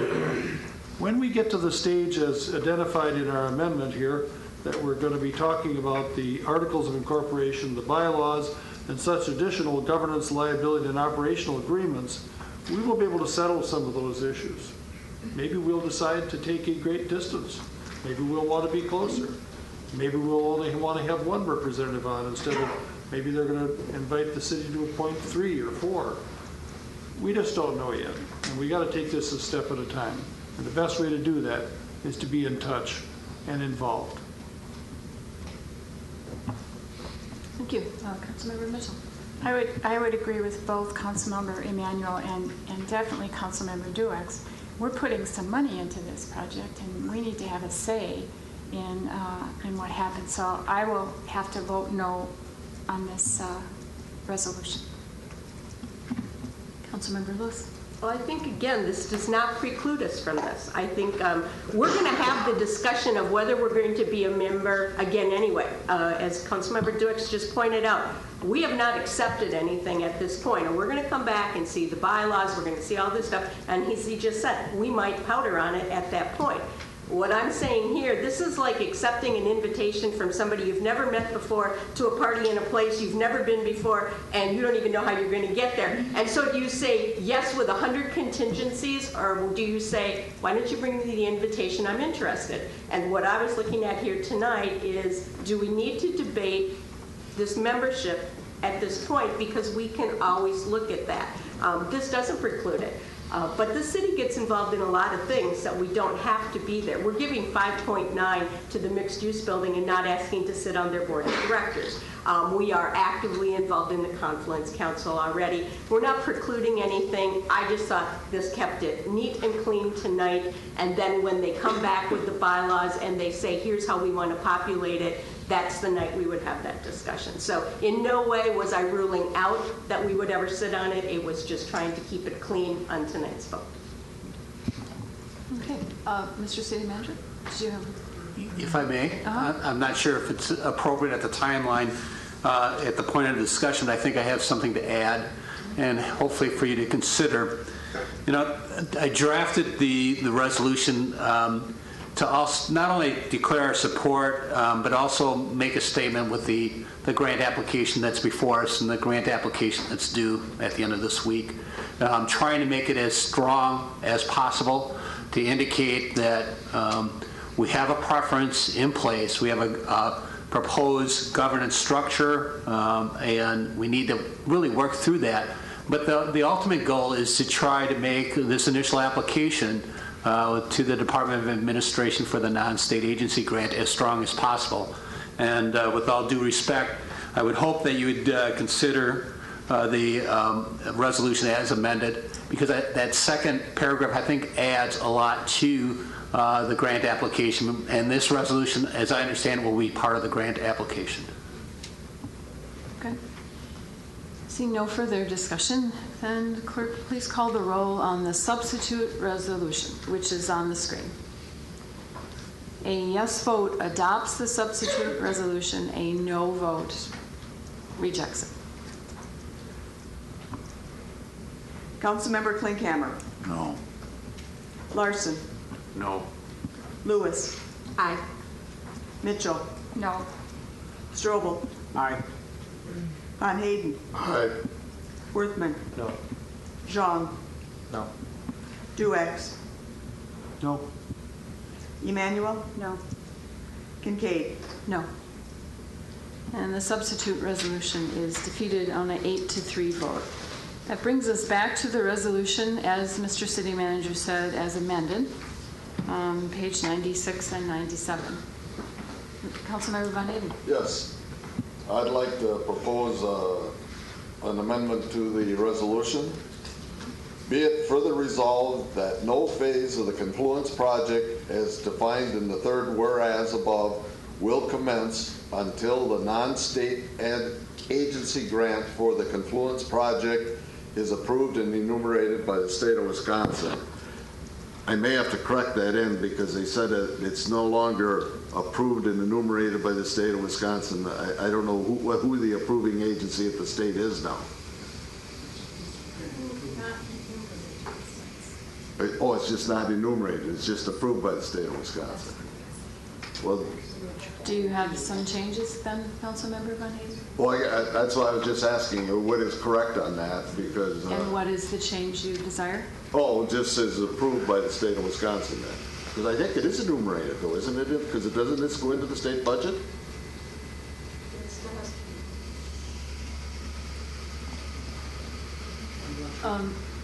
So even before we have a second, we're trying to figure out what your amendment is. And the chair will allow that discussion so someone can figure out if they want to second. Okay. Councilmember Mitchell, did you have some insights?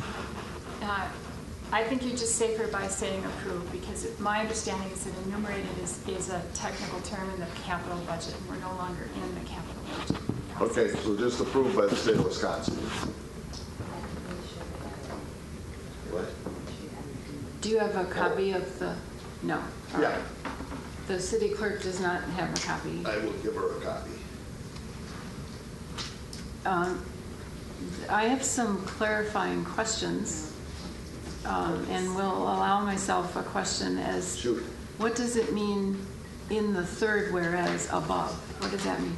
Oh, in the third whereas above, in the third whereas of the thing, they define the Confluence project as being the shared arts center, the mixed-use building, the public plaza, trails, etc. In other words, once all of the projects are approved, then we can go forward. In other words, what I'm doing back here, again, is talking about is a motion so that we don't end up with the, right now, because of the way this is, we could end up, if we would go forward with the mixed-use building, we could end up with a dorm downtown and not a fine arts center. And I'm saying until we have the approval by the state for the fine arts center that we would not do any action to go forward with the mixed-use building.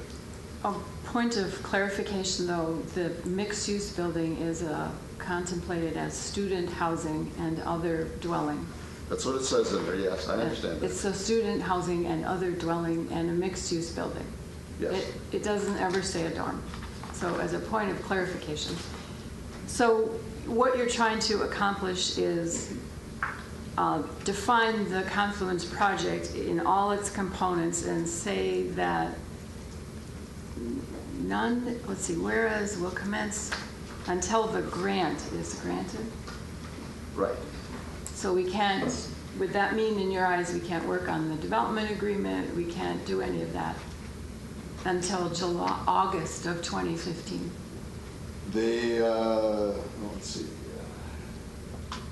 no phase of the project will commence. We can approve everything, but you can't go forward until we got all the approvals. In other words, if you want to develop a development agreement and get all of those things in order, that's fine. But no construction could begin on the building until the final approval on the Fine Arts Center.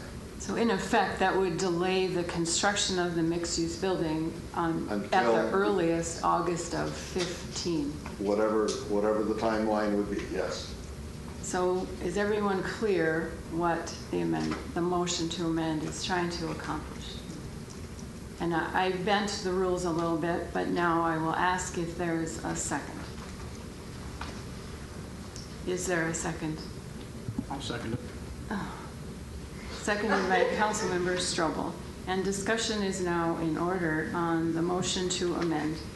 Further comments, Councilmember Von Hayden? Well, my feeling is that, you know, we really don't know what the mixed-use building is, and obviously we haven't seen any of the plans. And you know, the question is, they say it's not a dorm, it is a dorm, it's for students, what it is. I'd have no problem with a building down there that would be a housing unit that could be used by the elderly or by anybody that wanted to come to downtown Eau Claire. But to have a building built primarily for students on that location and not have the Fine Arts Center come in with it, I just do not think is appropriate. And that's why I'm proposing this. Okay, thank you. Mr. Nick, you had a comment? Did I catch that right? I did. I bring this up, and I know the chair has ruled, but I think you are right on the edge, if not over, on whether this is germane. This is not noticed. We certainly have had a lot of worthy attention to whether open meeting rules are being violated or being complied with. What you have noticed in front of you is a resolution supporting the creation of a nonprofit entity to support or to submit a non-agency grant. You do not have anything noticed about the mixed-use building. And for that reason, it is questionable under open meetings law. I see. I had not thought of that. Thank you. So, a ruling is required.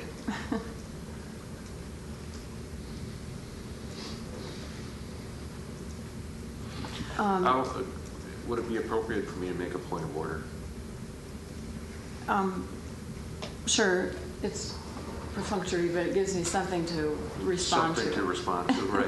I'll make a point of order that this is not germane to the notice topic. Thank you for that. And the chair grants your point of order and removes the motion from consideration.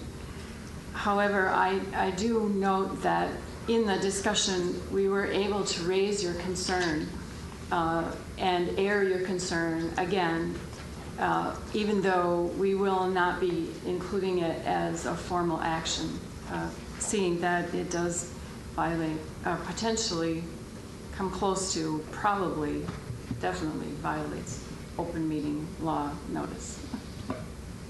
Councilmember Von Hayden. Yeah, in deference to it, they put the word mixed-use building in the resolution. As long as they put that in there, it's part of the package. It's already in there. So I'm not sure why you would say it's in violation when it is part of the motion. But I accept your decision to withdraw it. Thank you for that. I appreciate that. And in response to our city attorney's advice and my own logic, my decision stands. Further discussion. Councilmember Duix. I think in considering this resolution as amended once, we have to bear in mind that there are going to be many more steps. And to address what Mr. Von Hayden was concerned about is about moving ahead on other development projects. At one time, this council had made a decision that everything had to move together at the same time. There was some change in heart back in July, and we haven't resolved that yet. So as far as I'm concerned, that's still an open question as to when and how that moves forward. As I said earlier, we're going to go in steps. The resolution here is a clean one. It is directed at trying to get a grant, and that's all it's dealing with. It's not dealing with a host of other things that we're going to have to discuss. So in the order of things, I think it's best that we move ahead with this resolution. But there is going to be another day, perhaps in 2 weeks, perhaps in a month, where we're going to be dealing with the other issues.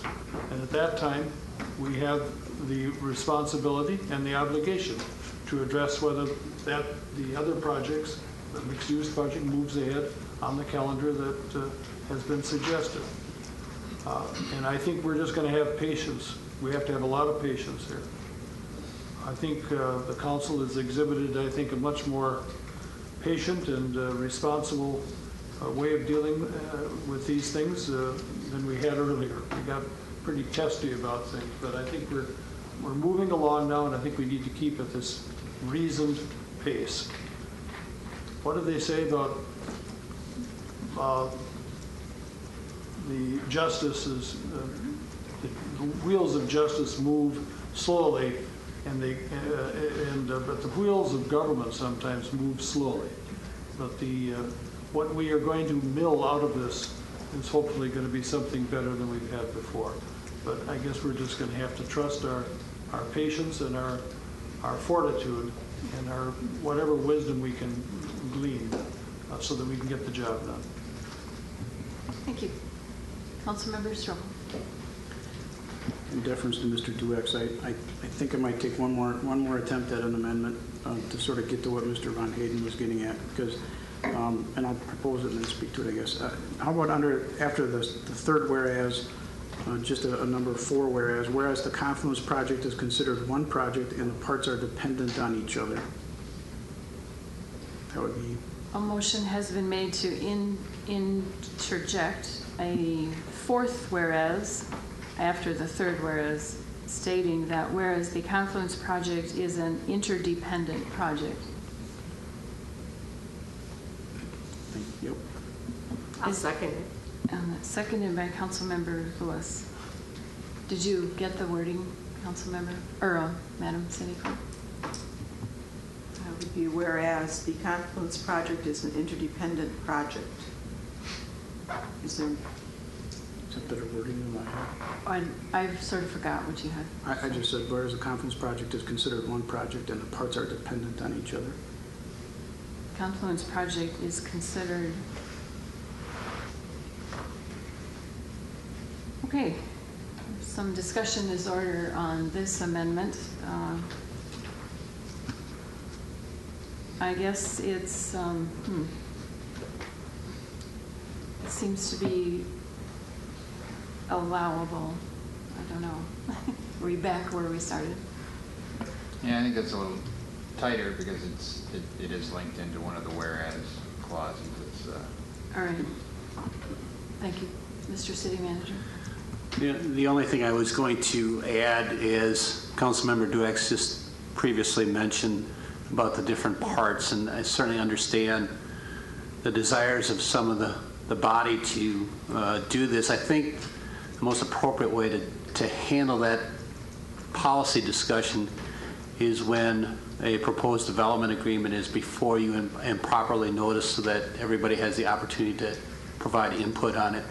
The council did provide direction on negotiations to staff and are working on carrying that out.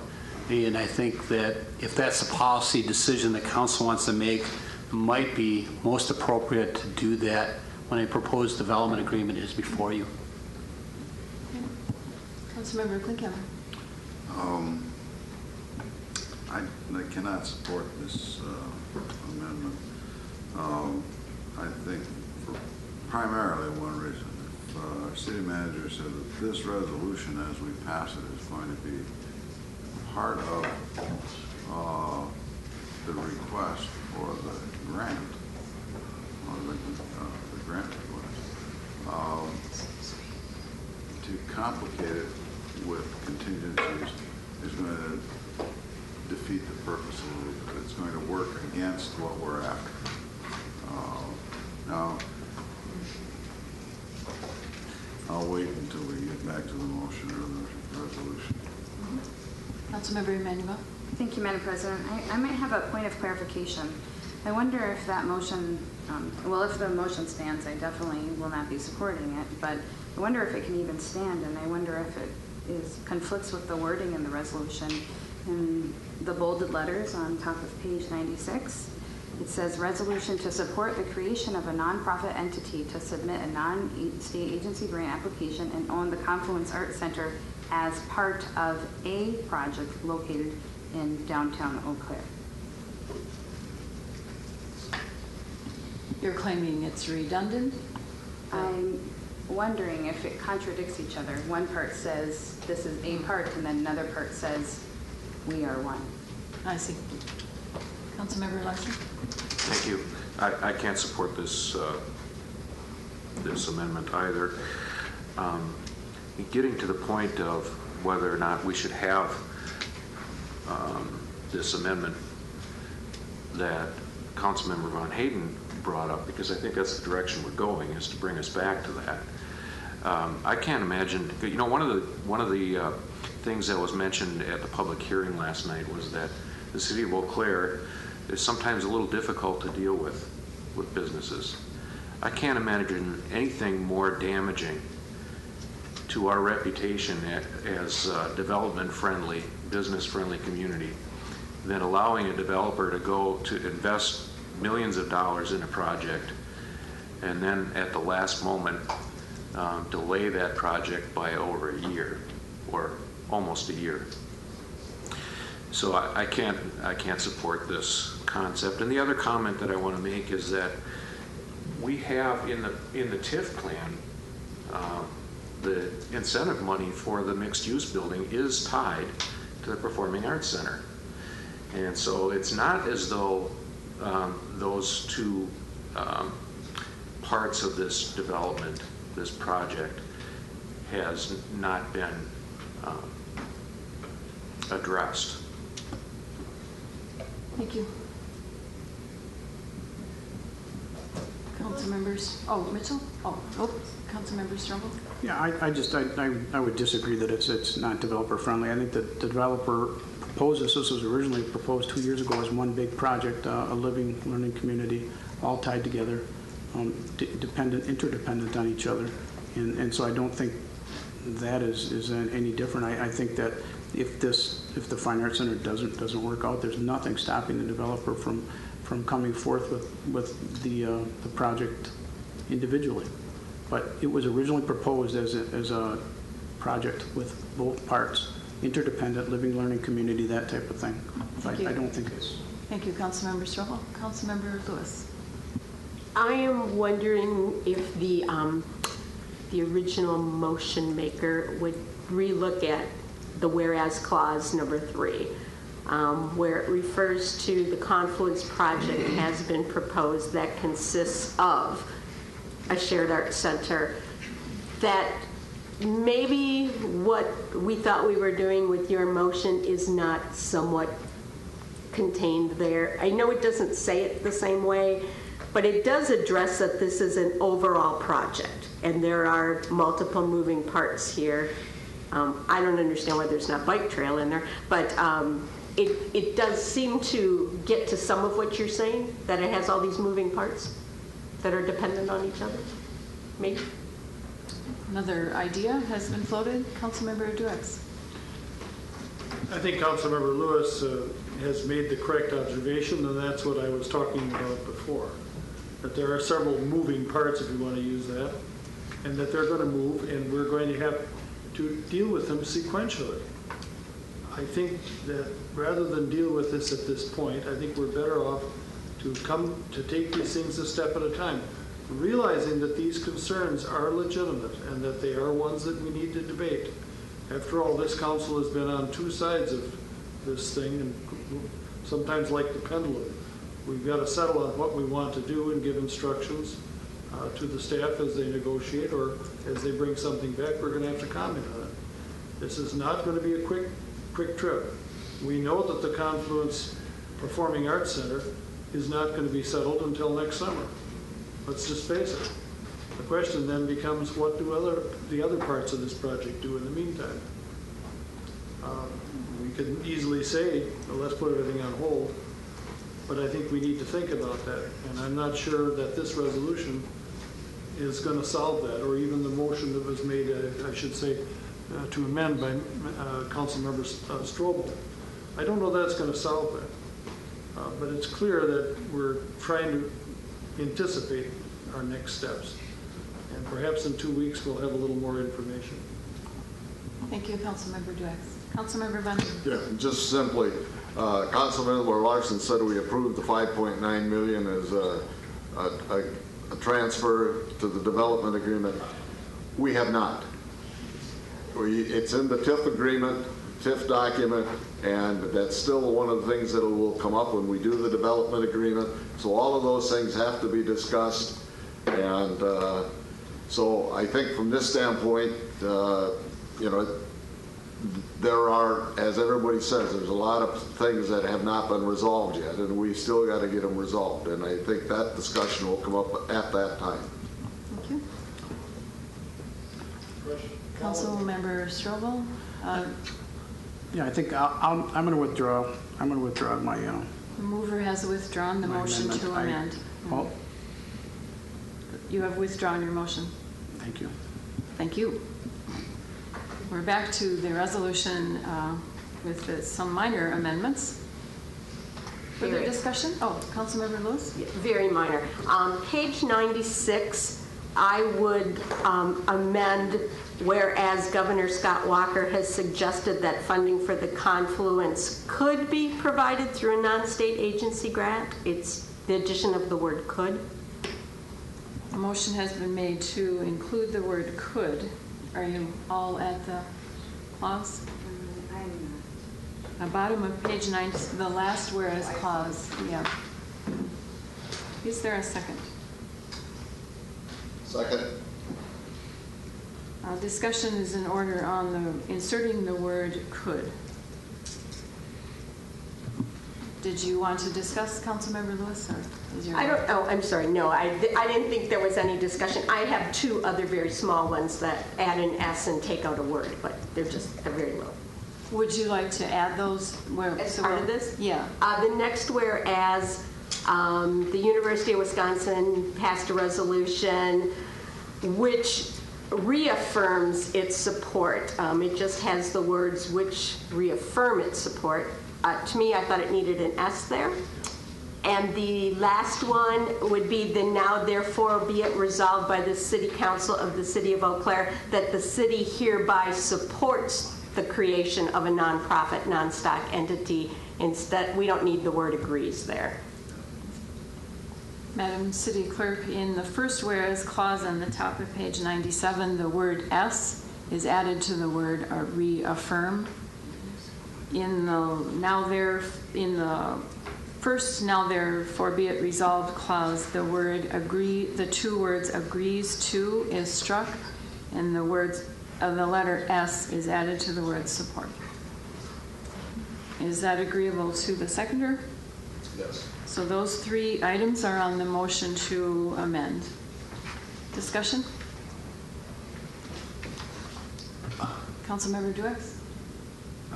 Whether we're going to add the word could, or I don't know what the governor actually said. I wasn't present. I read it in the paper, but I heard it quoted, or shall we say paraphrased. I guess if I were, my preference would be, I don't know that we need to even have that statement in there. What he said or didn't say is not necessarily important. What the Board of Regents acted on is, I think, more important.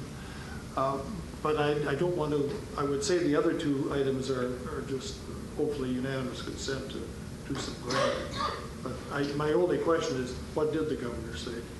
So the chair will suggest that the last two grammatical improvements are accepted by unanimous consent. Do I see objection? Seeing no objection, those are accepted. So we are back to the word could in that last whereas clause. That is an important question, and I think discussion is in order. Councilmember Klinkhammer. Inasmuch as the statement says that the governor suggested the funding be provided through it, he didn't say it would be, or that it's definitely coming or anything else. He made the suggestion that it could be, he suggested that funding for the confluence be provided through a state non-agency grant. I think that that's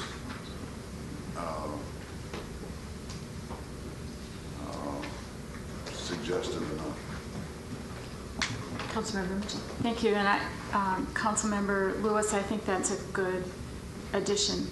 And I think that's where it should be in there. Let's remind the grant readers that the governor did suggest it. And I think it's a real important whereas, and I think the could's a good addition. Further discussion. You're speaking for adding the word could?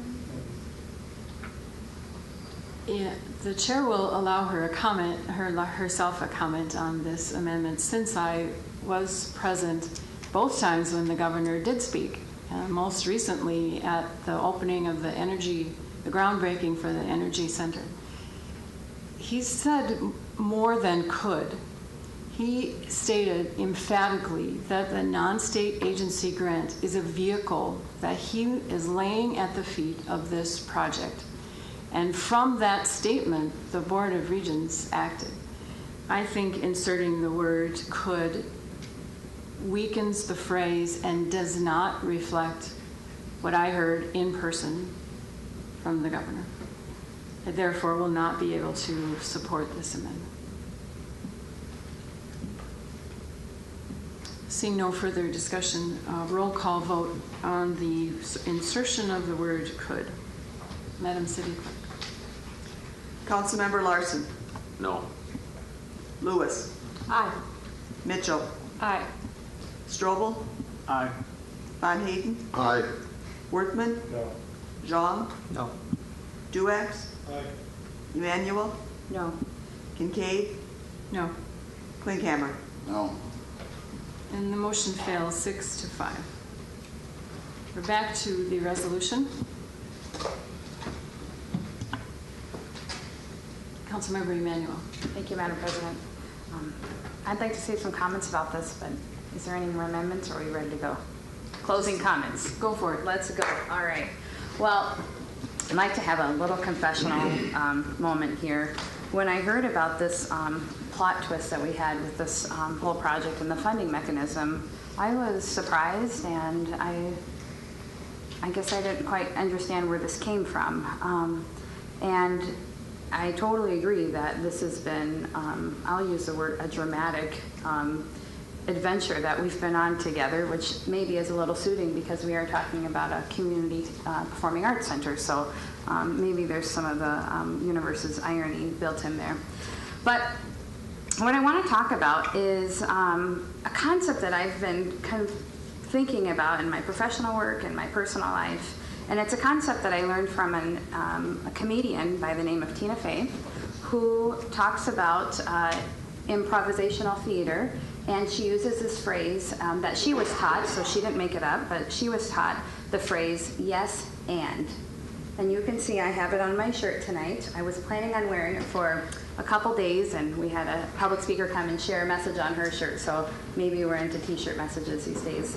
But at any rate, the concept with yes and is that in life, when a situation comes up that's maybe a little different than what you had anticipated, instead of fighting against it, find a way that you can say yes and add your own, I guess, spin to it, or add your sphere of influence. And so when you're doing improv theater, if my council member next to me, if we were doing improv right now and he said, Councilmember Emmanuel, your pen is going to be a rocket and will deliver good news to all citizens, I would say yes, and I will tell all the citizens that it was your idea. I wouldn't say, no, that's not true, or I wouldn't argue. I'd find a way that I can say yes and. And so I see that this non-state grant opportunity is a way we can say yes and. Sure, it's a plot twist, but it's a way we can say, yes, this has changed, and we're interested. Yes, this has changed, and Eau Claire can rise to the occasion. And last night we heard a couple folks share, yes, we're interested, and we'll stay past midnight, and 2 separate groups made philanthropic announcements. So Eau Claire's ready for it. We can say yes and to this project, and I think that we'll have to continue saying yes and. It's an exciting time, and we are resilient people. We're smart people. We can figure this out, so I'll say yes. Thank you. Councilmember Larson. Thank you. I've been saving just a brief comment, too, for all the amendments to be worked through. But, I agree with a lot of what Mr. Duax has said tonight with regard to the process of how this Confluence project has moved along. There have been a lot of moving parts. A lot of things have been clarified along the way. Every now and then there's a little bit of drama. But I think that the changes that have occurred in this project and the decisions that have been made along the way is a testament to the way that our community engages in the process and the way that not only the city council but the developers and everyone involved in this reacts to that engagement. We started with a proposal of 2 buildings completely owned by either nonprofit entities or state agencies that wouldn't pay property taxes. We went to a privately owned mixed-use building. We started with a research paid for by the developer on a business plan and a pro forma budget. We moved on to a Confluence Council that made some changes to the organizational structure and will soon be coming out with their own pro forma budget. And now we're contemplating completely different, a completely new way of receiving the largest sum of money that'll go to the Performing Arts Center. All of these things have happened because of the engagement that we've had. And I just have to say I'm proud of the way that we've handled this. And I think that all of these decisions are a testament to the way that we do business here in Eau Claire. Nice. Okay. I think we're ready for a vote. And I vote adopts the resolution. Madam City Clerk. Councilmember Lewis.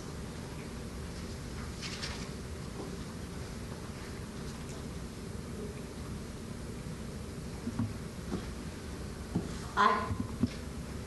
Mitchell. Aye. Strobel. No. Von Hayden. No. Worthman. Aye. Jean. Aye. Duax. Aye. Emmanuel. Aye. Kincaid. Aye. Klinkhammer. Aye. Larson. Aye. And that motion passes 9-2. That brings to an end our business agenda. We have no ordinances for introduction, or for action. I have 2 ordinances to introduce tonight. One being an ordinance to amend Table 12 of the City Code entitled Parking, Stopping, and Standing by changing the parking on Locust Lane adjacent to the school.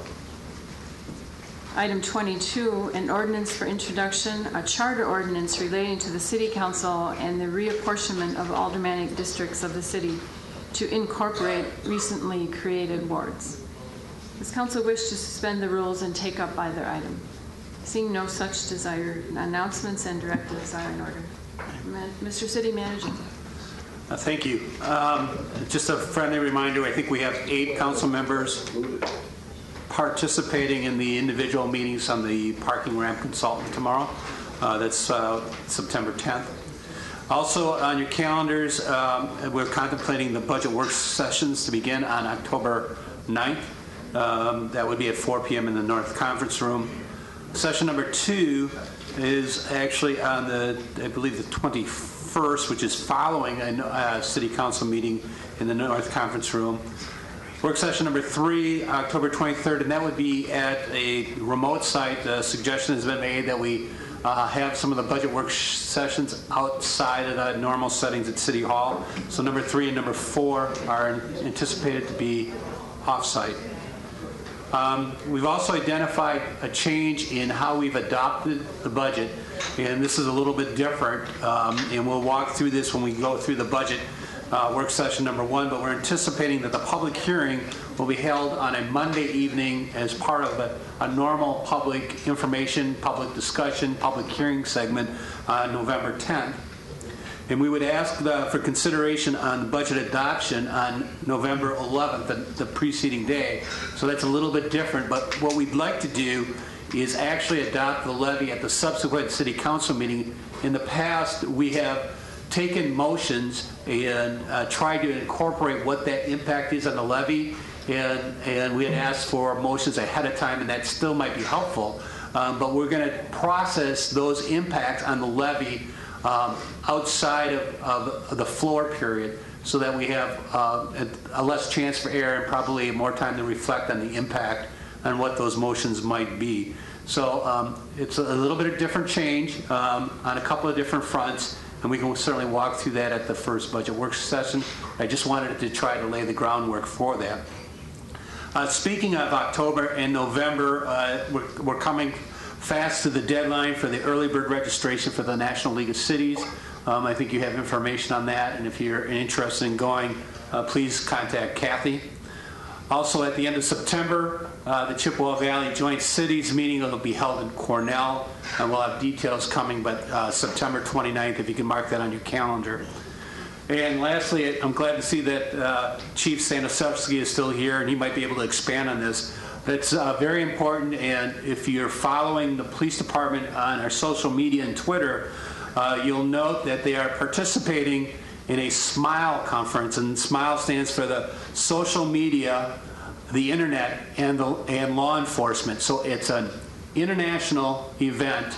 The Eau Claire Police Department was actually nominated by somebody in the local media, recognizing our event of social media and trying to promote the police department in the community through social media.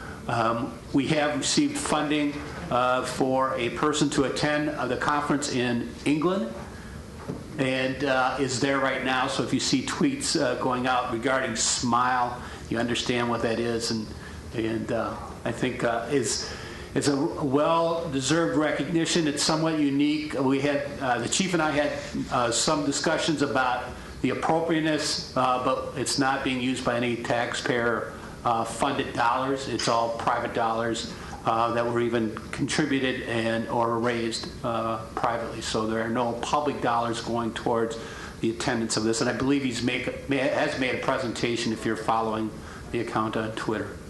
I don't know, Chief, did you have any additional comments? You smiled.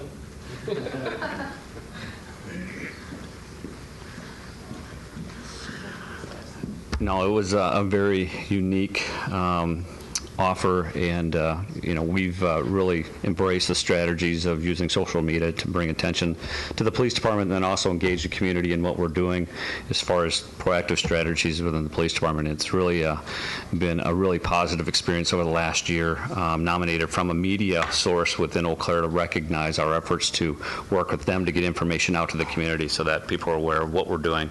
And like the city manager said, we were able to obtain some private private funding to get him over there. He's at the week-long conference to establish more strategies, but then he's also giving an hour-long presentation of what we're doing here. So pretty proud moment of our police department and of his efforts.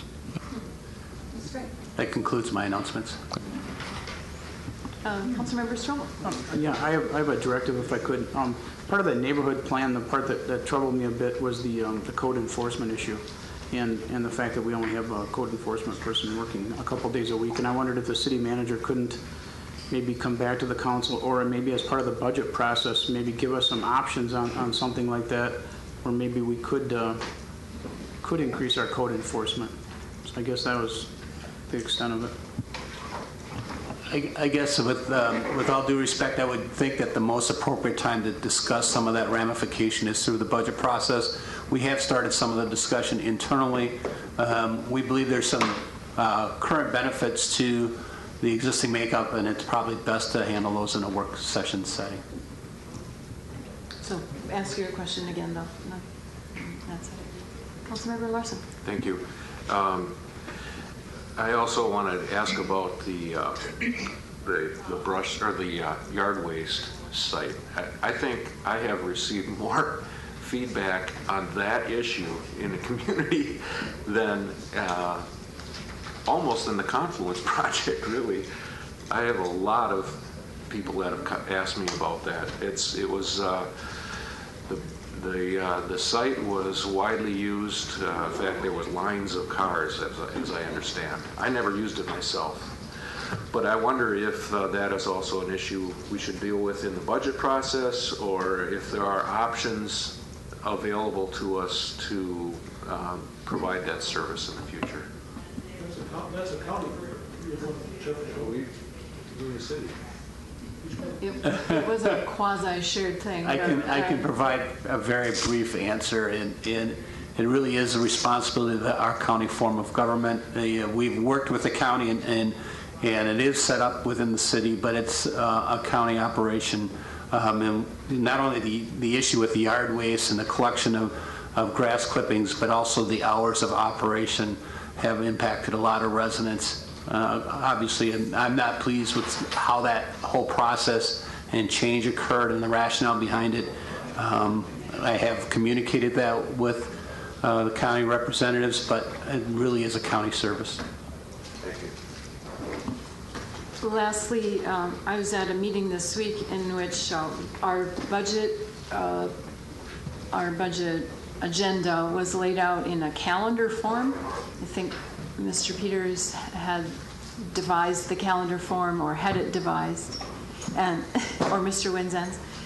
And you will be seeing that calendar form in the Friday update. It's very graphic and very helpful with days blocked out and times of when our work session is and whatnot. So I just wanted to give you a heads up about those two. I think it's just October and November, right? And that will help us plot out our time during this very busy couple months here. So, and there's a little pumpkin, I think, on October. It's really cute and useful and professional. So we've concluded a very long and difficult 2 days together. I do agree with the general sentiment of this council that we are working well together. And not many elected bodies could hold those difficult discussions at the level that we did. And I appreciate so much your civic mindedness and your civil treatment of each other and of myself. So, with pride, on a motion by Councilmember Lewis, seconded by Councilmember Strobel, this meeting is adjourned without objection. This was a rebroadcast of the Eau Claire City Council meeting. This program was recorded and presented by Chippewa Valley Community Television.